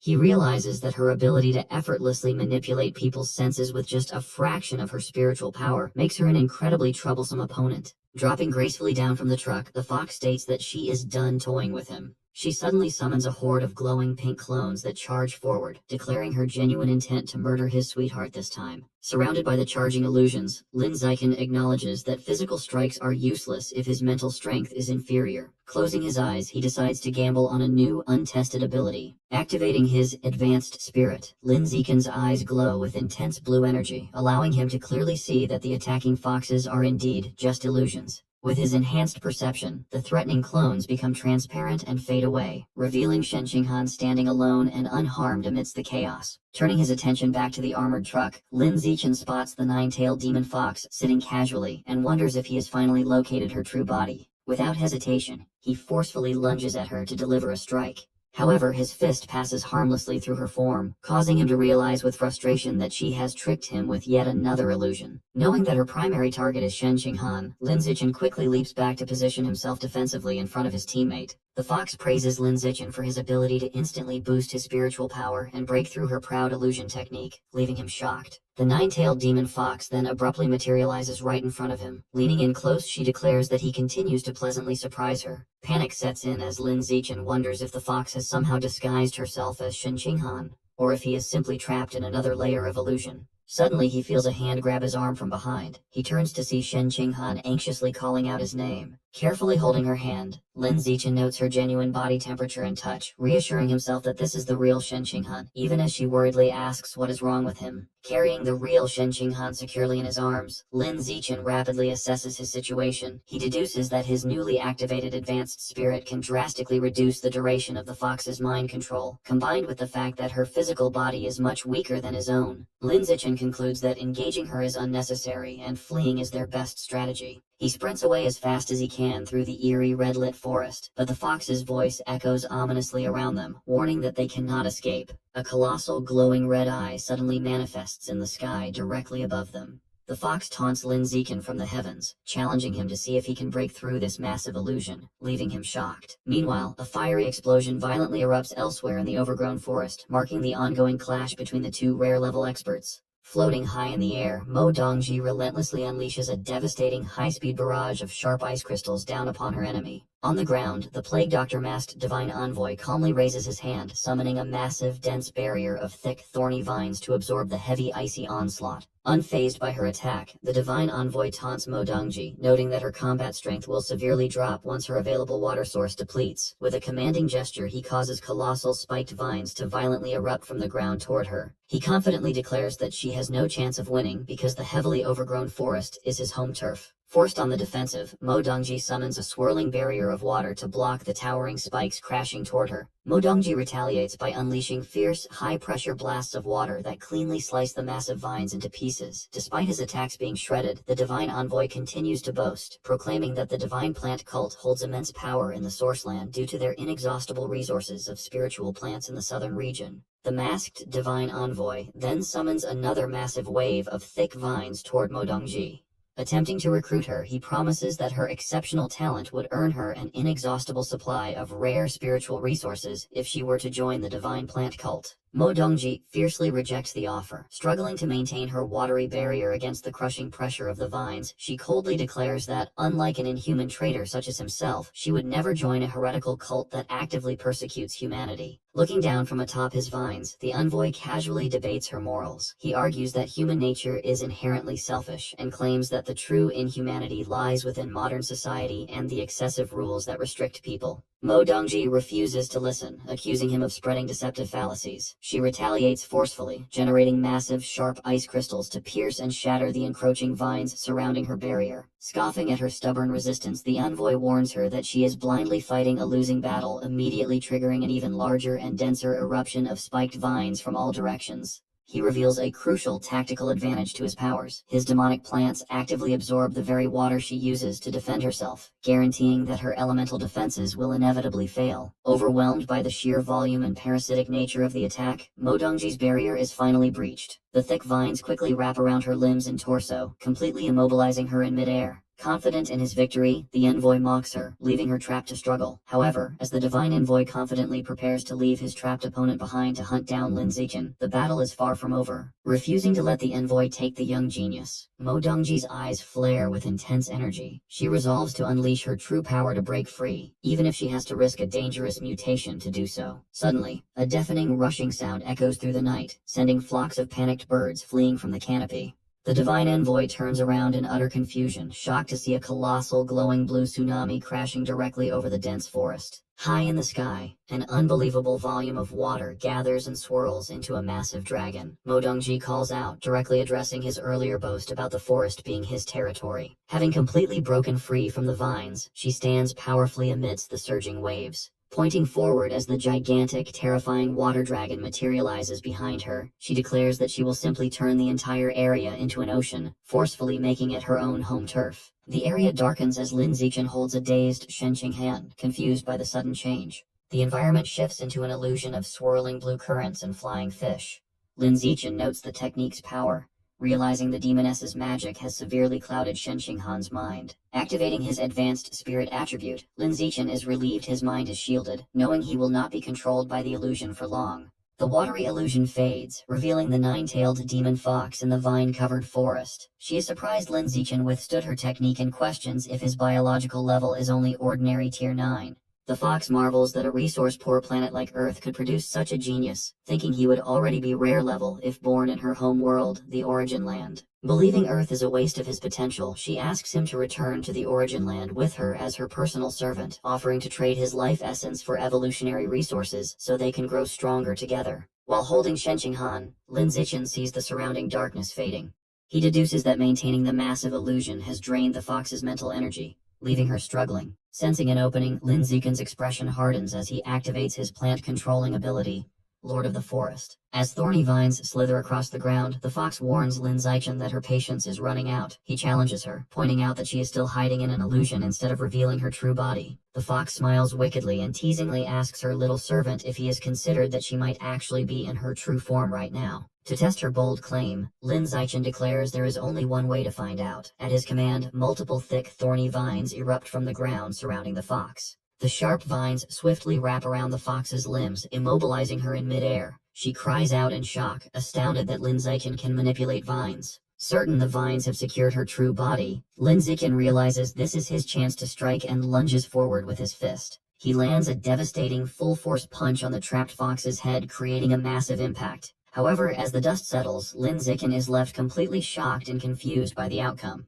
He sees the fox has vanished without a drop of blood, leaving only a massive, fluffy white tail. He deduces she severed her tail to escape. Picking up the tail, Lin Zixin gets a system prompt asking if he wishes to devour it. He wonders if he can absorb the essence of a detached body part. Meanwhile, in a grand room in the distant Origin Land, the real nine-tailed demon fox sits on a bed enveloped in pink energy, amused by what happened. Smiling wickedly, she acknowledges Lin Zikin shattered her high-level Tier 3 illusion and destroyed her clone. Impressed by his potential, she declares him the perfect cultivation vessel and vows to make him hers. Her plotting is interrupted by two fox-eared maids with news. They report that the Night King's youngest son, a rare-level prodigy, has volunteered to be her servant, suggesting he could evolve into a legendary creature with her help. To their surprise, the fox is dismissive of the offer. As her servants kneel, she arrogantly remarks that right now, she wouldn't even accept the Night King himself. Relaxing on her bed, she instructs her maids to reject all future suitors, confidently declaring she has already found the perfect candidate on Earth. Back in the forest, Lin Zikin devours the tail, absorbing a trace of the fox's life essence and unlocking 10% of her codex. The enemy's strength felt surprisingly average, so he begins to suspect he just fought a clone. With the fox gone, the illusion shatters. Lin Zichen lands on the grass with Shen Qing'an, as Li Moyu and the team break free from the mind control, confusedly asking where the fox girl went. Approaching his bewildered team and instructor Lu Tianrong, Lin Zichen calmly informs them that he drove the enemy away. A shocked instructor Lu asks how he managed it. Lin Zichen explains a half-truth. The fox's body was fragile, and maintaining the illusions depleted her mental energy, weakening her enough for him to repel her. Instructor Lu accepts this logical explanation and thanks him for saving the team. Lin Zichen breathes a sigh of relief, glad his bluff successfully hid his true abilities. The calm is shattered by a deafening roar that echoes through the area. Massive flocks of birds flee the forest in panic as the team nervously wonders what is happening. Sensing danger, Lin Zichen activates his Eye of the Sky perception ability, looking past the giant trees to investigate the approaching threat. His eyes widen in shock as he spots a colossal wall of water on the horizon. He urgently screams a warning to his team that a massive tsunami is heading toward them. Acting quickly, Lin Zichen orders everyone to higher ground, pointing to a tree over 100 meters tall. He scoops Shen Qinghan into his arms, and the group leaps into the massive branches to escape the flood. Perched high on a sturdy branch, the team watches in terror as the sky fills with water. Seeing the wave's height, some students question if the tree will actually keep them safe. As the violent waters reach them, Instructor Lu shouts a firm command for everyone to brace themselves and hold on tight. The massive tsunami crashes through the forest, surging against the giant trunks and turning the entire area into a raging ocean. As the initial surge passes, Luo Yongjian and Li Moyu sigh with relief. Luo Yongjian is amazed the tree withstood the impact, while an exhausted Li Moyu admits the ordeal nearly scared him to death. A system window appears, notifying Lin Zichen he has survived an extreme disaster. He is surprised to unlock a new attribute called Survival of the Fittest, noting its strict conditions haven't been met in over a year. As they catch their breath, Ma Weiwei wonders how a tsunami could appear so far inland. Lin Zichen explains it is undoubtedly the work of Principal Mo Dongji. He elaborates that the principal is in a fierce battle against the divine envoy of the plant god cult to protect them, and he is concerned about how the fight is progressing. Li Moyu smiles, assuring the group not to worry. He states that since the principal is a powerful rare-level expert with the Flood Dragon gene, she is nearly invincible in this aquatic environment. Suddenly, Lin Zichen's danger perception triggers with an intense warning. He panics, sensing a terrifying presence approaching, and shouts to his teammates that the enemy is heading for them. Using his enhanced perception, Lin Zichen looks up and spots the masked divine envoy leaping across the treetops, easily navigating above the flooded forest. Seeing the powerful enemy closing in, Lin Zichen breaks into a cold sweat with a horrifying realization. If the divine envoy is hunting them, it means Principal Mo Dongji has been defeated. 10 minutes earlier, the battle between Principal Mo Dongji and the masked divine envoy reaches its climax. Standing atop a wave, Mo Dongji commands her colossal, glowing blue water dragon to fiercely lunge at the envoy. The watery beast crashes into the envoy, striking him with a powerful claw and sending him tumbling backward.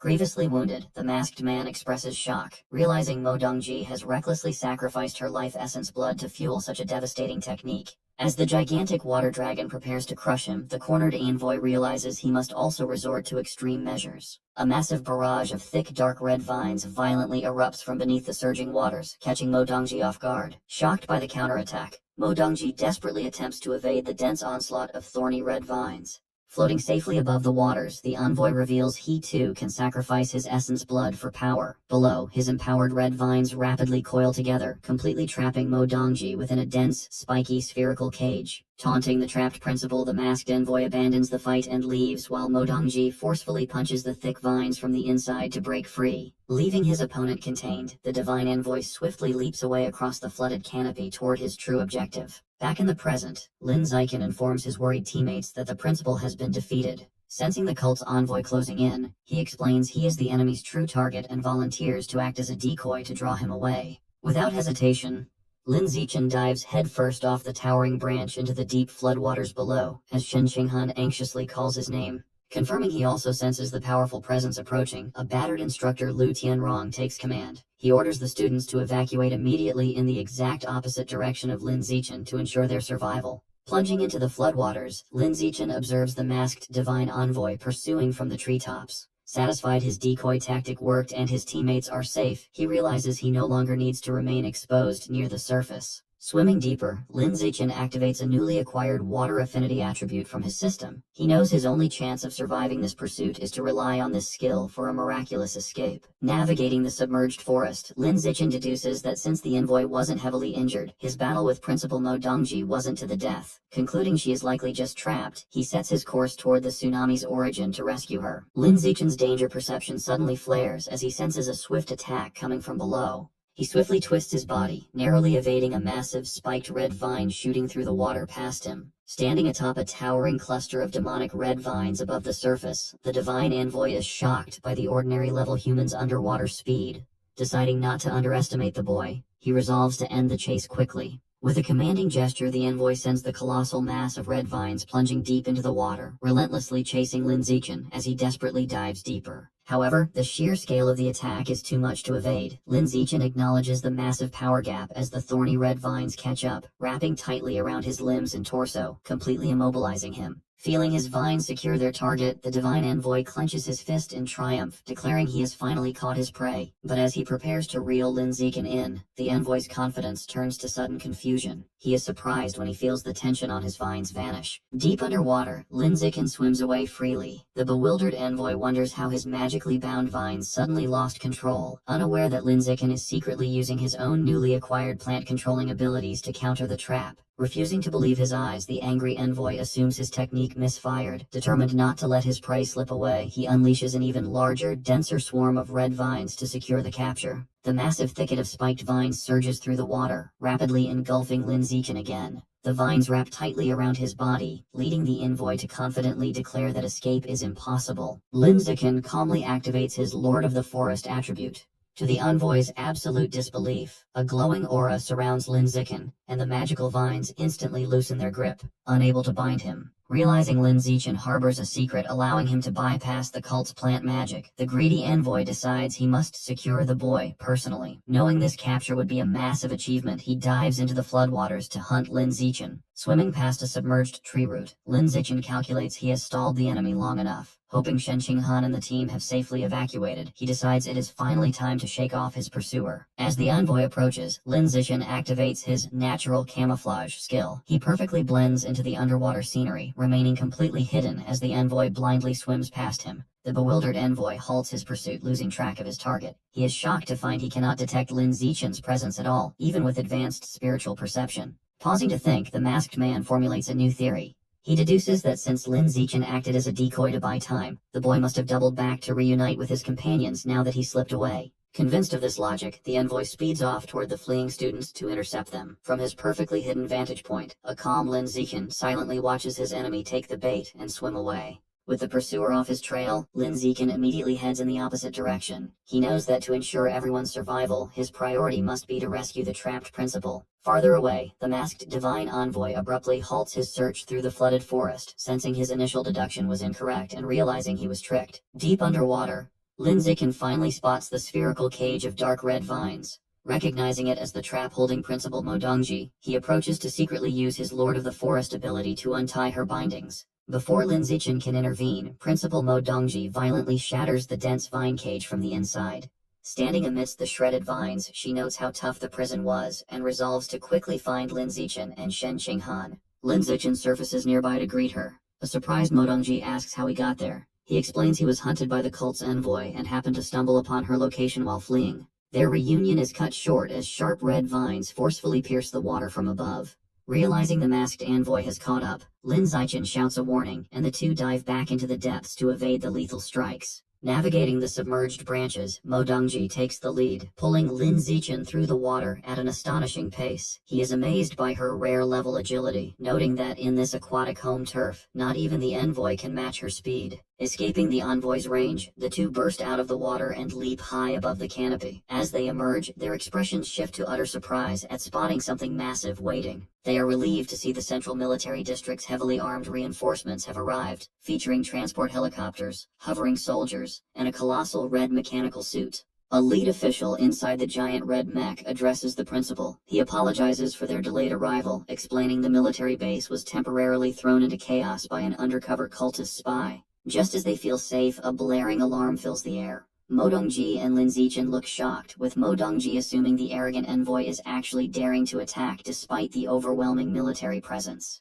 Modongji deduces that the cult's undercover agents are actually right here among the supposed rescue team. As Modongji stands alongside Lin Zichen and Shen Qinghan, a sudden realization hits her. There is an undercover spy hidden among the reinforcements. Acting quickly, she grabs both students and dives from the giant tree toward the churning water below, desperately hoping to evade the dark armored figures waiting above. However, the armored figures dive into the water right after them in relentless pursuit, leaving Modongji shocked to discover that all of these supposed rescuers are actually spies. Watching the tense pursuit from the surface, Instructor Lu suspects that the entire reinforcement team might secretly belong to the sinister plant god cult. Realizing the danger, he urgently tells Ma Weiwei and Li Moyu that they must evacuate immediately to avoid being caught in the impending crossfire. Suddenly, breaking the tension, a massive column of water violently erupts from the floodwaters nearby. Modongji bursts out of the water, carrying Lin Zichen and Shen Qinghan safely inside resilient water spheres, but the relentless dark armored figures emerge right alongside them.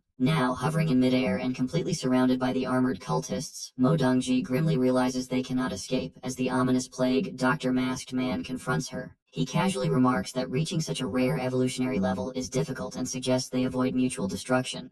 He offers to spare her and the students if she simply hands over Lin Zichen. Modongji furiously rejects the Masked Man's arrogant demand, fully transforming into her powerful half-dragon state, ready to fight. The plague Dr. Masked Man cruelly mocks her, claiming she is crazy for sacrificing her life essence blood and ruining her own potential just to save two outsiders. Unfazed, Modongji fiercely summons multiple giant water dragons from the surrounding floodwaters. With a deafening roar, the massive water dragons lunge forward, violently attacking the hovering dark armored cultists. Taking advantage of the chaotic distraction, Modongji uses a swirling current to forcefully push Lin Zichen and Shen Qinghan away to safety, urgently instructing them to run. Lin Zichen catches Shen Qinghan as they are rapidly carried off by the water, telling her that they must escape quickly so they do not become a fatal burden to their brave teacher. Seeing his targets actively fleeing, the Plague Doctor Masked Man aggressively summons his massive red vines and leaps forward, determined to stop them. Right before he can reach them, one of Modongji's giant water dragons expertly intercepts his path, forcefully catching him in its massive, watery jaws. The masked man barely manages to break free from the dragon's bite,